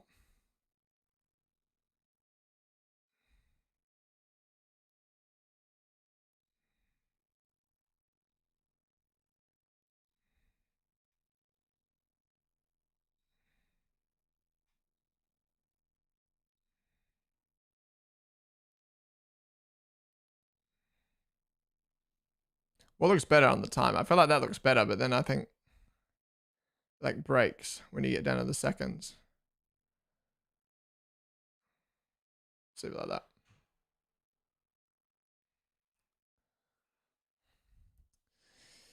So RB copied Merc in 2024 and sucked.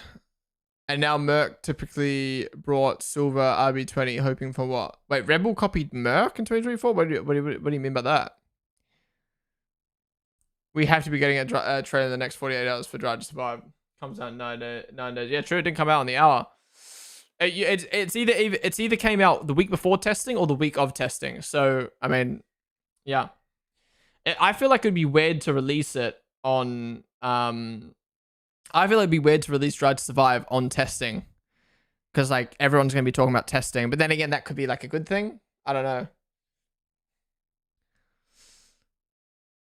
Bazookas, shark, and intakes. Sideport concepts, probably, right. Yeah, we're going to be doing a watch-along for Drive to Survive next Friday and Saturday. So if you're keen to watch Drive to Survive with some people, rather than watch it by yourself, tune on in. We'll use a thing called Netflix Watch Party or Netflix Party. Basically, just sync up your Netflix and then we can all watch at the same time. Is Warletter running at all? Yes, he's out on track. Well, he should be. Because, yeah, I feel like Drive to Survive when you're first getting into it, amazing show. Once you're already a diehard F1 fan, some people just like, don't enjoy rewatching.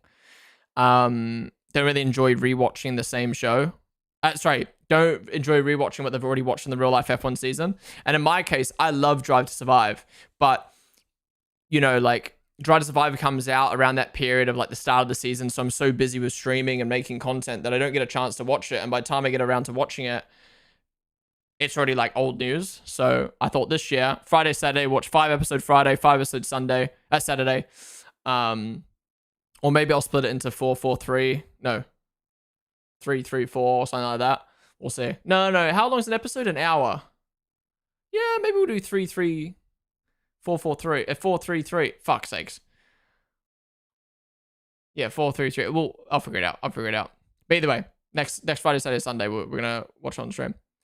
4, 2, 3, 1, maybe. Yeah, we'll formation it up. How's Olsen been so far? So here's the morning session. He actually looked really good. I think, you know, considering how, you know, Red Bull's known to be very skittish and hard to get up to speed, he seemed quite on it straight away. I mean, we don't know, like, it's not a competitive session, but you know, he was top of the timing sheet straight away. He was setting consistent laps. He did spin, but Drive to Survive is so cringe to me. The editing is awful. Yeah, at the end of the day, it's meant to be a show, so I still enjoy it. But you know, I can understand how some people don't like it. For me, it just annoys me when people say the show's shit. It's bad for the sport. It's like, okay, just because you don't like it.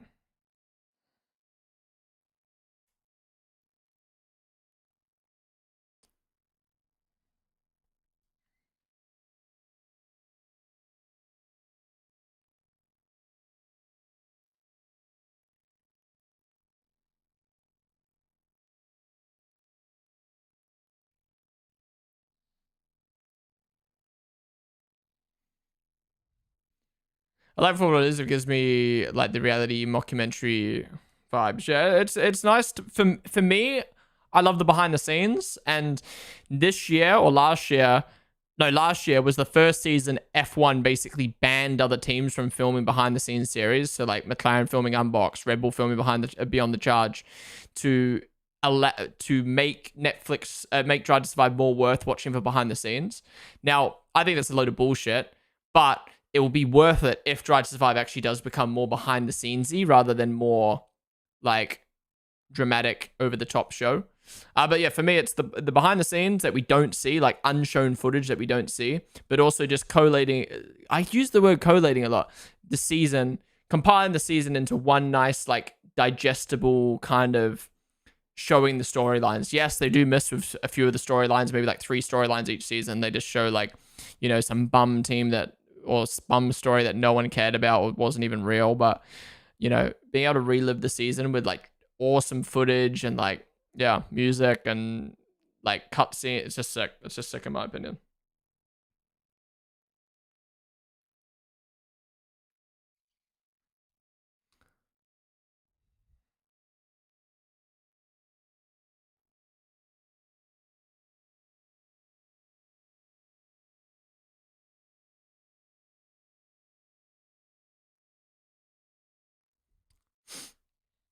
Right, I just saw this old tweet. What's this? Question, who will win the 2025 World Drivers' Championship? You have to tune in this Saturday and Sunday for my championship predictions.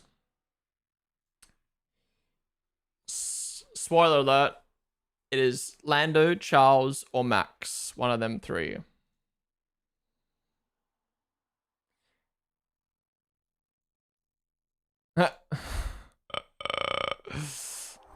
Yeah, it's funny reading this stuff back. Liam Lawson doesn't have the right attitude for Formula 1, says Checo. I think that the way he came into Formula 1, I don't think he has the right attitude for it. He needs to be a bit more humble. When a 2-time world champion was saying things last weekend, he completely ignored him. It's like when you come into Formula 1, you're obviously very hungry and so on, but you have to be respectful as well, off and on track. I don't think he's showing the right attitude. I think he's a great driver, and I hope for him that he can step back and learn from it. In his first 2 Grand Prix, he had many incidents.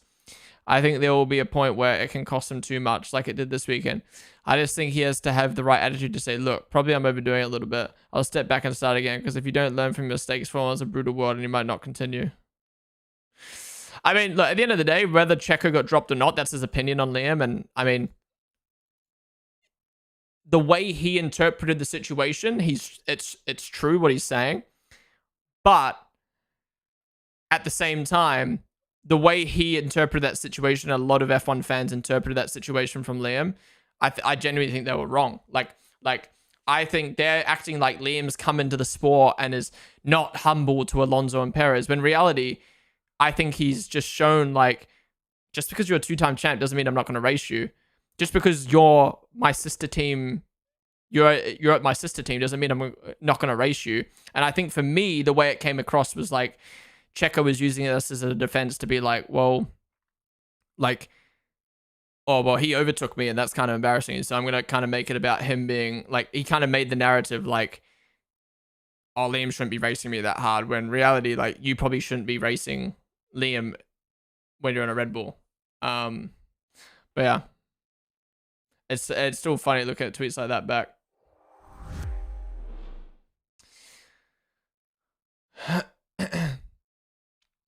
Was that not how Max also was when Max came through?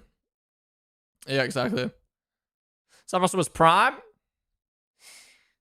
They said the same about Max, remember? According to Viaplay, FOM confirmed the session will be extended by 1 hour. And when Viaplay asked FIA about whether it would be extended, they said no. This FIA-FOM partnership is so great. Wow, really? FOM said yes, and FIA said no. I don't see the point in extending an hour. The team have to work, team, personnel, broadcast, everyone, track, marshals, everyone needs to work an extra hour, which they didn't sign on for, which can happen on Grand Prix weekends, but for testing, bin it off. It's already been a long day. And then, like, what? Then they're going to have 1 hour less sleep. Oh, signs went off track.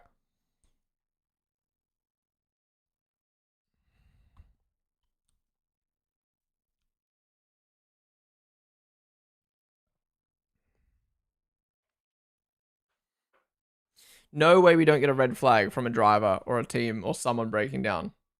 Like, how?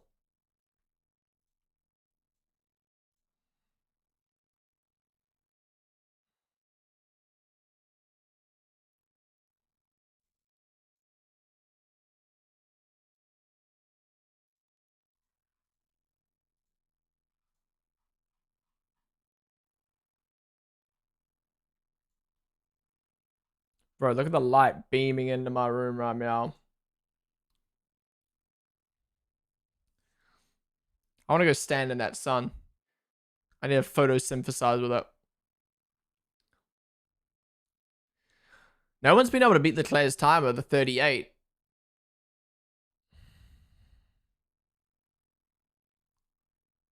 Oh, sign just kept it planted. That added time on the screen now. Fuck.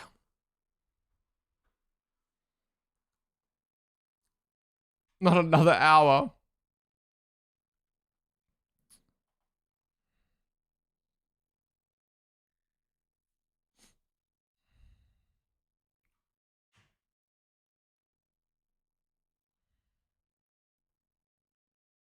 How many bits for a McLaren badge, bro? I don't know, actually. Let me check. Bro wants that McLaren badge.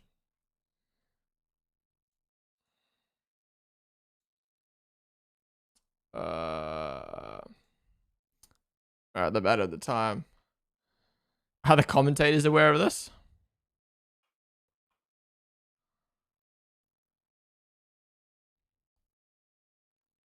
Alright, new time is up. Where do I look? Monetization? Bits and sharing. McLaren is 5k. Red Bull's 10k. Ferrari 1k. Merc 100. V-Cub 1.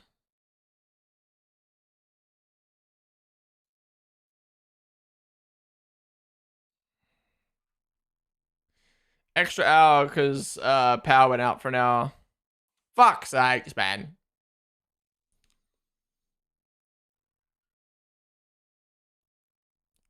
Poor personnel, man. Oh, epic spin. Williams looks fire and I'm like, yeah, I quite like it.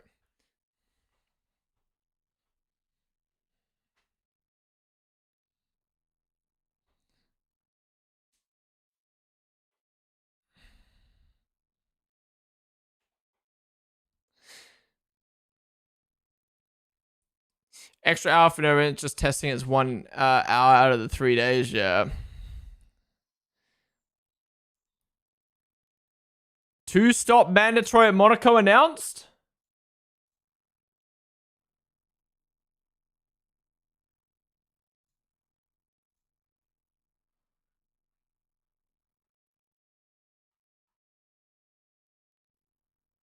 Where?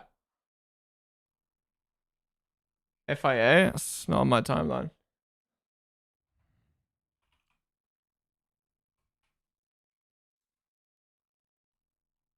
Whoa, okay, okay. Big Muse, big Muse.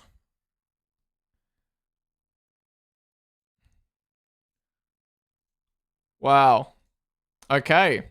So, the FIA World Motorsport Council reviewed a proposal regarding the implementation of a mandatory 2-stop strategy in both wet and dry conditions for the Monaco GP with the primary intent of improving the sporting spectacle of this race given the notable difficulty in overtaking the circuit. Following the recent discussions in the F1 Commission, a specific requirement for the Monaco GP has been approved, mandating the use of at least 3 sets of tires in the race with a minimum of 2 different tire compounds to be used if it's a dry race. Revamping Monaco GP approves the 2-stop requirement. Wow. This is great. This is great. Wait, people are upset? Why are people upset?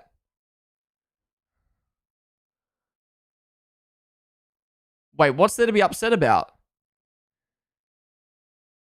For me, Monaco is an amazing circuit.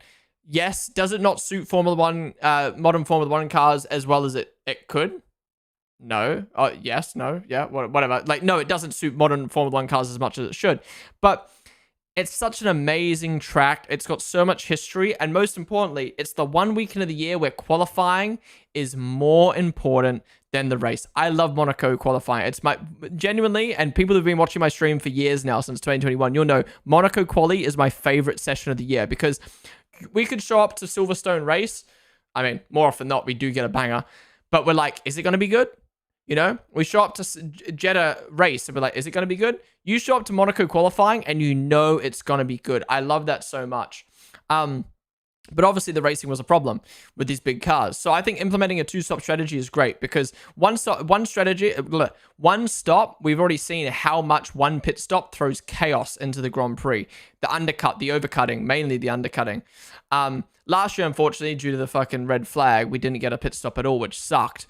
So now, rather than just making it 1 mandatory, they've decided to make it 2 mandatory, which is great because I think that then throws even more difference into the race. Now, I can understand maybe some people are like, oh, well, that's a bit weird. They're changing it for 1 track. What is this fucky little rule? Like, are we turning into Formula E? But I feel like Formula 1 need to do these little changes where necessary to make the sporting spectacle better, especially at a track like Monaco.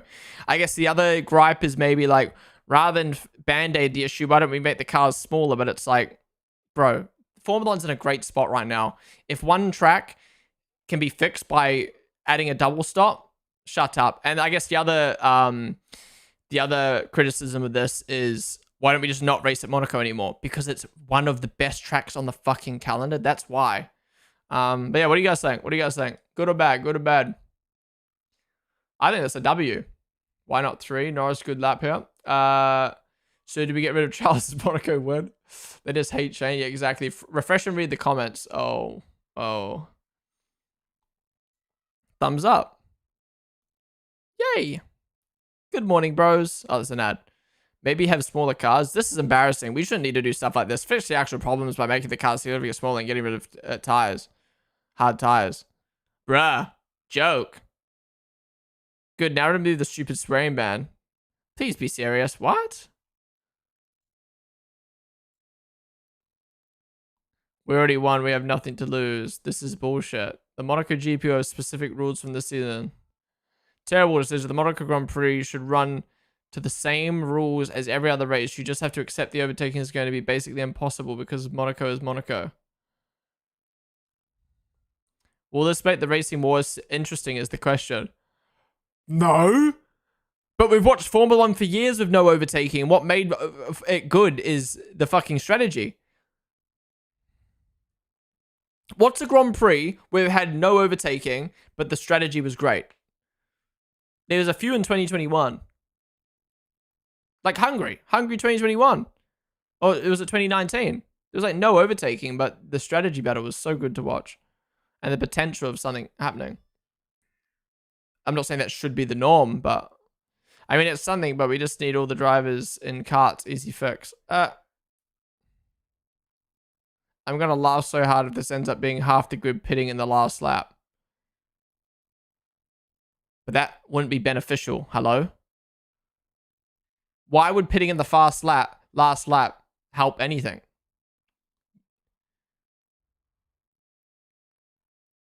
Am I stupid, or is that literally just not even possible? Like, that won't do anything. Like, what? What are these posts?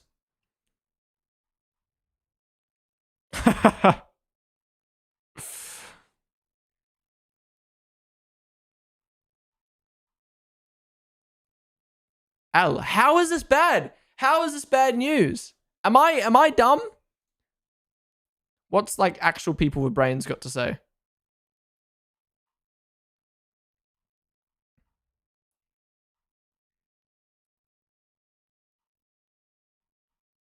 Why is no one talking about it? Why is no one talking about it?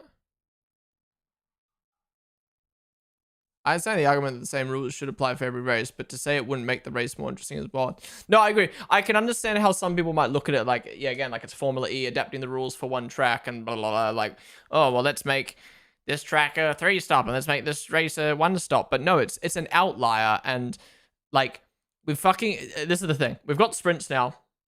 There's nothing wrong with making 1 Grand Prix have a 2-stop. Should we make... I think you should try implement it by using softer tires. I mean, it's a more organic 2-stop. Yeah. Anyway, I fell asleep when we're still watching F1. I'm liking this channel. What's up, JJ? Welcome back. Tomo reposted. I want to see what Tomo has to say.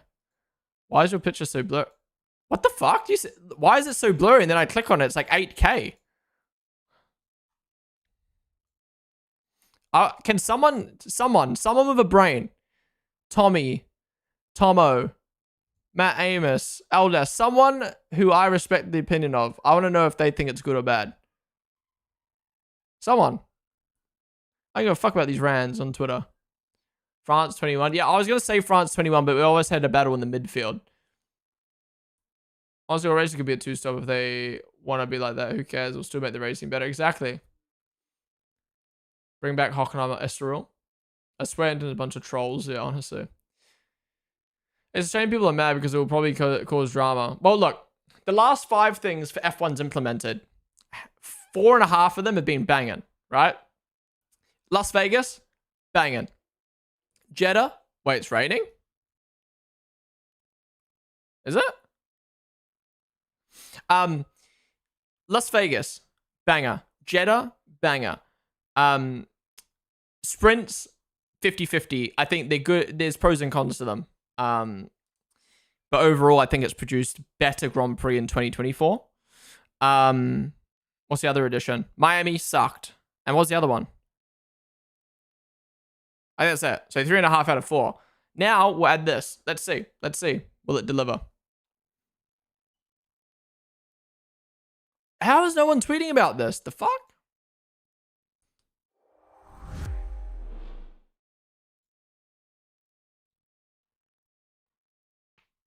It's good for drivers who could drive good and out laps, I guess. But then you would get stuck in traffic in Monaco. I guess it won't be fun to watch. Dude, it's going to become very tactical. You could end up having, like, Liam sacrificing his race to help Max and shit like that. For Monaco, they should do 15 laps per tire, soft, mediums, hard, inters, wets. Fucking create a series race out here. I feel like it's probably unpopular with more F1 purist F1 fans, but I think it would be incredibly exciting to see how that changes strategies. I mean, I don't want to assume anything, but I doubt 90% of those Twitter comments that I read are purist F1 fans.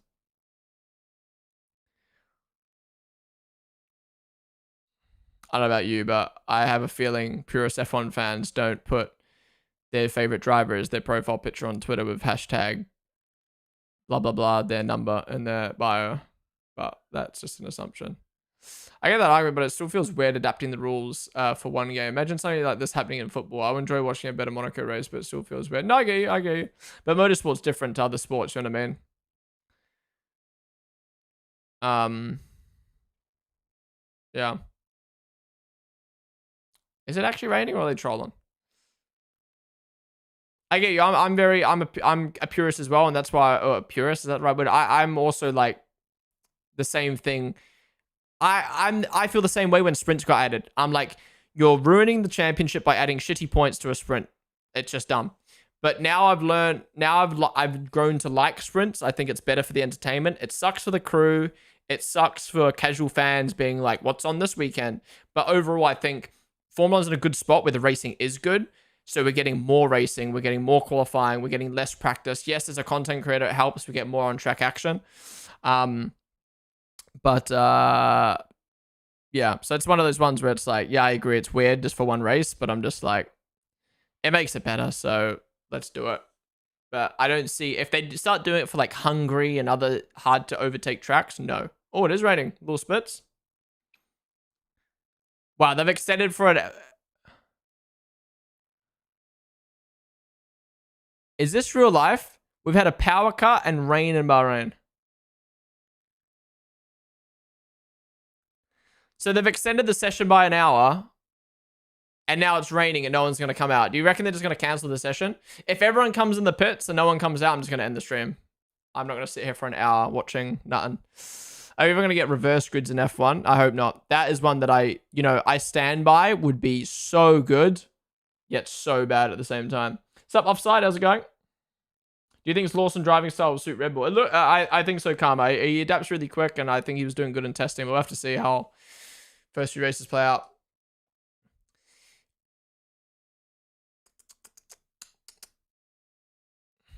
Sprint over free practice any fucking day. I like to hear what the drivers think. Yeah. My way of making sprints interesting is having them driven by rookie or reserve drivers. Yeah, I agree. But then teams would start like hoarding drivers just for those extra points in the championship and those races. 9 hours, how you feeling, lol? I only got 3 hours sleep last night, so I'm not feeling the best, but I'm feeling way better than I thought I would on 3 hours sleep. It's not, to be honest, it's not even my energy levels, it's my back, because I like lean forward and then, yeah. I like can't sit back, bro. But yeah, I know it's one of those things where it's like, I'm sure a lot of people probably like tuned in the stream and go like, bro, he's watching testing for 9 hours. What's the point in watching testing for that long? He's not really doing much on stream. It's just kind of sitting here and talking for 9 hours. But it's kind of like, in my opinion, it's like, I'm an F1 streamer. My job is to stream F1 and we've got 9 hours of testing. It's not that hard for me to sit here for 9 hours. Well, I mean, it's long, but it's not that hard for me to sit here for 9 hours and stream. Especially when like chat's popping and viewership's Not good and blah, blah, blah, blah. 5k for a badge, here's 100 for the Merc badge. R7. Rain last 10 minutes. R7, thank you for the 100 bits, dude. I appreciate that. Well, maybe you could save up for the McLaren one. Maybe you can save up. But thank you, dude. Thank you. Anyways, what I was saying was, yeah, obviously chat's good and stuff like that. So for me, it's just like, yeah, it's not much point to watching testing. There's maybe not much point to streaming testing, but it's like, well, I get to stream for 9 hours while F1's on. Hell yeah. You know what I mean? Like at the end of the day, I love F1 and I love streaming F1. So if I have an excuse to stream F1 for 9, because like if I just go live on a random Wednesday and stream for 9 hours, like I have to come up with something to do for 9 hours. Whereas this, it's like, I just have to sit here and watch F1 for 9 hours and we get to talk and all watch testing together and just chill. And like, you know, people probably got the stream up on the side right now where they're fucking doing homework or I don't know, playing games or whatever. It's just like, I don't know. And I enjoy doing it. So it's like, why not? But it is kind of grueling, like 9 hours just sitting here talking to chat and watching cars go around in circles. But then again, it's like, well, what else do you do when you stream? You talk to chat. So it's like no difference in my opinion. I mean, you're an F1 streamer, this is your content. Exactly. Only Haas and AM have wet tires, yeah. So is everyone going to come in or they're just going to stick it out? Is that the office Ponder's working? Chat definitely helps the time go by quicker. Oh, absolutely. I love lurking the debates in chat with you. Yeah, it's great when people come in chat and like ask questions. You know, I can waffle and I can talk a lot and come up with ideas and stuff. But like someone in chat asked a question before. Where was it? I can't remember what it was. And it was just like something that we'd not even spoken about today. I'm like, yes, thank you. Like, that's good. No worries, bro. Thanks for the stream. Okay, that's what I have. But thanks for the 20 hours. So we decided the new season is coming. Even testing is good if you missed F1. Yeah, I ain't gonna lie though. What's everyone's thoughts been on testing? I don't know why. Like in my mind, I was like, yo, testing's gonna be fire. Everyone's gonna be hype. Everyone's gonna be talking about it. It's gonna be insane. Blah blah blah. But like, viewership's been like what a normal stream would be for me. Looking at other streamers' viewership, same. On Twitter, timeline's moving the same as it normally is on a normal day without F1 on. It hasn't been as hype as I thought. Like I was really expecting there to be a lot of like, oh, look at this, or oh, look at that, or oh my god, Lewis on track for the first time, this, that, and the other. It's not being as hype as I thought, but it also probably is just because the initial hype comes from the first couple hours, and that was 7 a.m. So it's just like, yeah. But you know for sure that first practice session in Australia, specifically that first qualifying, ooh, I swear my camera just doesn't autofocus anymore. It like gives up. Weird. Next year is going to be hype. No, the hype from this year going into next year, back to back, is going to be so good. Is Haas cooked? Honestly, man, I don't know what they're doing down there. They are so slow. I get it's only testing, but like every other team is kind of within a second of each other, and then they're just down there by themselves. The free stream that Sky's doing is probably helping some of that hype. Yeah, true. Oh, my Barcelona back don't like Bahrain at all. Bahrain used to be one of my favorite tracks on the calendar. It probably still is up there as one of my faves.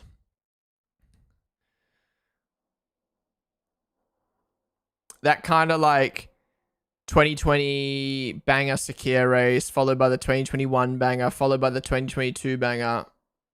It was like, Bahrain cooks, dude. I mean, a lot of people are unable to watch it because they're working. For me, it's just all right, but the reason is also the German broadcast is quite boring. That's why I enjoy the stream. Yeah, fair. I mean, in response to the work thing though, like I said, like a normal, this would be like, well, I don't know how many viewers I'm on. I haven't checked. I mean, around 150, so it's probably a bit more than normal that we've had lately for like random streams, but it's like not significantly more, which I just thought would be, I guess, for testing, but. Again, it just goes to show like people are just like, testing whatever, even though it is a very hype season. I think we'll see that hype really correlate in Australia. But then again, Australia, practice 1 is at fucking 3 a.m. Europe time. So it's just like, bruh, but at least the Americans will be watching. Oh my God. Practice 1, 1:30 a.m. Practice 2, 5 a.m. Practice 3, 1:30. Qualifying 5. Race 4 a.m. Oh no, the neighbor. The neighbor's gonna kill me, bro. The neighbor's gonna kill me.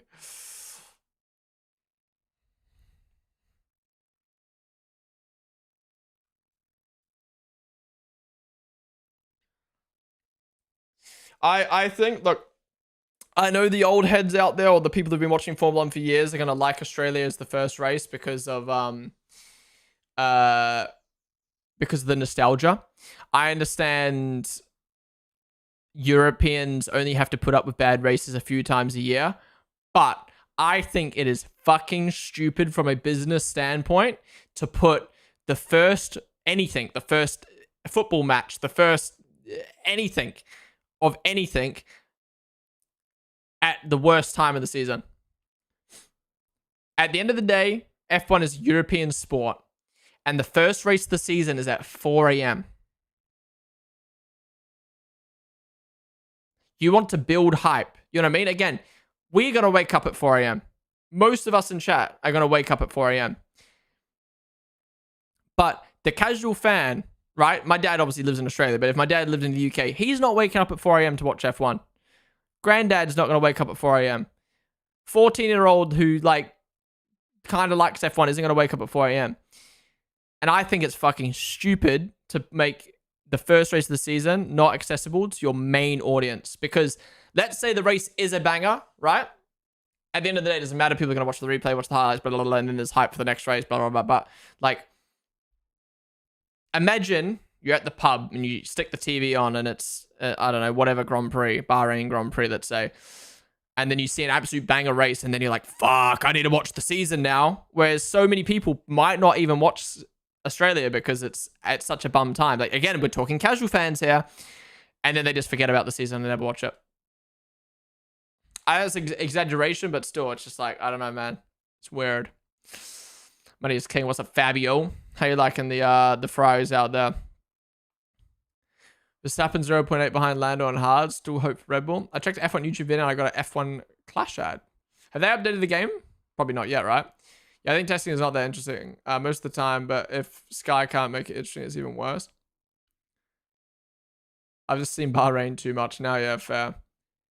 Your country probably opened their pockets. Yeah, we've got the biggest deal. Australia, crazy. Australia having the biggest deal in Formula 1. What, we're there till 2037 or some shit. We signed like a 10-year, 15-year deal with F2, F3, supercars, Formula 1. Like crazy. But then again, what Bells GP does for Melbourne is, I mean, yeah. Worth best Grand Prix in the calendar, I'm telling you. In terms of attending. I'm curious though, this will be my first time watching Australia on stream this year. 2022. 2021 didn't exist. 2021 didn't exist. 2022 went in person. 2023 went in person. 2024 didn't stream. So it's going to be a weird one. I think having testing at Bahrain is silly if it's not the first race. I like that Bahrain's the first testing now and it's not the first race. But then again, I would prefer, again, Bahrain be the first race of the season because it gets people excited for... yeah, get excited for it. Because it's a good time for everyone. If I'm not wrong, Bahrain, like, hits...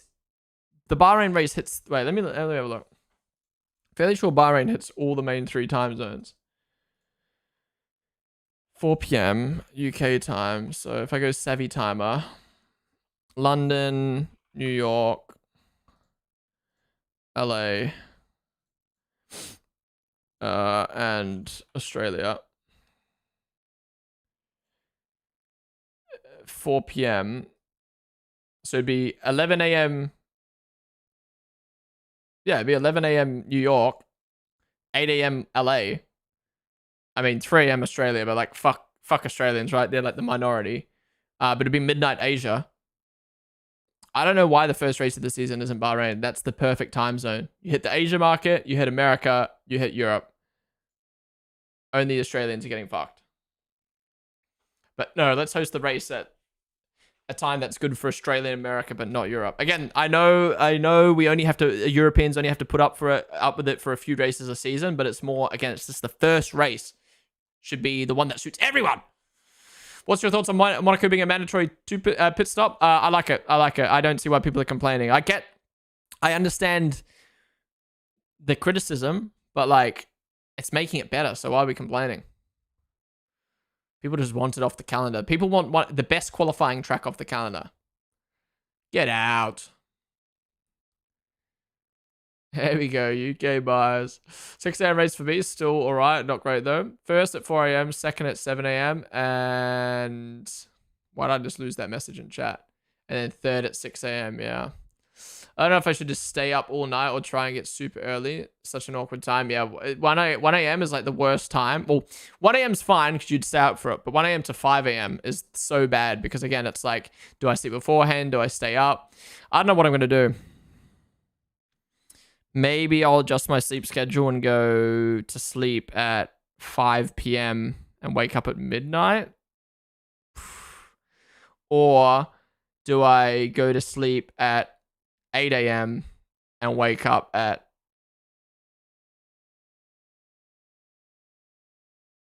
3 p.m. That sounds fucked. Nah, I think I'm going to go to sleep at 5 p.m. and wake up at 12.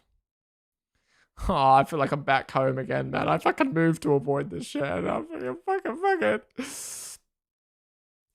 You're 20 at a full-time job, you will find. Yep. Isn't the GP with the most attendance Texas? I think it's Silverstone, Australia, then Texas, or Silverstone. They're the top three. So Australia might beat Silverstone's record this year. They've fucking got like 10 more million grandstands. They just keep fucking expanding. Is there a GP you want back on the calendar? Hockenheim. Hockenheim one that I've watched that I would like back. Sepang's one that I've not watched, but that layout just looks sick and I've heard good things. I just agree. It gives casual a chance to watch Netflix and get back into it. Viaplay is just dark for me. It's like over. Really? Sky Sports still soldiering on. Is the F1 race frozen for anyone else? Oof, has it just stopped? Wow, that sucks. 1 hour to go again. What would you say someone possibly wanting to move to Oz from Europe have... Wait, what would you say to someone possibly wanting to move from Oz to Europe have done the opposite? Wait, what would you say to someone? Oh, from Europe. Having done the opposite. Do it. I love Australia. I have nothing bad to say about Australia. The only thing I don't like about Australia is the lack of opportunities in certain careers. Like, if you lived in New York, if you lived in LA, if you lived in Berlin, if you lived in London, you know, there's so many different industries and stuff like that. Whereas I think Australia is a bit more like secluded. Again, obviously there's still a lot of work in Australia. But what I mean is like, it's not very international, if that makes sense. So at least for me, from a media standpoint, from a content standpoint, from an F1 standpoint, from a sporting standpoint,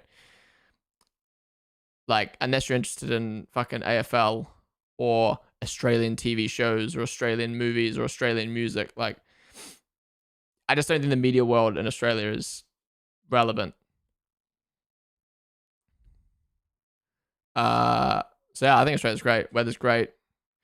I mean, economy's good in comparison to England, but housing's fucked. A lot of jobs in certain areas. People are nice. Oh, depends who you meet, but that's like any country, right? Culture's good. Yeah, I can't say anything bad about Australia. I mean, it's just, yeah. Only reason I moved is for work and fresh lifestyle, really. I would like to move back when I'm older and have my kids grow up there. Because growing up as a kid in New Zealand, Australia, I know how great of a place it is, so... I think people don't like preseason testing because they don't see correlation with actual championship standings. I like it because it's interesting to see and try to understand what season we'll have. For example, now either Norris put everything in his lap and others are sandbag or something else. Leclerc has a hard time controlling the car just now. That could be something that will decide a championship. That's what I like in F1. You never know for sure. Yeah, exactly. I agree. All right, Verstappen back out on track. 2/10 up on Norris. Here we go. The Red Bull's back. Pump it out.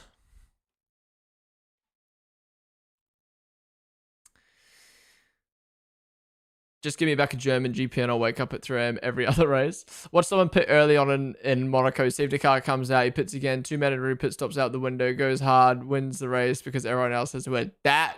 And Frank's just pulled it. He's pulled that one out of his ass. I'm writing that down.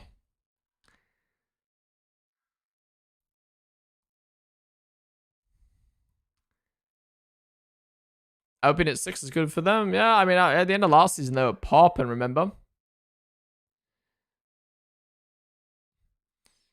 Yeah, but the thing is, Australian government's cooked. American government's cooked.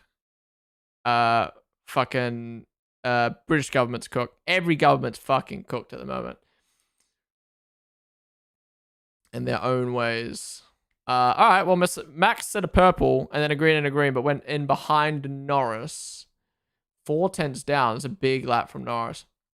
But again, only testing. Didn't Australia just find the newest, deadliest spider? I did not hear that. I'm gonna head out. Chill stream today. We'll probably be back tomorrow. Catch you later, monkey. Fair. I kind of automotive engineer in Ireland. I was thinking about moving within the next 2 years. What, to Australia?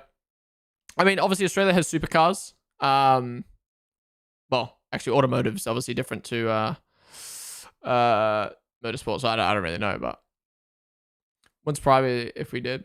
We got China off the coast and the PM line about it. Got caught out too. Yeah. Our whole tensions of China is so weird. So yeah.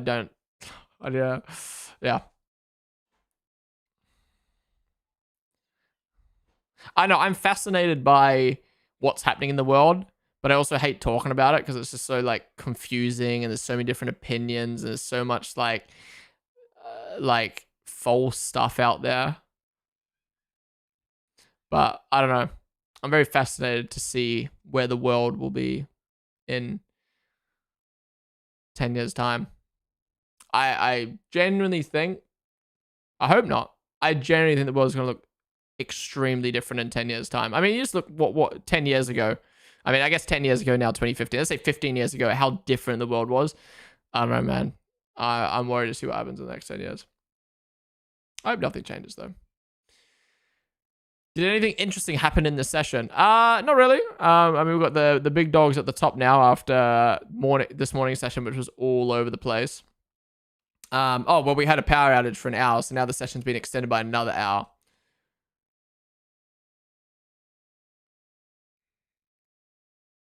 Netherlands is good enough for me. I've heard good things about Netherlands.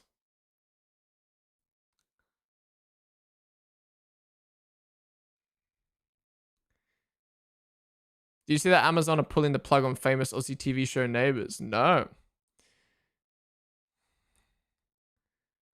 I mean, you got to at some point, right? Verstappen only 2 laps. What happened? That's 2 laps on that tyre. That only shows the amount of laps on the tyre. Unfortunately, it doesn't show how many laps they've done total. You can't get that on these timings, I don't think.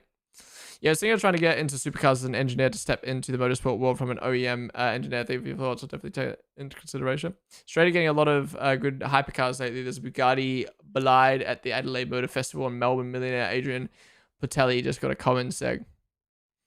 When's the Adelaide thingy? The Adelaide Motor Festival? I don't bother politics anymore. It's the same shit all the time for my whole life, yeah.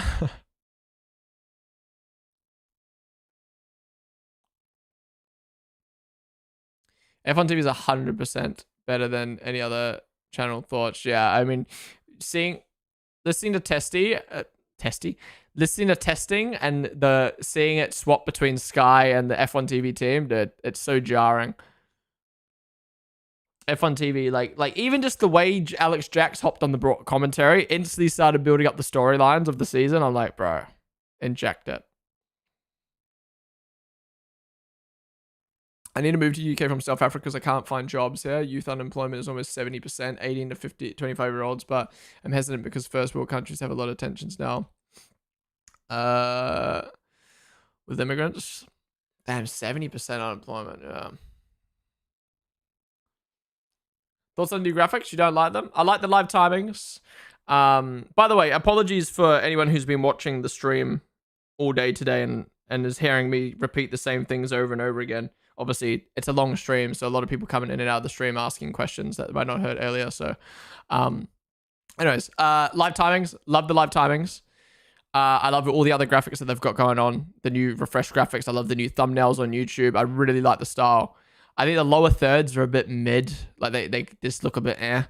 And the radio fucking graphics sucks. Why did George stop there? He's doing a practice start.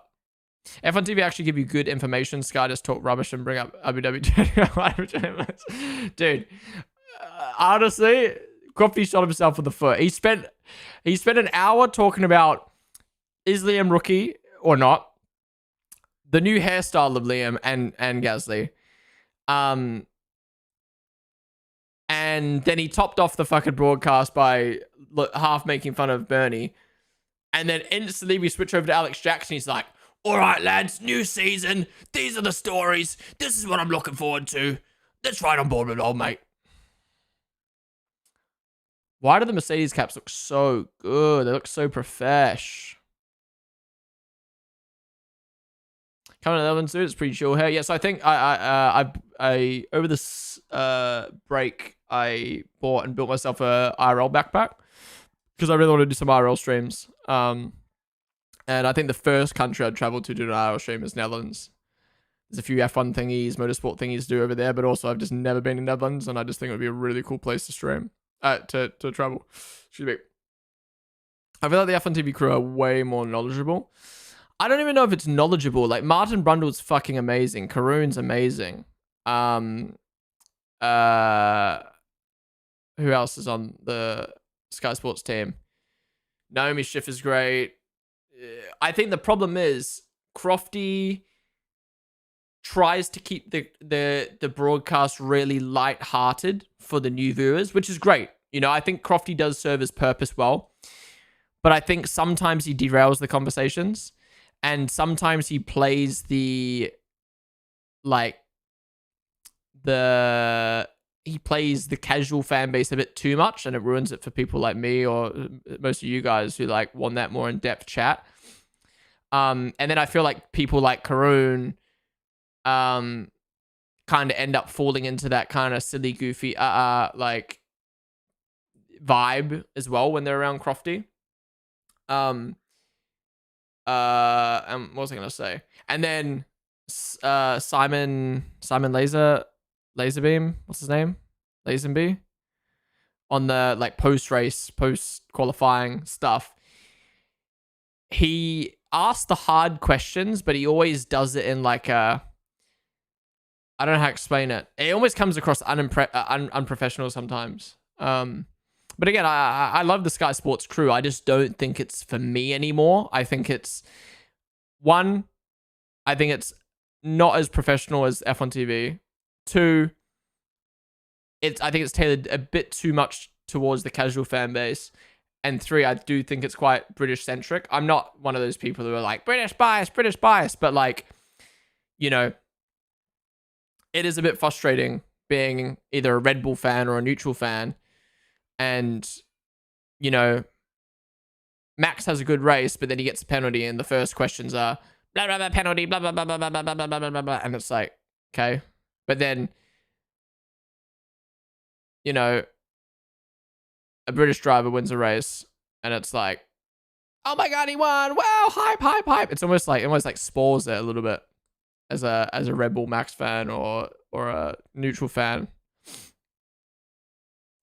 Whereas F1 TV, like, again, I don't think Will Buxton's more knowledgeable than Martin Brundle or Karun Chandok. I just think the way he talks is very up my alley. It's very analytical but fun, and I don't know how to explain it. Will Buxton's just perfect, man. He's just so like, he gives opinions, but also like discusses things well and asks great questions. But he also does it in a really like professional but like light-hearted. I don't even know, man. He's perfect. I'm so sad we've lost him.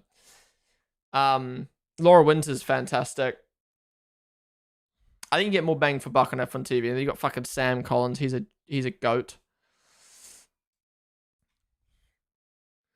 I always remember the moment when the German Sky commentator called Ricardo when he was driving for Renault the yellow Australian. That describes the quality of German Sky F1. It's annoying you can't get F1 TV in the UK forced into Sky. Yeah, I'm gonna try my best to get around it this year because I really don't want to listen to Sky Sports anymore. But also I do not want to be paying £35 a month just to watch F1. I think that's fucking a joke. Adelaide Motorsport Festival is held from March 8th and 9th and will be headlined with the Jaguar Formula 1 car and a lot of 4 in the world, 10 million Bugatti. Wow. The state of the looks really funny in the lights. Looks like a toy car. Looks so poo. Odd taker like Ted. I think he can say a lot of interesting things. Oh, I forgot about Ted. Oh my God. Don't get me started on Ted. Ted's Notebook. Love it. Genuinely love it.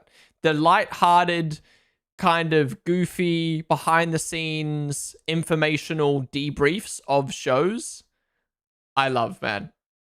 But on a broadcast, mid-race, cutting to Ted, and he's waffling about fucking cheese, or poking fun at Crofty, or whatever. I don't find it funny. I'm not saying races and Formula 1 need to be full-on serious, but it's just kind of like, sometimes I'm like, okay, guys, yeah, move on now, move on. I think the best way to describe the Sky Sports stream, specifically during practice, but it even happens during races when it's dead time, they almost speak like it's a Twitch stream. Like, just like I'm talking now and I'm waffling and then talking to chat and like saying random shit. That's kind of like how they treat it, and I'm like, I don't know. I feel like I'm banging on about Sky Sports now, but the Sky Sports team. Again, I like them. I just don't think it's for me anymore. To me, F1 TV is the least annoying one. I'm still shocked they haven't mentioned Monaco yet on Sky. Maybe they haven't got the information on it yet. New year, new season, new cars, same drivers winning. You don't know about that, Matty D. You know about that. California is pretty chill for tourists. Bro, Coffee literally connected WW21 while talking about 1.3 terabytes of data. Wait, what? It happened multiple times today. It was annoying as fuck. Do you remember when Ted and Crofty started beefing in the middle of a practice session? Dude, that was hilarious. Holy fuck. I want a raw stream option. All radios, no censoring. On F1 TV, you can't do that. You can listen to all the team's radios. Jane is my favorite. At first, I didn't like her because of her accent and monotone, but now she's my favorite. No, I agree. I agree, Joshua. Again, when she came on, I was a bit like I get she's knowledgeable, but like you can't just throw a knowledgeable person on a broadcast and be like, speak. Because again, she was really monotone and I just don't think she was great. And now I like her. Now that I know this might sound dumb, but now I can put a voice to the face. Sorry, a face to the voice helped a lot. I was at a Sky Sports event last year and she was up on stage and you could like see her personality off camera and like, yeah, and that helped. But then I also think she improved a lot last year. And yeah, she brings a lot of good information, but again, in a professional manner, but it's not super serious and boring. I mean, Ted's Notebook is good as a separate to Sky broadcast. I love that F1 TV race previews too, yeah. Speak of the devil, yeah, fucking Ted pops up. I did love watching Martin's grid walk though. Yeah, so I mean, Sky Sports has great elements. Martin's grid walk, Karun and Karun's break and Anthony Davison's breakdowns, Ted's Notebook, Simon's like post race, like getting in people's faces, asking the hard questions. Nico Rosberg making his appearance. Crofty has his moments. I don't know if F1 TV works with VPN. I believe you can do it with if you have the right like bank details or something. I don't know. I haven't figured it out. We'll go on to IndyCar. Yeah, I put that video in the F1 chat so you can see how the stream. Video of an F1 car. Okay, okay. First watch along for me. Welcome in, Lucas. Oh my god, I forgot about the YouTube stream. I keep forgetting about the YouTube stream. Sorry, YouTubers. No. Something.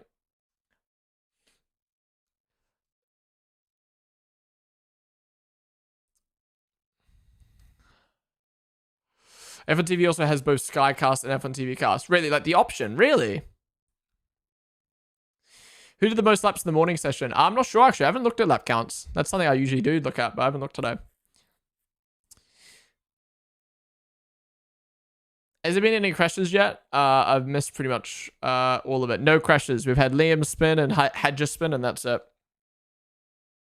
Not sure if it's the same in the UK, and I would never suggest to do this, but if you buy F1 TV in a European country or then work in another European country without your VPN, might just be EU though, not Europe, right? Yeah, Monaco 2 pit stop is official. What do you think? We're talking about it before. I like it. I don't see why people are complaining. Wait, is this... Oh, here we go. Here we go. Bernie's talking about it now.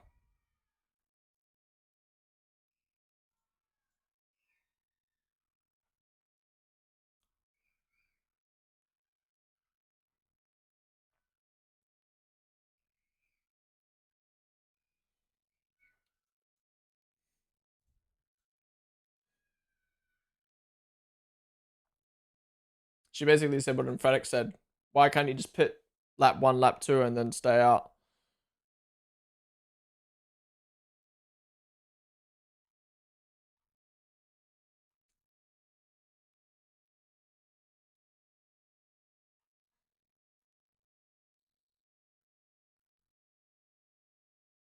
Okay, Tommy's tweeted mandatory 2 stop with an exclamation mark, so I think he likes it. Aravis said, finally. Okay, it seems like people with brains at least like it.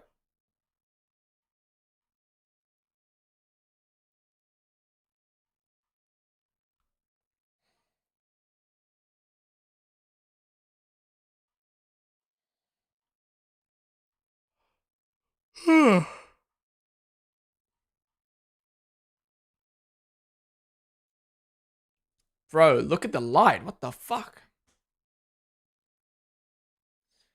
All right, we got 40 minutes left, guys. I'm just going to quickly go toilet. I'll be back. Oh, the fucking ads just ran. The Norris. Hyper. Thank you guys for the follows. Bernie already setting the meta.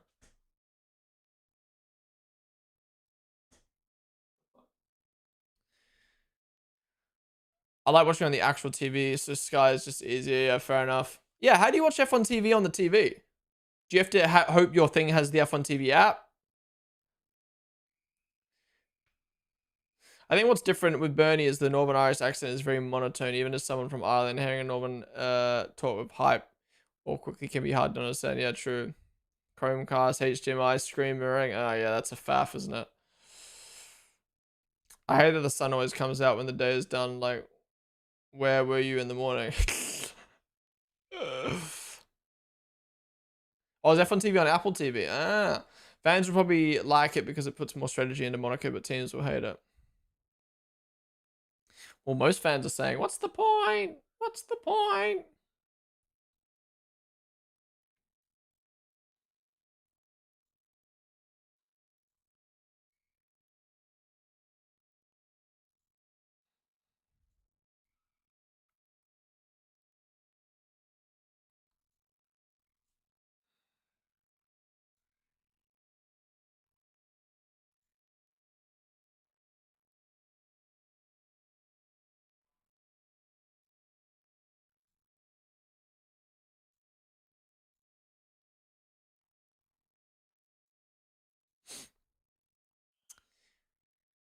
Just want the session to end with Max on top. Yeah, this last 30 minutes would be good if everyone does their quality laps like they normally do. All right, guys, I'm back in a moment. Just going to quickly go to the toilet and stuff.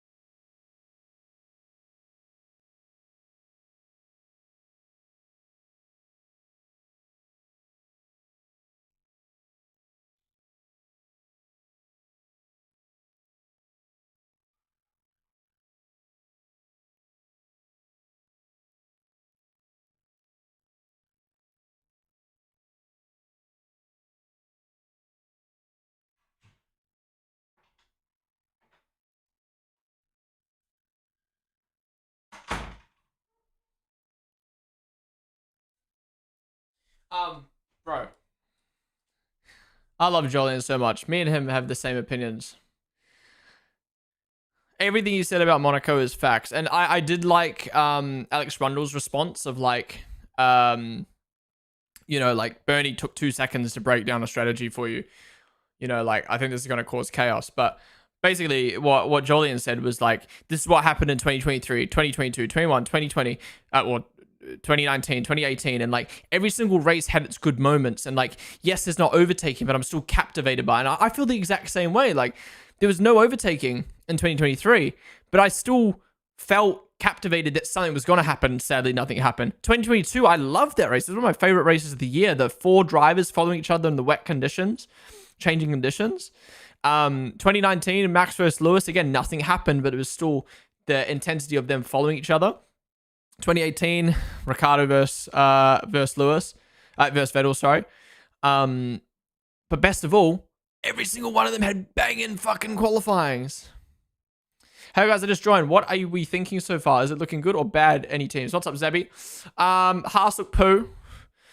Excuse me, the top teams look good. Other than that, nothing really stand out.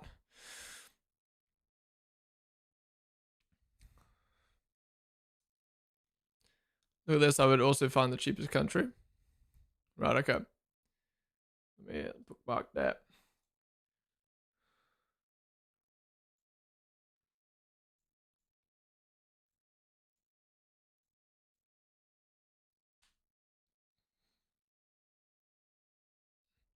Yeah, Sam Collins makes a good point. They've announced it, but what's the actual specifics on the like actual rules for this?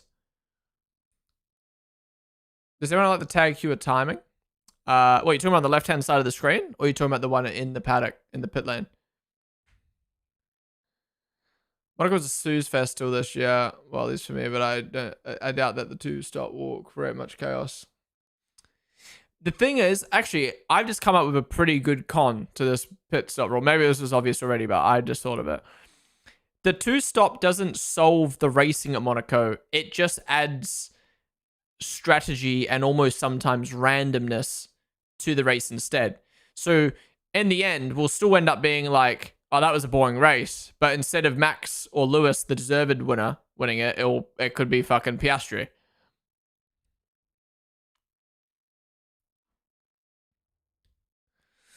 I'm Brazilian. I'm very excited about Bortoleto, but to see him with this car is sad. Well, they're better than Haas at the moment.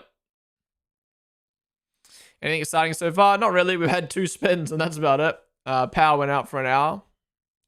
You gotta make it less boring. No space to change the track. Yeah. What was the power outage? Just the whole track went out of power for like 45 minutes. What could be F1 cars for quality go-karts for race?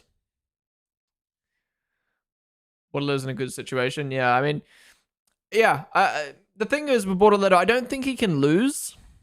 Like, unless he completely sucks. But he's got a good teammate in Hulkenberg, but not like a unbeatable teammate. You know what I mean? Like, Hulkenberg showed some weakness against Magnussen last year. Hulkenberg showed weakness his whole career. But, yeah, he showed weaknesses last year against Magnussen. So he's got a beatable teammate. He's at a car that is at the back of the grid that people won't be, like, intensely watching. You know, someone like Liam and Antonelli, they are being watched. Even Behrman and a Haas is being watched.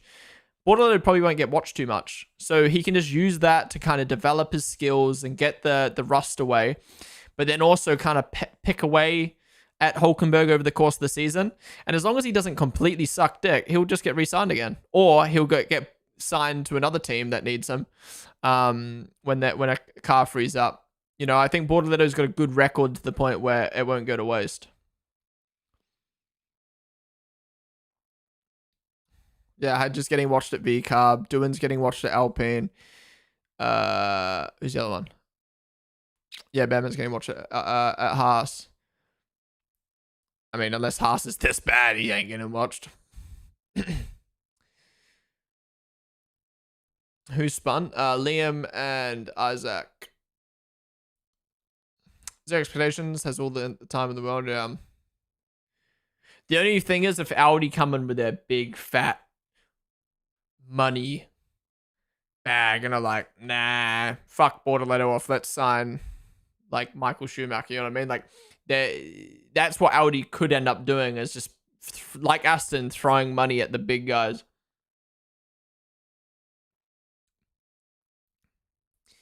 Why was power outage not an option on the poll? Right, I know, right? Should have predicted that. I reckon there'll be a bit of pressure for Antonelli. There we go. Laps completed. Antonelli's done the most, equals Sonoda. Second most is Hamilton, Ocon. To be fair, everyone who's done the second session today has just been mudded. Like, yeah, obviously they got another hour, but they still had all that dead time. Stroll 28 laps. Wow, what happened to Aston? 28 and 46 laps for Aston. Murdered. You hate these new graphics? I think the top 4 teams will be pretty much identical strategy. Others may try to gamble, but not for a couple points, but not for a podium. About Monaco. I reckon there'll be a bit of... I guess the risk of taking 2 stops early is safety car and red flags.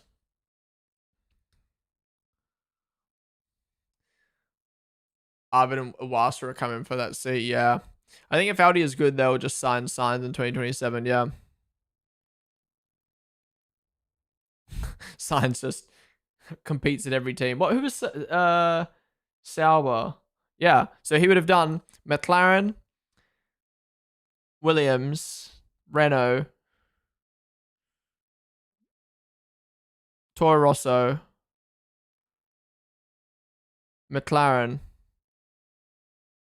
and then Sauber. He would have done 6 out of 10. Red flag. Dude, can we time out Pucci? Honestly, man, I don't know why we give him the pass.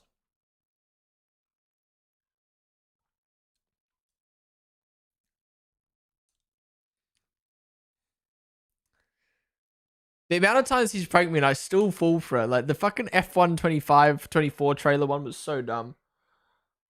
What was the one you did recently?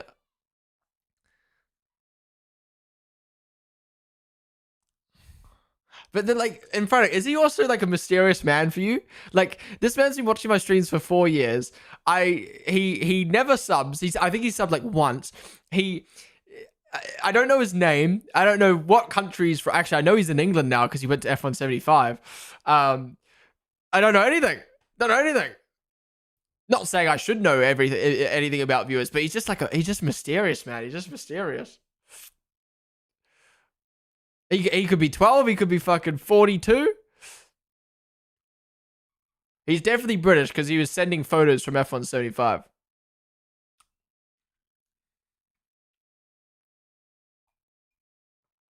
And Sainz has the connections because of his dad. True, true. But Sainz's dad is also sponsored by Red Bull, so he had those connections. He didn't have that.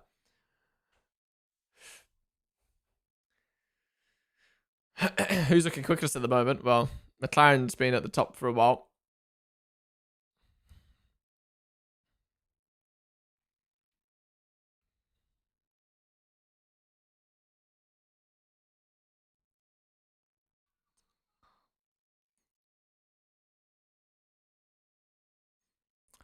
Max and Sainz don't know about that. Yeah, I mean, that's why they've ultimately went for Liam. Well, one of the reasons they went for Liam is because they know Liam is just going to be like the little brother to Max, you know?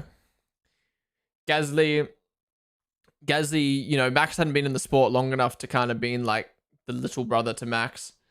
Albon could have been a little brother to Max, but at the same time, I mean, that whole situation was just fucky, right? It's just fucky. Ricardo definitely didn't want to be little brother to Max, and Perez, I mean, is older, more experienced than Max when he came in, so it's just like no one wanted to be little brother to Max, whereas Liam's just coming and it's like, well, I'm fucking 6 years younger than him, and I've got way less experience, and we get along, so I don't know, he's just coming with the right mindset.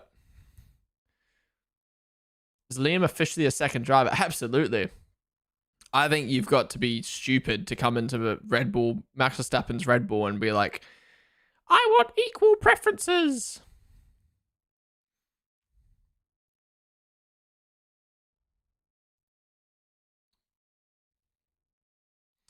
What do you think of the blue mirrors on the McLaren? I don't like how there's 2 different blues/greens on the McLaren. It looks weird. I don't mind it though, but it's just like, just pick one, bruh.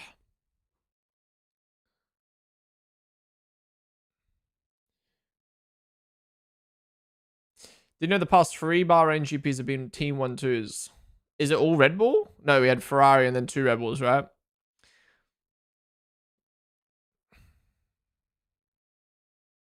I think most drivers would be the second driver next to Max, yeah. Who wouldn't be second driver to Max at Red Bull?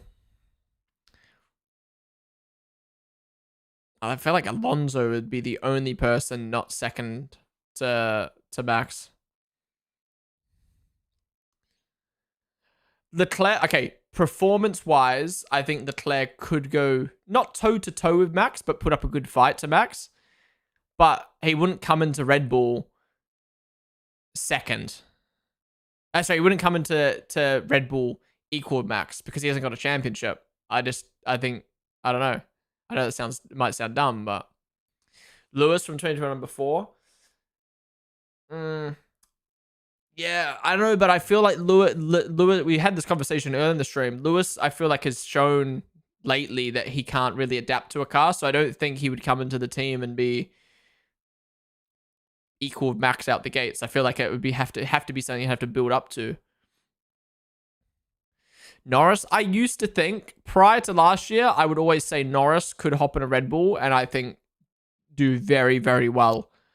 But after last season, the mistakes and the way he kind of let Max like just eat him alive, I don't know. I don't know. I've just lost confidence in Norris, and I hope he proves me wrong this year. Neil Books, what's up? Welcome to the stream.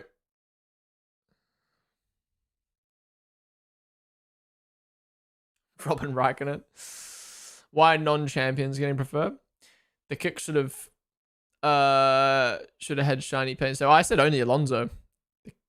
Hot take. Yuki never went to Red Bull as a second driver by Yuki's choice because he's too stubborn to be a secondary driver. Proof when he was with Ricardo, etc. I mean, yeah. I've always said that the reason Yuki didn't get the seat was because of his mentality. You know, like, yeah, people argue, oh, but his mentality has improved over 4 years. But it took him 4 years to adjust that mentality. It took him 4 years to get up to speed with the AlphaTauri. I don't think he showed that you could hop in that Red Bull. And again, I think it comes down to that mentality of like, I don't know if he would like being second to Max, whereas I think Liam proved he can adapt fast to a car by going to Super Formula DTM, being thrown in an AlphaTauri last minute twice and doing well. But again, his mentality is just like, you know, you could argue his mentality by pulling the finger at Checo and battling Alonso is bad and hot-headed, but I think Red Bull interpreted it as like, wow, he's not scared of this champion. He's not scared of the driver he's trying to get the seat from. You know, some people could probably interpret him battling Checo in Mexico as like what if he did that to Max? But it's like, bro, him and Checo aren't teammates. He never, actually, to be fair, he did battle Yuki quite hard in Japan last year. But he beat him down.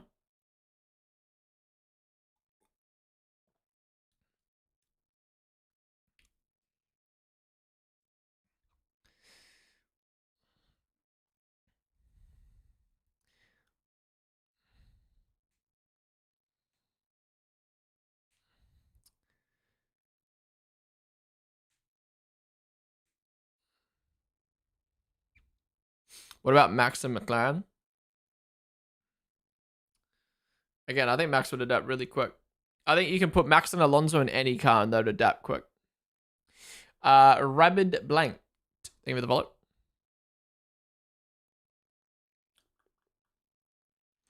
Yeah, exactly. Liam is way more adaptable, which is very crucial for teams, obviously. But Yuki wants to be dominant in the team, which he wouldn't get in Red Bull.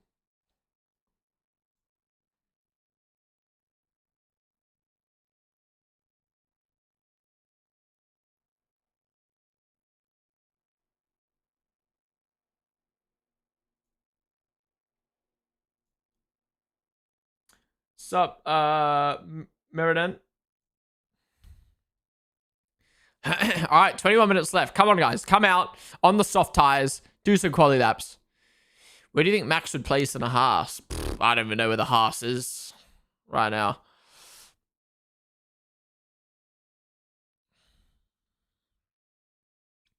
I mean, if Hulkenberg is putting the Haas consistently into points and best the rest, I think Max could do the same. and probably even nab extra points.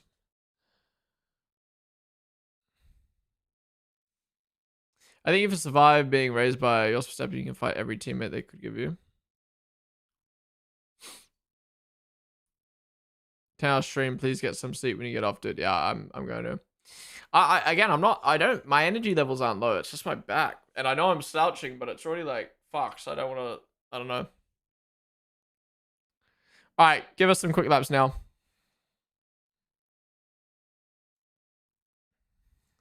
Go gym. Well, that's the thing. I was gymming like 3 to 4 times a week at the start of the year. I was feeling a lot better, like muscle and like posture wise. But then since I started streaming again, it's just been like stream content. I've not slacked. I've just not been in the right mindset to go, you know what I mean? I need to get back to it though. Maybe I'll go today.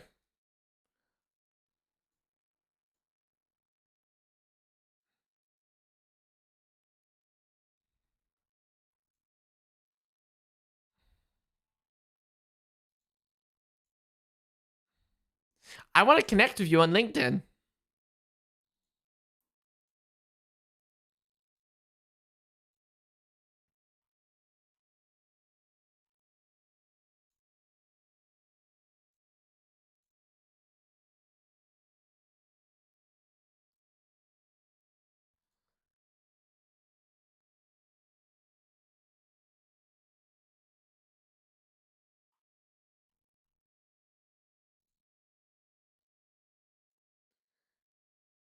If you can take bars, you should buy Epsom salt. Worked as a trainer for many years. I can highly recommend. Yeah, I've heard good things about Epsom salts. I've been having a lot about baves lately. Walking is free. Gym is a waste of money. Our apartment has a gym, so free, thankfully. Now, generally though, I wouldn't. That's the thing. I wouldn't pay to go to the gym because I know that like what has happened the last couple of weeks would happen to me, where I just end up paying for it and then not using it. But then again, paying for a gym means you feel more inclined to go because you're paying for it. So with the apartment gym, I end up not making an excuse, but it's just like, oh, I'll go tomorrow, blah, blah, blah, blah, and then you don't end up going because it's like easy. So London's beautiful peaks, bro. Take walks in the park or by the Thames, way better than gym. Last time I went gym, I punctured my lung. Oh my God. Testing should be at Melbourne. Facts. Testing should be at Monaco. Problem solved. We get to see cars around Monaco and we don't have to race there.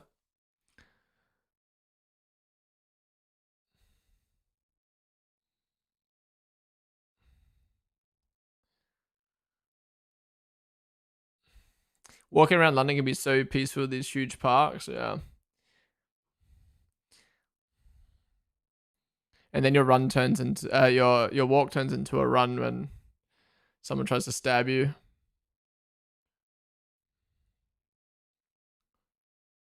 Yeah, you can't do Australia as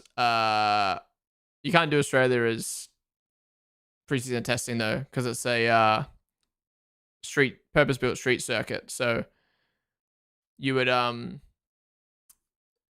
would need to have the track open an extra 2 weeks longer for testing. We ended up having testing the week before the Grand Prix, which I think is fucking dead. Bahrain's the most average track, which is why it and Barca are key testing tracks. When you say average, you mean you mean like good mix of everything. Yeah, I agree. That's the thing. I really like Bahrain as a track. I don't think it's average, but I get what you mean. What's the point of going gym when an asteroid is gonna wipe us out in 15 years? Exactly. Like I was getting roasted earlier today for eating all those big ice creams. Like, so what?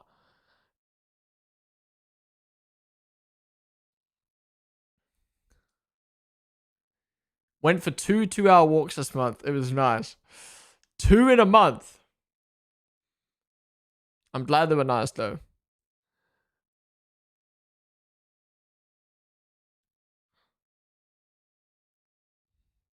Maddie, someone in chat said I should fight you in YouTuber boxing. I said I'd smoke you, but now I think about it, I'm kind of scared.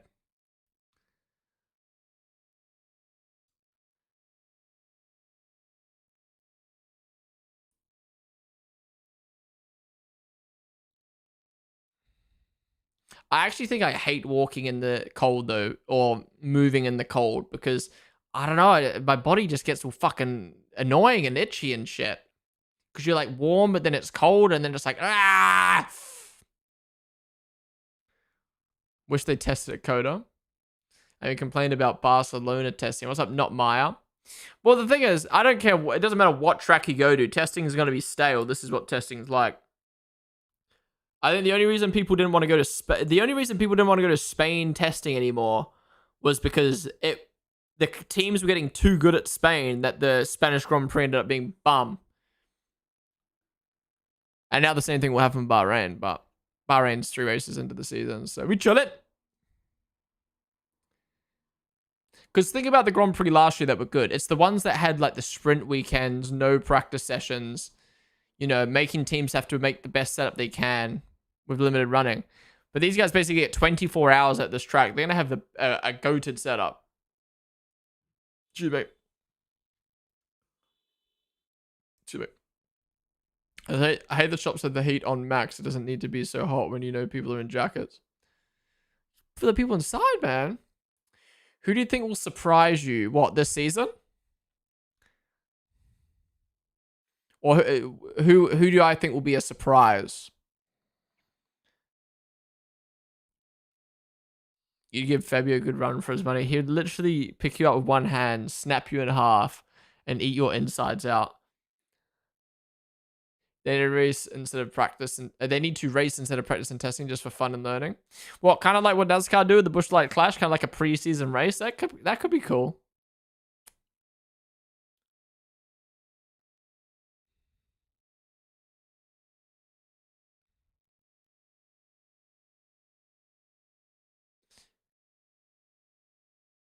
I don't know how I feel about the Aston Martin wheels with the random green spoke.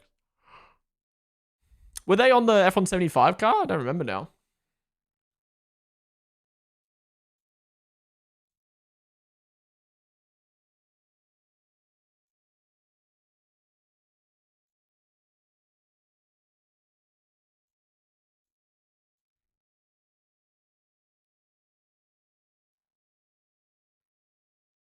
Penis!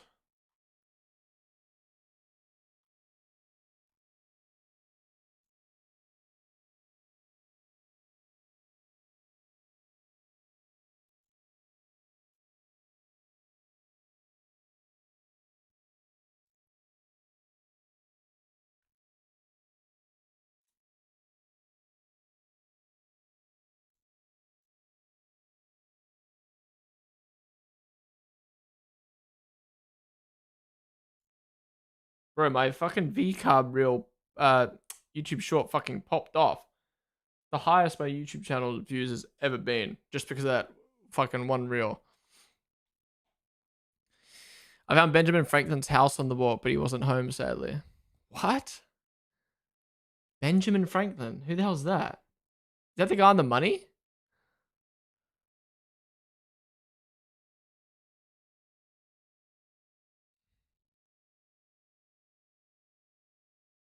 Hydroni 0.31 behind Yuki. Yeah, I mean, different sessions though, different runs.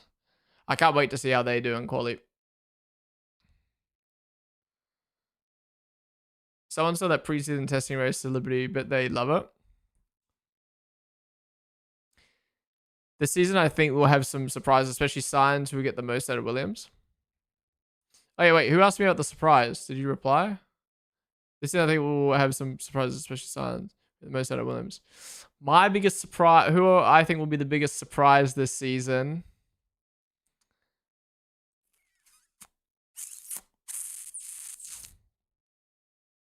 Can I say Liam?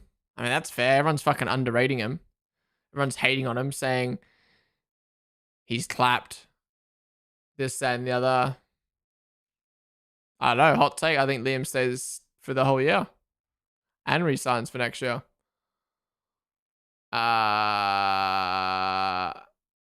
What's another take? Bortoletto dicks down Hulkenberg.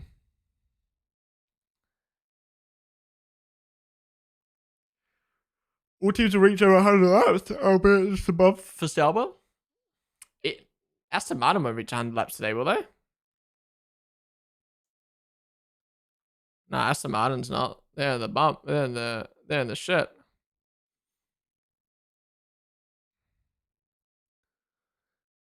Is the track faster than the morning session? I think so, because it's getting cooler now.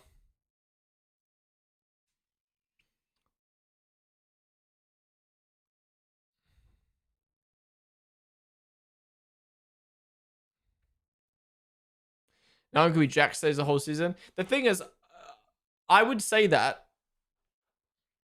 I would say Jack Doohan would be. I don't know. I don't know, man. Doohan's a weird one. I generally have no information about Doohan or Antonelli. Like, Antonelli's F2 season was just mid. And Doohan hasn't been in the sport, you know, in a car for a couple years, I think. Was it 1 year, 2 years? And his F2 and F3 stints were very inconsistent. Yeah, but Behrman had the F1 stint, so we kind of know how he's going to do. And Bortoletto fucking smashed F2 and F3.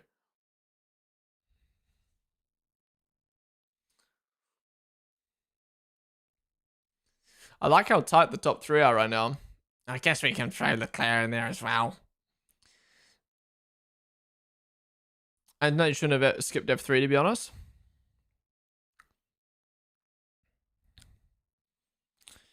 Yeah, I don't know why they didn't put Sainz in the Merc and Antonelli in the Williams for however long.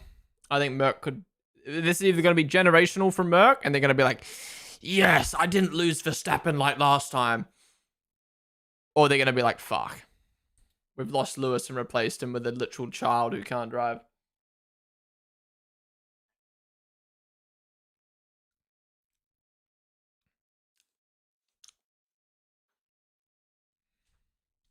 Sal was sandbagging all season until Qatar.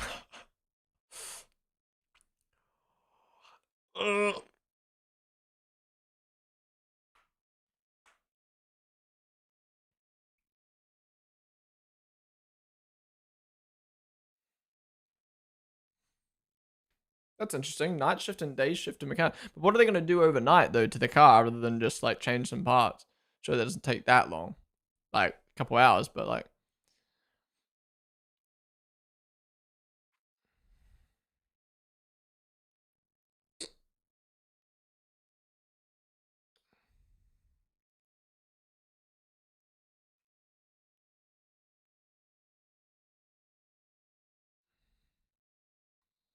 McLaren at the top in Bahrain? What the fuck is this, bro?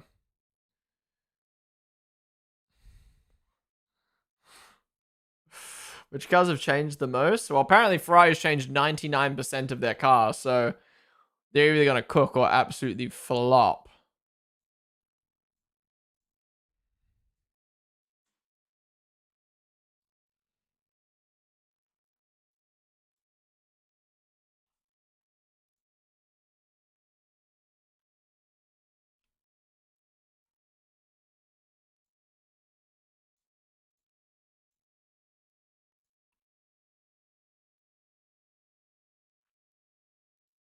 What's paraffin?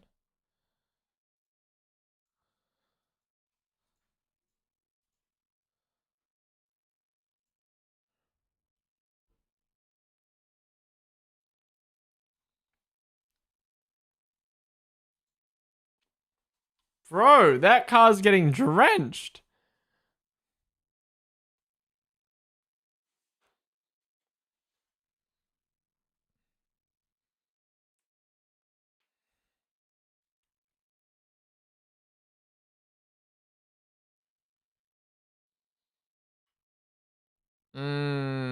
That makes sense. That they can just see what it looks like on it rather than having to take photos.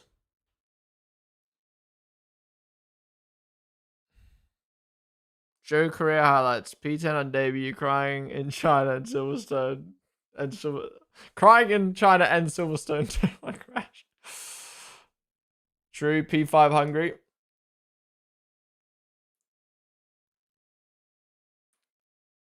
No, I'm not saying it doesn't make sense not to rotate, but like, you're telling me people stay there overnight, so they just come in for a couple hours.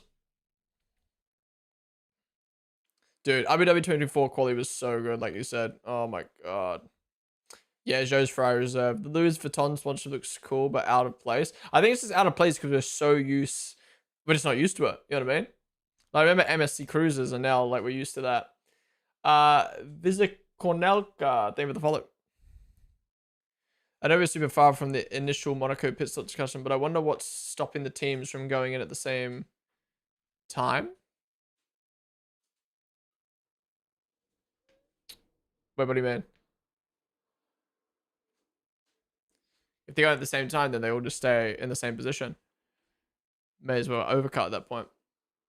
Who's sponsored by LV? Louis Vuitton sponsors F1 now. So Tag Q is a part of Louis Vuitton group. And Louis Vuitton is on the start of Sector 2.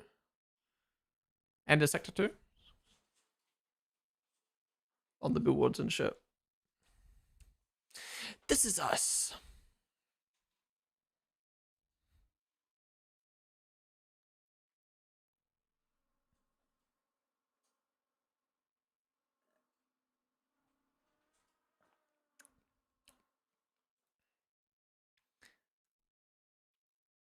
Alex sounds more like his father every day, yeah, honestly.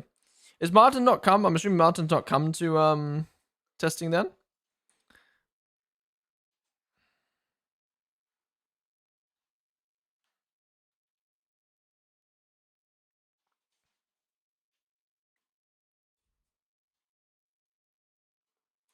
How quick does he have to... Oh my god, that's strange. How quick does he have to go to be able to see the paint, like, where it flows?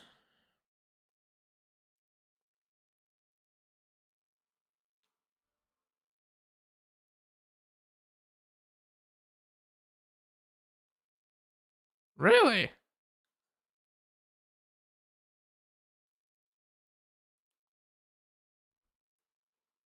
I didn't know that. You just stay at a constant speed. I thought the whole point was to drive and then see where the air flows over the car when normally driving. Oh, why is he going off track? What's he doing? It's 4 a.m. here. Catch you later. Catch you later, Zebby. Appreciate you chilling. I wonder what Paris is doing right now. Probably playing Minecraft hardcore mode. He's doing, he posted something on his story. Verstappen cooking again this season. Damn. Verstappen, I mean, he's in P3 right now. But, yeah, him, Russell, and Norris all tight.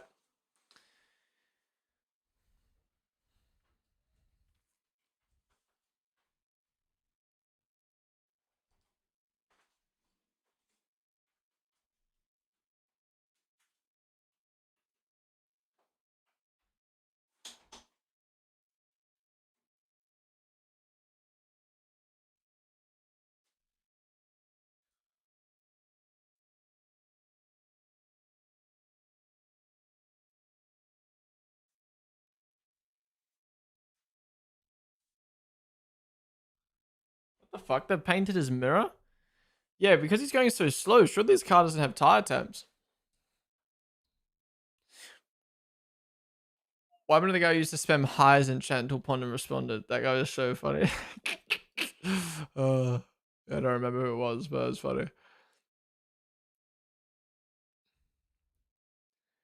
If Max wins in Australia, I'll see you in 2026. Shut up. Shut up.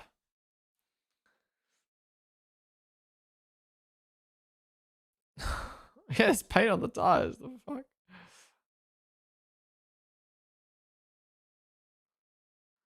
But like the paint's not moving.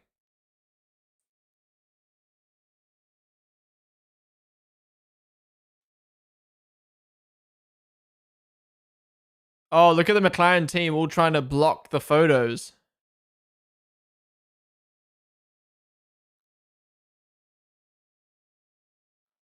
No, look at that. Oh, look at that photographer. Did you see that? Look at that guy. Look at that. They're trying to block him. They're trying to block the photographer. That's so funny. That is so good. That is so good. The block was funny, and then the photographer giving no fucks.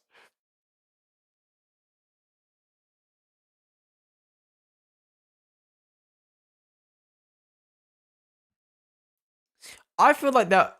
No, I ain't a fucking Flover's pro, but I feel like that was way too much paint, and like it didn't look like any of it moved. And then look, the F1 ended up doing a fucking high quality zoom in slow mo replay anyway. Oh yeah, I guess.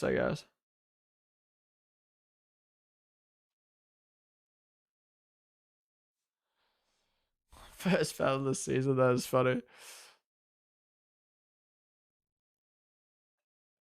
All right, the timer is done, guys. That is it for day 1 of F1 preseason testing. The first time we've seen all the cars and drivers out on track for 2025. Thank you all for watching today. We're going to wrap up the stream shortly. But yeah, Norris at the top, 130.4. Russell, P2. Verstappen, P3. Leclerc, P4. Sainz, P5. Gasly, 6. Then Antonelli, Liam Lawson, Alex Albon, Yuki Tsunoda, Isaac Hedger, Bortoletto, Lewis Hamilton, Doohan, Alonso, Stroll, Piastri, Hulkenberg, Ocon, and Behrman. Takeaways from today: Liam spun, Hedger spun, Haas looked like they suck. The Big Four still look like the Big Four. And it rains in Bahrain. That's about it. Yeah, not much to really take away. I'm sure overnight we'll have a lot of like F1 TV, Twitter experts, all those people kind of breaking lap times down, breaking information down. So tomorrow's stream we'll have a bit more to talk about. But yeah, thank you guys all for watching today. If you enjoyed, be sure to hit the follow button or the subscription button down below if you're on YouTube. We are going to be live tomorrow for all 9 hours of testing once again, as well as Friday. So be sure to tune into those streams. We'll do it all again, chatting about everything. Tomorrow we'll probably do some different activities and watch some different videos and stuff, considering today was the first day, so it's a bit more like just focusing on the on-track action. Excuse me. But yeah, that's it. First time cars out on track, dude. I'm so excited for the season. Like now that testing is on, I'm kind of like, all right, let's get the season going now. Like I'm excited. I'm excited. Anyways, YouTube gang, thank you guys all for watching. Hit the sub button down below. Make sure to like. Be sure to come over to Twitch. We're gonna stay live on Twitch for a couple more minutes, but yeah, adios. Oh, Sonari, thank you for the 100 bits, dude. Thank you for the 100 bits. I appreciate it, man. Thanks for the marathon stream. The marathon ain't over. We still got 2 more days.